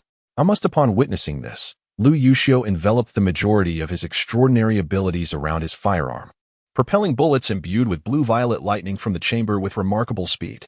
Piercing through the air, they aimed directly at the head of the rubbery zombie. This creature, not lacking in intelligence, sensed the imminent danger and promptly summoned 2 ordinary zombies to shield itself. The bullets penetrated the bodies of the 2 zombies, and as it released its grip on them, it attempted to retreat. Yet, it was too late. The moment it moved, it felt something soar above its head. In the next instant, it crashed heavily to the ground. Hearing the gunfire, Wen Yi and the others, who had hastened to provide support, arrived just in time to witness Xia Chu leap down from a tree, delivering a decisive strike that severed the evolved zombie's skull. Following this, the tip of her blade flicked upward, sending a crystalline core resembling a colorless gem spiraling into the air, where it was deftly caught by a delicate, pale hand. Seizing the opportunity as the zombie collapsed, she rolled away from its fallen body. With a final, nimble maneuver, she sprang to her feet, wielding a blade nearly the length of her own stature, and re-engaged in combat with the zombies. As she moved gracefully, her blood-stained, fair visage illuminated by the light showcased a captivating smile that curled her exquisitely shaped red lips. Complemented by her flowing, waist-length hair, she appeared both beautiful and formidable. Junin, momentarily taken aback, fell silent for a moment before exclaiming with excitement, "Wow, your sister-in-law possesses such formidable combat prowess." When he drew the tang knife from his back, enveloping it with his golden abilities, and propelled himself forward like an arrow released from a bow. As he passed by Junin, he cast a sidelong glance and coldly remarked, "How does your sister-in-law compare to that poisonous peony, Songjingyi?" Chapter 137, The Mutual Admiration of Commerce. Jun-yi, brandishing a hefty blade, pursued with fervent anger, exclaiming, "Are you ever going to stop? I've already acknowledged my mistake, all right? If you have the courage, let us settle this with a duel. Enough with the incessant chatter. Conserve your strength for the battle." Xiao Tian replied nonchalantly. With that, his figure surged, suddenly expanding. A layer of dark, ashen fur enveloped his entire being, and sharp spikes erupted from his back, piercing through the horde of zombies like a tank. Unfortunate zombies found themselves impaled by the protruding spikes. Yet they continued to drool foul, murky saliva while extending their long, dark claws, desperate to seize him. Alas, the very spikes that pierced their bodies hindered their movements. His fur-covered form proved exceedingly resilient, rendering him nearly impervious to their grasp. As he charged through the throng of zombies, impaling them along the way, Wen Yi and the others took the opportunity to wield their blades and decapitate the undead. Snipers concealed in the shadows fired with precision, each shot resulting in a clean headshot. Jiang He and his companions were equally engaged. One drew the attention of a massive, mountain-like liquor, adorned with suction cups upon its tongue, while two others provided support. The last of the trio, wielding a blade imbued with golden energy, swiftly circled around to the rear. Ascend swiftly along the lick, a bullet grazed Summer's wrist, the searing pain causing her to instinctively shift to the side. Then, a sharp tug at her scalp made her involuntarily gasp. Following that was a rush of wind, as dark strands of hair cascaded to the ground like petals scattered by a celestial maiden. How perilous it had been, had he not been by her side. Her hair could have been seized by a zombie, ripping her scalp away. "All right," Summer replied, continuing to wield her knife with precision, each strike resonating with a relentless hum. This sound emanated from the air being sliced by the sheer force of her blows. She had long wished to cut her hair. Maintaining long locks in a post-apocalyptic world was simply impractical and burdensome. Before her arrival, she had tied her hair into a bun, tucked beneath a hat. However, during the fray, the hat fell off, and her hair unwittingly tumbled free, leaving her vulnerable to the undead. Had her hair been shorter, such complications would not have arisen in battle. "Sister-in-law, your combat prowess is remarkable." Witnessing Summer cleave a zombie in half midair, Junyi could not help but commend her. "Have you trained before?" In her previous life, she had honed her skills through countless battles, accumulating combat experience with each encounter.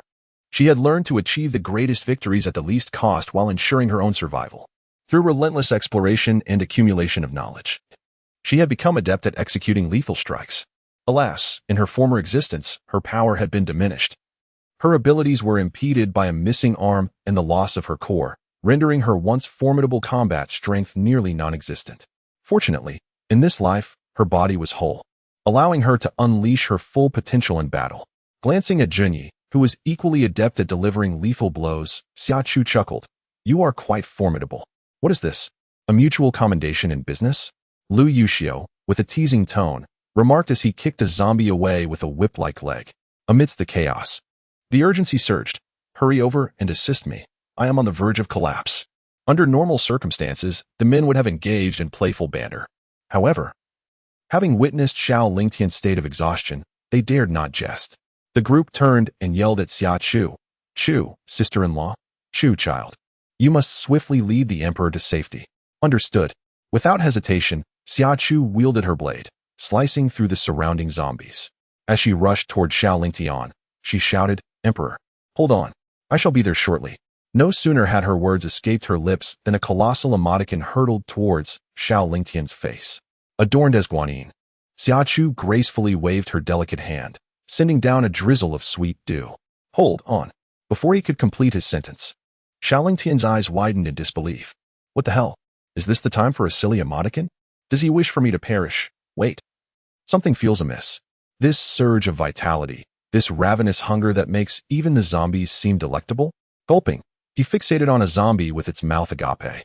Wheezing and drooling, he could not suppress his salivation. "How delicious. This zombie is incredibly tempting. I crave it intensely." The tip of his tongue brushed against his parched lips as Xiao Lingtian let out an exuberant roar. "Delicious, here I come." No sooner had the words escaped his lips than he lunged toward the zombie. Xia Chu, sensing the commotion and facing the imminent danger, glanced over at the others, realizing that the situation with the emperor seemed decidedly amiss. It was not merely a suspicion, it was indeed a dire reality. In the blink of an eye, before anyone could react, Xiao Lingtian, like a famished tiger pouncing upon its prey, collapsed upon a zombie, transformed into a primal state. His toughened flesh rendered him impervious to the creature's claws. Instead, he seized the zombie's neck with both hands, twisting and pulling with ferocious determination, akin to uprooting a stubborn vegetable, and forcibly removed its head. The onlookers were left in sheer astonishment at Xiao Lingtian's incredible strength. But what transpired next startled them even more. Cradling the severed head of the zombie, he brought it tantalizingly close to his mouth, a sight that sent shockwaves through the crowd. A group of frantic individuals attempted to rush toward him, yet the overwhelming number of zombies hindered their progress. Perhaps their commotion had attracted yet another wave of the undead. Despairing, they could only shout, "Emperor, you madman. That's a zombie's head, not a watermelon. You must discard it. For heaven's sake, Emperor, cease at once. No, stop your foolishness. Sister-in-law, hurry. The Emperor is about to devour a zombie's head. We're almost there." Xia Chu felt on the verge of madness. The earlier expression had indeed been a boost to their vitality, but the potency was excessive. She had to rush over to prevent the Emperor from indulging in such a grotesque feast. Otherwise, when he regained his senses, he might very well wish to eliminate her. Taking a deep breath, Xia Chu accelerated once more, her entire being darting towards Xiao Lingtian like a bolt of lightning. She had no time to deal with the zombies. Fortunately, her speed was sufficient to prevent any injuries to her flesh, aside from her clothing being torn asunder by the claws of the undead. The aroma. Xiao Lingtian cradled the zombie's head, savoring it with a sigh. What a delightful scent. Chapter 139. A pleasing flavor opening his mouth, he took a bite, only to pause. The texture was unexpectedly different from what he had envisioned. It was not soft at all, but rather dry and hard. A taste revealed a hint of spiciness, a touch of numbness, and a dash of saltiness. What kind of divine zombie head is this? It even comes with its own seasoning. As he pondered in confusion, a voice, urgent and breathless, yet carrying a chill, echoed nearby. How does it taste? With his mouth too preoccupied to respond, Xiao Lingtian offered the zombie head to Xia Chu, gesturing with his eyes, "It's quite good. Would you care to try?" Xia Chu regarded him with a complicated expression. Could it be that an excess of health replenishment had dulled his senses? Casting a disdainful glance at the head in his hands, she took a deep breath and said, "Just throw it away. What you have in your mouth is beef jerky." No wonder the flavor was off. It turned out to be beef jerky. As she loosened her grip, the head fell to the ground. Before she could express her rel, each transformation of the ancestral being incurs a toll of physical stamina and energy, with the sole remedy being the consumption of copious high-calorie sustenance. At present, Xiao Lingtian finds himself in such a predicament. He retrieves a bag of spicy beef jerky, weighing approximately 20 pounds, from the spatial realm. "There is plenty of meat. Do not hold back. Savor it at your leisure. I must attend to other matters," he is advised. Nodding eagerly, Xiao Lingtian clutches the jerky, his eyes sparkling with delight, as Xia Chu prepares to depart with her blade in hand. A pang of concern strikes her, prompting her to caution, "Should you find yourself insufficiently nourished, do not hesitate to seek more from me. Under no circumstances should you resort to decapitating zombies again." With that, she hands him a box of imported dark chocolate. This delicacy is quite extravagant, comprising 12 pieces, totaling 300 grams, priced at 840. Lu Yuxiu had once procured 3 million worth of chocolate for her, in a variety of flavors. To be candid, she had never indulged in such opulent chocolate before. Typically, when craving struck, she would purchase loose chocolate coins from the supermarket, which she found rather satisfactory.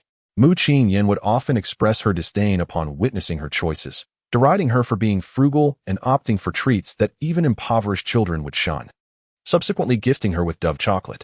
Yet, she could scarcely discern any significant difference, finding both Dove and chocolate coins rather similar, albeit the former being slightly more bitter. Initially, she presumed the fault lay in her palate, but upon tasting the pure cocoa dark chocolate that Lu Yuxiu had stockpiled for her, she realized she could not tolerate it at all. Perhaps having endured too much bitterness in her past, she had developed an aversion to all bitter foods. Lu Yuxiu insisted on the health benefits of such chocolate, but she remained indifferent to its merits. After all, with her access to spring water and her spatial realm, no chocolate could rival the produce of her own domain. She found herself troubled over the fate of that chocolate. In light of the recent incident involving the Emperor, it seems fortuitous to present him with an offering of sustenance. As the saying goes, a short mouth cannot demand too much from a benefactor. One cannot believe that after indulging in her flesh and chocolate, the Emperor would still dare to quibble over matters concerning emoticons. However, This time was indeed perilous.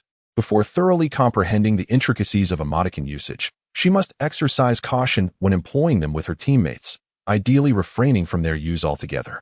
Otherwise, should the Emperor's escapades continue in this vein, it would drive Lu Yuxiu and the others to the brink of madness, while her fragile heart could scarcely endure such tribulation. Today's timely arrival was a stroke of luck. Had she been delayed even a few seconds longer, the Emperor might have already devoured the zombie's brain by the time she arrived. Chapter 140. Exhaustion. Who knows if the Emperor, having feasted upon the brain of a zombie, might revert to a primitive form of the undead?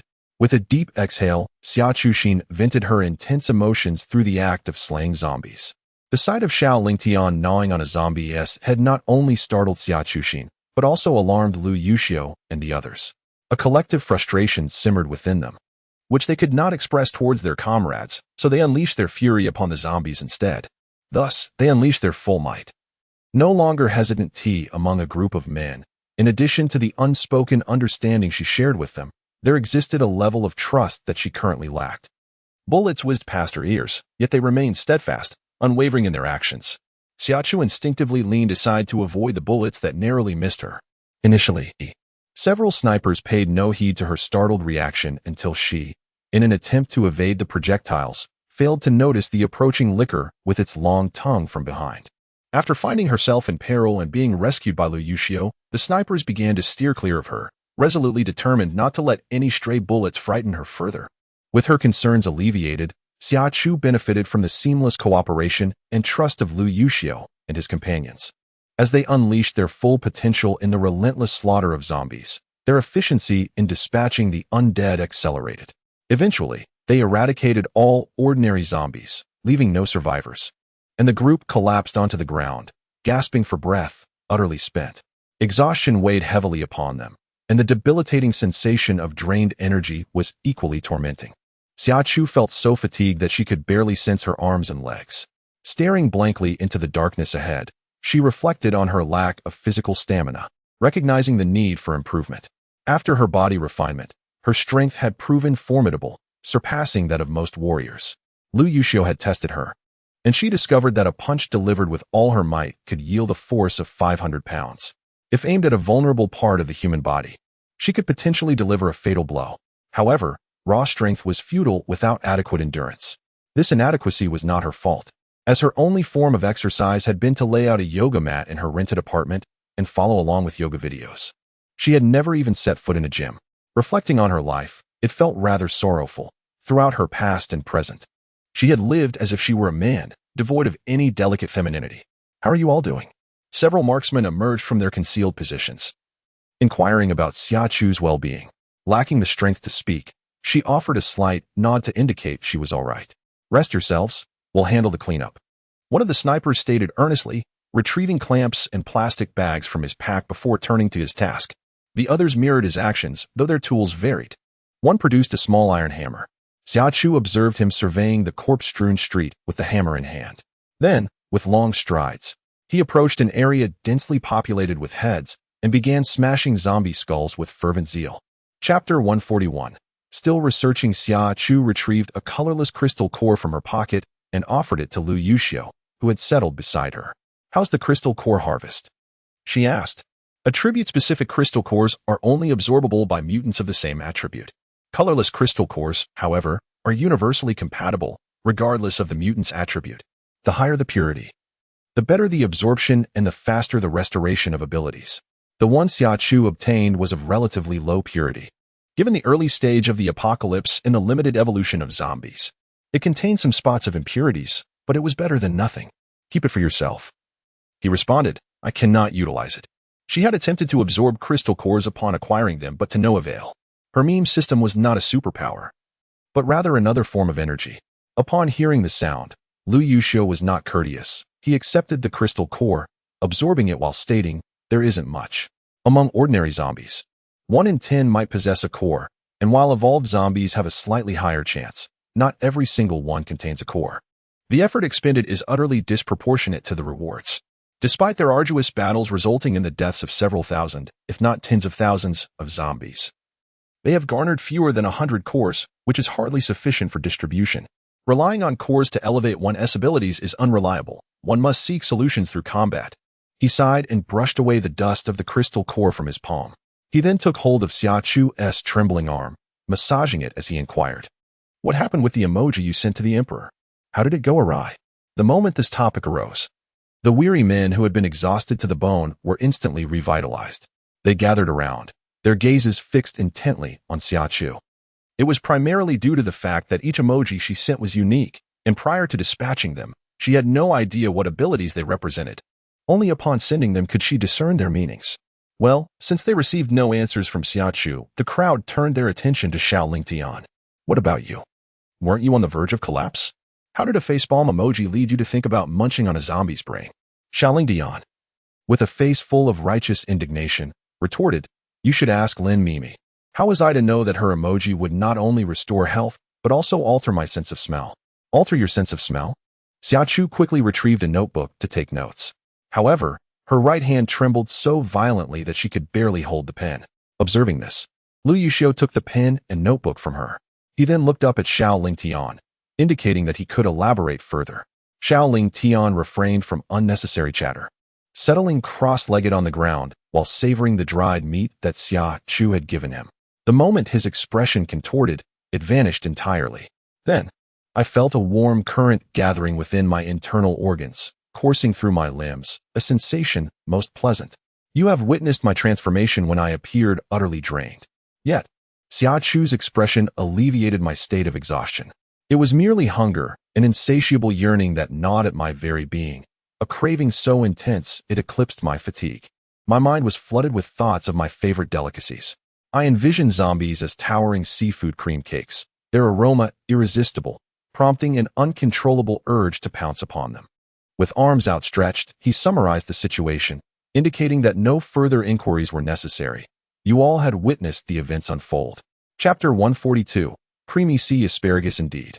We had seen it, yet all we observed was him plucking the zombie's head as one would uproot a radish, and sending it directly to his mouth. Gu Chang cast a nonchalant glance in his direction. The combination of seafood and cream cake seemed to him a rather peculiar culinary creation. The Emperor's taste was undeniably unique. His curiosity piqued as to what the Emperor perceived the zombie's head to be. Xia Chu and the others shared this curiosity, under the scrutiny of so many gleaming eyes. Xiaoling Tian felt a twinge of embarrassment and pursed his lips. "Must I divulge?" "Absolutely," Lu Yuxiu asserted with conviction. "If you do not elaborate, Chu will be unable to conduct a systematic study and classification of her expression. What if she misplaces an expression in the future and relives your ordeal today?" Upon hearing this, Xiaoling Tian knew he could not evade the impending inquiry. To be frank, Xia Chu's ability to express herself through memes is rather peculiar, often leading to moments of both laughter and exasperation. However, this does not imply that her memes are devoid of value. They are merely suited for playful mischief. On the contrary, when utilized appropriately, her memes can yield impressive results, particularly in a supportive capacity. With a sigh, he softly remarked, "Sea bamboo, particularly when slathered in cream." Xia Chu appeared utterly bewildered. Forgive her for being a frugal individual who is keen on accumulating wealth and is particularly thrifty with herself.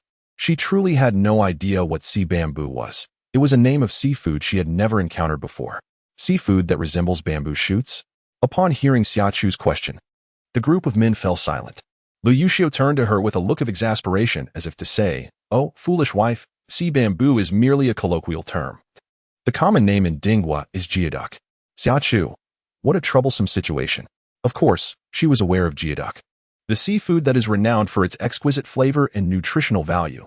It possesses an appearance that is quite unappealing and difficult to articulate. She had even tried it before. Mu Qingyan enjoyed it but was hesitant to let anyone know of her fondness for it, often purchasing it to prepare in her rented apartment. The notion of slathering it in cream, however, left Xia Chu in contemplative silence. The members of the Thorns, aside from being serious and earnest during missions, often displayed a rather unruly demeanor in non-mission states and during combat. Upon noticing Xia Chu's expression, they were ready to tease her. Just as Gu Sheng opened his mouth to speak, Lu Yuxiu, fully aware of their antics, shot him a fierce glare, conveying a silent message. "If you dare to bully my wife, I will not hesitate to put you in your place. Indeed, it is wise to avoid provoking them. Furthermore, the young lady is but a girl, and they are not the sort to jest lightly. The crux of the matter lies in the fact that Xiaoyu is protective of her, They certainly do not wish to incite her wrath and face her in a spar. Consequently, their focus shifted towards Xiao Lingtian. Gu Sheng remarked, I never anticipated you to be such a lecherous individual. Xiao Lingtian retorted, what of it? Is my fondness for geoduck clams indicative of lewdness? When you interjected, it's not the preference itself that poses an issue, but rather your penchant for slathering it in cream. What sort of culinary approach is that? Xiao Lingtian questioned, is there a problem? Junie responded, indeed, there is. The issue is considerable. It is rumored that men who favor geoduck clams lack confidence in their own abilities, hence their inclination to seek compensation through resemblance. Upon finishing his teasing remark, he playfully placed a hand on Xiao Lingtian's shoulder, saying, fear not, my good brother, even if you admit to your shortcomings. Before he could complete his thought, his arm was seized, and in an instant, he found himself flipped over and slammed onto the ground. Chapter 143. I too shall strike. A sharp pain radiated from his back as Junie stared at the pitch-black sky for a moment before exclaiming, what the hell? Xiao Lingtian loomed over him, his tall and slender figure casting a vast shadow in the glow of the streetlight. With a cold gaze, he looked down upon Junie and disdainfully declared, you, a mere novice, are the one lacking. Feeling compelled to further assert his point, he added, I am quite capable. Far more so than you. In an instant, Junie sprang up, rolling up his sleeves in a fit of fury, declaring, you are the novice. You, a great novice, shall face me in combat. Are you not tired? Lu Yuxiu glanced at the two. If that is the case, let us assist Xiaoba and the others in smashing zombie heads to collect crystal cores. I shall smash as well. Xia Chu gathered several zombie heads nearby and retrieved a large iron hammer from her spatial storage. With a resounding thud, she brought it down, shattering the skulls and revealing a desiccated mass resembling crumbled tofu, along with a fiery red crystal core the size of a baby's fingernail. Everyone was astonished by her initiative and her remarkable fortune. The men stared at her intently for a considerable duration. She was indeed beautiful and possessed a pleasant demeanor. Yet they had encountered several women with similar attributes within the 8 army, all of whom were capable, attractive, and amiable. However, none of those women seemed to possess her extraordinary luck. Could it be that she was truly favored by the heavens? With prophetic dreams, spatial abilities, and 2 zombie heads yielding crystal cores, one of which was a rare attribute-less core, her fortune was astounding. Gu Sheng sighed, giving her a thumbs up and exclaiming, I am in awe. Xia Chu was equally taken aback by her own luck. As if she were the daughter of the heavens. If only they knew that in her previous life, she was notorious for her misfortunes. When her space was stolen, even smashing 100 zombie heads yielded no crystal cores. During large official team missions, while others harvested the cores from the zombies and beasts they had slain, she was often left with nothing but the team rewards, her only consolation being the points and rewards she could exchange for cores. Before the cores were destroyed, she exchanged various items and services for all the crystal cores she needed in her daily life. To be honest, she was quite astonished at her remarkable fortune. Xia Chu was exhilarated, her eyes gleaming as she gazed at the remaining zombie heads, eager to see if she could extract anything further. No sooner had she spoken than her hammer struck down. With a resounding crack, the skull shattered. The sight of a speck of green amidst the debris ignited envy in the faces of several men, their expressions contorted yet exuberant, akin to that of a 200-pound man reveling in delight. A cacophony of applause erupted as the men cheered, their eyes sparkling with excitement. Lu Yuxiu, my dear wife, you are simply incredible. Xiaoling Tian, Lin Mimi, you are a living embodiment of fortune. I shall worship you henceforth. Gu Sheng, heaven's daughter is truly ours. Wen Yi, we have struck gold. Jun Yi and the others, sister-in-law, you are my beloved sister-in-law. I implore your protection. The fervor of the men was palpable, and Xia Chu, basking in their praise, could hardly contain her joy. My goodness, every time she smashed a head, a crystal core emerged. How could she be so extraordinary? With a determined effort to suppress her rising smile, she feigned nonchalance and waved her hand, saying, it's nothing. I shall take on the task of cracking skulls from now on. This would undoubtedly enhance the chances of obtaining more crystal cores. Absolutely. The men unanimously agreed. With such vibrant hands, who else should wield the hammer if not her? Thus, in Chapter 144, as the property hall was surrounded, Xia Chu took charge of smashing heads while the group of men divided into 2 teams, one to stand guard against any zombie incursions and the other to transport the skulls to Xia Chu's side. The youngest among them, Junyi, was excluded from both teams and sat beside Xia Chu, tasked with extracting the crystal cores from the brain matter. A group of individuals worked seamlessly for over an hour, ultimately yielding more than 60 crystal cores. In comparison to the thousands of skulls, this yield was indeed modest. However, when juxtaposed with the earlier achievements of Lu Yuxiu and his companions, it could be deemed a bountiful harvest. After all, it was still the initial phase, and zombies possessing crystal cores were a rarity. Observing the vibrant, multicolored crystal cores, freshly washed in clear water, the group beamed with satisfaction. Their haul was truly commendable. Plans were well formed, yet there was no time to rest, for the property hall had become encircled by alien flora and upscale villa districts of first-tier cities. A commonality exists: exquisite landscaping. It is not merely about lush greenery. It also demands a tasteful design that harmonizes art with the environment, intertwining culture with nature, and reflecting the owner's nobility and individuality. The renowned Xia, an established high-end garden community, is famous for its scenic landscapes, featuring leisure pavilions, flower beds, rockeries, water ponds, orchards, and ancient trees. Additionally, it is home to various animals, striving to cultivate a harmonious relationship between humans and wildlife. Longqing No. 1 is a high-rise residential complex, where each unit occupies an entire floor. Those who can afford such properties in the heart of Longqing are certainly well off, with high expectations for their surroundings. Thus, while the greenery of Longqing No. 1 may not rival the stunning landscapes of Xia, it is still commendable. Light emerges from darkness, yet darkness, apart from giving rise to light, also fosters malevolence and nurtures evil. Alien plants, while not malevolent, are decidedly unfriendly towards humanity. The extraterrestrial viruses that mingle with the soil are beneficial for flora and fauna, fostering their growth, altering their intrinsic genetics, and expediting the evolutionary process, thus ushering them into a grand era of transformation. In the latter stages of the apocalypse, advanced alien plants reign supreme, rivaling the prowess of high-level abilities and monstrous beings. Unlike the choosy nature of these beasts, alien plants exhibit no such discrimination. They indiscriminately consume anything that can decay, be it human, beast, or zombie. This is but a minor concern, as these alien plants possess a plethora of peculiar abilities. Notably, plants such as lavender, benzoin, forget-me-not, clove, jasmine, rose, violet, and mint inherently possess calming and sleep-inducing properties, as well as the capacity to alleviate fatigue. Following their mutation, these effects are amplified exponentially. Unfortunately, Dragon City No. 1 has cultivated a considerable number of forget-me-nots, benzoin trees, osmanthus, jasmine, roses, and mint. Additionally, various climbing plants like trumpet vine, wisteria, soft-stemmed yellow cicada, and honeysuckle have been extensively planted, blooming resplendently and ostentatiously, as if desperate for attention. Each flower and plant possesses its unique fragrance, be it delicate, refreshing, sweet, or rich. Individually, even when the intensity of their scents is doubled, they remain within the bounds of human tolerance. However, when all these fragrances intertwine, it becomes a veritable catastrophe for the human sense of smell. Upon entering Longqing No. 1, a group of individuals was immediately struck by an overwhelming scent that pervaded the air. The intensity of the aroma was alarmingly excessive. Xia Chu promptly distributed masks and cotton balls to Lu Yuxiu and the others, urging them to insert the cotton into their nostrils and not to forget their masks, as a precaution against potential exposure. Nevertheless, the group found themselves overcome by the rich fragrance, reduced to tears, feeling lethargic and drowsy. What should they do? Should they rush out to rescue others? Ye's eyelids began to droop, worried that he might succumb to sleep if he continued to disregard his condition. He pinched the tender flesh on his thigh, inflicting pain as a means of awakening his senses, a tactic that had proven effective in the past.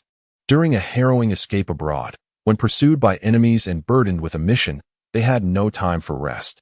In their most fatigued moments, this method had kept their minds alert. Yet, now, this strategy seemed futile. As soon as the pain dissipated, drowsiness returned with a vengeance. Before he could finish his thought, he found himself yawning repeatedly, physiological tears streaming from the corners of his eyes. He was not alone in this predicament. The entire group appeared equally affected. Xia Chu rubbed her eyes, her voice weary, lamenting the excessive presence of exotic plants, as forceful measures could not ensure the safety of those within. Who, she pondered, had conceived the idea of gathering so many people in the property management hall? Hundreds of living beings congregated in the hall were akin to a delectable feast laid bare before one's eyes. Even an exotic plant would encircle the property management hall, viewing the humans inside as nourishment to be tended to.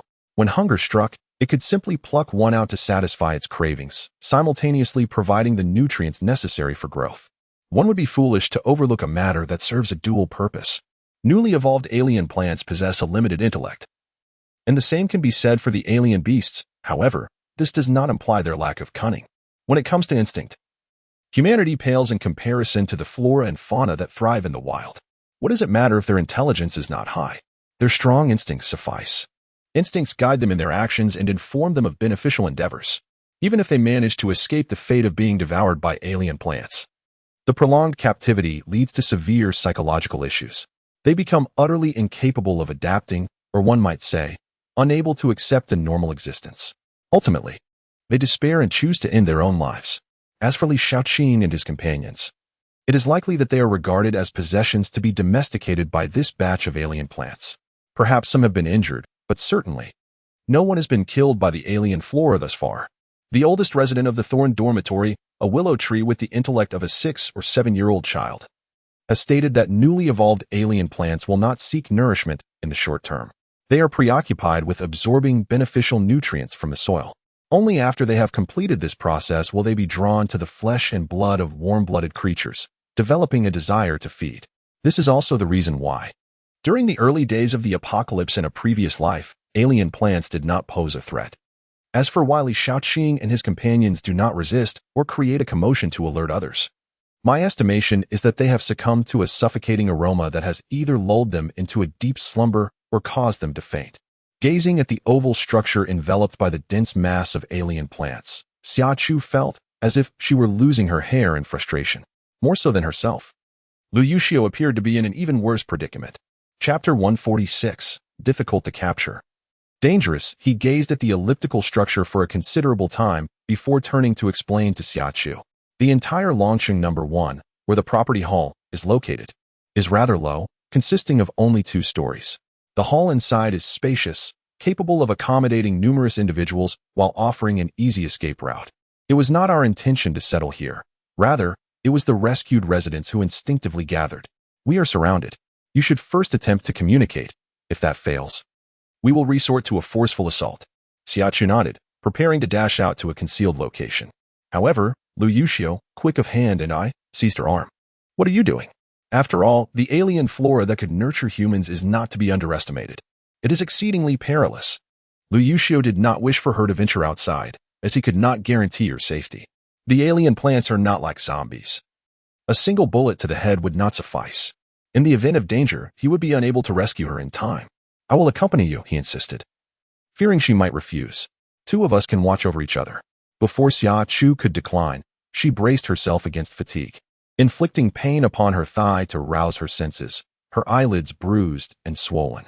The others, filled with fervor, expressed their shared resolve to face the challenge together. Stop. What if we all venture out and meet our demise? Lu Yuxiu removed his gear, tensing as he rejected their companionship. Xia Chu and I will go out. You all shall remain here as a precaution.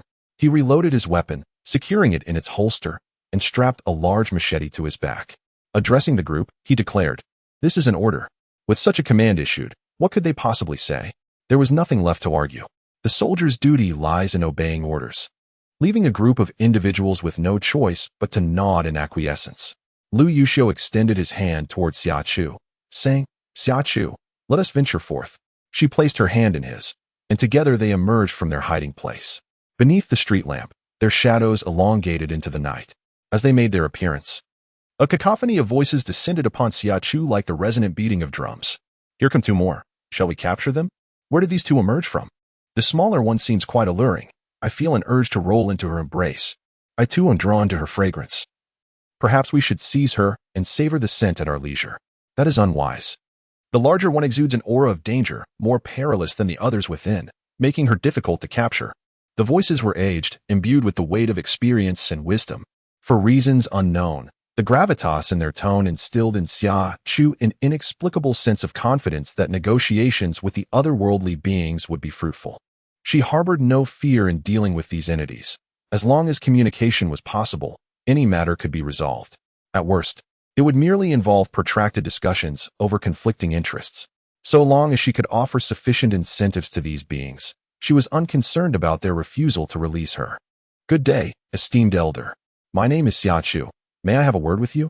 Without further ado, she approached the towering ginkgo tree, her voice soft and inviting. Her intuition suggested that the profound voice belonged to the ginkgo, which likely presided over all the otherworldly beings in this realm. Silence, profound silence. An almost deathly stillness. Xia Chu remained patient, awaiting the response of the ginkgo and its entourage of otherworldly beings. Lu Yuxiu stood beside her in a protective stance, his muscles taut and poised to spring into action at any moment, exuding an aura that was both fierce and profound. In Chapter 147, Can I Call You Mother? Xia Chu's direct approach startled a group of alien plants, even causing the ginkgo to flinch. Had she not rushed right up to it, the ginkgo could have deluded itself into believing she was not addressing it. Yet, the truth was undeniable. Her target was indeed it. In contrast to the surrounding plants, which had never witnessed much of the world, it was truly well-traveled and possessed the earliest awakening of consciousness. At over 230 years old, it bore the name Chun, aptly given as a tribute to the spring flower blooming at its birth. The ginkgo tree, known for its lineage, is said to thrive after 30 years and flourish after 300, with the notion that grandfathers plant trees for their grandsons to harvest. Its origin lay deep within the forest, where, at the tender age of 3 or 4, it caught the eye of a young boy who ventured into the woods to gather firewood. Captivated by its elegant stature, he became enamored with its grace. The ginkgo accompanied the youth for over 50 years, witnessing his transformation from a boy to a man as he married, raised children, aged into middle age, and ultimately passed away. In that time, it too had grown from a mere sapling into a grand ginkgo tree. However, it harbored a discontent for its current surroundings, where concrete suffocated the earth and the air was tainted. Now, an opportunity presented itself. It lowered its gaze and scrutinized the diminutive female human before it. The essence of this female human was indeed surprising. Throughout its long existence, it had encountered countless humans. But apart from the human infants, only this female human emanates a gentle white aura. Not only humans have their preferences, flora and fauna do as well. The aura of this female human is precisely the essence most beloved by plants and animals, soft as water, devoid of aggression. The ancient ginkgo felt a stir in its heart, its aged voice quivering slightly. Would you like to discuss? The golden-haired tree spirit, with an exuberant bounce on its toes, began to prance like a little swan while exclaiming loudly. This is quite an unreasonable demand. She had no idea where the ginkgo's home was, nor did she believe that the ginkgo would know. Most importantly, the extensive root system of such a grand tree surely spread far and wide. Excavating it would be an immense undertaking. Spare her, please. That.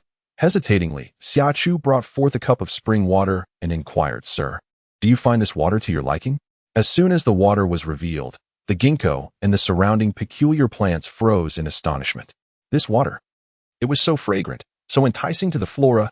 Every root, every leaf, every branch, and every fiber clamored for it, yearning to possess it. Do not presume that a mere cup of water can sway me. I shall not acquiesce to your request to become your father. The golden-haired tree spirit shot a disdainful glance at the large, bell-like eyes. However, I could call you mother. The tree spirit grinned broadly, resembling an enormous, jovial figure. Clatter. The previously speechless Xia Chu was so startled that she dropped the cup from her hands, her mouth agape in shock, unable to respond for quite some time. She was indeed taken aback. Chapter 148. Successful negotiation. A group of exotic plants exerted themselves, stretching their roots and branches in an attempt to absorb moisture from the parched ground. Alas, the heat was relentless. The surface temperature was so elevated that any water that touched the hardened ground nearly evaporated instantaneously. None succeeded in their endeavor. The ginkgo tree, however, was not so easily placated. Frustrated, it lowered a branch onto Xia Chu's shoulder, exclaiming, "Oh dear, how can you be so lacking in resilience? You, my dear mother, have wasted a perfectly good cup of water that could have quenched our thirst. Your failure to endure is truly disheartening." The tone of reproach echoed that of a disappointed father chastising a wayward child. "Xia Chu, my beloved mother, may I have another cup, please?" The golden-haired tree person struck a pose reminiscent of a cockerel, bellowing, charged forth. With arms outstretched, the tree person mimicked flight, one leg bent, the other foot lightly tapping the ground, embodying the grace of a youthful maiden. Even more astonishing was the ethereal figure behind it, adorned in flowing garments, trailing ribbons like a celestial being. "Stop, stop. No more. I shall provide you with water. Just give me the water." "Xia Chu, overwhelmed by the barrage of expressive images, quickly intervened as she noticed the ginkgo tree was about to continue its antics. Having said that, she produced a bucket of water, asking, "Is this sufficient?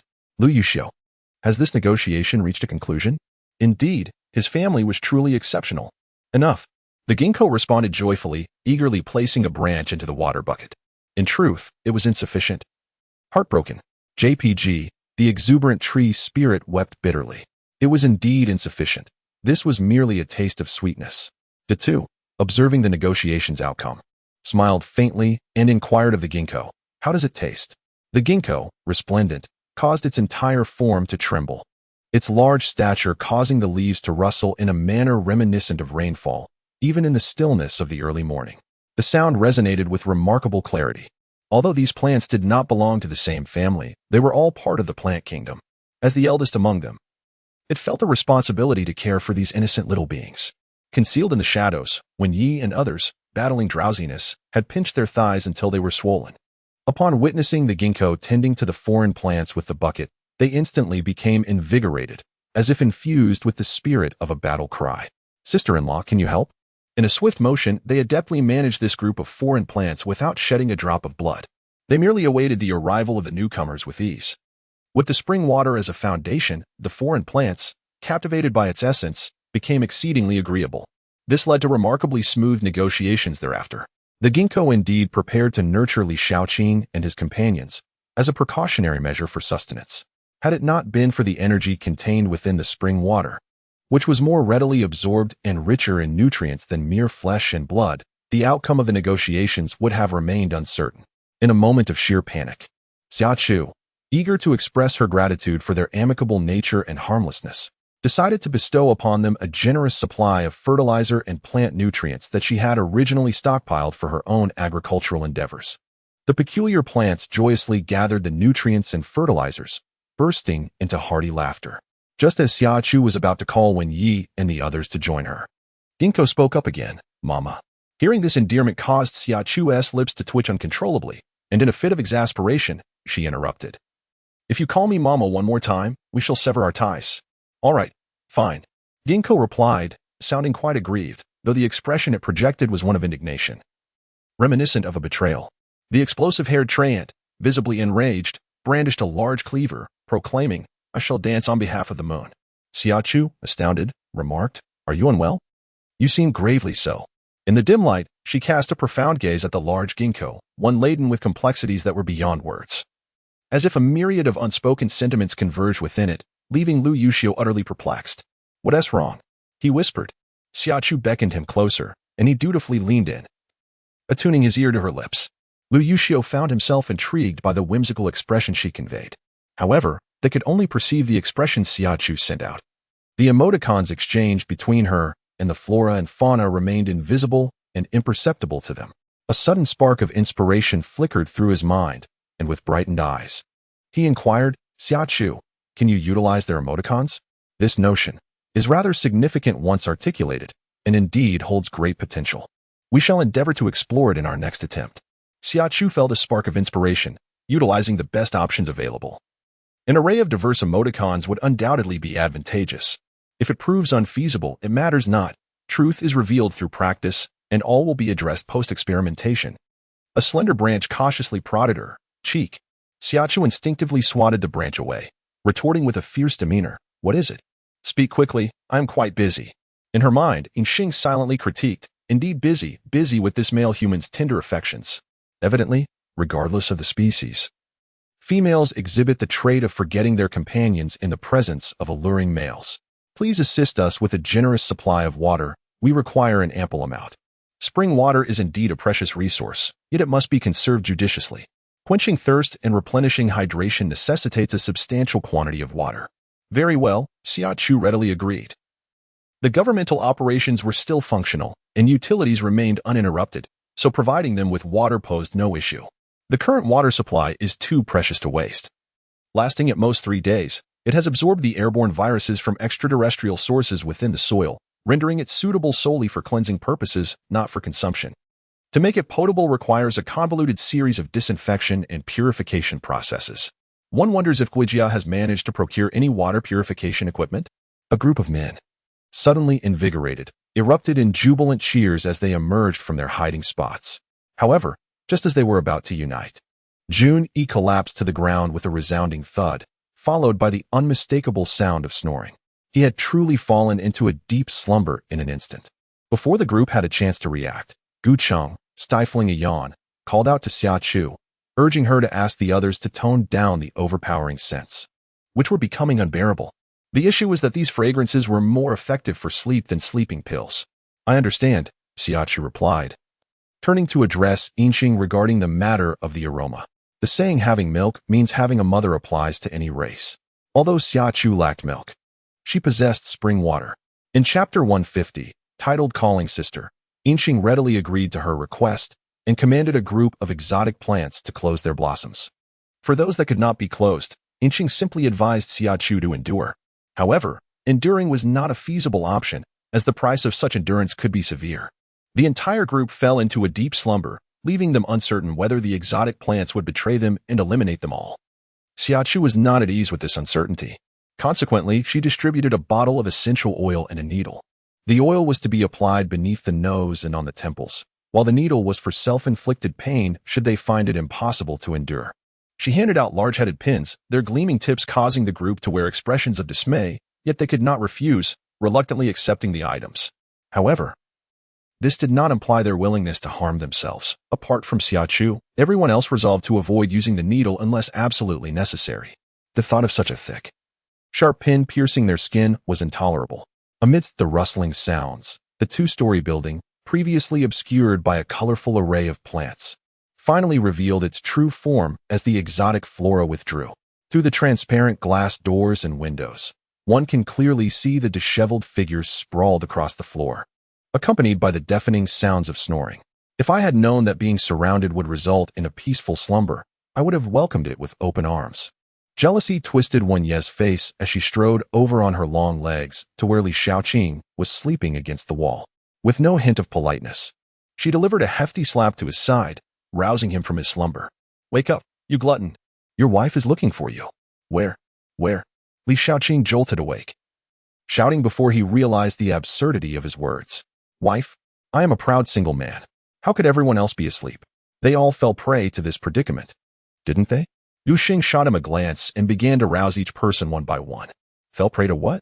Li Shaoqing's expression grew increasingly perplexed as Xia Chu sauntered over, her medical bag in tow. Curious to know? Li Shaoqing nodded eagerly like a chick pecking at grain. Xia Chu flashed a mischievous smile. "Call me sister, and I will tell you." "Sister?"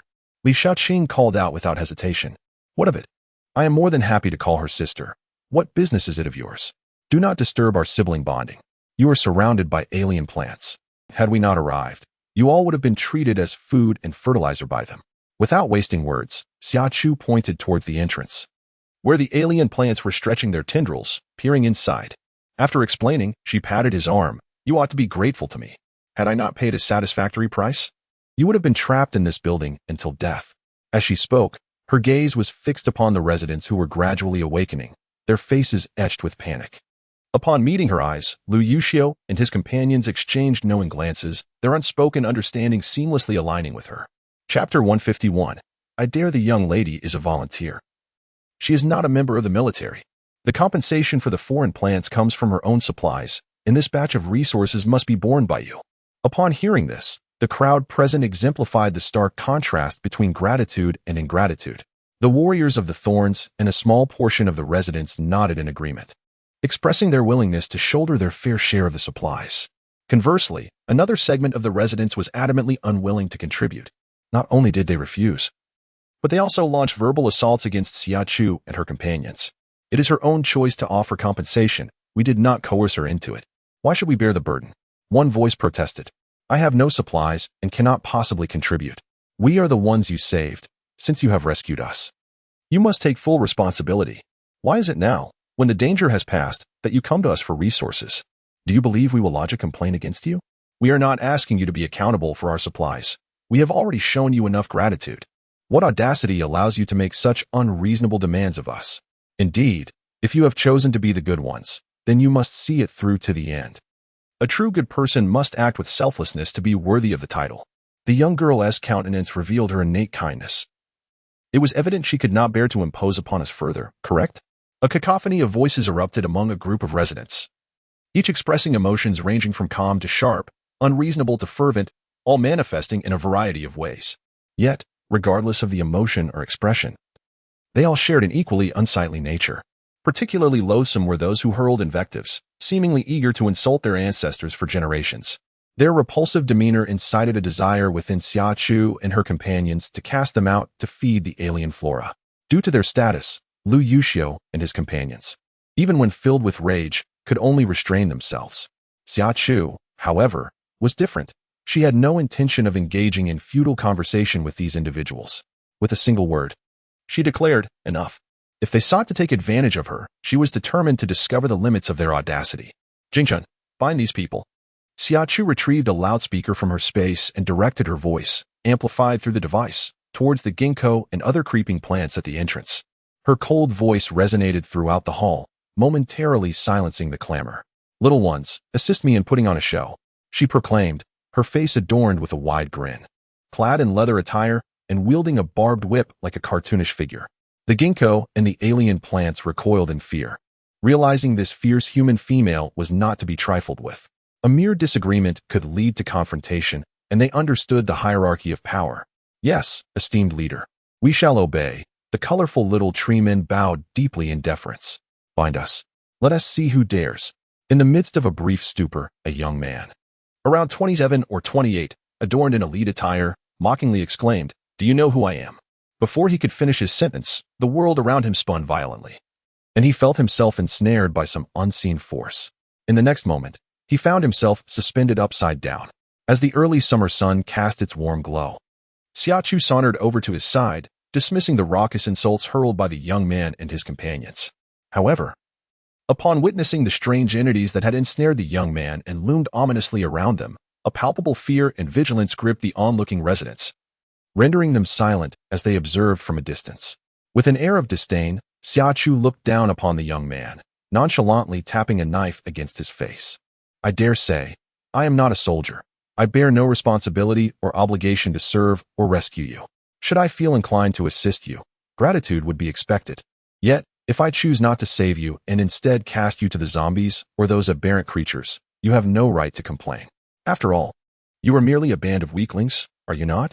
The young man remained silent, trembling with fear from being suspended by the strange entities. Yet his expression betrayed defiance and resentment. His lips remained tightly sealed. Perhaps he would have appreciated a different context. Alas, the price of bravado in her presence would be the shattering of his teeth.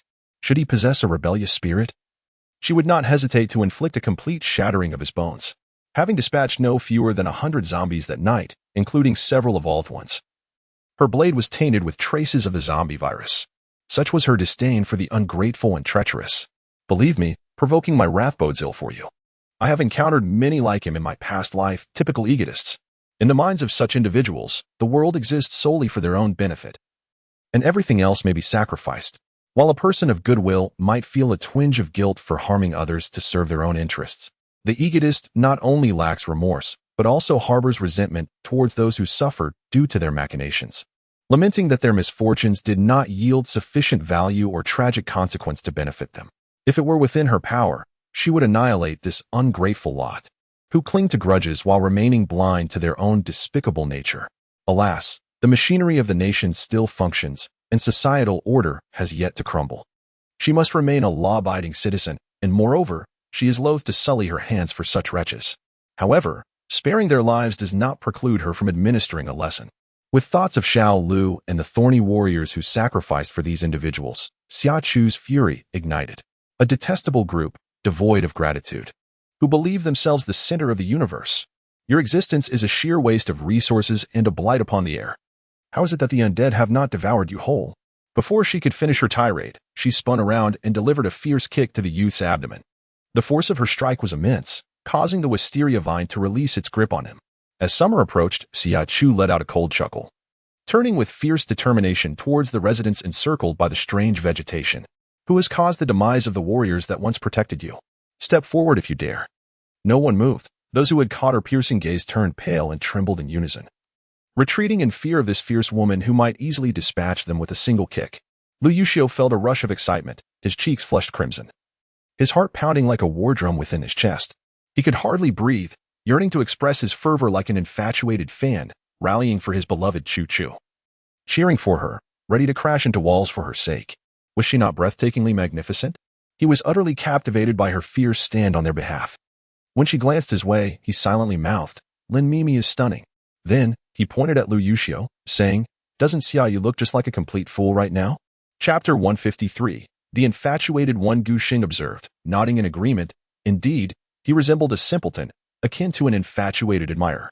He was the kind of sycophant who would worship Xia Chu as if she were a goddess, his obsequious pride utterly unbearable to witness.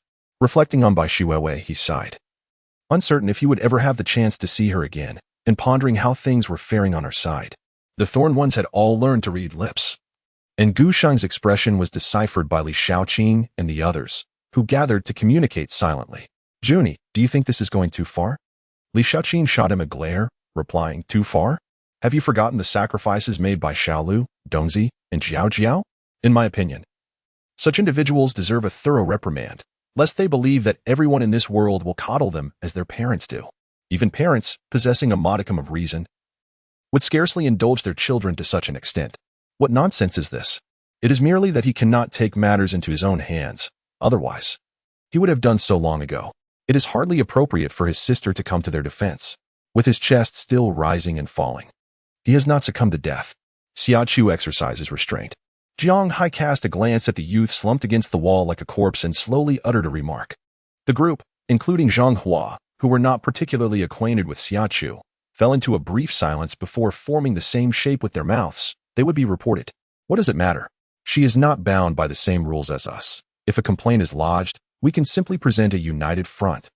Gu Xing was not concerned about this. Rather, he wished fervently that Xia Chu would have been even more ruthless. It would be best if these individuals could learn a lesson once and for all, refraining from self-serving actions and instead cherishing both their own lives and those of others.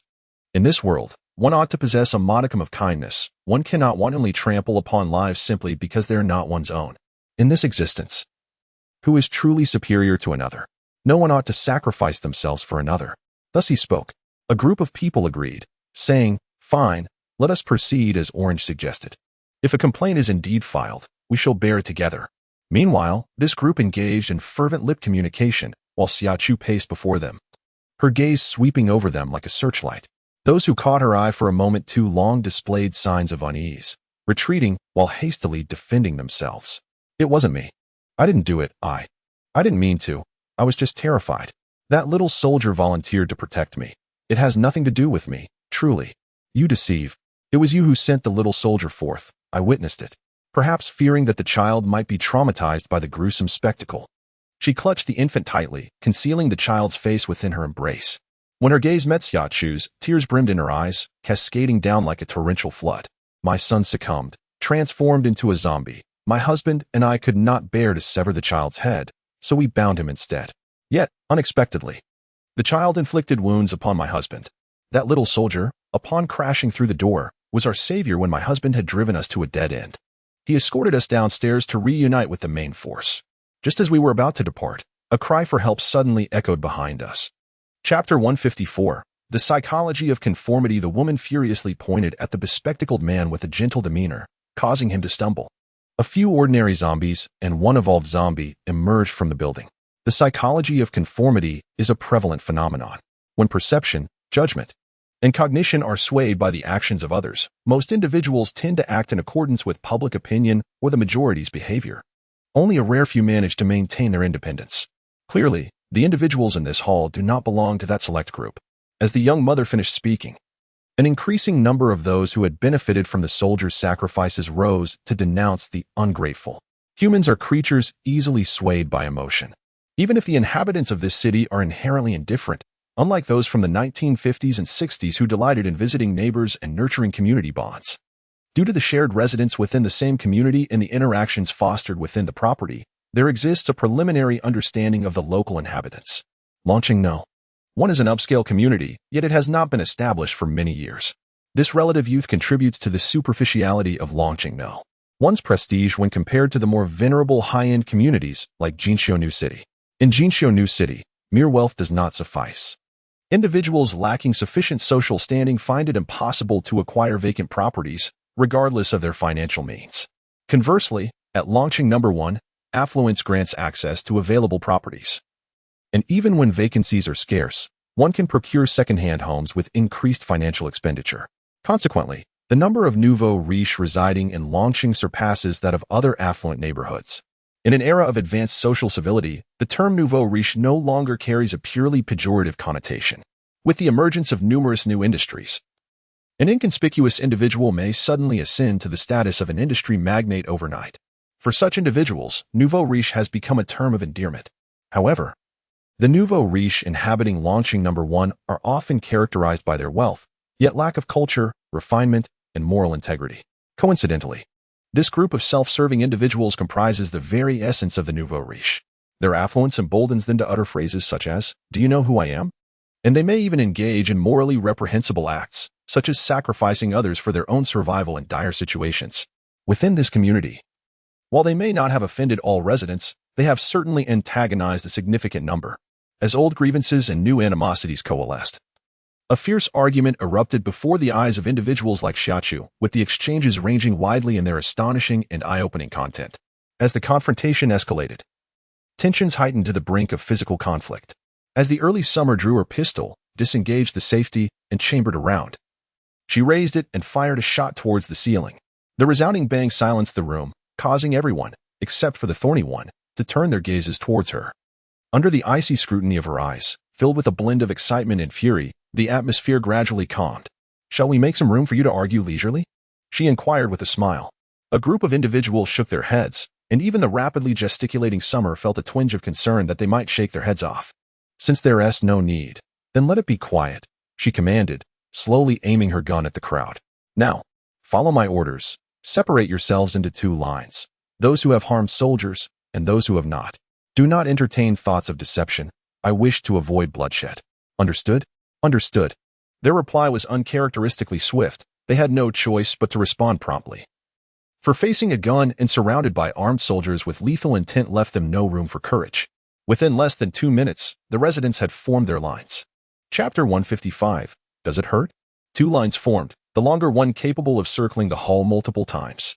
The shorter line, while unable to encircle, still boasted over 30 individuals.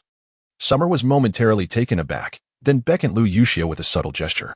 He promptly approached with a lively gait, leaning in to listen attentively. The fluidity of his movements was impressive. "How many have we lost?" she inquired softly. "Have the wounds been treated?" "Yes. The water you instructed me to bring has been administered. There are no significant issues." "Are the families of those soldiers present here?" "They are." The reality remains stark. The dead cannot be revived, and retribution through life for life was an impractical notion. Using material compensation for the relatives of those soldiers. "Do you think this method is feasible?" "No problem."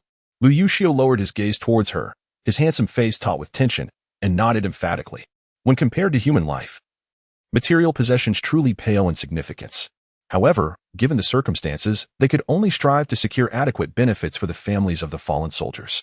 Xia Chu glanced at the individuals around them, and then turned to him, asking, "Shall I handle this, or will you?" Lu Yuxiu raised an eyebrow, asserting, "I will take care of it. You attend to your pressing matters."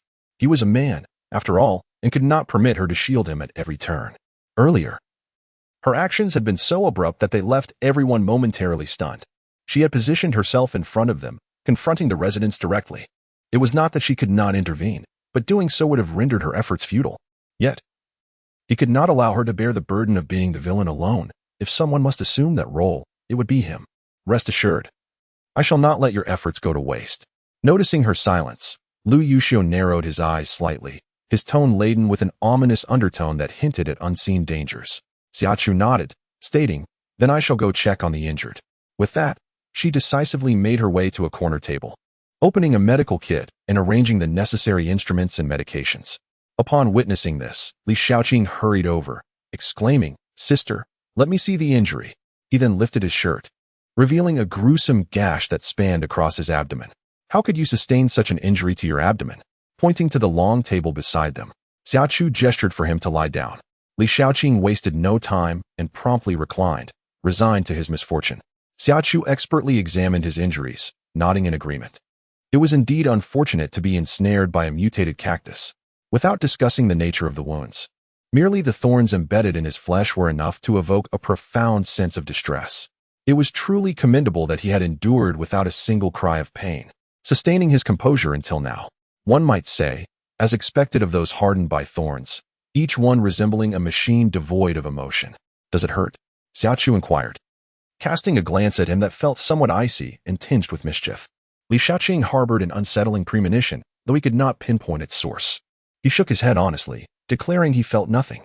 This was no fabrication, he genuinely lacked sensation. Having sustained injuries to this extent, he experienced no pain whatsoever. If it weren't for the considerable blood loss and the overwhelming sin of iron, he might not even have realized he was hurt.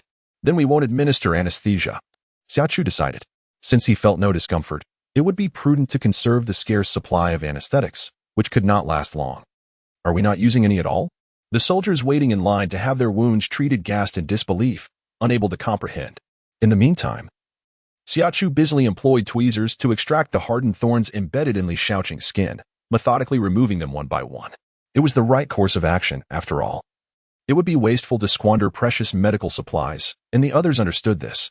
A collective sigh of relief emanated from several injured soldiers. With each thorn extracted, Li Shaoqing shuddered in pain, noticing their expressions as he endured the agony, contorting his face and gasping, "Sister, what caliber of injury necessitates anesthesia in your heart? Goodness! What manner of cactus thorn is this?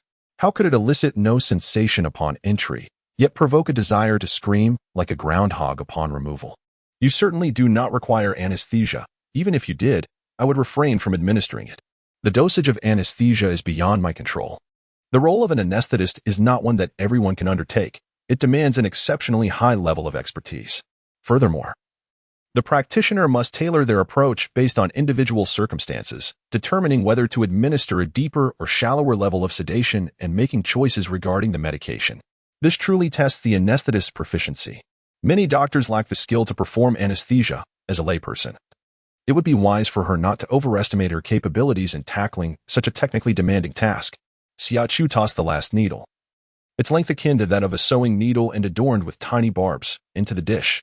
Exhaling deeply, she set aside the tweezers and began to disinfect his wound with antiseptic, gently patting him and assuring, "Bear with it. We need to suture." The gash was too long and wide to forego stitches. I can endure," Li Shaoqing stammered, his teeth chattering. The thought of suturing without anesthesia was terrifying. Yet, there was no alternative. Fear must be swallowed, for this medic was indeed an amateur. "Well done." Xia Chu praised him before focusing intently on the suturing process, a task she had mastered through practice. Wearing a mask, she stood at the table, her movements swift and her gaze earnest. She worked almost incessantly, tending to one injured resident or soldier after another. While she was busy, Lu Yuxiu and his team were making significant progress on their end.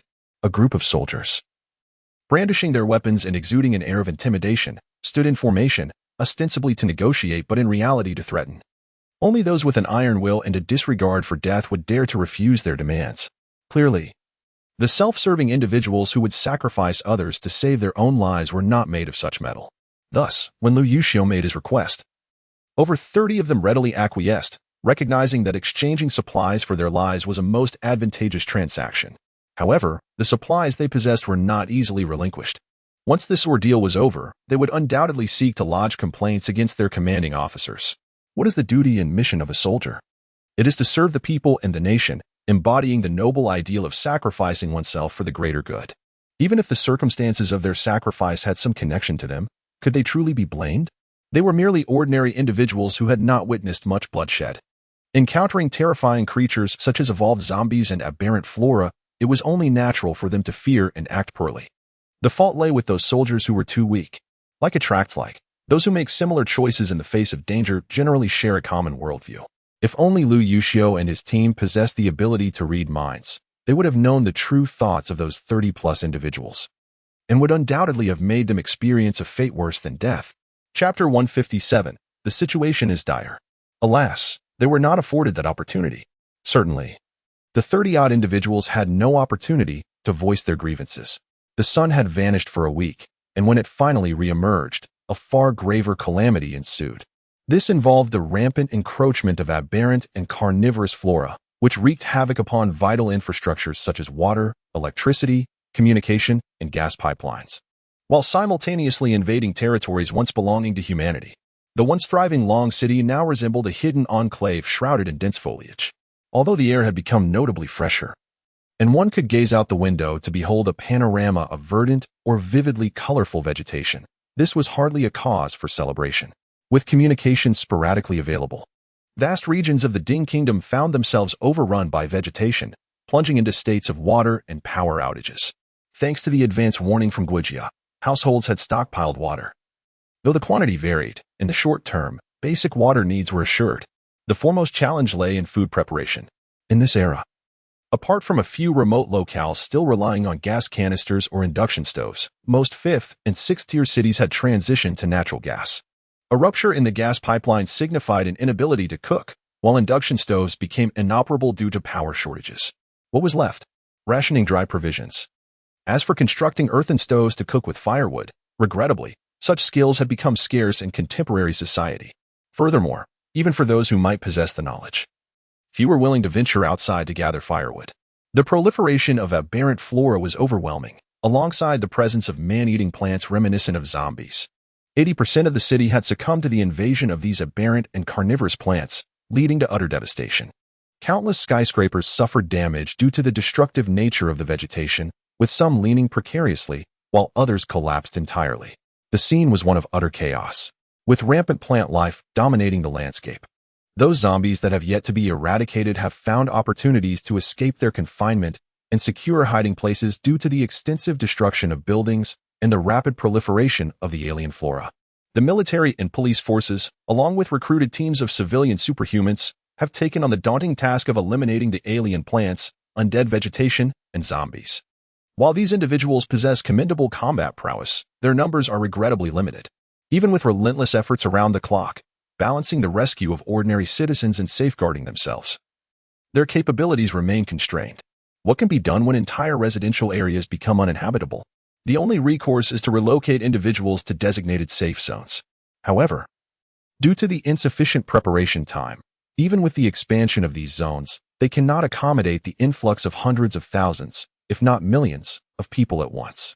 The situation outside is dire, and the temperatures have risen to unsettling levels. Under such immense pressure, the convergence of so many diverse personalities and spaces that are comparably cramped compared to the vastness of the city makes harmonious coexistence nearly impossible. Consequently, violent and bloody incidents have become frequent. Yet, this is not the worst of it. The most alarming news lies with the major overseer. Taking a deep breath, Xia Chu, with a face awash in horror, questioned the serious and solemn Li Tao before him. Is this information credible? How could this be? Did they succumb to the pressure, or? Lu Yuxiu, equally incredulous, pressed for answers. The remaining individuals, though silent, wore expressions of disbelief and distress. Has the sky above them vanished? I am more reluctant to accept this than any of you, yet the news is indeed true, Li Tao replied, his expression grave. The smoke from his cigarette casting a faint red hue, while his eyes reflected a murky uncertainty. The situation over there is far from favorable. A group of individuals exchanged glances, their brows furrowed in concern. Chapter 158, The Truth of Rebirth. Li Tao continued, stating that we cannot intervene in the matters above us, nor can we alter the course of events. Currently, the two factions, Chang and Zhao, stand on equal footing, bolstered by the neutral Li faction, which barely maintains a delicate balance. However, such equilibrium is destined to be disrupted, and regardless of which side prevails, struggle will inevitably ensue. When that time arrives, both factions will find themselves ensnared in the conflict, with the military bearing the brunt of the impact. We must prepare ourselves in advance. Silence enveloped the room, the air thick with tension. Xia Chu pressed her fingers to her brow, recalling her decision to report the information despite the risks to her own safety. In hopes that the Xia machinery would intervene, she envisioned uniting the nation's populace to collectively confront the daunting challenges of this bleak era. To strive resolutely in the darkness while awaiting the dawn. It must be acknowledged that Xia had performed admirably in the initial stages, and the residents of Dingguo had also risen to the occasion, although casualties were significant. The situation in this life was vastly improved compared to the hellscape of her previous existence, where the population had plummeted. In this regard, all who had contributed to this effort reaped the rewards, while she was uncertain about the benefits others received. She knew that Lu Yuxiu and his companions had collectively advanced to the second level of their abilities. As for her, her spatial powers had unexpectedly upgraded at midnight 2 nights ago, leaping from the initial stage to the second level with astonishing swiftness. However, due to the tremors from this evolution, she had fainted while tending to the injured. In the beginning, the space contained nothing but a solitary spring. She had to cultivate the land herself and grow her own crops. Even the pond for raising fish and aquatic products was excavated by her over the course of 2 nights using a digger, followed by the introduction of spring water. Now, this space resembles a miniature world, adorned with an endless expanse of fertile black soil. Although the ecological chain remains incomplete, mountains, grasslands, lakes, and rivers have all manifested. The vast quantities of seeds she had initially hoarded and later accumulated alongside Lu Yuxiu finally have a place to be sown. The flowers, plants, and trees that she had densely planted in the ground, which would cause discomfort for those averse to crowded spaces, can now spread out freely, thriving and reproducing in their spacious domain. The evolution of this space is a momentous occasion for her, and she has always believed it to be her reward. However, upon hearing Li Tao's words, a sudden influx of information flooded her mind, accompanied by a series of rapidly flashing images like a slideshow, revealing the truth. The reward of the space's evolution is indeed bestowed upon her, for the space belongs to her. Yet it is not solely for her benefit, as she must rely on the produce of this space to support countless others in the future. Rebirth is not granted without purpose, and the space does not acknowledge its master without reason. As Zweig once articulated, all gifts bestowed by fate have already been marked with a price in the shadows. Otherwise, why would the heavens allow her, a disabled individual with no extraordinary abilities, who contributed little to the nation or its people and has merely survived for many years, to be reborn? Is it because of her disability? In the later stages of the apocalypse, many are similarly afflicted. Is it due to her clarity and rationality in life? She indeed struggles to maintain clarity and reason, yet she lacks the capriciousness to act on whims. So what grants her this right? It is the fact that the space belongs to the ancestral legacy of the Xia family. Moreover, she is the sole direct descendant of the Xia lineage. Only she, after nurturing that orb with her own essence for many years, can establish dominion over the space, facilitating its gradual evolution and maximizing its potential for practical use. Chapter 159. Self-rescue. The existence of the space cannot avert the arrival of the apocalypse, nor can it alter the course of the world in advance. However, it can indeed leave behind a glimmer of hope for humanity. Regrettably, in her previous life, her foolishness led to the space falling into the hands of Mu Qingyan. That woman, even more foolish and lacking a broader perspective, was consumed by her own charm and romantic entanglements. After acquiring the space, she not only failed to harness its capabilities but also fostered a group of self-serving opportunists. These opportunists, deprived of Mu Qingyan's endless resources, ignited widespread conflict in March of the year following her death, all in a desperate bid for limited resources. The already dwindled population of Blue Star faced its inevitable decline due to this catastrophic war. The few survivors, left in despair and devoid of any glimmer of hope, chose to abandon their struggles and succumb to self-destruction. The value of life lies in the pursuit of aspirations, ideals, and goals. Without these, existence amounts to nothing but emptiness. What meaning does life hold, especially in a world devoid of clean water, where acquiring even a morsel of food demands a life in exchange? Between individuals, only suspicion and vigilance remain, while mutual support has long become a dark joke of an era. Living indeed requires more courage than dying. With the suicide of the last pure-blooded human being endowed with extraordinary abilities, the former glory of humanity has dissipated and civilization has been overturned and buried. Blue Planet has transformed into a paradise for new humans, evolved from the zombies of flora and fauna, as well as primitive humans. After years of regeneration, Blue Planet has regained its splendor, but this time, its masters are the plants and animals, along with the new humans. The new humans revere nature and strength, rejecting all remnants of the civilization and technology left by their predecessors. Blue Planet has embarked on a development path that starkly contrasts with technological civilization. If this state of being could be maintained indefinitely, it would pose no detriment to the planet. However, this idyllic scenario was short-lived as cosmic civilizations emerged in Blue Planet. Rich in resources, became a hunting ground and garden for these civilizations. Captivity, imprisonment, resistance, and the resurgence of war and bloodshed once again stained Blue Planet. In a final, desperate counterattack, all life forms on Blue Planet united to eliminate a high-ranking commander from one advanced civilization and several from mid-tier civilizations. This counteroffensive proved remarkably successful. Yet the cost was high. Blue Planet suffered large-scale bombardment from the interstellar fleet of the cosmic civilizations. As a planet endowed with intelligent life, Blue Planet possesses its own planetary consciousness. The dissipation of this consciousness signifies the planet's descent into death. Thus, in a bid for self-preservation, an accord was struck. Blue Planet utilized its final remnants of consciousness to reverse time. While the spirit of the vessel drew upon the nurturing essence bestowed by the early summer warmth it had received for many years, following the consciousness of the blue star. With unwavering determination, I traversed the river of time to locate the soul of Xia Chu, which was on the verge of fading. I devoted all my spiritual energy to assist her rebirth, hoping to harness her strength to alter the destinies of ourselves and all living beings on this planet. It was not that we held Xia Chu in high regard. Rather, the space belonged to the ancestral lineage of the Xia family, making her our sole option. Only Xia Chu, as a direct descendant of the Xia lineage, could be deemed the true master of the spiritual space and successfully claim it. By leveraging the power of the spiritual entity, we could endure the perfect fusion of two souls and their respective memories. Chapter 160. A bold move. The union of two souls was no trivial matter, even if these two souls were, in some aspects, one and the same. A single misstep could lead to collapse, resulting in a chaotic mind and madness. Should that occur, the consciousness of the blue star and the spiritual entity would be rendered futile, and their self-rescue plan would falter as well. Fortunately, having been nurtured by Xia Chu's essence for over 20 years, our plan succeeded. Whether the blue star's consciousness had fallen into slumber or dissipated, Xia Chu could not ascertain. However, she speculated it was slumber, for a planet devoid of consciousness requires the passage of time and the growth of ages to cultivate a nascent awareness, which eventually leads to the emergence of intelligent life forms. Even now, despite the demise of numerous intelligent beings, many still remained alive. This indicates that the consciousness of the planet persists. The spiritual entity had just imparted these messages and images to her and informed her of her future endeavors before once again succumbing to slumber in a fleeting moment of awareness. As for when it would awaken again, she remained uncertain. Perhaps she would awaken soon due to her diligent efforts.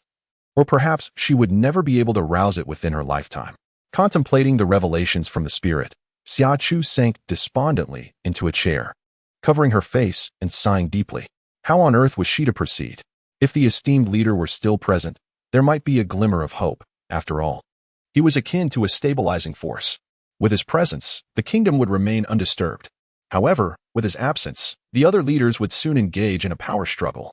In such dire circumstances, who could she turn to for assistance in rallying the industry titans and elites capable of advancing human civilization and innovating technological progress? The crux of the matter was that she would need to support a multitude of people in the future. Where would the resources come from? She would have to rely on her laborious cultivation and harvest. The consciousness of Blue Star and the spirit had truly ensnared her in a predicament. Nevertheless, she resolved to take a bold leap. She had previously summoned the courage to report on the apocalyptic events, and she was equally daring this time. At worst, it would result in her demise. Of course, she intended to drag Lu Yuxiu down with her. She was indeed a profoundly selfish individual. After all, who could blame Lu Yuxiu for his misfortune in crossing paths with her? Lu Yuxiu observed her, who had moments ago been despondent and filled with worry, now transformed into a little enchantress with a desire to consume him whole, her intentions far from innocent. His heart raced with excitement. "My dear, do restrain yourself." He playfully pinched her cheek, adopting a facade of seriousness as he whispered reproachfully in her ear, under the gaze of the public. What was this girl attempting to convey with such affectionate eyes? Could she not wait for a more private moment to look at him thus? Xia Chu. Had she acted in any manner that lacked decorum? She longed to inquire about him. Yet the thought of his tendency to overthink and indulge in fanciful imaginings when with her maid Xia Chu reconsider, she decided to let it be. She had no desire to invite trouble upon herself. The man, Lu Yuxiu, could indeed be exasperatingly immature, provoking both laughter and tears within her. With a faint acknowledgement, she cast her gaze over the room, where some wore grave expressions while others furrowed their brows in silence. Eventually, her eyes settled on Li Tao. In a startling tone, she inquired, masterly, "Do you possess any means to persuade General Fong to detach himself from the self-sufficient circle and refrain from engaging in the power struggle involving Boss Chong and the others?" What an odd appellation, masterly. Moreover, what did her words truly imply? Chapter 161. The artful use of emojis. Xia Chu's statement, crashed upon the silence like a tempest, drowning everyone in disbelief. The assembly stared at her, incredulous, unable to fathom what they had just heard. The chaos had yet to unfold. Yet this audacious girl dared to suggest their independence. Did she fear their lives were too comfortable and seek to provoke them, becoming thorns in the sides of the bosses? Li Tao's lips twitched. He longed to ask her if she was even aware of what she was saying. However, observing her earnest demeanor and recalling her report about the apocalyptic events, he found himself at a loss for words, realizing he needed a compelling rationale to be convinced. Emotionally, he firmly believed he could not be swayed, yet reason whispered that he might be. All present remained silent, their astonishment directed at Xia Chu. And Lu Yuxiu was no exception. His gaze, now fixed upon her, reflected not only shock but also a hint of bemusement. It was evident that he had never anticipated Xia Chu would exhibit such audacity. Her words, when dressed in a more palatable guise, could be interpreted as a refusal to partake in the power struggles of the likes of Boss Chong. However, stripped of embellishment, it is clear she is inciting them to sever ties with their superiors. Such behavior in feudal times would have been deemed a grievous offense, worthy of execution. And now, the situation is not dissimilar. Are you serious? He inquired. Xia Chu pinched him, her current demeanor leaving no room for jest. I am serious, utterly serious. More so than ever before. She reiterated her earnestness 4 times to underscore her resolve. Amidst the multitude of incredulous gazes that seemed to say, "You must be mad," she sighed deeply, feeling somewhat aggrieved. If it were possible, I would not utter these words that lead you to think me insane. Alas, for the fate of humanity and this planet, I must speak thus. Words alone cannot convey the gravity of the situation. Allow me to show you what we will soon confront. No sooner had she spoken than the images conjured by the spirits in her mind transformed into animated, voiced expressions plastered across the faces of those present. No terror recounted could rival the shock evoked by witnessing such scenes firsthand.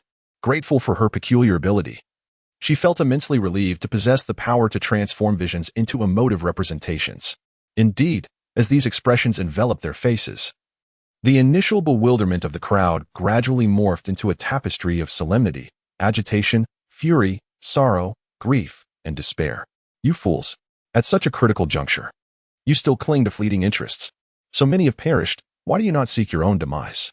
Do not trust their words. They are malevolent schemers with grand designs, intent on your demise to monopolize the resources of their stronghold. It is over. War has begun, and a throng of imbeciles wonders how they have managed to survive. The crowd, engulfed in despair, cries out, some shedding tears of hopelessness. Resources are already scarce, and the surviving population is meager in the face of such widespread conflict. Does humanity still harbor hope?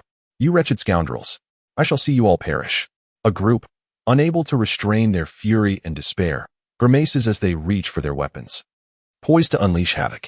Xia Chu wiped the cold sweat from his brow, immensely relieved that they had not brought arms due to the meeting. Otherwise, they might have turned against one another.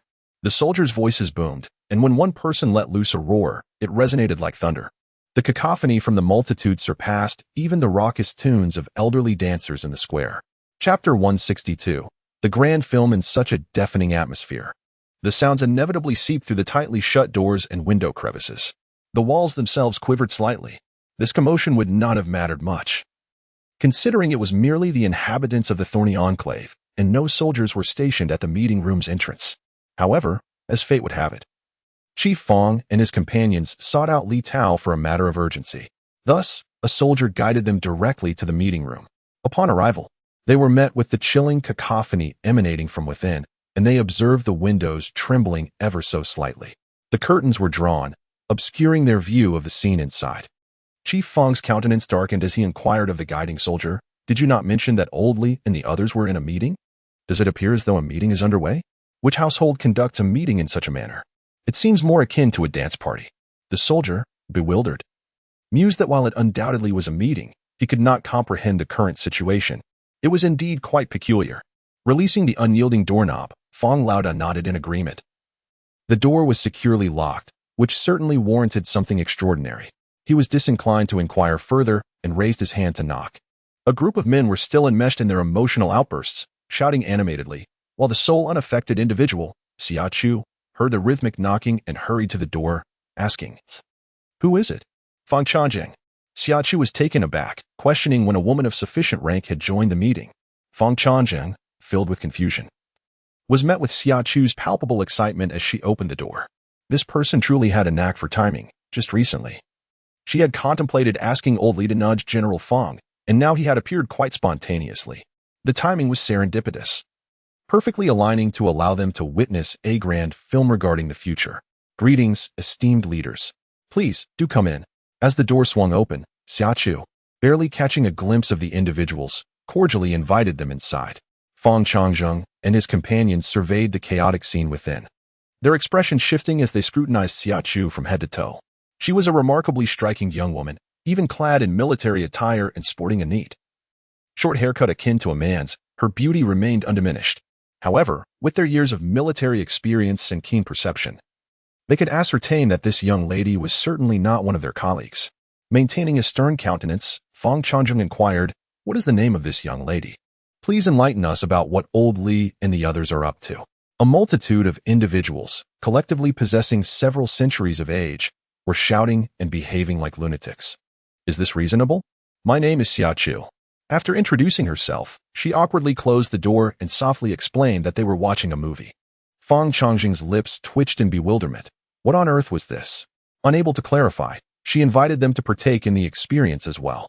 Without further ado, Xia Chu sent another batch of emoticons zooming past. Initially perplexed, the group quickly found themselves engulfed by the barrage of emoticons that plastered their faces, leaving no time for astonishment as they were drawn into the animated film. Subsequently, they echoed the expressions and emotions of the first group, Lu Yuxiu and his companions, joining the cacophony of furious shouting and the desire to unleash gunfire. Before long, Lu Yuxiu and the others began emerging from the film, one by one, regaining their senses, albeit with a palpable sense of dread etched on their faces. Their spirits were undeniably low. "Are you all right?" Xia Chu inquired softly of Lu Yuxiu. His reddened eyes locked onto hers, and it was then that Xia Chu recognized the shift in his emotions. His gaze, once steeped in deep affection, morphed into tender pity, ultimately culminating in profound sorrow. Chapter 163. Past and present. The complexity of his gaze made her eyes well up, her nose tingling with emotion. What's wrong? She pondered. Perhaps it was inappropriate to suddenly impose a movie upon them, yet such a gaze seemed excessive. It stirred within her a desire to weep, which she found quite irksome. Lu Yuxiu's lips parted as if to speak, but just as Xia Chu anticipated his words, he abruptly enveloped her in a warm embrace. The strength exerted was immense, nearly rendering her breathless in his embrace. Xia Chu yearned to push him away, yet warm droplets of liquid fell upon her nape, igniting a pang of anxiety within her. Was her dear Yue crying? "You." The sentence remained unfinished as a hoarse, sorrowful voice, tinged with a hint of choking emotion, resonated in her ears. "Why did you not tell me?" The sudden inquiry left Xia Chu momentarily stunned. His grip around her tightened once more. "I saw it all." "What did you see?" "We are all doomed." Xia Chu, without much contemplation, she assumed he referred to the extinction of humanity. Unable to resist, she softened her tone to reassure him. "Do not fear. We can alter our fate. Be good. Empty your mind and think of nothing, all right?" "No." Recollections of scenes from the emotive images flashed in his mind, causing his eyelashes to flutter.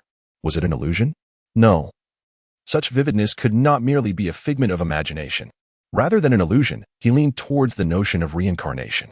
Their encounter in this lifetime had been anything but beautiful. She was the one he salvaged from the depths of despair and beastly sorrow. Yet, he had fallen for her, this girl who had lost her left arm, her right face marred, yet her eyes remained pure and untainted. She harbored resentment, appearing cold and distant on the surface, yet within her heart lay a sanctuary of innocence. Words were scarce from her. They had saved her.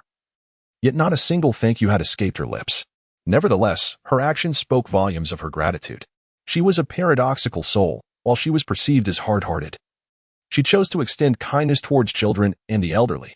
Conversely, when she was tender-hearted, she wielded decisiveness in her actions. As time wore on, his understanding of her deepened gradually. Then, irresistibly drawn to her, he began to cultivate feelings for her and wished to pursue her. Ultimately, he became hopelessly enamored, sacrificing his life to save hers. He harbored no regrets for this loss, though a sense of sorrow lingered within him, for she had never uttered a word of affection or love towards him. Even during their most intimate moments, when she was pushed to the brink of despair and wept, she remained unwilling to express her feelings. Did it matter to her? Yes, it did, yet no amount of concern could rival the beauty of her crescent moon-shaped eyes. Sparkling with joy, He had vowed to love and protect her for a lifetime, yet he had broken that promise. Later, what is truly wrong with you? Noticing his trembling, Xia Chu hurriedly inquired, Are you unwell? Shall we consult Dr. Zhou for an examination? I am not unwell, Lu Yuxiu replied, opening his crimson eyes to gaze down at the worried face of Xia Chu in his arms. How wonderful it is that my Chu Chu is safely nestled within my embrace. She is neither disabled nor disfigured. Given that, why should he remain ensnared by the past? Seizing the present was what he ought to do. This time, it would be different. He was merely momentarily lost in the illusions of his former life. But there was no need for concern. I am well. Chu Chu did not wish for him to know about their previous life. So she decided to let him believe he was oblivious. However, those who had tormented Chu Chu in the past ought to pray they do not cross his path in this life. Should they encounter him, he would ensure they suffered a fate worse than death. He swore this with his life, his faith, and the military uniform he wore. Xia Chu breathed a sigh of relief, unable to restrain her desire to admonish him. Please do not frighten me again. I was truly worried. We were all quite concerned. The onlookers, having enjoyed a complete melon, echoed in unison, imitating Xia Chu's tone. Chapter 164, Malice in Early Summer. Xia Chu turned her head robotically and was met with a multitude of eyes brimming with mockery. Even someone as thick-skinned as she was rarely stirred by a sensation called embarrassment, her face flushing a deep crimson. The men around her possessed even thicker skins. She could hardly match their banter and decided against subjecting herself to further humiliation. Thus, she buried her face in Lu Yuxiu's embrace, as if this would conceal her shyness and discomfort. However, the skin of her neck peeking out from her clothing and her flushed earlobes only served to amplify the mirth in the eyes of onlookers, who cast teasing glances at Lu Yuxiu. Shall you wear? Your wife is shy. Quickly comfort her. Lu Yuxiu, with gentle eyes, patted Xia Chu's back, his heart swelling with sweetness akin to honey, unperturbed by the teasing gazes. Instead, he glanced at Feng Changjung, who was still lost in a maelstrom of despair and exaggerated expressions. Turning to Li Tao, he inquired, Old Li, are you prepared? At the mention of this topic, Li Tao became particularly irritable. Preparation was undoubtedly in place. The issue at hand was more significant than the matter with Yushan, and the weight of it was almost overwhelming. Honestly, I don't want to do this. However, I can't reconcile with myself if I don't. Yet, if I go through with it, I fear I might lose my hair. Oh well, if that's the case, I shall embrace baldness. Yet, being bald means I would lose my charm. Before he could finish, Qin Mozho delivered a sharp slap that sent him stumbling forward, his face colliding squarely with the wall. During their 3 hours of unconsciousness, Li Tao and Qin Mozho had been force-fed spring water by Lu Yuxiu and the others. A fortunate few have awakened extraordinary abilities, while those lacking such powers have transformed into mutants. Qin Mosh is among the latter, possessing powers of strength. It is no exaggeration to say that with merely half of his strength, he could shatter a wall. The only reason he did not embed Li Tao into the wall was due to his meticulous control, restraining his force to a mere fraction. Ignoring Li Tao's anguished cries and the blood streaming from his nose, he lowered his eyelids, exuding a chilling ruthlessness as he coldly remarked, You seem to be deluded regarding your appearance. Believe me, you have always been unappealing, a visage that inspires despair. I have endured this for many years. Li Tao, bewildered, retorted, Is this even human speech? Xia Ch and Ly11, only just realizing today that old Qin possesses quite the sharp tongue. Li Tao, head held high, approached the table, tearing a paper towel in half. One half he crumpled and stuffed into his nose to staunch the bleeding, while the other half he indignantly shouted, I sever all ties with you. I refuse to associate with you any longer. With whom do you intend to sever ties? Inquired Feng Ch Ngziacheng, who had just emerged from a trance-like state reminiscent of a movie featuring expressive emojis. Upon hearing this question, he automatically responded, With old Qin. That brute envies my beauty and handsomeness, wishing to mar my appearance. Li Tao instinctively replied, his tone dripping with indignation, How venomous, truly vicious. Feng Ch Ngziacheng nodded in agreement, then continued, But what exactly was that just now? How could it? Perhaps struggling to find the right words. He paused for a few seconds before glaring at Xia Ch, exclaiming, Is that your ability? Those who have long occupied positions of power inherently exude a certain authority. An enigmatic presence that, while difficult to articulate, undeniably imposes a sense of pressure upon others. Regrettably, Xia Chu is no ordinary individual. Not only does her mental acuity surpass that of everyone present, but her past experiences render Feng Changjing's imposing demeanor ineffective against her. Thus, she calmly asserts, Yes. What you perceive indeed manifests through my abilities. However, I am merely a conduit. These are warnings bestowed upon us by the heavenly order. I hope we can heed these warnings and instigate changes for our own salvation. Heavenly order? Salvation? Fang Changjung scoffs, his keen eyes fixed upon her. Little girl, do you truly believe I would take you at your word? You will, Xia Chu replies with unwavering confidence. Fang Changjung furrows his brow. Elucidate. Is the existence of supernatural abilities scientific? No, yet they manifest. Are extraordinary plants, beasts, and zombies scientific? Equally nonsensical, yet they exist. As for atavistic humans, one must not even mention them. A primate of the mammalian order should possess no trace of animal genes. And yet, traits of beastliness have emerged, which defies reason. With her hands raised in a gesture of surrender, she concludes amidst the stifled laughter of Lu Yuxiu and the contemplative silence of Fang Changjung and his companions. Given the multitude of unscientific phenomena that have arisen, it is hardly surprising that the heavenly order has issued us a warning. Fang Changjung and his compatriots find themselves at a loss for words. The notion of shattering one's worldview and reconstructing it bears no distinction from forcibly breaking every bone in a person's body and compelling them to rise. Indeed, there is no difference, yet the reality is one they cannot evade. Li Tao is a formidable individual, utterly indifferent to the tumultuous emotions swelling within Fang Changjung and others. He stated plainly that the reason Guojia would enter a state of heightened alert before October 1st was due to the celestial warning. With the absence of the major boss, the struggle for power is poised to commence. I do not hesitate to divulge that the apocalyptic warning was conveyed to me through prophetic dreams. After validating its authenticity, I opted to report the information.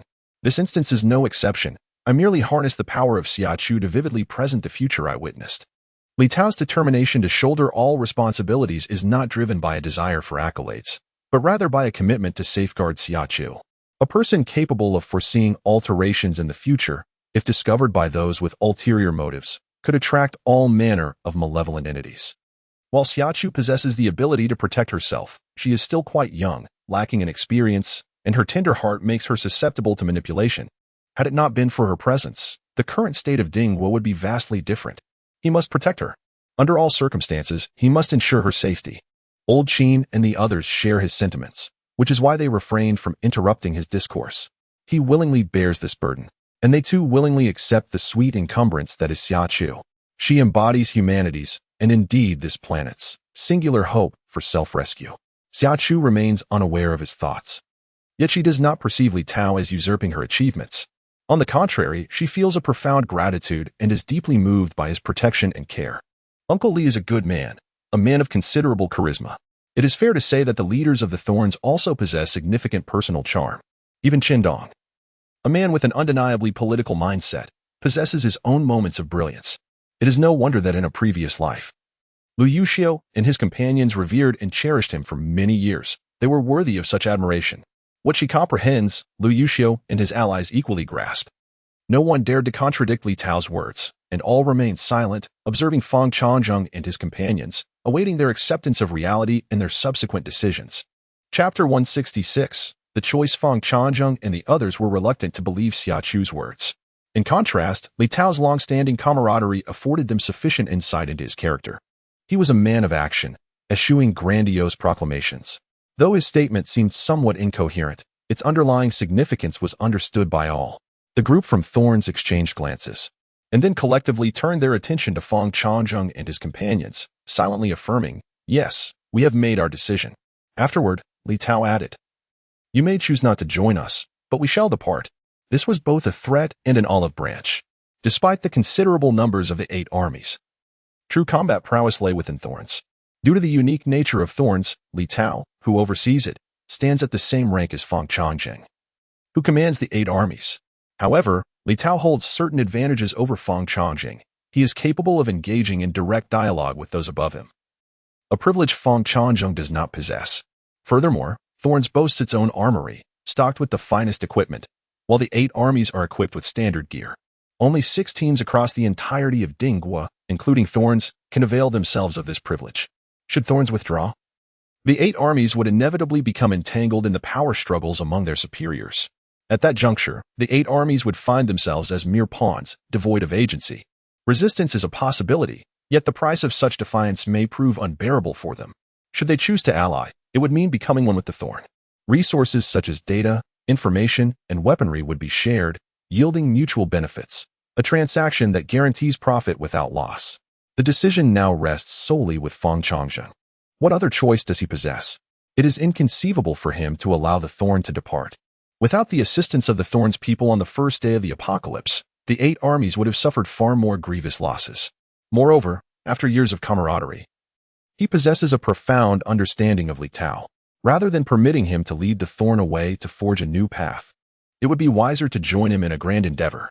If the Thorn feasts, they may at least savor the broth, rather than being left to merely gaze enviously at the banquet. This man is indeed formidable, relinquishing power with remarkable decisiveness. He proclaimed, "I shall grant you the authority to manage the 8 armies. My only stipulation—" "Stop right there," Li Tao interjected, his lips twitching in irritation as he interrupted Feng's words.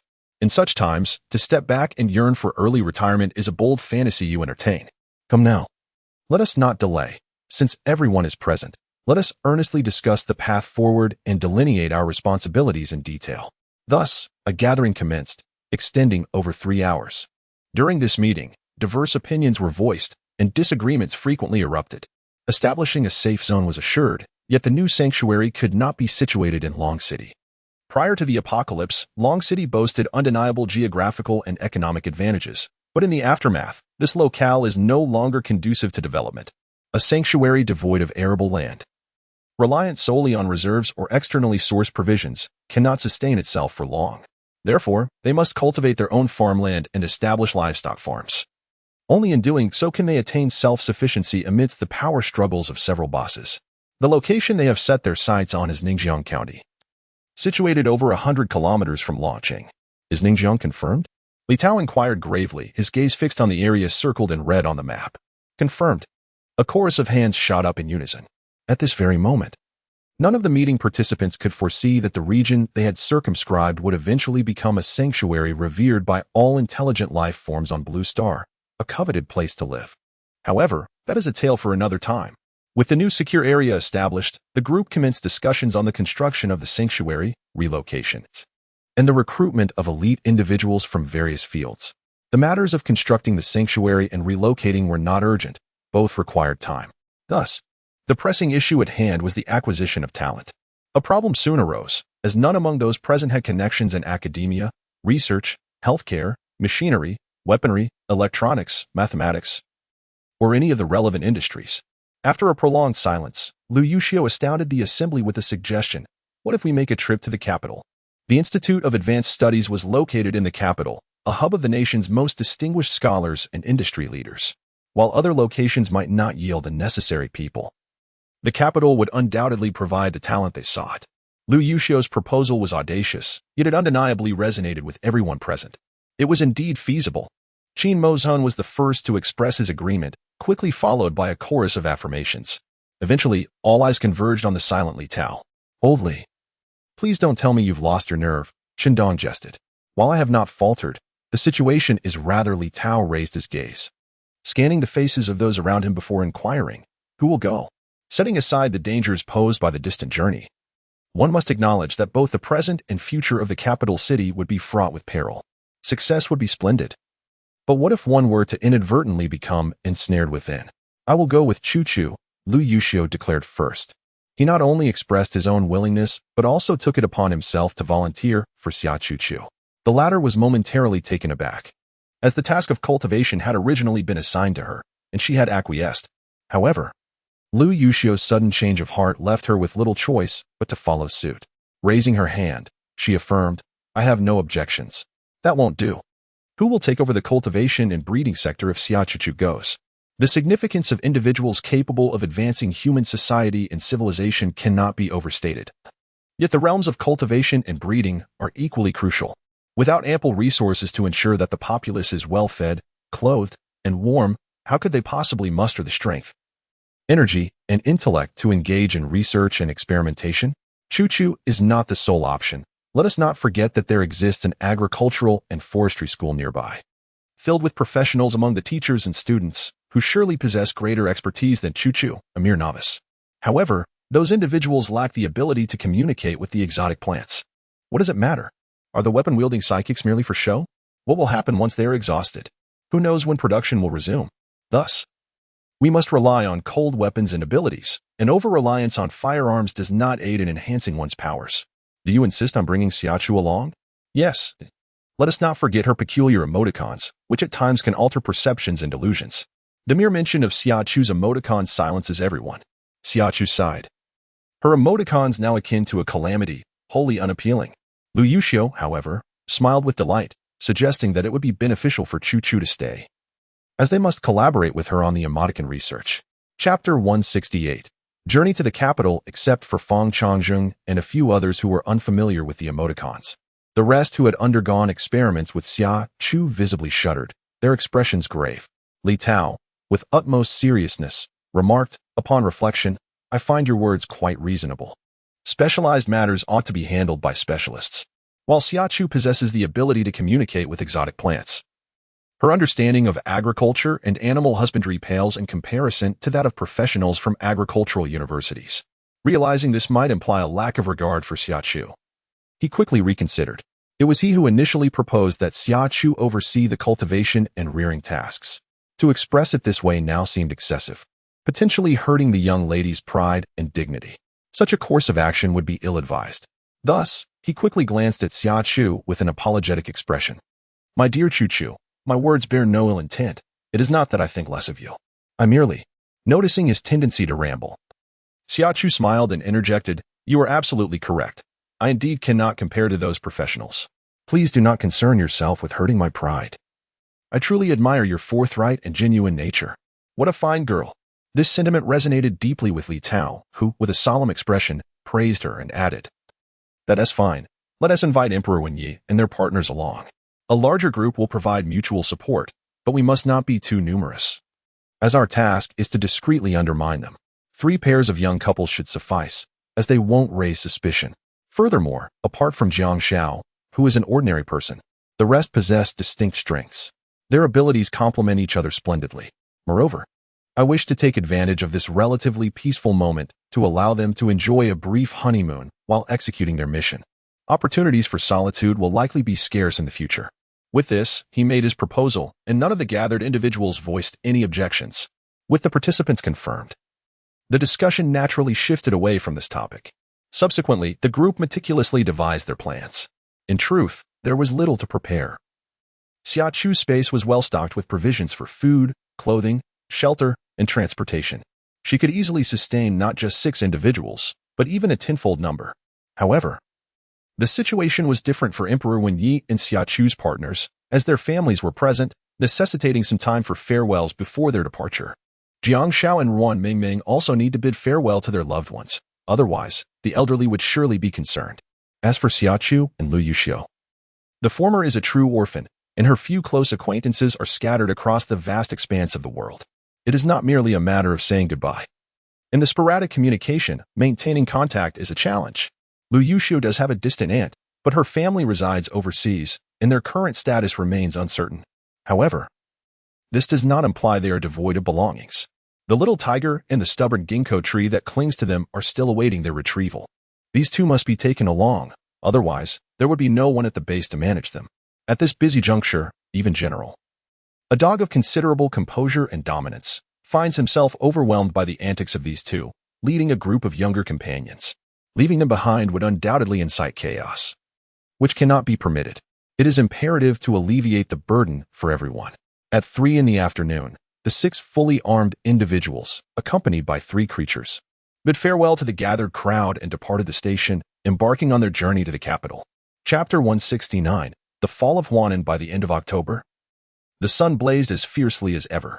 Along the route, apart from personnel clad in various uniforms, tirelessly engaged in clearing alien vegetation or repairing roads, one seldom glimpsed ordinary citizens on the streets.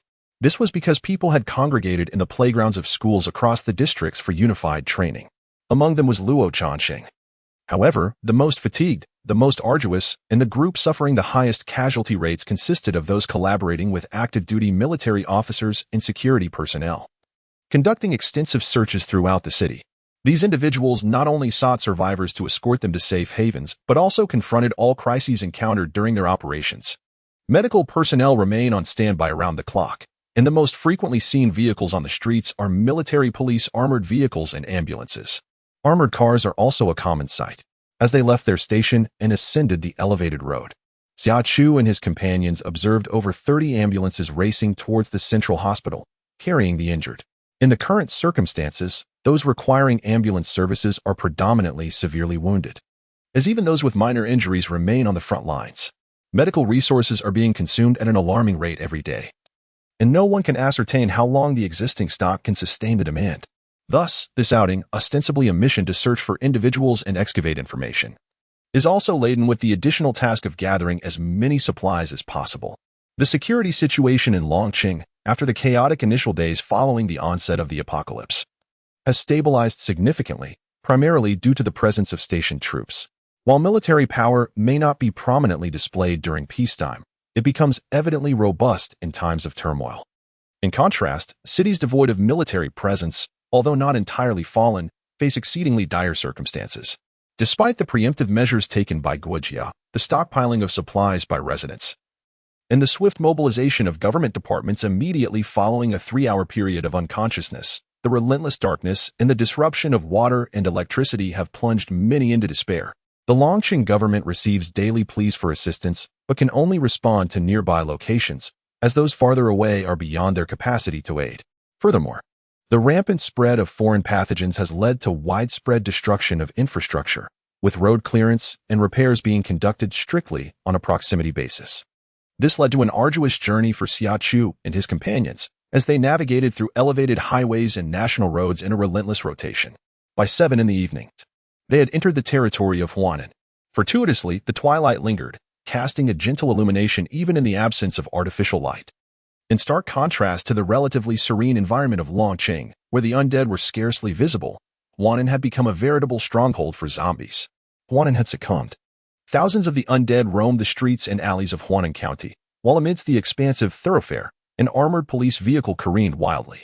Inside the vehicle were 5 individuals, one atop the roof, brandishing a firearm and unleashing a barrage of gunfire, while the other 4 leaned out of the windows. 3 of them also armed, targeting the zombies with precise shots.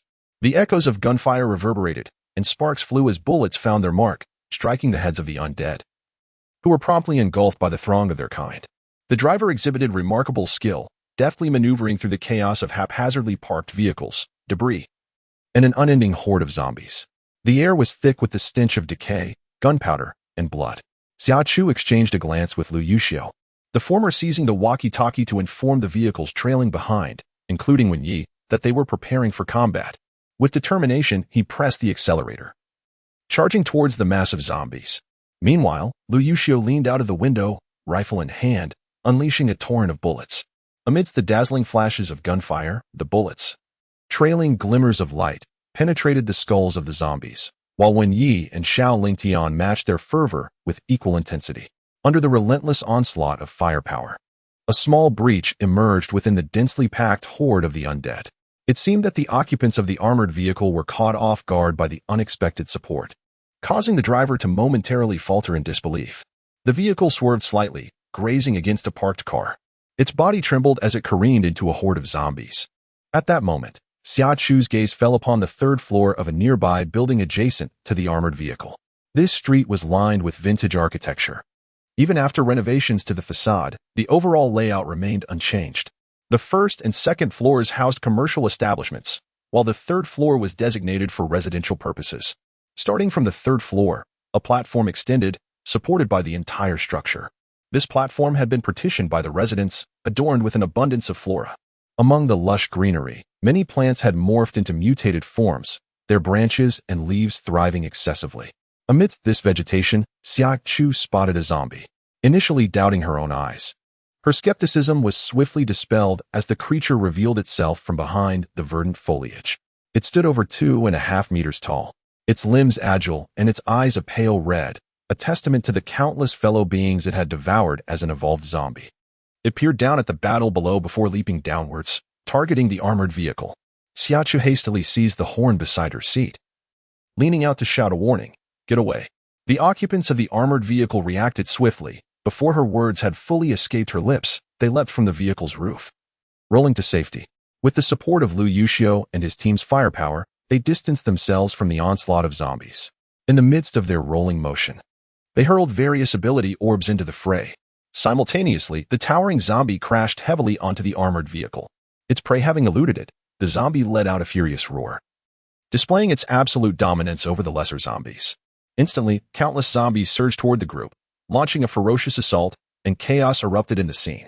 At the onset of summer, Xia Chu seized the diminutive ginkgo tree, which was no longer as long as her arm, and hurled it out the window. Jia Qing, it's your turn to shine. In that very moment, as the ginkgo struck the ground, it expanded, its roots spiraling into two intertwining tendrils that charged directly into the horde of zombies, racing towards the evolved one. With emerald locks crowning its head, the Treant child raised the corners of its lips, casting a sidelong glance imbued with a blend of arrogance, disdain, and melancholy, a veritable embodiment of pretentiousness.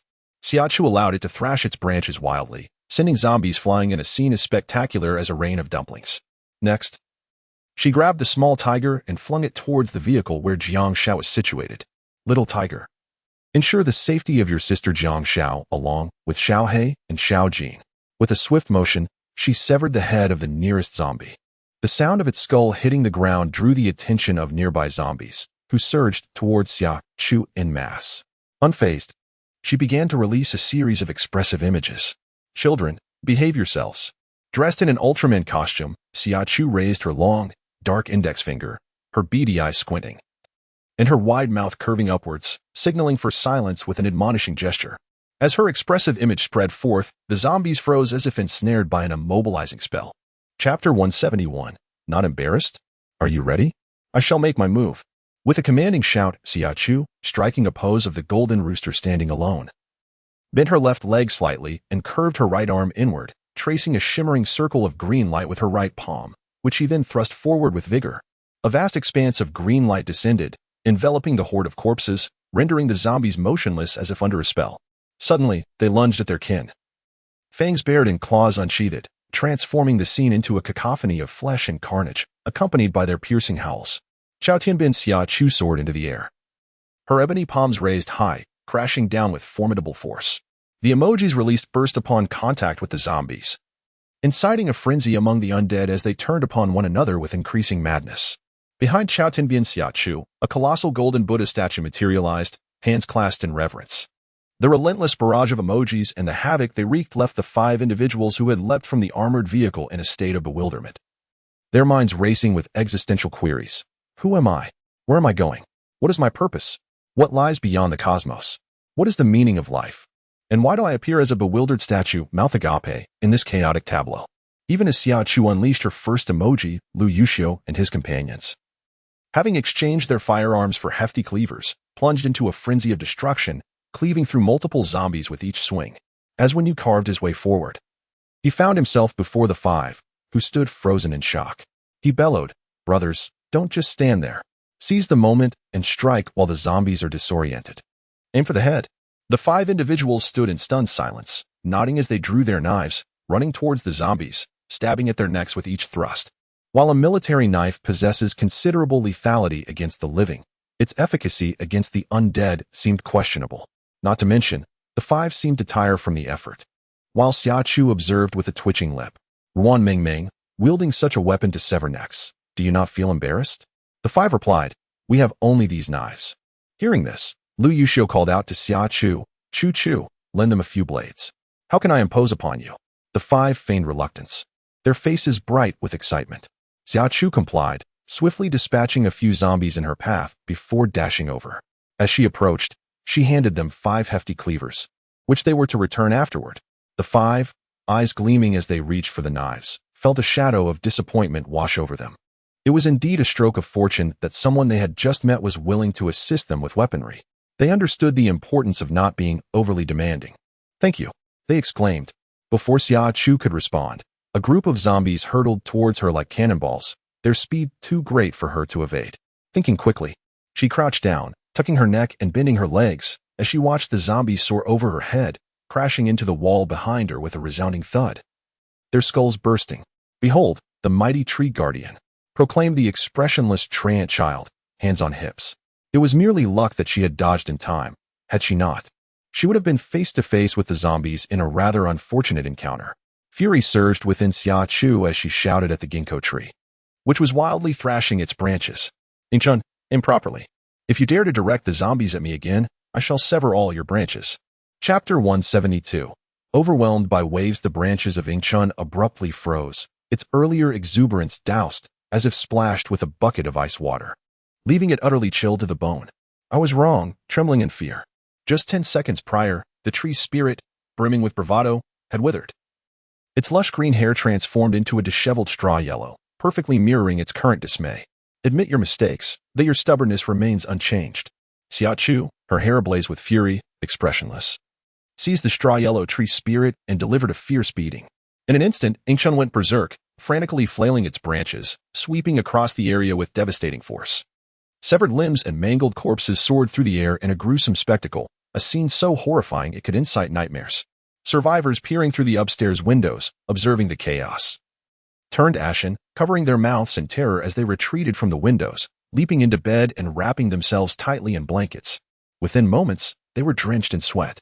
The cumulative effect of their expressions proved far more potent than any single one. Xia Chu unleashed a barrage of emoticons that they could not eradicate the zombies outright.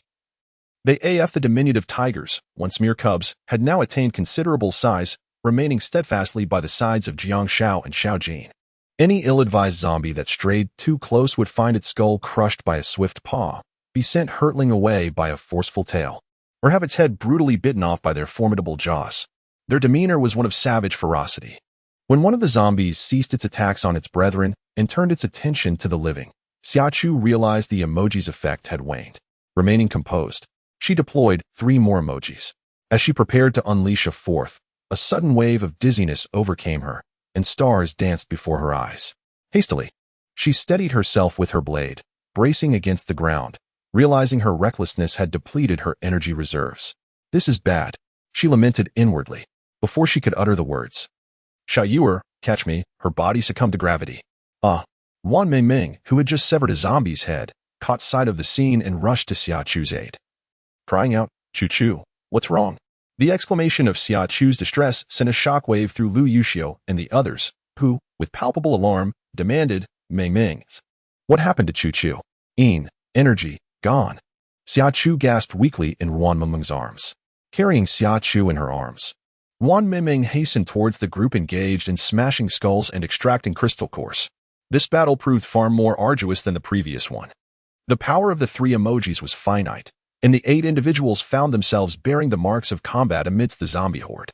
Once the battle concluded, Lu Yuxiu and his companions found themselves in a better state, able at least to stand steadily. The 5 others, however, were far from that. They lay sprawled upon the ground, which resembled the aftermath of a slaughterhouse, strewn with remnants of flesh, shattered limbs, and severed heads, lacking even the strength to move a finger. Had it not been for Ingchun, who stood guard over them, these 5 would not have survived without grievous injuries, if they had even managed to escape with their lives at all. Chapter 173, Complaints. Hey, brothers, are you all right? Ingchun exclaimed, scampering towards Lu Yuxiu and the others, its 2 root-like legs pattering on the ground. It extended 3 branches to support the 3 men while directing 5 other branches to poke at the fallen 5. Are you on the brink of death?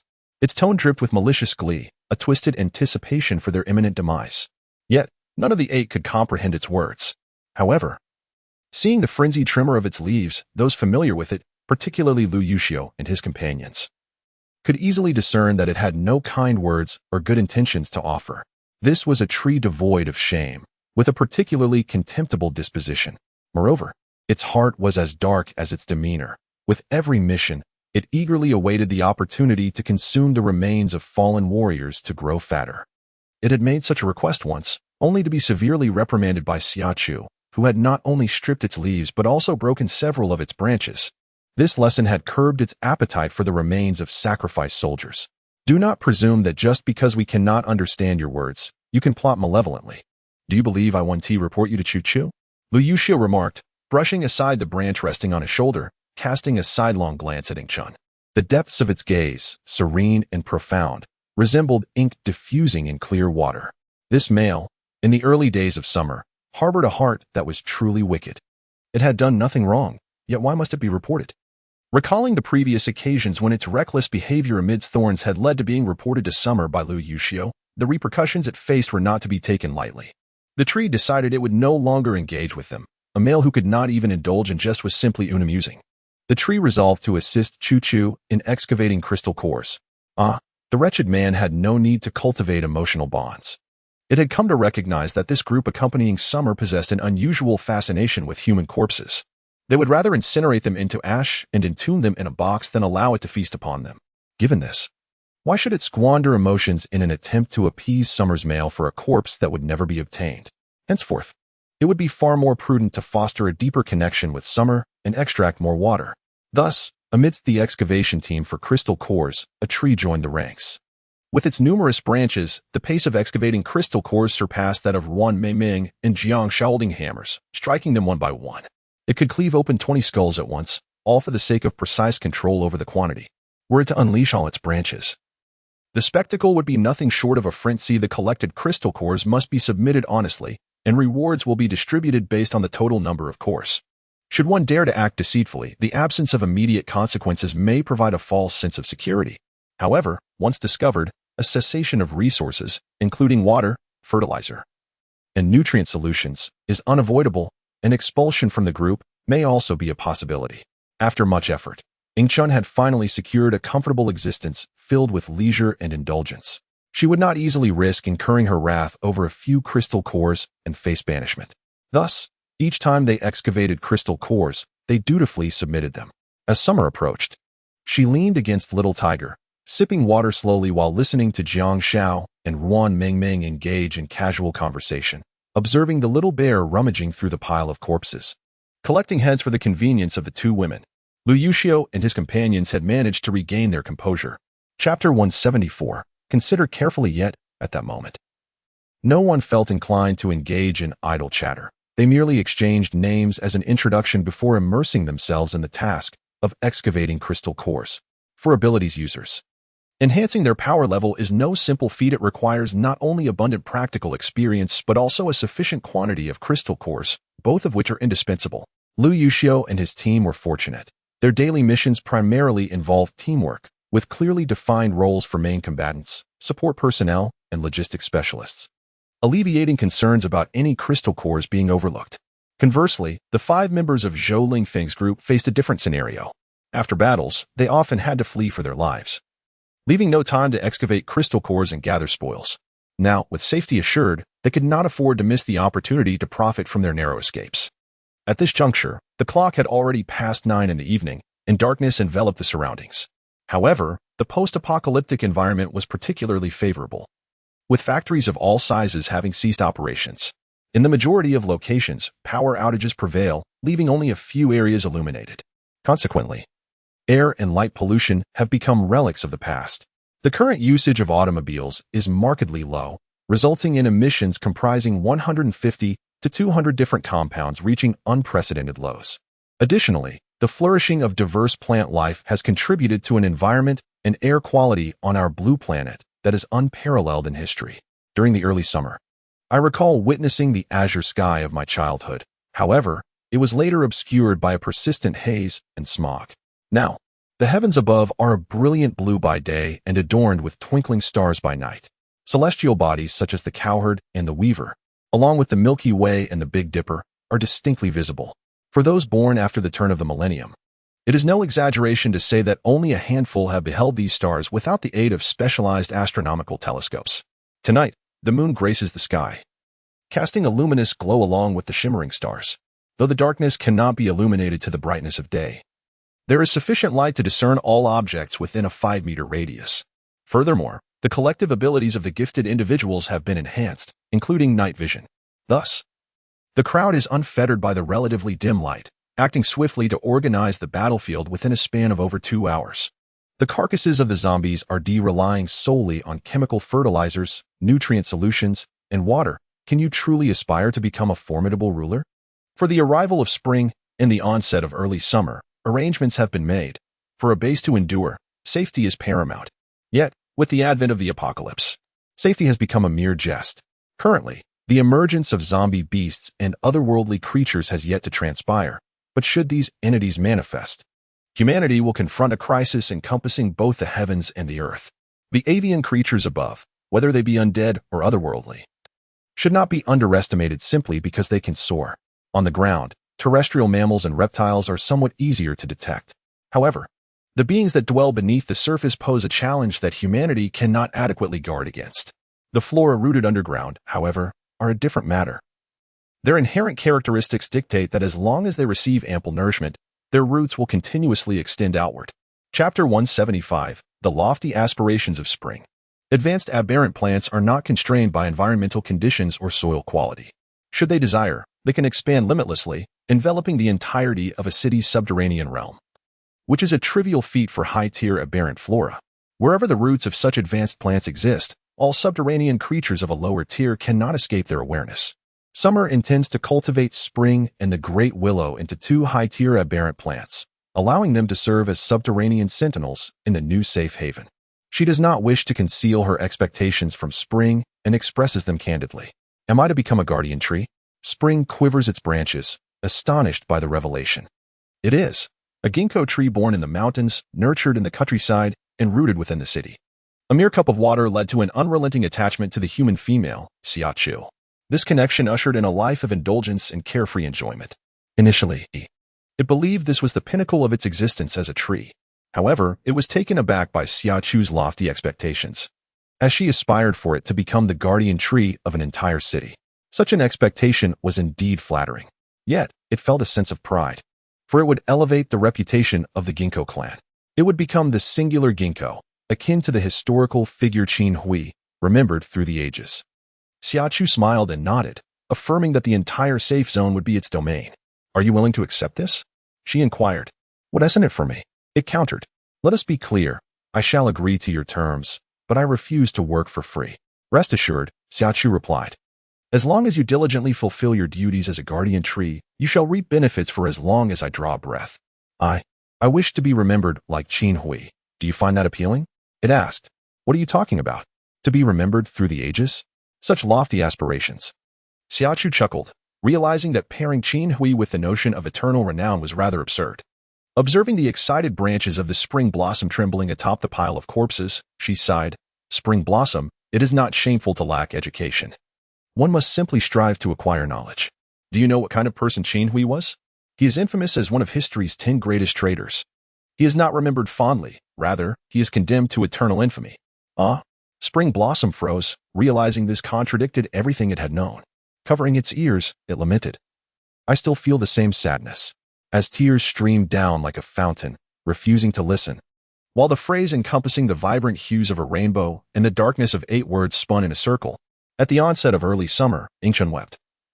Causing her head to throb, the 8 colored characters danced before her eyes, inducing a sense of dizziness. Shaking her head, she furrowed her brows and gently consoled Yingchen, suggesting, do not cry. I shall find a great author to pen your autobiography, ensuring your legacy endures through the ages. Shall I? What is a great author? Can they eat? Came the curious reply, as 3 plump little creatures, one black, one white, and one golden, slowly curled their lips into a smile. Their chubby paws clasped together in a gesture of respect towards Xia Chu. You have no part in this. Go play by yourselves. Disregarding the indignant howls of the 3, Yingchen flicked its branches, drawing them into the embrace of Lu Yuxiu, Wen Yi, and Shaoling Dian. With a tone laced with flattery, it said to Xia Chu, make sure to depict me as handsome and charming. What do you think? Indeed, Xia Chu replied, her expression one of exasperated affirmation. As long as no fundamental errors were made, whatever Yingchen wished for would be granted. After all, it was the author charged with writing the autobiography who would bear the headache, not her. Chapter 176, Curiosity. Very well. I shall take responsibility for this pile of corpses and tonight's vigil. Unaware of Xia Chu's thoughts, Yingchen joyfully tapped its branches against its trunk, settling down for a peaceful slumber. Good night. Before the last word had escaped its lips, it loosened its twisted roots entirely. The roots, varying in thickness, slithered like serpents, swiftly penetrating the wounds of the corpses. Then, all present witnessed a scene that was nothing short of horrifying. The already desiccated and moisture-deprived bodies transformed into mere sheets of wrinkled skin within mere minutes, courtesy of Yingchen's invasive roots. Even though it was not her first encounter with such a scene, Xia Chu still felt a wave of nausea wash over her.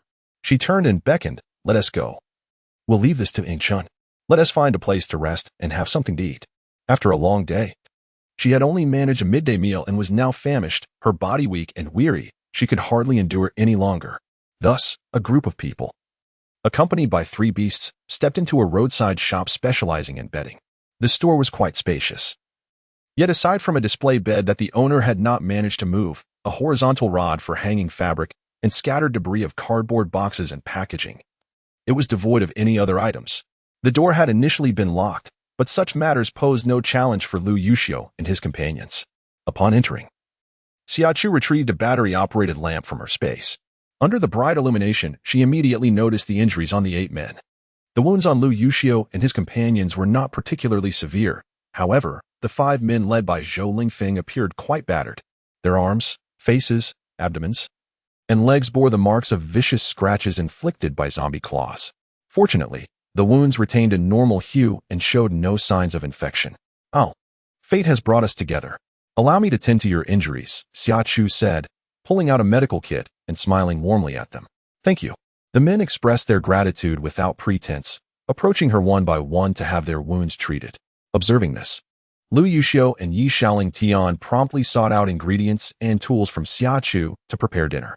Meanwhile, Wan Meiming and Jiang Shao gathered toiletries and set about cleaning the 3 filthy beasts, whose fur was caked with zombie brain matter and the foul, dark blood that reeked unpleasantly.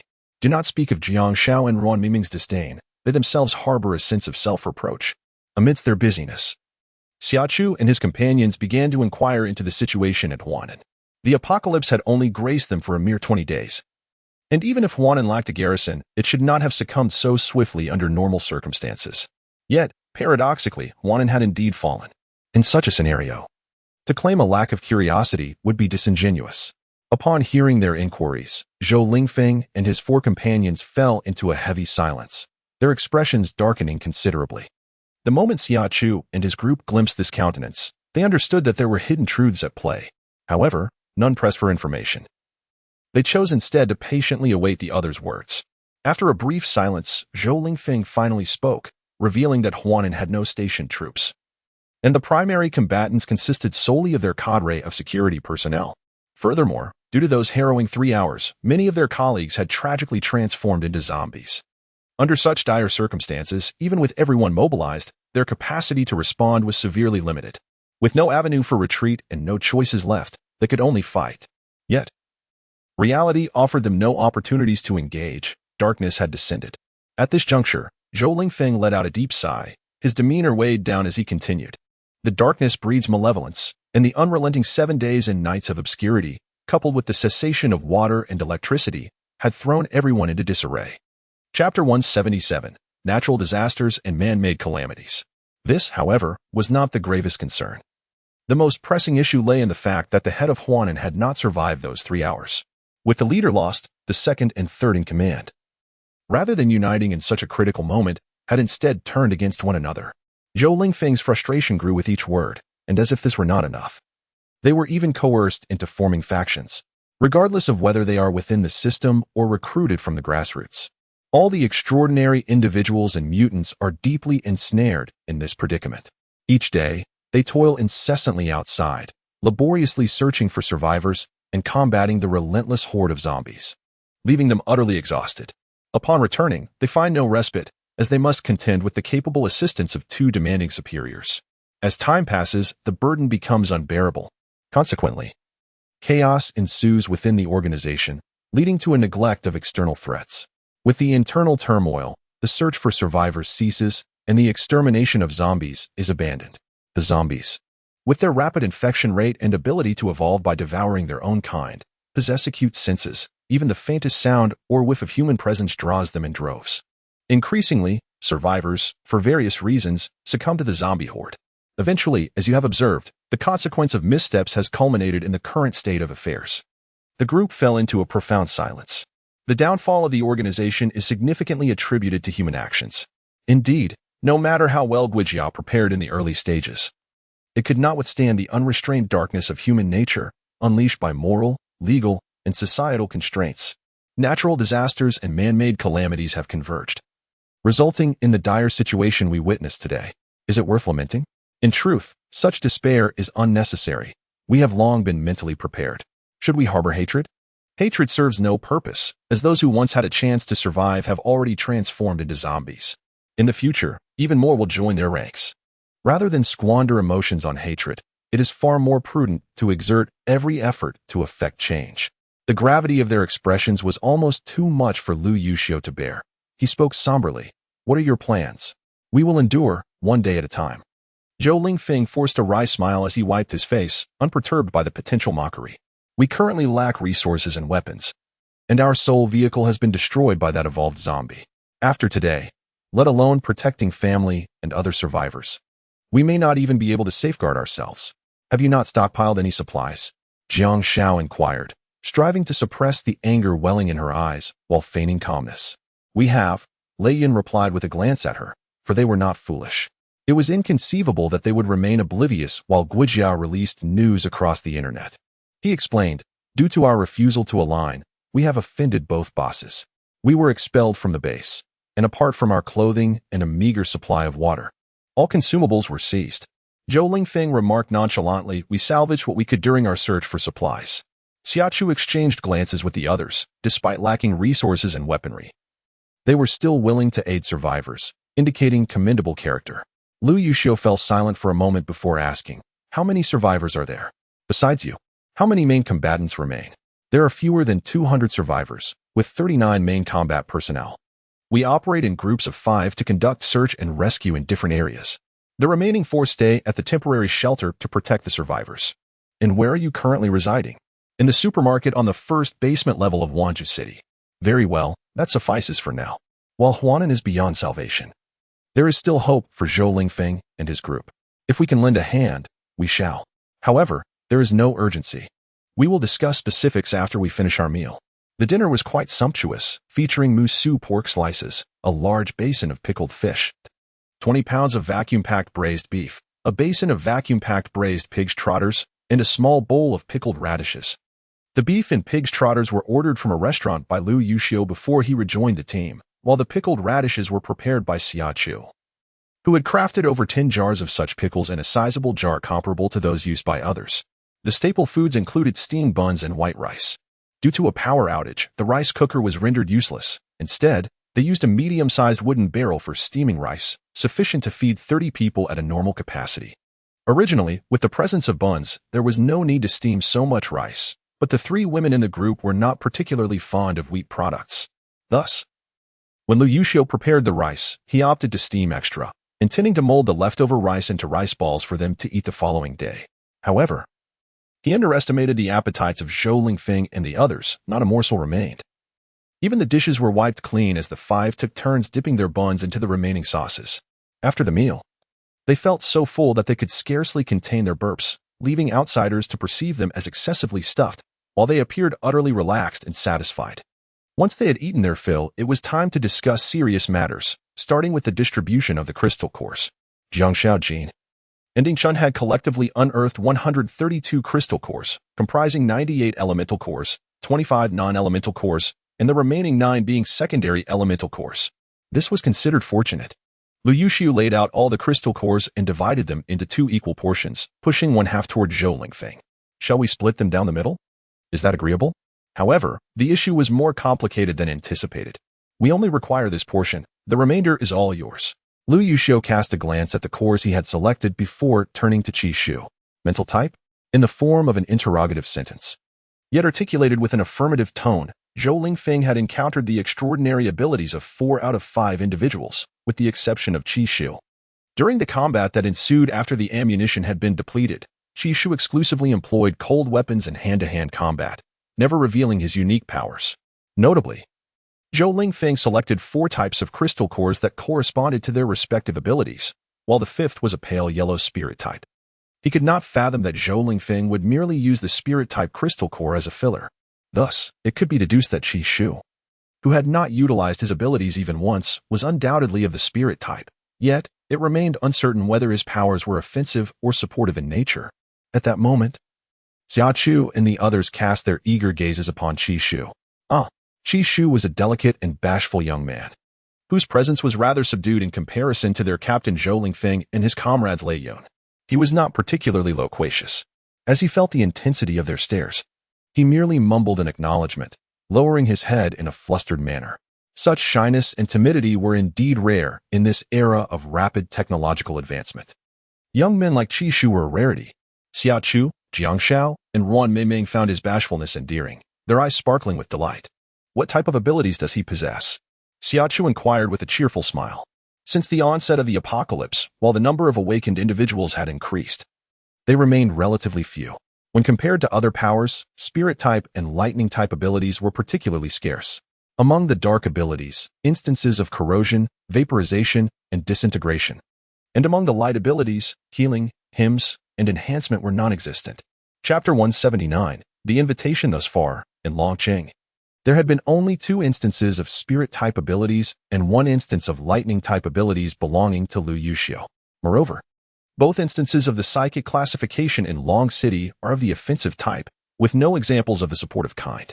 One of these psychic individuals is merely an ordinary resident who has now been recruited into the 8th Army, while the other endures daily tribulations alongside him. Psychic abilities, regardless of their nature, serve as formidable weapons in the latter stages of the apocalypse, making them invaluable allies to be courted. Upon hearing this, several individuals chuckled. Lu Yuxiu, in particular, seemed to dig deeper into the conversation, inquiring of Zhou Lingfeng if he was familiar with Thorn. Ordinary individuals might pause in confusion at the mention of Thorn, uncertain of its significance. However, the 5 former military personnel who had transitioned to civilian life were well aware. It is no exaggeration to assert that Thorn, alongside 5 other elite teams, represents the pinnacle of aspiration for every soldier in the Ding Nation, characterized by its formidable concealment, mobility, and combat prowess. A soldier who does not aspire to become a general is not considered a good soldier. Similarly, those who do not wish to join one of the 6 elite teams are equally unremarkable. Prior to their discharge, Zhou Lingfeng and his companions had even registered for selection in the military district under these 6 teams, dreaming of joining one. Regrettably, they did not even clear the preliminary selection, shattering their aspirations of entering the ranks of the elite. "Are you from Thorn?"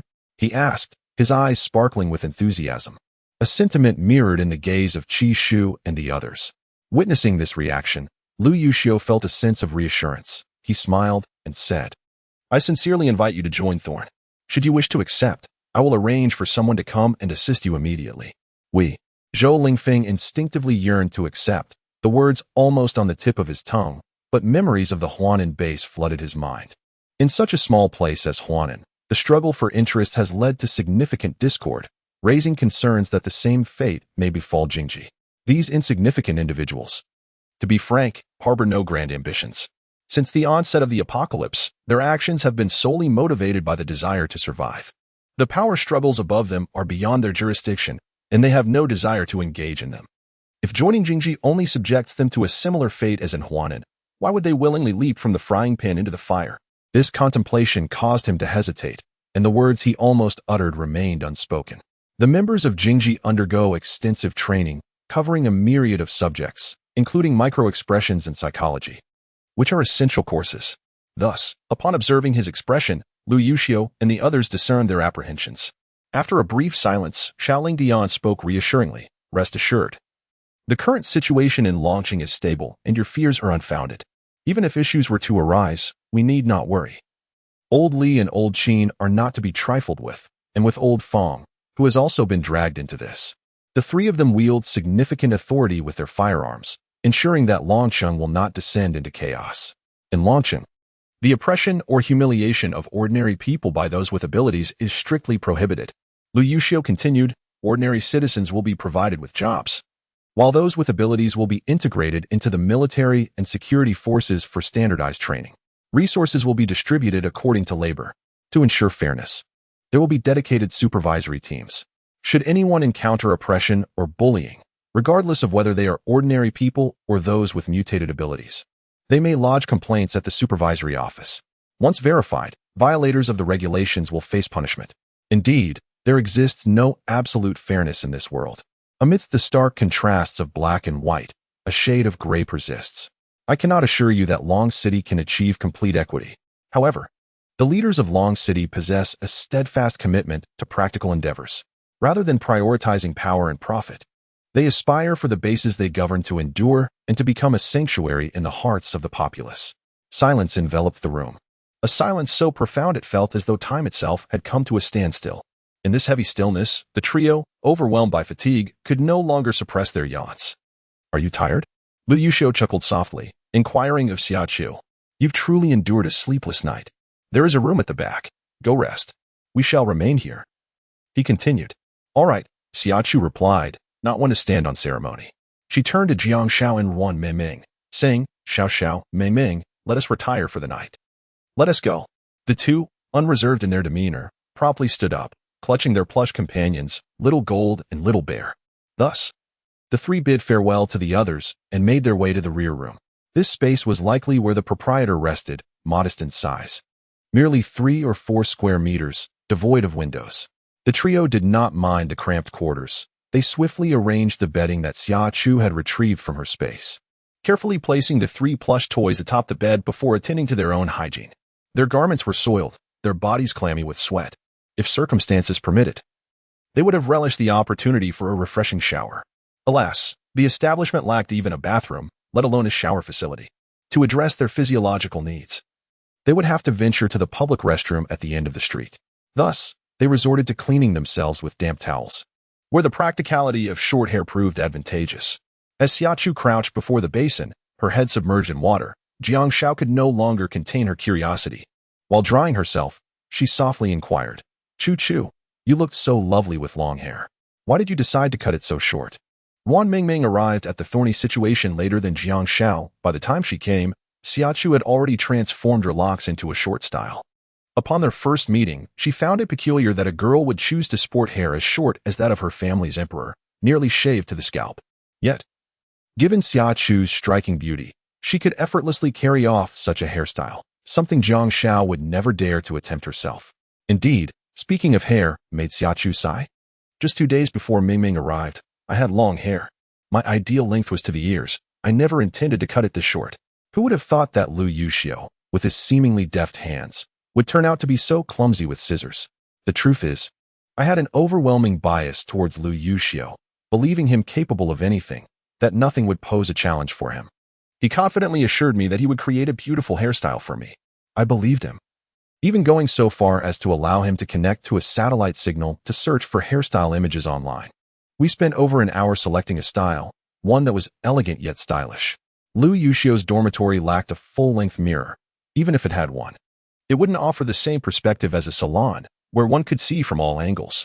I was unclear on how exactly Lu Yuxiu cut my hair. All I knew was that as he snipped away, my long hair, once cascading to my waist, gradually transformed. First, he trimmed the back, then the shoulders, and finally just below the ears. Chapter 181. Have you laughed enough? As she approached the area beneath her ears, she sensed something amiss. The ends of her hair were uneven and ragged, resembling the gnawing of a dog. Her face darkened in dismay.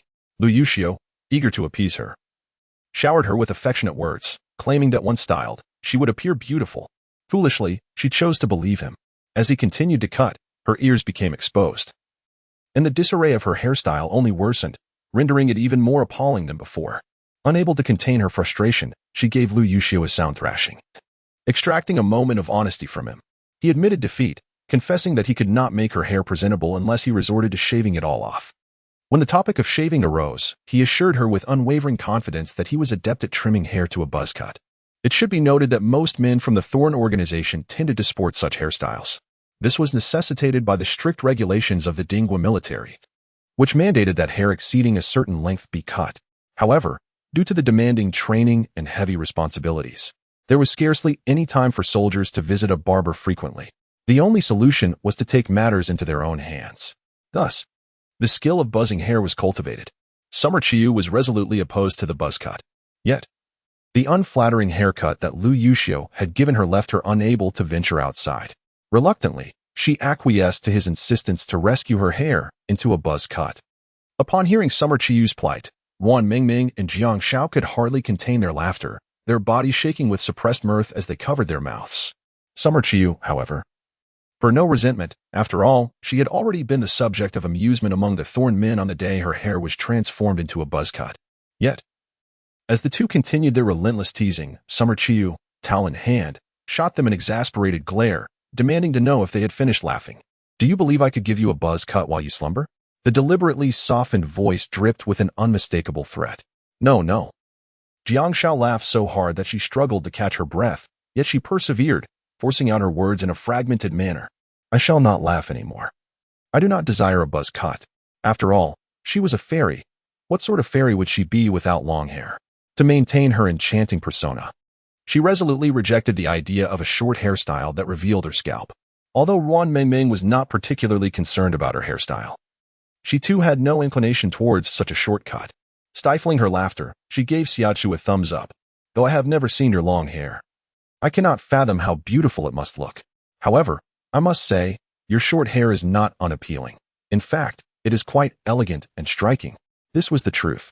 Jiang Shao nodded in agreement. While a buzz cut might lack some femininity, it certainly amplified a sense of vigor, showcasing her features to their fullest extent. The key was her poise, her confident, dignified, and resilient aura, combined with her remarkable beauty, left an indelible impression. If I possessed a visage such as yours, I would not hesitate to shave my head, let alone sport a buzz cut. She had encountered many beautiful girls, and while she herself was not lacking in beauty, perhaps scoring an 85 out of 100, she had never seen anyone quite like Xia Chu, who possessed both beauty and a unique charm. As for the buzz cut, that was already a considerable challenge to her boundaries. The idea of a shaved head was simply beyond her. She gathered her toiletries and disposed of the dirty water in the basin into a large bucket, saving it for the morning. As the early summer sun set, Xia Chu climbed onto the bed, embracing the little tiger, and yawned, urging, "Let us sleep quickly." With a mutual agreement, the two of them soon nestled the small bear and the little golden one beside her. The trio, truly fatigued, succumbed to slumber within mere seconds. Chapter 182. Long-lasting companionship. The soundproofing in the shop was inadequate. The snores from the inner room were audible, prompting Lu Yuxiu and the others outside to lower their voices instinctively. Is it confirmed? Confirmed. The olive branch had been extended to this extent, setting aside other matters. Their sincerity was undeniably sufficient. The future that Lu Yuxiu envisioned for them was exceedingly splendid amidst this chaotic and dark era. The mere prospect of living well as individuals, devoid of worries beyond their missions and free from concerns for their families, represented a stable happiness for them. Evidently, the current state of Huanan could not provide them with such stability, and happiness was a mere fantasy. Dragon City. Before experiencing it firsthand, they remained skeptical. The vastness of Dinghua, with its numerous bases, made it unnecessary for them to fixate solely on Dragon City. They could equally opt for other bases.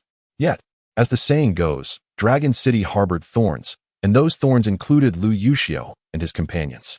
They chose to place their trust in Lu Yuxiu and his team. Zhou Lingfeng smiled faintly and remarked, "The forthcoming matters will require your assistance." "We have no issues on our end," Lu Yuxiu replied. Glancing at Zhou Lingfeng and then at Lei Yun and the others, he inquired, "But can you truly make decisions for everyone?" Upon hearing this, Zhou Lingfeng instantly comprehended, sighing. "I understand your concerns, but the issues you worry about do not actually exist. Reality has not afforded us, nor those survivors, the opportunity to choose. The survivors we rescued are all ordinary individuals, predominantly comprising children, the elderly, and women. The robust young men, in their effort to safeguard their parents and families, have primarily succumbed to infection during their struggles against the undead. Those who have survived without infection are mostly injured and unconscious. Presently, these individuals rely on our small group of around 30 for protection, as well as for their basic needs of food, shelter, and care. Should we depart, their chances of survival would be exceedingly slim. However, they now possess a better alternative. Therefore, trust me, they will undoubtedly be willing to accompany us as we leave." With that settled, Lu Yuxiu wasted no time and turned to Shaoling Tian, commanding, "Contact Qingzi and have him arrange for personnel to come and assist us." "Understood." Shaoling Tian responded, retrieving his laptop from his bag. Once powered on, he connected to the satellite signal and utilized the encrypted channel of the Thorns to transmit messages regarding the arrival of Zhou Lingfeng and his group, as well as the current situation at Huanan, using coded language. 2 minutes later, a large smiley face icon appeared on the computer screen, along with a series of incomprehensible gibberish and a few numbers. Observing this, he raised an approving hand gesture, signaling that Chengzi would personally lead the team, assuring that they would arrive punctually at 5:30 in the morning. Zhou Lingfeng and his companions glanced at their watches. It was currently 1:38. With a full 4 hours remaining until 5:30, they had ample time. Launching was over 200 kilometers away from Huanan. A journey that would take around 2 hours via the highway in the pre-apocalyptic world, or 3 hours on regular roads. However, let us not forget that we are amidst an apocalyptic world, where transportation is severely hindered and strange flora proliferates along the journey, traversing over 200 kilometers. Not to mention a few hours. If left to their own devices, they might take 2 days to arrive. Yet, the individuals from Thorn City managed to compress their journey into a mere 4 hours. Such swiftness is indeed astonishing. Should we not commend the prowess of those from Thorn? After a brief moment of silence, Zhou Lingfeng and his companions expressed their gratitude in unison. Thank you, and we apologize for the trouble caused. No need for such formality. When Yexing replied cheerfully as he distributed 10 energy crystals to each of Zhou Lingfeng's group, adding, since you have chosen to join Thorn, we are now akin to family. And as family, we must stand together. Chapter 183. A watchful eye on Xia Chu. We ourselves require these crystals, hence we cannot offer more, he remarked. Before pushing forward 5 additional attribute-less crystals, stating, consider these a token of our familial bond. Upon this realization, the 5 accepted the crystals with alacrity, expressing their sincere appreciation. Thank you. We truly need these and will not hesitate to take advantage of your kindness. Xiaoling Dian chuckled. This is not an advantage. We have no use for these crystals. Their attributes are incompatible with our abilities, so it is better to bestow them upon you to enhance your strength.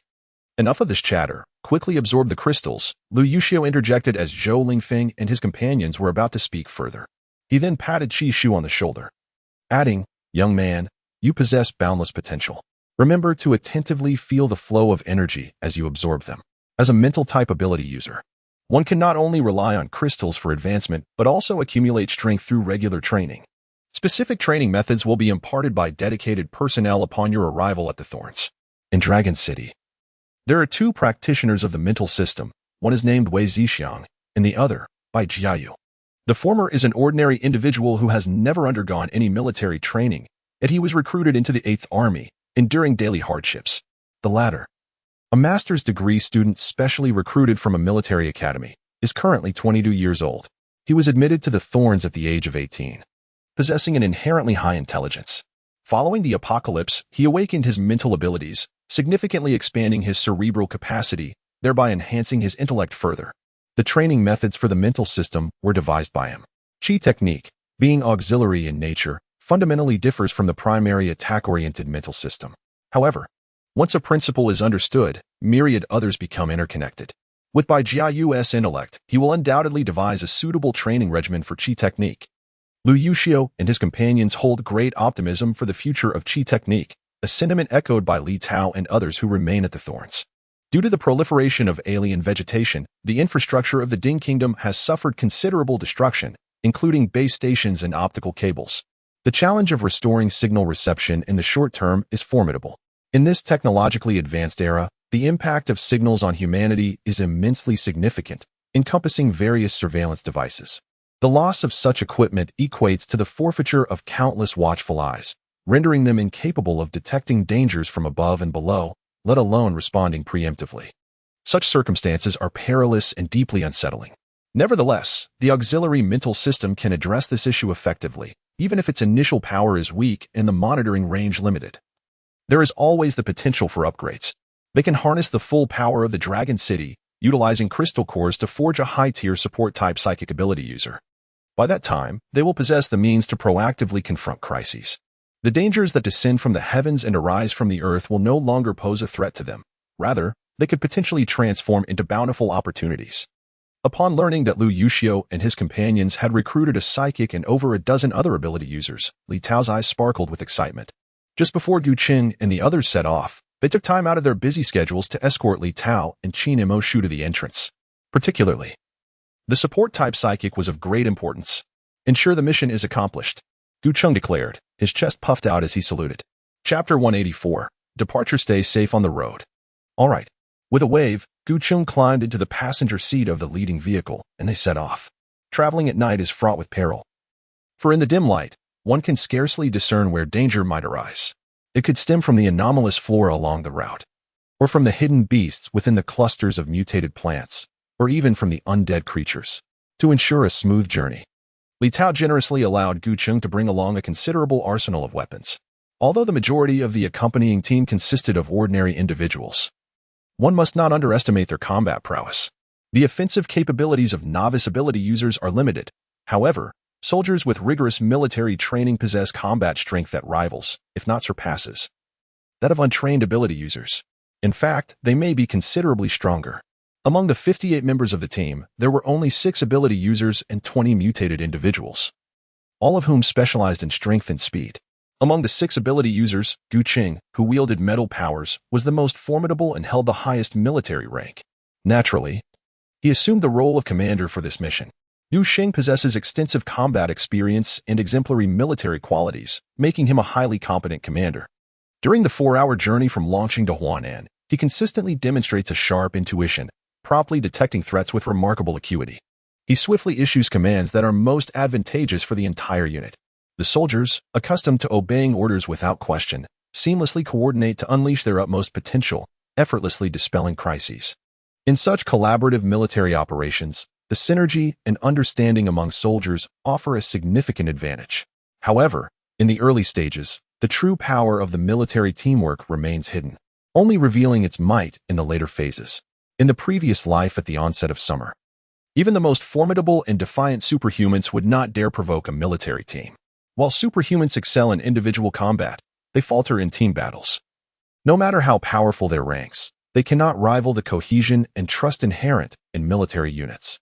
Members of superhuman teams hail from various societal strata, encompassing individuals of all ages and genders. They join for myriad reasons, driven by self-interest. These teams often operate under a hierarchical structure, where the more capable can dominate over others, while the less adept frequently face oppression and humiliation. This pyramid system renders most superhuman teams incapable of unity. In battle, it is considered merciful not to betray teammates with personal grudges, yet expecting profound loyalty and mutual reliance is merely a fantasy. Conversely, military teams are distinct. They trust their comrades implicitly, confidently entrusting their backs to one another and bravely confronting any danger for the sake of their teammates. Even in the face of sacrifice, they remain undaunted, for they are aware that their comrades will take care of their families. The bonds of companionship are not mere words. The promises made must be remembered at all times and fulfilled with the rest of their lives. They are protective, harboring kindness and a sense of justice, and they do not easily court trouble. However, this does not imply that they shy away from conflict. Should someone foolishly seek them out, they stand resolute. Among the various teams of supernatural beings across the bases, a saying prevails: it is better to provoke zombies or beasts than to offend those in the military. For to anger one is to incite the entirety of the armed forces. Thus, when Xia Chu awoke promptly at 5 o'clock, only to learn that Gu Sheng was leading the team to their aid, she understood that their involvement would soon draw to a close. Elated, she busied herself with the pots and pans, retrieving an assortment of ingredients and grains, directing Lu Yuxiu and the others, who had not slept all night yet were invigorated by their absorption of crystal cores, in preparing breakfast. Chapter 185, Save Us at 5:05. Yu Xing's convoy descended from the entrance of the Huanan and Tan Expressway. Bathed in the early morning glow, they navigated along Huanan Street towards the southwest, entering the main urban area of Huanan. Given the hundreds they were to rescue, and the possibility of saving others along the way, Yu Xing opted against using off-road vehicles this time.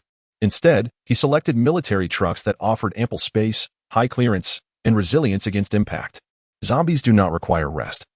Only death can halt their relentless pursuit. Thus, before entering the densely populated zombie zones, the sound of their vehicles drew the wandering undead, who roamed the streets throughout the night. Then, like a swarm, they surged forward. Nearly a month had passed since the onset of the apocalypse, and in stark contrast to the sluggish and unresponsive zombies of the early days, the current undead exhibited a remarkable agility. At the very least, they could run and even perform slight jumps. Gu Sheng stood by the window, peering through a pair of night vision binoculars, observing the scene before him. Upon witnessing the dense horde of zombies, he clicked his tongue in dismay. The situation in Huanan was far worse than he had anticipated. It was no wonder that Xiaoyu and the others had managed to easily extract people, despite having prior knowledge of the impending apocalypse and making preparations. The local authorities allowed Huanan to fall into chaos. The management here was truly blinded by power, utterly lost in their delusions. There was no hope for redemption.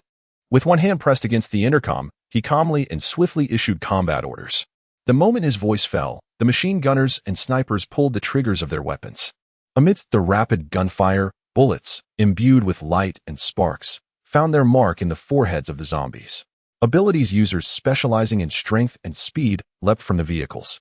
The former wielded 2 meteor hammers, connected by a long iron chain, each weighing 40 kilograms, sweeping away large swathes of zombies with an unstoppable momentum. The latter, leveraging his speed, dashed toward the densely packed amidst the swirling smoke and the debris of crumbling edifices. The ordinary soldiers were far from idle. Brandishing their machetes with precision and swiftness, they delivered decisive blows to the still living dead. These warriors, having honed their skills in the art of zombie extermination, struck down one foe after another without hesitation. Heads severed from their necks rolled across the ground like watermelons. The nation had not forsaken us. The military had come to our rescue. Day after day, the residents, gripped by anxiety and fear, would cower indoors at the slightest sound. Yet, peering through their windows, they beheld the one-sided battle unfolding in the streets below, and joy flickered across their weary faces. The green, emblematic of national honor, duty, and a sense of mission, bloomed before them. It was the most beautiful hue in this world, the salvation of all within the realm of Dingwa. The torment of waiting in despair, teetering on the edge of death amidst relentless dread, had become unbearable, driving many to the brink of collapse. Now, they witnessed a color that symbolized hope and rebirth. A powerful emotional surge that brought tears to the eyes of the survivors. Save us, we are here. Chapter 186. The need for cooperation. Windows that had long been shut were flung open, and figures began to appear at the sills. They waved garments, sheets, and various items, calling out loudly to demonstrate their presence. Gu Qing glanced up and noticed a considerable number of people. Observing the able-bodied young men, he felt a reluctance to intervene. Before the apocalypse even reached its zenith, the nation had issued survival guides and informed the populace of the zombies' weaknesses, as long as one adhered to the guidelines. Escaping from a group of zombies was not an insurmountable challenge. Since the apocalypse began, these robust young men have shown no inclination to venture out and assess the situation. Instead, they have confined themselves within their homes, diligently tending to their own front porches for far too long. Is this truly the behavior of a man? They exhibit not an ounce of courage, nor a trace of boldness. Given his usual temperament, he would typically dismiss such individuals with indifference. However, among the survivors are many elderly, children, and women. Setting aside all else, children embody hope. They are the future. The thought of abandoning these innocent lives is unconscionable to him. With a heavy sigh, he retrieved a megaphone from his vehicle and addressed the crowd, declaring, "We hail from Long City, and we are not rescue personnel. Our presence at the safety zone is merely a matter of duty. In these many days since the world fell to chaos, you have not made any effort to save yourselves by reaching the safety zone. And we have no obligation to rescue you." His intention in making this statement was to preemptively caution these individuals. They must not presume that their military status guarantees their protection. It is as if their lives are deemed expendable, expected to charge forth without complaint, selflessly sacrificing for the sake of the survivors. Such sentiments are profoundly disheartening and provoke resentment. Yet the survivors fail to recognize that in this post-apocalyptic world, who can truly safeguard whom? Even if they willingly offer themselves as sacrifices, if the survivors cannot stand on their own, once these individuals have perished, who will sustain them in the days to come? Rescue is indeed imperative, yet before any salvation can occur, the survivors must first comprehend their own position. The soldiers have their own missions and are under no obligation to save. Their willingness to assist is a matter of goodwill, while their reluctance is merely a reflection of duty. This understanding will mitigate any feelings of animosity in the future. The individuals clinging to the windows, fervently waving their arms, erupted in outrage upon hearing his words. Emotions shattered completely, manifesting in cries of despair and furious outbursts. Some even resorted to hurling nearby objects in frustration. Gu Qing, plagued by a throbbing headache, pondered the folly of this crowd. In such dire circumstances, instead of striving to prove their worth and persuading others to assist in the rescue, they resorted to chaos and insults. Their inability to remain composed in the face of adversity raised grave concerns about their intellect. Raising his voice, he bellowed into the megaphone, "If you wish to survive, then silence yourselves." His authoritative tone reverberated through the streets, mingling with the sounds of gunfire and explosions, igniting a fervor within the hearts of the people. Upon realizing their salvation was at hand, they promptly quieted down, abandoning their weeping and cursing. With eyes fixed intently on the military trucks and the agile soldiers engaged in combat with the zombies, Gu Cheng continued, "We can save you, but your cooperation is imperative." He gestured towards the vehicles and soldiers behind him, articulating each word clearly through the megaphone. "As you can see, we have but a few vehicles and personnel, while the surrounding area is teeming with zombies that must be dealt with. No matter how capable we may be, we cannot divert our efforts to rescue you at this moment. Therefore, you must rely on yourselves and find a way out. I will dispatch a team of soldiers into the first building at the entrance of the community to begin assisting you. Do you understand?" Fearing that some might not have comprehended his instructions, Gu Cheng reiterated his message through the megaphone. "What should we do if the zombies attack us?" A voice called down from above. "Boss, why do I feel this person is a fool?" A soldier, fervently dispatching the undead, couldn't help but voice his disdain as he brushed past Gu Cheng. Gu Cheng retaliated with a swift kick, focusing intently on his task, mindful not to let his attention wane and risk a close encounter with the zombies. What could one do about foolishness? Endure it, of course. Raising his megaphone, Gu Cheng bellowed, "Are those two gaping holes merely decorative? Are your hands incapacitated? Utilize the mop handle and fire extinguisher at home, if you're apprehensive about slaying zombies. Can you at least wield the mop handle to fend them off and prevent being seized? Don't waste the bottled water you've exhausted at home. Cut off the bottle neck and slip it onto your arm. It can protect you from zombie bites. If the lower half can't be shielded, do not despair. Be generous with your down jackets and thick winter pants. Wrap them around yourself. Ruining a few garments is far better than losing a life. If none of this is available, surely you have a comforter? Wrap yourself up swiftly. Trust me, zombies are not as fearsome as you imagine, with a little caution. You should fare well. Of course, should misfortune strike and you encounter an evolved zombie, then you must resign yourself to fate. They can abduct individuals, but coordinating a search and rescue across multiple floors is simply beyond their capacity. They cannot spare personnel or time. This is a test. If, at this juncture, these individuals are too fearful to step outside for their own salvation, then there is little more to say. Just 2 words: await death. Those who are overly cautious, paralyzed by indecision, will find no salvation. He harbored no expectations of gaining anything from these people, nor did he desire to shoulder any burdens himself.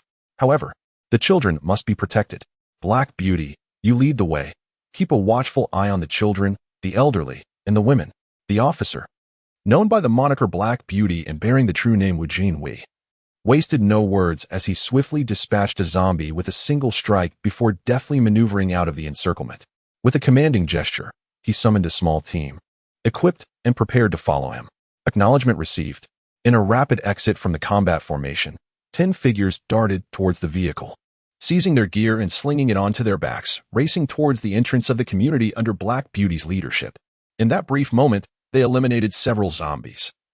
And Gu Cheng, drenched in blood, seized a megaphone to shout, "Pay attention. Our team is en route to provide support. Those wishing to escape should act swiftly. We have tasks to complete and cannot afford to wait for you." Once Gu Cheng silenced the megaphone, he plunged into the throng of zombies wielding his machete. Gazing at the relentless tide of the undead converging from all directions, he sighed inwardly, lamenting the overwhelming number of zombies in Huanan. It was evident that reaching their destination by 5:30 was a lost cause. He could only hope that Xiaoyer and the others would emerge to seek them out once the time came. Such pleasant thoughts, however, were destined to remain unfulfilled. For Xia Chu and his companions were facing similar circumstances. The racket they had caused the previous night had not only alerted the residents of the nearby buildings but had also reached the ears of those living at a greater distance. Chapter 188. Key Points. There were indeed those audacious souls unwilling to remain confined in their homes awaiting death. After several hours of struggle, they resolved to gather their belongings and venture outside. Unfortunately, they encountered zombies, triggering terrified screams and frantic escapes. The audible stirrings of the zombies gradually converged towards the source of the noise, creating an omnipresent horde that left humanity with little hope of escape. Due to the considerable distance, Xia Chu and the others were initially oblivious to these events. However, Yingchun was acutely aware, having absorbed energy from the zombies for several hours. It trembled with delight, unable to restrain its form from expanding. A ginkgo tree, towering at 50 to 60 meters, with its golden yellow leaves, stood majestically in the center of the street, an assertion that could only be described as overwhelming. The perspective of plants differs fundamentally from that of humans. While humans possess but a single pair of eyes, each leaf of a plant is capable of perception. The ginkgo, with its dense foliage growing high above, boasted a panoramic view of 360 degrees. As long as it wished, it could behold both the heavens and the earth. Even if Yingchun could not see, it could discern the happenings in the area through the messages conveyed by the surrounding flora. Once engrossed in the unfolding drama, Yingchun suddenly felt a weighty heaviness in its heart, pressing down so forcefully that it hindered its leaves from breathing freely. After a brief silence, it hesitantly spoke. Chu, I must share something with you. In a residential complex approximately 500 meters to the southeast, a horrific event is transpiring. The crux of the matter lies in the fact that the living within that complex are desperate to escape. Yet, unfortunate as it is, they have been besieged by zombies. Those individuals now find themselves encircled, with a relentless influx of zombies drawn by the scent of the living. As summer approached, Xia Chu brandished his toothbrush and leaped into the fray, shouting at the bustling crowd. Someone had escaped, but was now besieged by zombies. We hurried over, fearing that it would be too late and we would suffer total loss. Gathering our belongings, we set off immediately for rescue. Lu Yuxiu promptly issued orders. Everyone sprang into action, swiftly donning their gear and conducting a final check. Xia Chu dashed over to gather pots and pans. When he approached, Jiang Shao grasped her shoulder and inquired, "Are you afraid?" "Not at all," Jiang Shao replied, nodding with resolute eyes. "You needn't worry about me. Little Jean is here to protect me." When he cast a lingering glance at her before turning to Lu Yuxiu, "Is everyone ready?" Lu Yuxiu asked, noting that everyone had halted to look at him, confirming their preparedness. "Very well, we shall depart." Lu Yuxiu threw Little Tiger onto his shoulder. Little Tiger promptly wrapped his front paws around Lu Yuxiu's neck, comfortably settling on his shoulder as they led the charge toward the exit. Noticing Lu Yuxiu's trajectory toward the vehicle, Xia Chu quickly interjected, "No need for the car. Running directly will be faster." With that, he nudged Yingchun, urging, "Lead the way." "All right, follow me." Yingchun responded swiftly, intertwining its roots into two strands and moving rapidly. In the blink of an eye, it had left a throng of people far behind with its remarkable speed. Chapter 189. Safety First. "Hey, beautiful. Wait for me to slay for you." The golden, explosive-haired tree person blew a kiss, with heart swirling above its head, pulsating with excitement. In early summer, it was quite unfortunate that this old, neglected, and illiterate tree had taken a turn for the worse. Regrettably, she had no time to mend it. Everything would have to wait until she had a moment to spare. Xia Chu and Lu Yuxiu raced ahead with remarkable speed, while Wen Yi and Xiao Ling Tian shouldered their furry companions, dragging Jiang Shao and Ruan Mengmeng along behind them. Zhou Lingfeng and his four companions, having been bolstered by the crystalline cores and weaponry provided by Lu Yuxiu and the others, were now brimming with confidence, their legs nearly leaving shadows in their wake. Covering a distance of 500 meters, the group arrived at their destination in just 2 minutes. Meanwhile, Yingchun had already unleashed its branches in a display of formidable power, violently flinging zombies aside while gently wrapping living beings in its limbs, placing them safely in a corner to gather together. From a distance of 5 or 6 meters, Xia Chu could see the survivors' expressions of bewilderment, their fear still palpable. Witnessing this scene, the little tiger let out a roar, leaping down from Lu Yuxiu's shoulder. In an instant, the small creature transformed into a towering figure over 2 meters tall, its tail extending over 6 meters. Following suit were the similarly transformed little monkey, Xiao Jin, and the bear cub, Xiao Jin. The metamorphosis was akin to a science fiction spectacle, leaving the bewildered survivors even more dazed and disoriented. The combat prowess of these three colossal beings was off the charts, before Xia Chu and the others could even react. The zombies had been nearly obliterated by the trio and the tree. Everyone appeared to stand together in a seemingly relaxed manner. Yet there was an underlying tension in their posture. Lu Yuxiu blinked his eyes, then blinked again. Initially, Meng Meng and Xiao Xiao were to check on the survivors.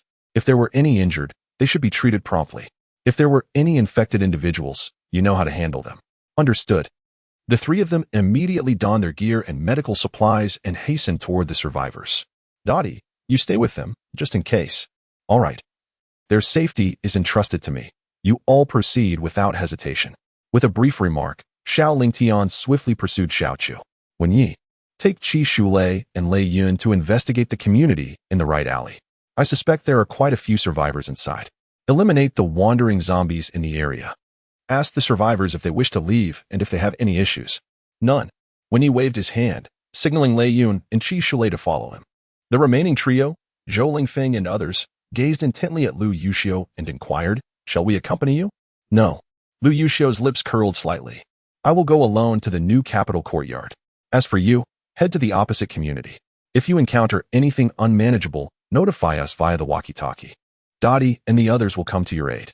Safety is paramount, understood?" "Understood. Move out." Thus, the four dispersed rapidly toward their designated mission areas.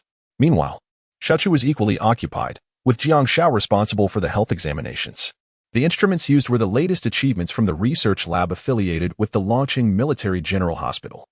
Given the shortage of medical personnel, there was a pressing need to recruit numerous volunteers for the task force. In a situation where it cannot be guaranteed that every volunteer possesses medical experience, the complexity of the instruments may hinder their usability and comprehension, ultimately impacting rescue efforts. Chapter 190, Emotionless, reveals that the design of this health examination device is far from ordinary. It consists merely of a simple metallic handle connected to a display screen. However, its operation is remarkably straightforward. With the press of a button, if the virus level does not exceed the threshold, the device remains unresponsive. Should it surpass the limit, the screen illuminates, accompanied by a piercing alarm. Among the 70 survivors, those who tested positive for the virus were taken aside by Xiao Lingtian for further explanation. Those who were found to have minimal viral impact were attended to by Wan Mengmeng, responsible for disinfection and bandaging. For the severely injured, Xia Chu took it upon herself to assist. Upon discovering their infection, the survivors, despite understanding that there exists a minuscule chance, 1 in 1,000, that an infected individual might evolve into a superhuman or mutated being, could not hide the despair etched upon their faces. The probability was simply too slim. Humanity is an intricate species, within the confines of a secure fortress. Most would choose to endure. Yet, once faced with the peril of the outside world and the specter of death, they often make contrasting choices. Those with weaker psychological resilience would collapse, pleading with Xiao Lingtian for a final passage. In contrast, those with stronger fortitude clutched various items salvaged from their homes, such as kitchen knives, fire extinguishers, watermelon knives, mops, and baseball bats, choosing to bid their loved ones a final farewell. Before succumbing entirely to zombification, they resolved to end their own lives, ensuring they would not transform into monsters that might harm their kin and fellow survivors. When the first infected, in a moment of utter exhaustion, swiftly slashed their own throat while desperately gazing at their loved ones with wide-open eyes. The air was thick with despair. Some could not bear the weight of the moment and broke down in tears. A woman cried out her husband's name. A man wept for his wife. Children called for their parents, and parents lamented their offspring's names. The cacophony of sorrowful cries rose and fell like a haunting melody, bringing a sting to the listeners' noses and reddening their eyes. Xia Chu, resembling a soulless automaton, continued to treat the wounds of the survivors with unwavering diligence. When the weeping became too fervent, she would coldly remark that they could cry louder, as if fearing that the zombies might not hear their commotion, unaware that a feast awaited them in the form of a large gathering of vulnerable souls. The mourners would momentarily choke on their grief, and those with fiery tempers would roll up their sleeves, fists clenched, ready to curse or strike her. Yet, often before they could act on their intentions, they were deterred by Xiao Lingtian, who brandished a firearm, silencing any rash movements. Meanwhile, Xia Chu continued her icy taunts, seemingly oblivious to the chaos around her. Your loved ones chose to end their lives in their final moments to prevent becoming zombies and inflicting harm upon you. Yet here you are, failing to grasp the depth of their sacrifice, instead wailing and attracting even more zombies. Shouldn't you transform your sorrow into strength, honoring their intentions by taking care of yourselves and surviving for their sake? I ask you, what do you think crying will resolve? I shall refrain from further elaboration. We have come to assist you, not seeking your gratitude, but merely hoping that you will live on. Strive with all your might to confront the shadows and illuminations that the future may hold. Remember, you are not alone. You have family and loved ones. To live is to harbor hope. Her final words resonated with profound conviction. Chapter 191. Easier said than done. A heavy silence enveloped the room as everyone fell into contemplation. Some wore expressions of deep thought, while others sighed. A woman in her 50s, weary and with swollen eyes, embraced her little granddaughter, who had just crossed the threshold of 1 year. With a sigh, she remarked, "It is easy for the young to say such things, but in these times, even the strong struggle to survive. What hope do we, the frail and infirm, possess?" Xia Chu lifted her gaze to the woman and her bright, spirited granddaughter, offering a gentle smile. Children embody the future and hope. The schools in Long City continue to operate normally. You can enroll your child in kindergarten. There are many such children there. The influential matriarch of Long City is a woman of vast vision, possessing an elegant demeanor and a scholarly air. Yet she is a pragmatic innovator unafraid to take bold actions. She maintains excellent relations with Li Tao and his associates, negotiating everything with grace. Responsibilities she is meant to oversee are met with unwavering commitment. She promptly issues commands to ensure swift execution. Conversely, matters beyond her purview are firmly left untouched, earning her high regard from Li Tao and his team. The continuity of the schools is a testament to her leadership, as she firmly believes that talent is the true capital and that children form the foundation of this capital. Without children, a future devoid of promise awaits. A nation without hope is a nation condemned to despair. In her endeavor, she enjoys widespread support from all. The only place that can truly be deemed a sanctuary in Longcheng is the campus. In a collective effort to ensure that children experience a relatively tranquil childhood, the entire community is striving diligently. Each household is blessed with children, and gazing upon the tender, youthful faces that embody the future and hope. The hearts of all soften uncontrollably. A child's innocent smile has the remarkable power to uplift the spirits of those who behold it. Alas, despite the unwavering efforts of the community, the current circumstances render it impossible for children to enjoy the carefree existence they once did before the apocalypse. The burden of knowledge is excessively heavy. Daily physical combat training poses a significant challenge for children aged 3 and above. Fortunately, adversity cultivates resilience. The advent of the apocalypse has accelerated the maturation of these young souls.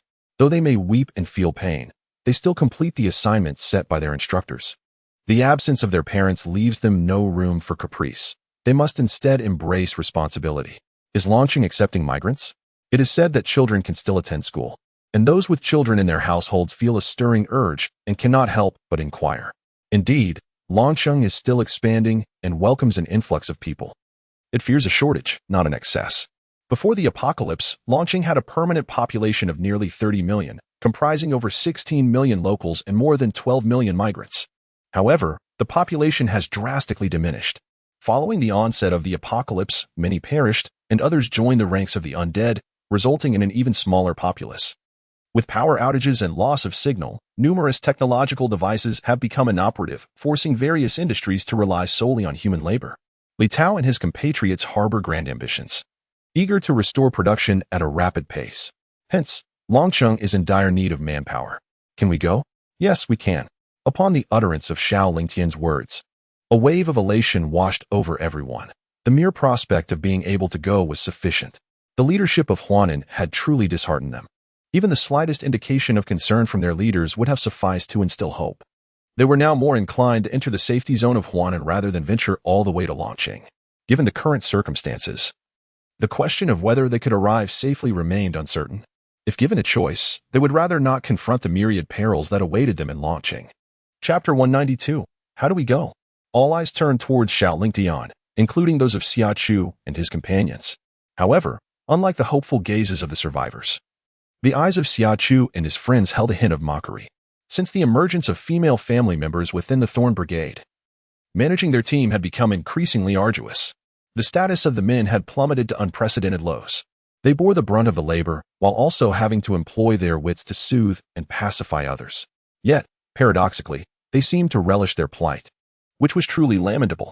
With a sigh, he addressed the eager survivors and the sardonic glances from Xia Chu and his companions, stating today, "There will be someone from Longcheng coming to assist us." "Really? That is splendid news. Can we accompany you?" Before Xiao Lingtian could finish his sentence, a flicker of joy illuminated the faces of the crowd, who eagerly interjected. Their voices collided in a cacophony akin to a multitude of ducks quacking, rendering it difficult to discern their words. Xiao Lingtian raised his hand to silence them, a gesture that conveyed his desire for calm. The survivors, much like those grasping at a lifeline, were genuinely apprehensive about inciting their ire. Upon witnessing his gesture, the crowd instantly resembled a group of children in a kindergarten, eagerly awaiting their share of fruits. Each individual gazed at him with wide, sparkling eyes, embodying a remarkable composure and silence. "I can lead you away, but you must also exert your own efforts. The Dragon City is presently quite occupied, and there will be a limited number of personnel dispatched for your assistance. The vehicles accompanying us cannot accommodate all of you. Thus, you will need to drive yourselves in pursuit. He continued to observe the expressions of the crowd, noting their relatively placid demeanor. After a brief pause, he elaborated, "You must summon your own courage. No one can safeguard you for eternity.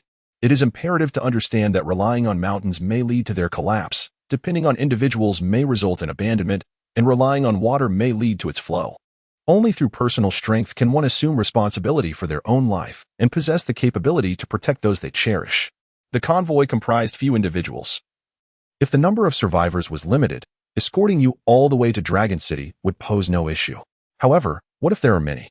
Our warriors, like yourselves, are ordinary people. Despite possessing abilities and weaponry, they do not possess superhuman strength or immortality. Once ammunition is exhausted, they can only resort to melee weapons and their abilities to confront the dangers ahead.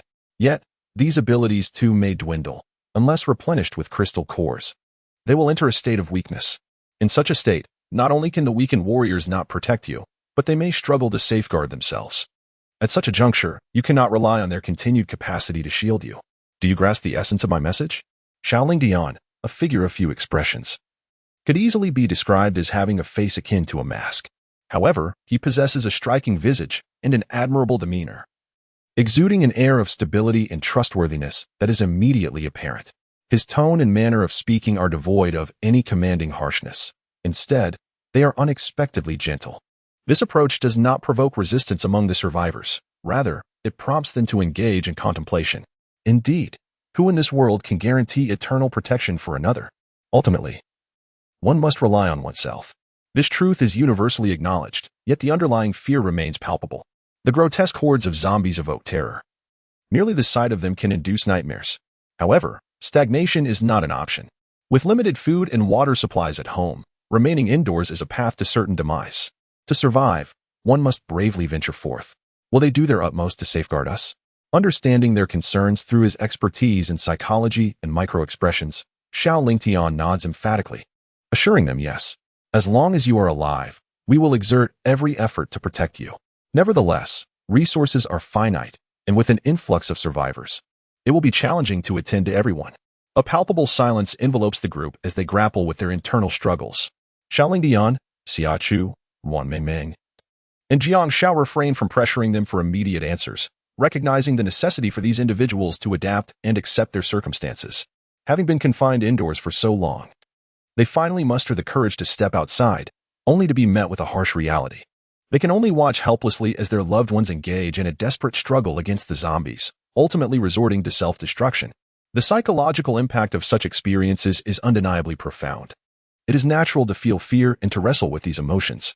Yet, as reiterated, this step must be taken eventually. Only by stepping forward can one confront the myriad hardships that lie ahead. Otherwise, survival will be fleeting.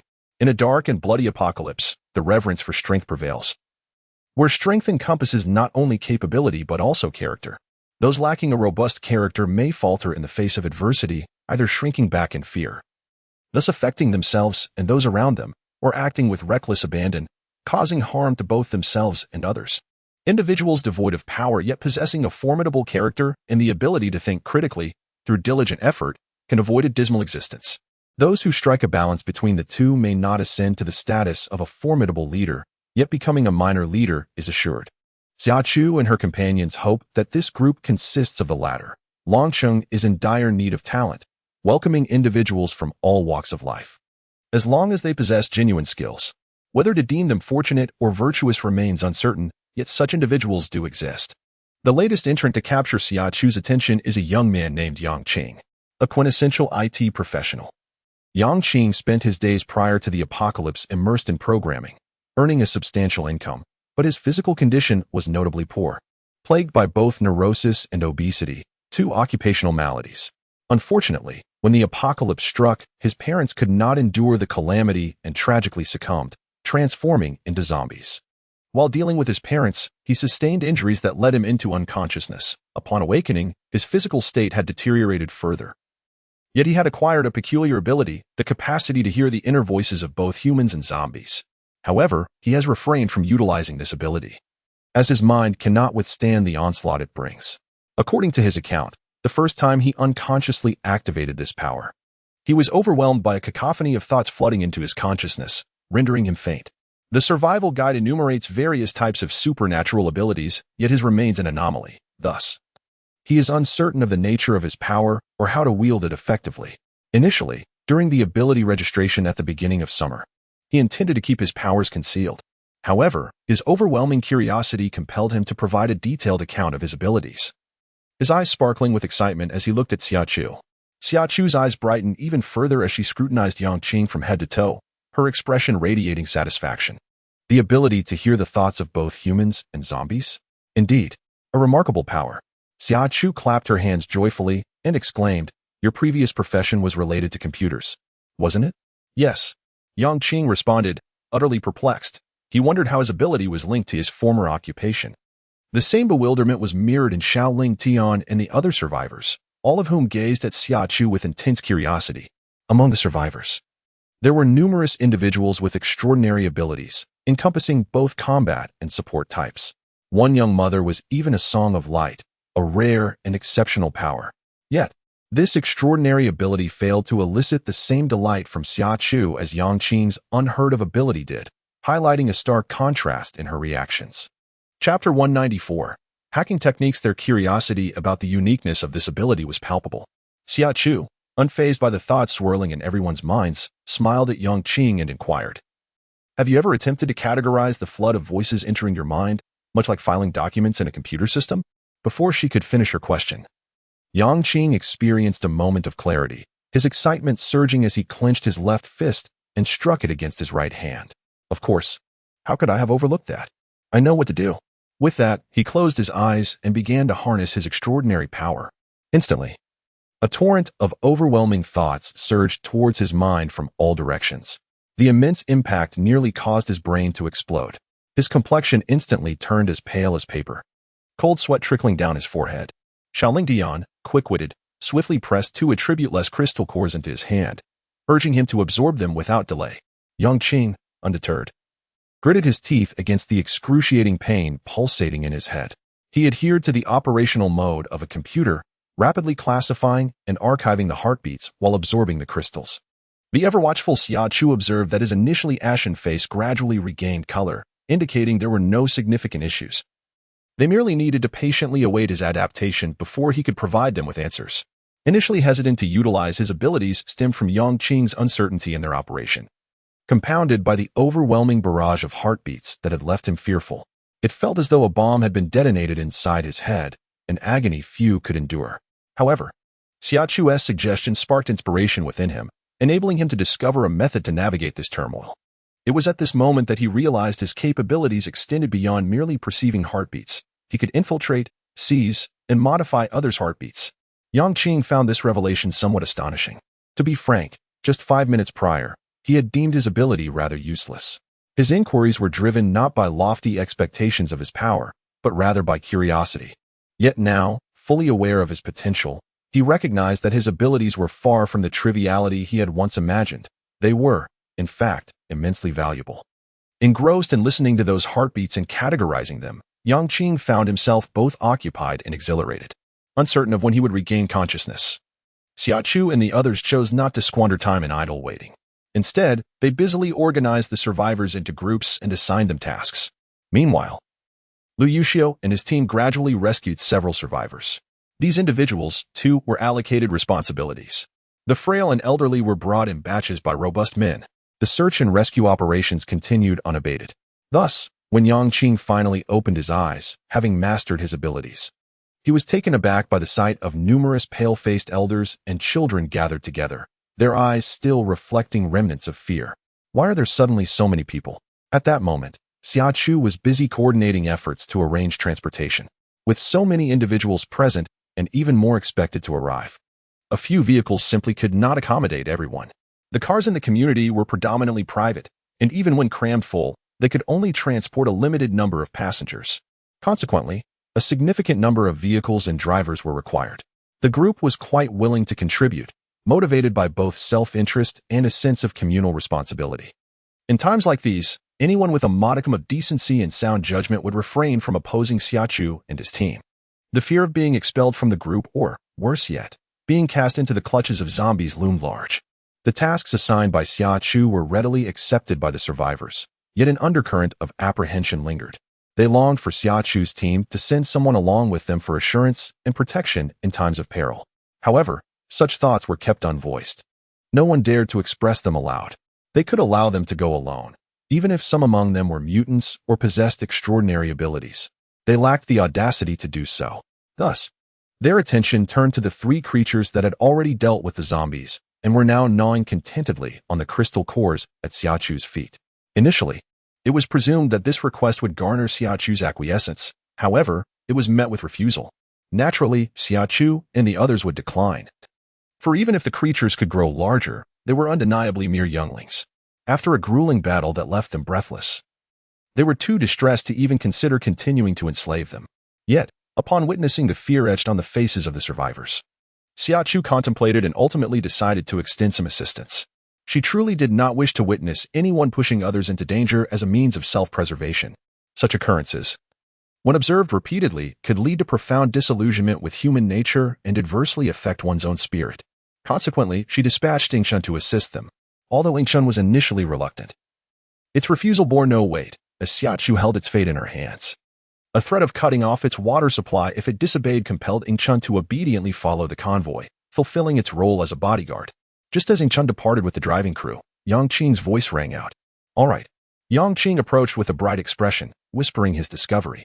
His gaze swept over the elderly, weak, and ailing individuals, and he quietly remarked that there were a few among them to be wary of, as their intentions were not pure. Xiao Lingtian and Xia Chu possessed keen observational skills. The former's years of training had instilled in him a habit of swiftly assessing situations wherever he went. In the wake of the apocalypse, a sense of vigilance prevails, particularly towards unfamiliar individuals, save for those few trustworthy companions. This wariness is a habit cultivated from a previous existence, where the intricacies of human nature proved too complex and unreliable. Her willingness to assist others does not denote naivety or an open-hearted trust. Rather, she maintains a prudent skepticism towards those she does not know, especially upon first encounters. Consequently, both Xia Chu and Xiao Lingtian remain ever alert, perceiving through Yang Qing's gaze the individuals he had mentioned. As Xia Chu's eyes lightly swept over the faces of the group, she turned to Xiao Lingtian, asserting that these individuals should be closely monitored. Once they reunite with Chengzi and the others, it would be prudent to inform them as well. The world has changed, necessitating a heightened sense of caution. Should trouble arise, they must act decisively without hesitation. Indeed, you are correct. Xiao Lingtian concurred, sharing the same sentiment as Xia Chu. His primary concern rested solely with Chengzi and the others. Yang Qing, I formally inquire whether you would be willing to join the 8 armies? While direct entry into the Thorn Brigade seemed implausible, given their unfamiliarity, he recognized Yang Qing's gratitude, his willingness to offer caution, and the genuine utility of his abilities. Thus, he resolved to extend an opportunity for Yang Qing to join the 8 armies, should he successfully pass their trials. The gates of the Thorn Brigade would open wide for him. As Xiao Lingtian spoke these words, his eyes narrowed slightly, and his expression conveyed a profound seriousness. Yang Qing possessed limited knowledge about the 8 armies, yet he understood that it was an official organization. Following the guidance of such an entity could only lead to favorable outcomes. With a determined nod, he replied, I am willing. Very well, once the team assembles, I shall introduce you to my comrades, who will also serve as your referral. With a firm pat on Yang Qing's shoulder, Xiao Lingtian declared, I now entrust you with a most significant task. This mission will determine whether you can successfully navigate the trial and gain entry into the esteemed 8 armies. Are you willing to accept this responsibility? The trial has arrived. Should he succeed, he would become a member of the military. What young man does not harbor a dream of military service? He had once enlisted, yet alas, he failed the medical examination due to poor vision, leading him to pursue a conventional university education. Now, however, an opportunity to realize his military aspirations had presented itself. Thus, he nodded vigorously and resolutely uttered a single word, willing. Well done, young man. Xiao Lingtian praised him enthusiastically, then leaned closer to whisper a few words in his ear. The perceptive Xia Chu and Ruan Miming overheard every word with clarity. They exchanged knowing glances and simultaneously gave Xiao Lingtian a thumbs up. To implant a living monitor among the survivors, one capable of discerning even the most adept of disguises, was indeed a brilliant strategy. The emperor could certainly do so. Jiang Shao. An ordinary individual devoid of any special abilities remained oblivious to Xiao Lingtian's softly spoken words, which were as faint as a whisper.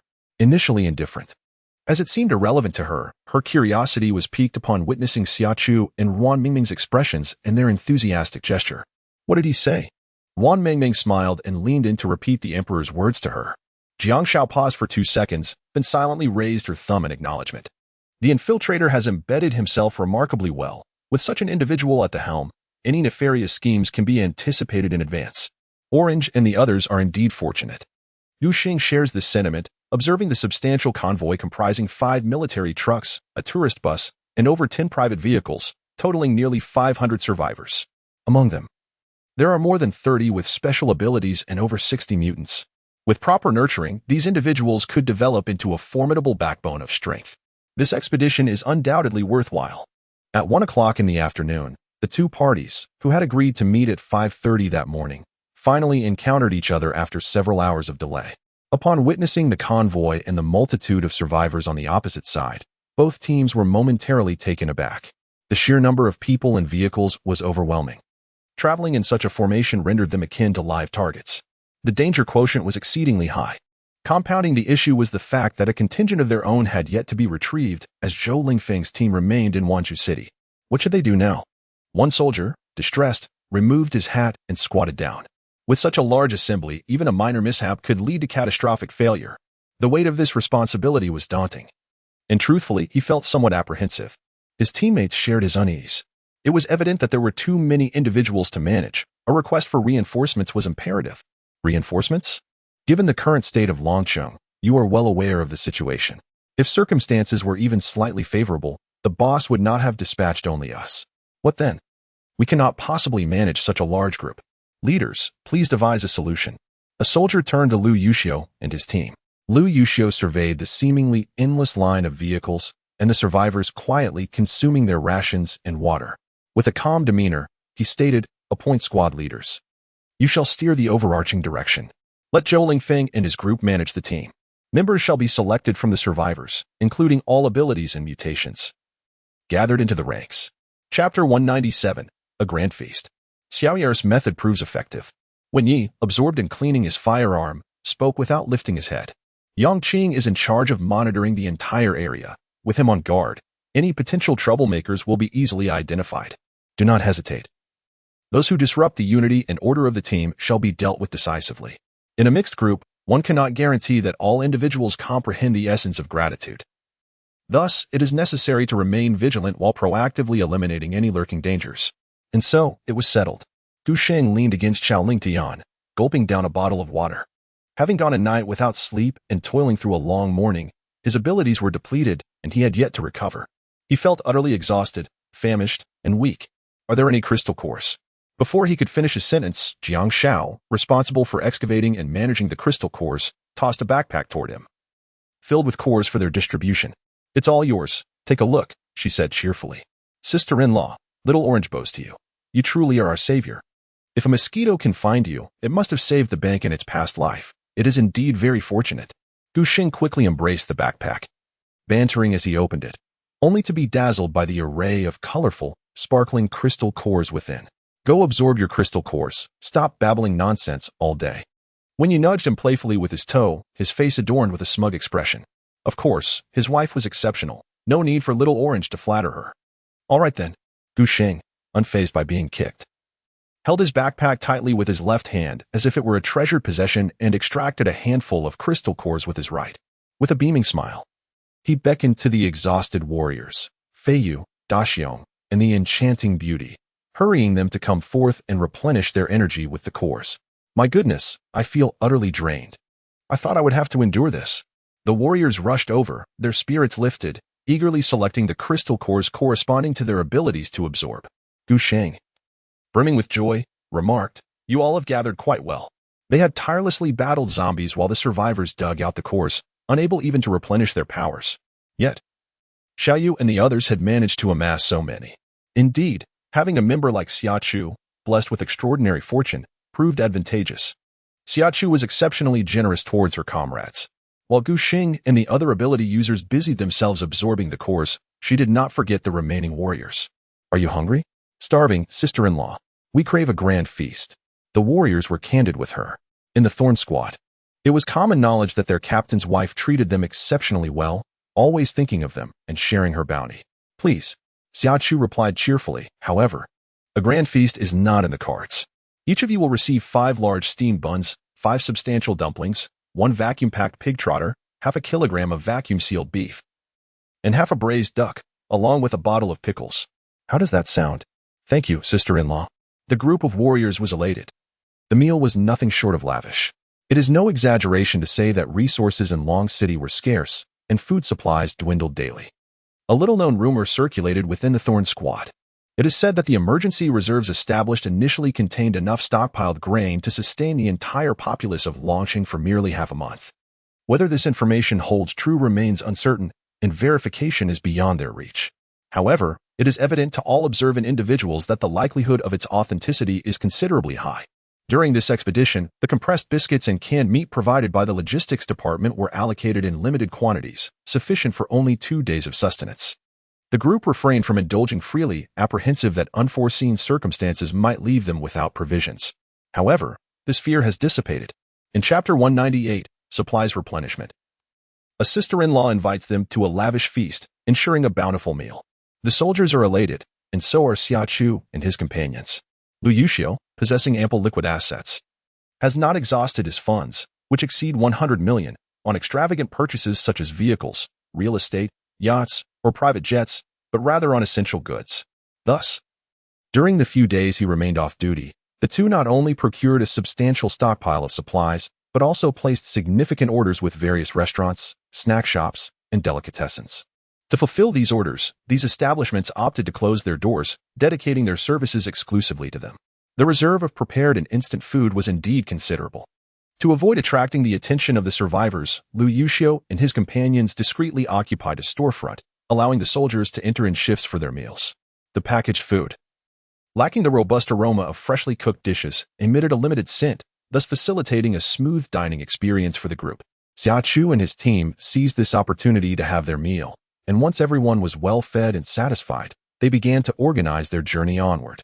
Yangqing, equipped with the heart sound monitoring device, alongside Xia Chu, who commanded a living radar capable of localized surveillance, took charge of the situation, ensuring comprehensive monitoring and listening for any unforeseen circumstances. The external defense was entrusted to the warriors of Thorn and the temporarily recruited superhumans and mutants under Zhou Lingfeng's leadership. Gu Sheng, accompanied by 6 superhumans, was responsible for maintaining communication via radio with the Thorn warriors, overseeing the broader strategy. As Zhou Lingfeng's group had yet to arrive, the substantial convoy needed to traverse the central urban area of Huanan before heading to Wanzhou City in the new district to pick up personnel. Xia Chu and her companions did not hasten their departure, but rather prepared to accompany them for a stretch. Having already experienced delays, they were not overly concerned about additional postponements. Just prior to their departure, Xia Chu replenished Gu Sheng and his team with a selection of firearms and ammunition, which they had privately retained. She utilized these reserves to provide the necessary supplies. In addition to weaponry, she also arranged for a significant quantity of food. Initially, this necessity had slipped her mind. However, during a meal, Gu Sheng mentioned the scarcity of resources in Long City, prompting her to take action. The 8 armies in Thorn had already begun to reduce the daily rations for the soldiers. What could Xia Chu do? She could not allow the warriors on the front lines to risk their lives while going hungry. Thus, she resolved to offer assistance. After conferring with Lu Yuxiu, she procured 5 tons of grain, 2 tons of which were produced from her spatial abilities. She explicitly instructed that this grain was solely for the internal consumption of Thorn's personnel and should not be disseminated outside their ranks. Without hesitation, Gu Sheng agreed to her terms. Furthermore, she arranged for 1,000 pounds each of slaughtered pigs, sheep, and poultry from the abattoir, generously providing these resources. Xia Chu was met with enthusiastic acceptance from Gu Sheng and his team. As they continued to gather provisions, the accompanying spatial ability user wore a distressed expression, lamenting that their spatial storage was at its limit. They inquired about what to do with the remaining poultry. Gu Sheng retorted with a dismissive gesture, suggesting that they should offload some of the grains onto the vehicles and prioritize storing the poultry within the spatial dimension. Xia Chu possessed a small area within her spatial dimension where time was effectively suspended. Whether it was fresh produce, meats, or cooked meals, their condition remained unchanged upon retrieval. When placing orders with the slaughterhouse, Xia Chu specifically requested that they refrain from sealing the prepared delicacies. Instead, she preferred the meat to be cleaned of blood and placed in baskets for transport. Consequently, the meats she retrieved were exceptionally fresh, with the residual blood still vibrant and uncongealed. Such unpackaged, fresh meats posed a significant risk when exposed, as they could attract zombies and become contaminated. Yu Xing was unaware of the preservation capabilities of Xia Chu's spatial dimension, but he never delved into the matter, nor would he be so imprudent as to inquire. Nevertheless, he harbored a certain understanding, as did those who had visited Jade Mountain, since Xia Chu had never intended to conceal it from them. Therefore, upon hearing Xiao Wu's words, he directly provided a solution without seeking their input. Xia Chu and Lu Yuxiu remained silent on the matter. However, Xiao Wu was burdened with the task of unloading and reorganizing the items he had meticulously packed. Xiao Wu's spatial ability was quite peculiar. As a novice spatial ability user, his storage area was modest, but its height was remarkable. Furthermore, he possessed a domain typically accessible only to spatial ability users of level 5 or higher. As soon as he begins to store items within, his domain automatically activates. It is not by his own volition. Outsiders are entirely incapable of entering his realm of comprehension. Though they are comrades who would risk their lives for one another, none would dare to forcibly breach his domain. Thus, he is left to toil alone. Lu Yuxiu sighed, lamenting the scarcity of spatial abilities. Indeed, Gu Xing also felt the weight of a sigh. At present, the recruitment for spatial abilities in Longsheng has reached a frenzied level. A mobile personal warehouse not only alleviates burdens but also conceals the precise quantities of procured resources, thereby inciting envy and potentially leading to calamities. It is evident how vital spatial abilities are for teams embarking on missions. If a genuine situation arises, we shall devise a plan. Lu Yuxiu nodded affirmatively. Just as Gu Xing opened his mouth to speak, a cacophony erupted from outside, followed by the sound of gunfire. The expressions of the three within the shop shifted dramatically as they rushed outside. There, they witnessed Xiao Lingtian coldly execute a middle-aged man with a shot to the head. Every soldier, without exception, raised their weapons, aiming at the surviving witnesses. Not far off, Wen Yi was frantically slamming a young man to the ground as if he were a sandbag. The youth, now on the brink of death, was drenched in blood. With Wen Yi's face splattered in crimson, the ever-smiling eyes of Wen Yi were now regarding Ruan Mei Ming. She was softly speaking to Jiang Xiao, who was quietly weeping. Xia Chu swiftly approached them, posing the same question. Through their inquiries, they gleaned the intricate details of the unfolding situation. The matter was not particularly convoluted. It involved a group of over a dozen ability users who, after successfully receiving rescue and being directed by Lu Yuxiu to exterminate zombies, realized that the undead were not as terrifying as they had initially imagined. Their mindset shifted, and some became somewhat overconfident. What initially seemed trivial, however, was complicated by the presence of Zhou Lingfeng and his companions, who, having been appointed as squad leaders, wielded authority. Meanwhile, the others were relegated to mere subservient roles. This group comprised individuals with fire, ice, earth, and other combat-related abilities. They believed their capabilities matched those of Zhou Lingfeng and his team, thus resenting their leadership. Rather than resorting to open conflict, they felt constrained by pride and a sense of honor, as they had benefited from the efforts of Lu Yuxiu and his team, who had painstakingly cleared the zombies, taught them how to confront the undead, and provided encouragement and support. These individuals had not even dared to step outside their homes, let alone engage in combat with zombies. Yet, they were unwilling to accept the position of ordinary team members, devoid of power and special privileges. Consequently, after a brief exchange, these ambitious individuals reached an agreement to procure firearms and establish a new base elsewhere. Under normal circumstances, with young Qing, who could eavesdrop on thoughts, present, one would assume they had no opportunity to conspire. However, the situation was complicated by the presence of a dual-element ability user among them, who had only registered as a water element user. In another branch of psychic abilities, the skill of mind transmission was concealed by him. Mind transmission, while categorized similarly to Yang Qing's abilities in a broad sense, possesses an essential distinction. Yang Qing is capable of listening to and altering the thoughts of others, whereas the youth who hides his powers can transmit thoughts to a designated target within a 10-meter radius. At first glance, this ability may seem rather trivial, yet when wielded effectively, its impact can be quite significant. It was precisely due to this power that Yang Qing, who was responsible for monitoring the thoughts of all surviving individuals, was rendered oblivious by him. The failure to detect the problem promptly granted them an opportunity to exploit the situation, while Xia Chu and the others were preoccupied inside. Xiaoling Tian and his companions were equally engrossed outside. To mitigate any risks, every team member was equipped with a firearm, including Jiang Xiao and Wan Meimeng. Wan Meimeng, being a psychic, had been witnessed in action by numerous survivors. Jiang Xiao's identity as an ordinary person could not be concealed either. Consequently, these individuals set their sights on Jiang Xiao and the ordinary soldiers who lacked abilities or mutations. Although the soldiers may not possess psychic powers, their professional training ensured they were well-versed in various combat techniques, making it improbable for them to be overpowered. Jiang Xiao, however, was different. Her sheltered upbringing had shielded her from the darker facets of life. This naivety led her to unwittingly fall into a trap when a youth, feigning illness and appearing pale and drenched in cold sweat, approached her. Instinctively, she reached out to assist him, inadvertently placing the firearm into his hands. The inherent physical disparity between men and women, compounded by the fact that this youth was a psychic, rendered Jiang Xiao vulnerable to the ensuing peril. Having just succeeded, the youth's comrades immediately erupted, joining the fray to seize the firearms, and then chaos ensued. By the time Xia Chu and the others emerged upon hearing the commotion, Xiaoling Tian and his team had swiftly restored order, but Jiang Xiao had been injured. She had suffered several blows to the face and kicks to the abdomen. The youth's actions were unsparing, leaving Xia Chu uncertain whether it was due to uncontrollable fear or deliberate intent. However, upon witnessing the injuries to Jiang Xiao's face and abdomen, she comprehended Wen Ye's fury, as she, too, felt inclined to eliminate the youth. Chapter 201.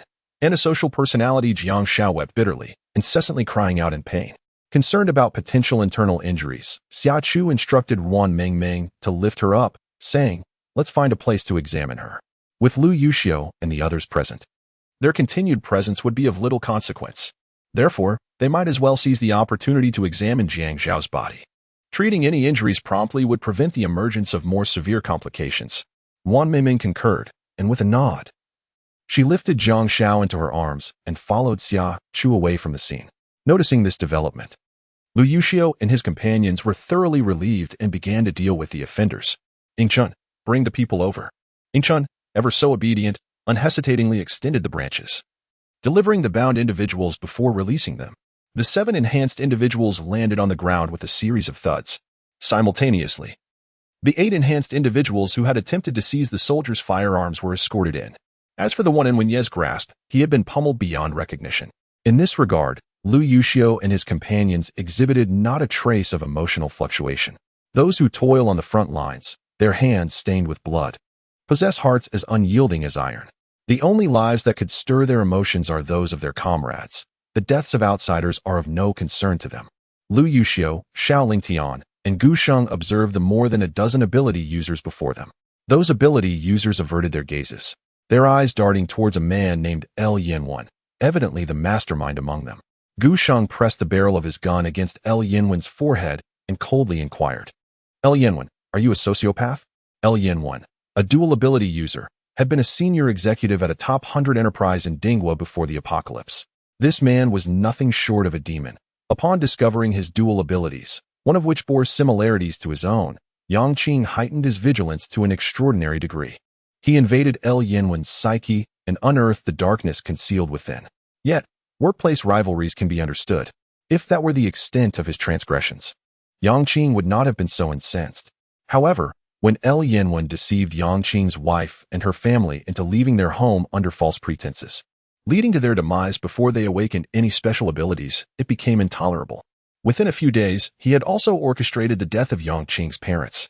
As if that were not enough, in a time of scarcity where each household struggled to stockpile sufficient supplies, L Yanwen's family, consisting of 6 members prior to the apocalypse, had consumed a significant portion of their provisions.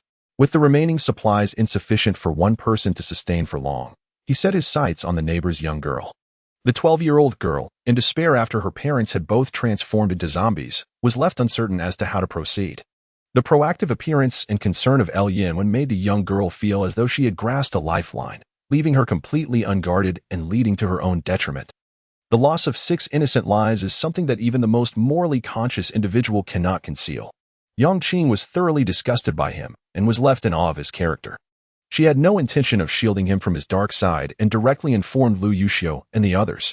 Those who had been successfully incited by him to participate in the robbery of firearms had engaged in numerous self-serving and malevolent acts, equally tainted. Initially, Lu Yuxiu and his group had no plans to deal with them directly. They merely sought compensation in exchange for their release. However, upon learning of the deeds committed by these individuals from Yangqing, they changed their minds. Not a single one of the 15 could be spared. Allowing them to escape would endanger innocent individuals who bore no ill intentions. Yet, executing them outright was also unfeasible, as the uninformed survivors might jump to erroneous conclusions and perceive them as ruthless murderers. Therefore, it was imperative to publicize their misdeeds, allowing the survivors to comprehend the truth. Moreover, the revelation of the truth could not come from them, as the survivors would harbor doubts. Only the accounts of the involved parties would hold persuasive power. Thus spoke Lu Yuxiu. Xiaolingdian and the others fell into a profound silence. The idea was commendable, but the issue lay in the fact that Yinwen and his associates would not cooperate, bound like pigs with their mouths gagged. Yinwen and his companions looked at Lu Yuxiu with the gaze of fools, yet inwardly, they genuinely felt a sense of relief, their previously tense emotions now alleviated. Should this band of soldiers choose to resolve the matter directly, there would be no the survivors present are unwilling to speak on their behalf, for they fear offending the brutish soldiers. Yet these soldiers, with their misguided principles and a semblance of justice, do not wish to bear the burden of indiscriminate slaughter. They delude themselves into thinking they can coax confessions from the survivors, an utterly fanciful notion. The power of speech resides with the survivors, and it is their prerogative to express themselves as they see fit. How can these soldiers, who are tasked with maintaining order and saving lives, presume to dictate their words? Even if endowed with tenfold courage, they would not dare to apply excessive pressure in plain sight. What of the military's reputation? Contemplating this, a glimmer of satisfaction appeared on the faces of Yinwen and his companions. Their chance for escape had arrived. The thoughts of these soldiers were as transparent as glass to him. He wished to avoid further encounters with them, fearing he might succumb to the temptation to annihilate them in an instant. Xiaolingdian candidly remarked that he could understand their reluctance. He too would not cooperate, as doing so could lead to death. Only a fool would comply. Clearly, Yinwen and his companions were no fools. Let us not complicate matters, just eliminate them. Gu Sheng spat through clenched teeth, filled with disdain for these wretches. Execution was inevitable, but they must not allow their hands to be sullied by these scoundrels. Furthermore, they should not leave the broader survivor community with the impression that they were butchers. Lu Yuxiu regarded Yinwen and his group with a placid expression.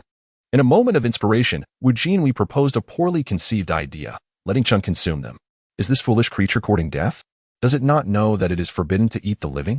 As Chun angrily swung a branch, Lu Yuxiu, with swift reflexes, pushed Wu Jinhui aside, while simultaneously grasping the branch with his free left hand to halt its advance.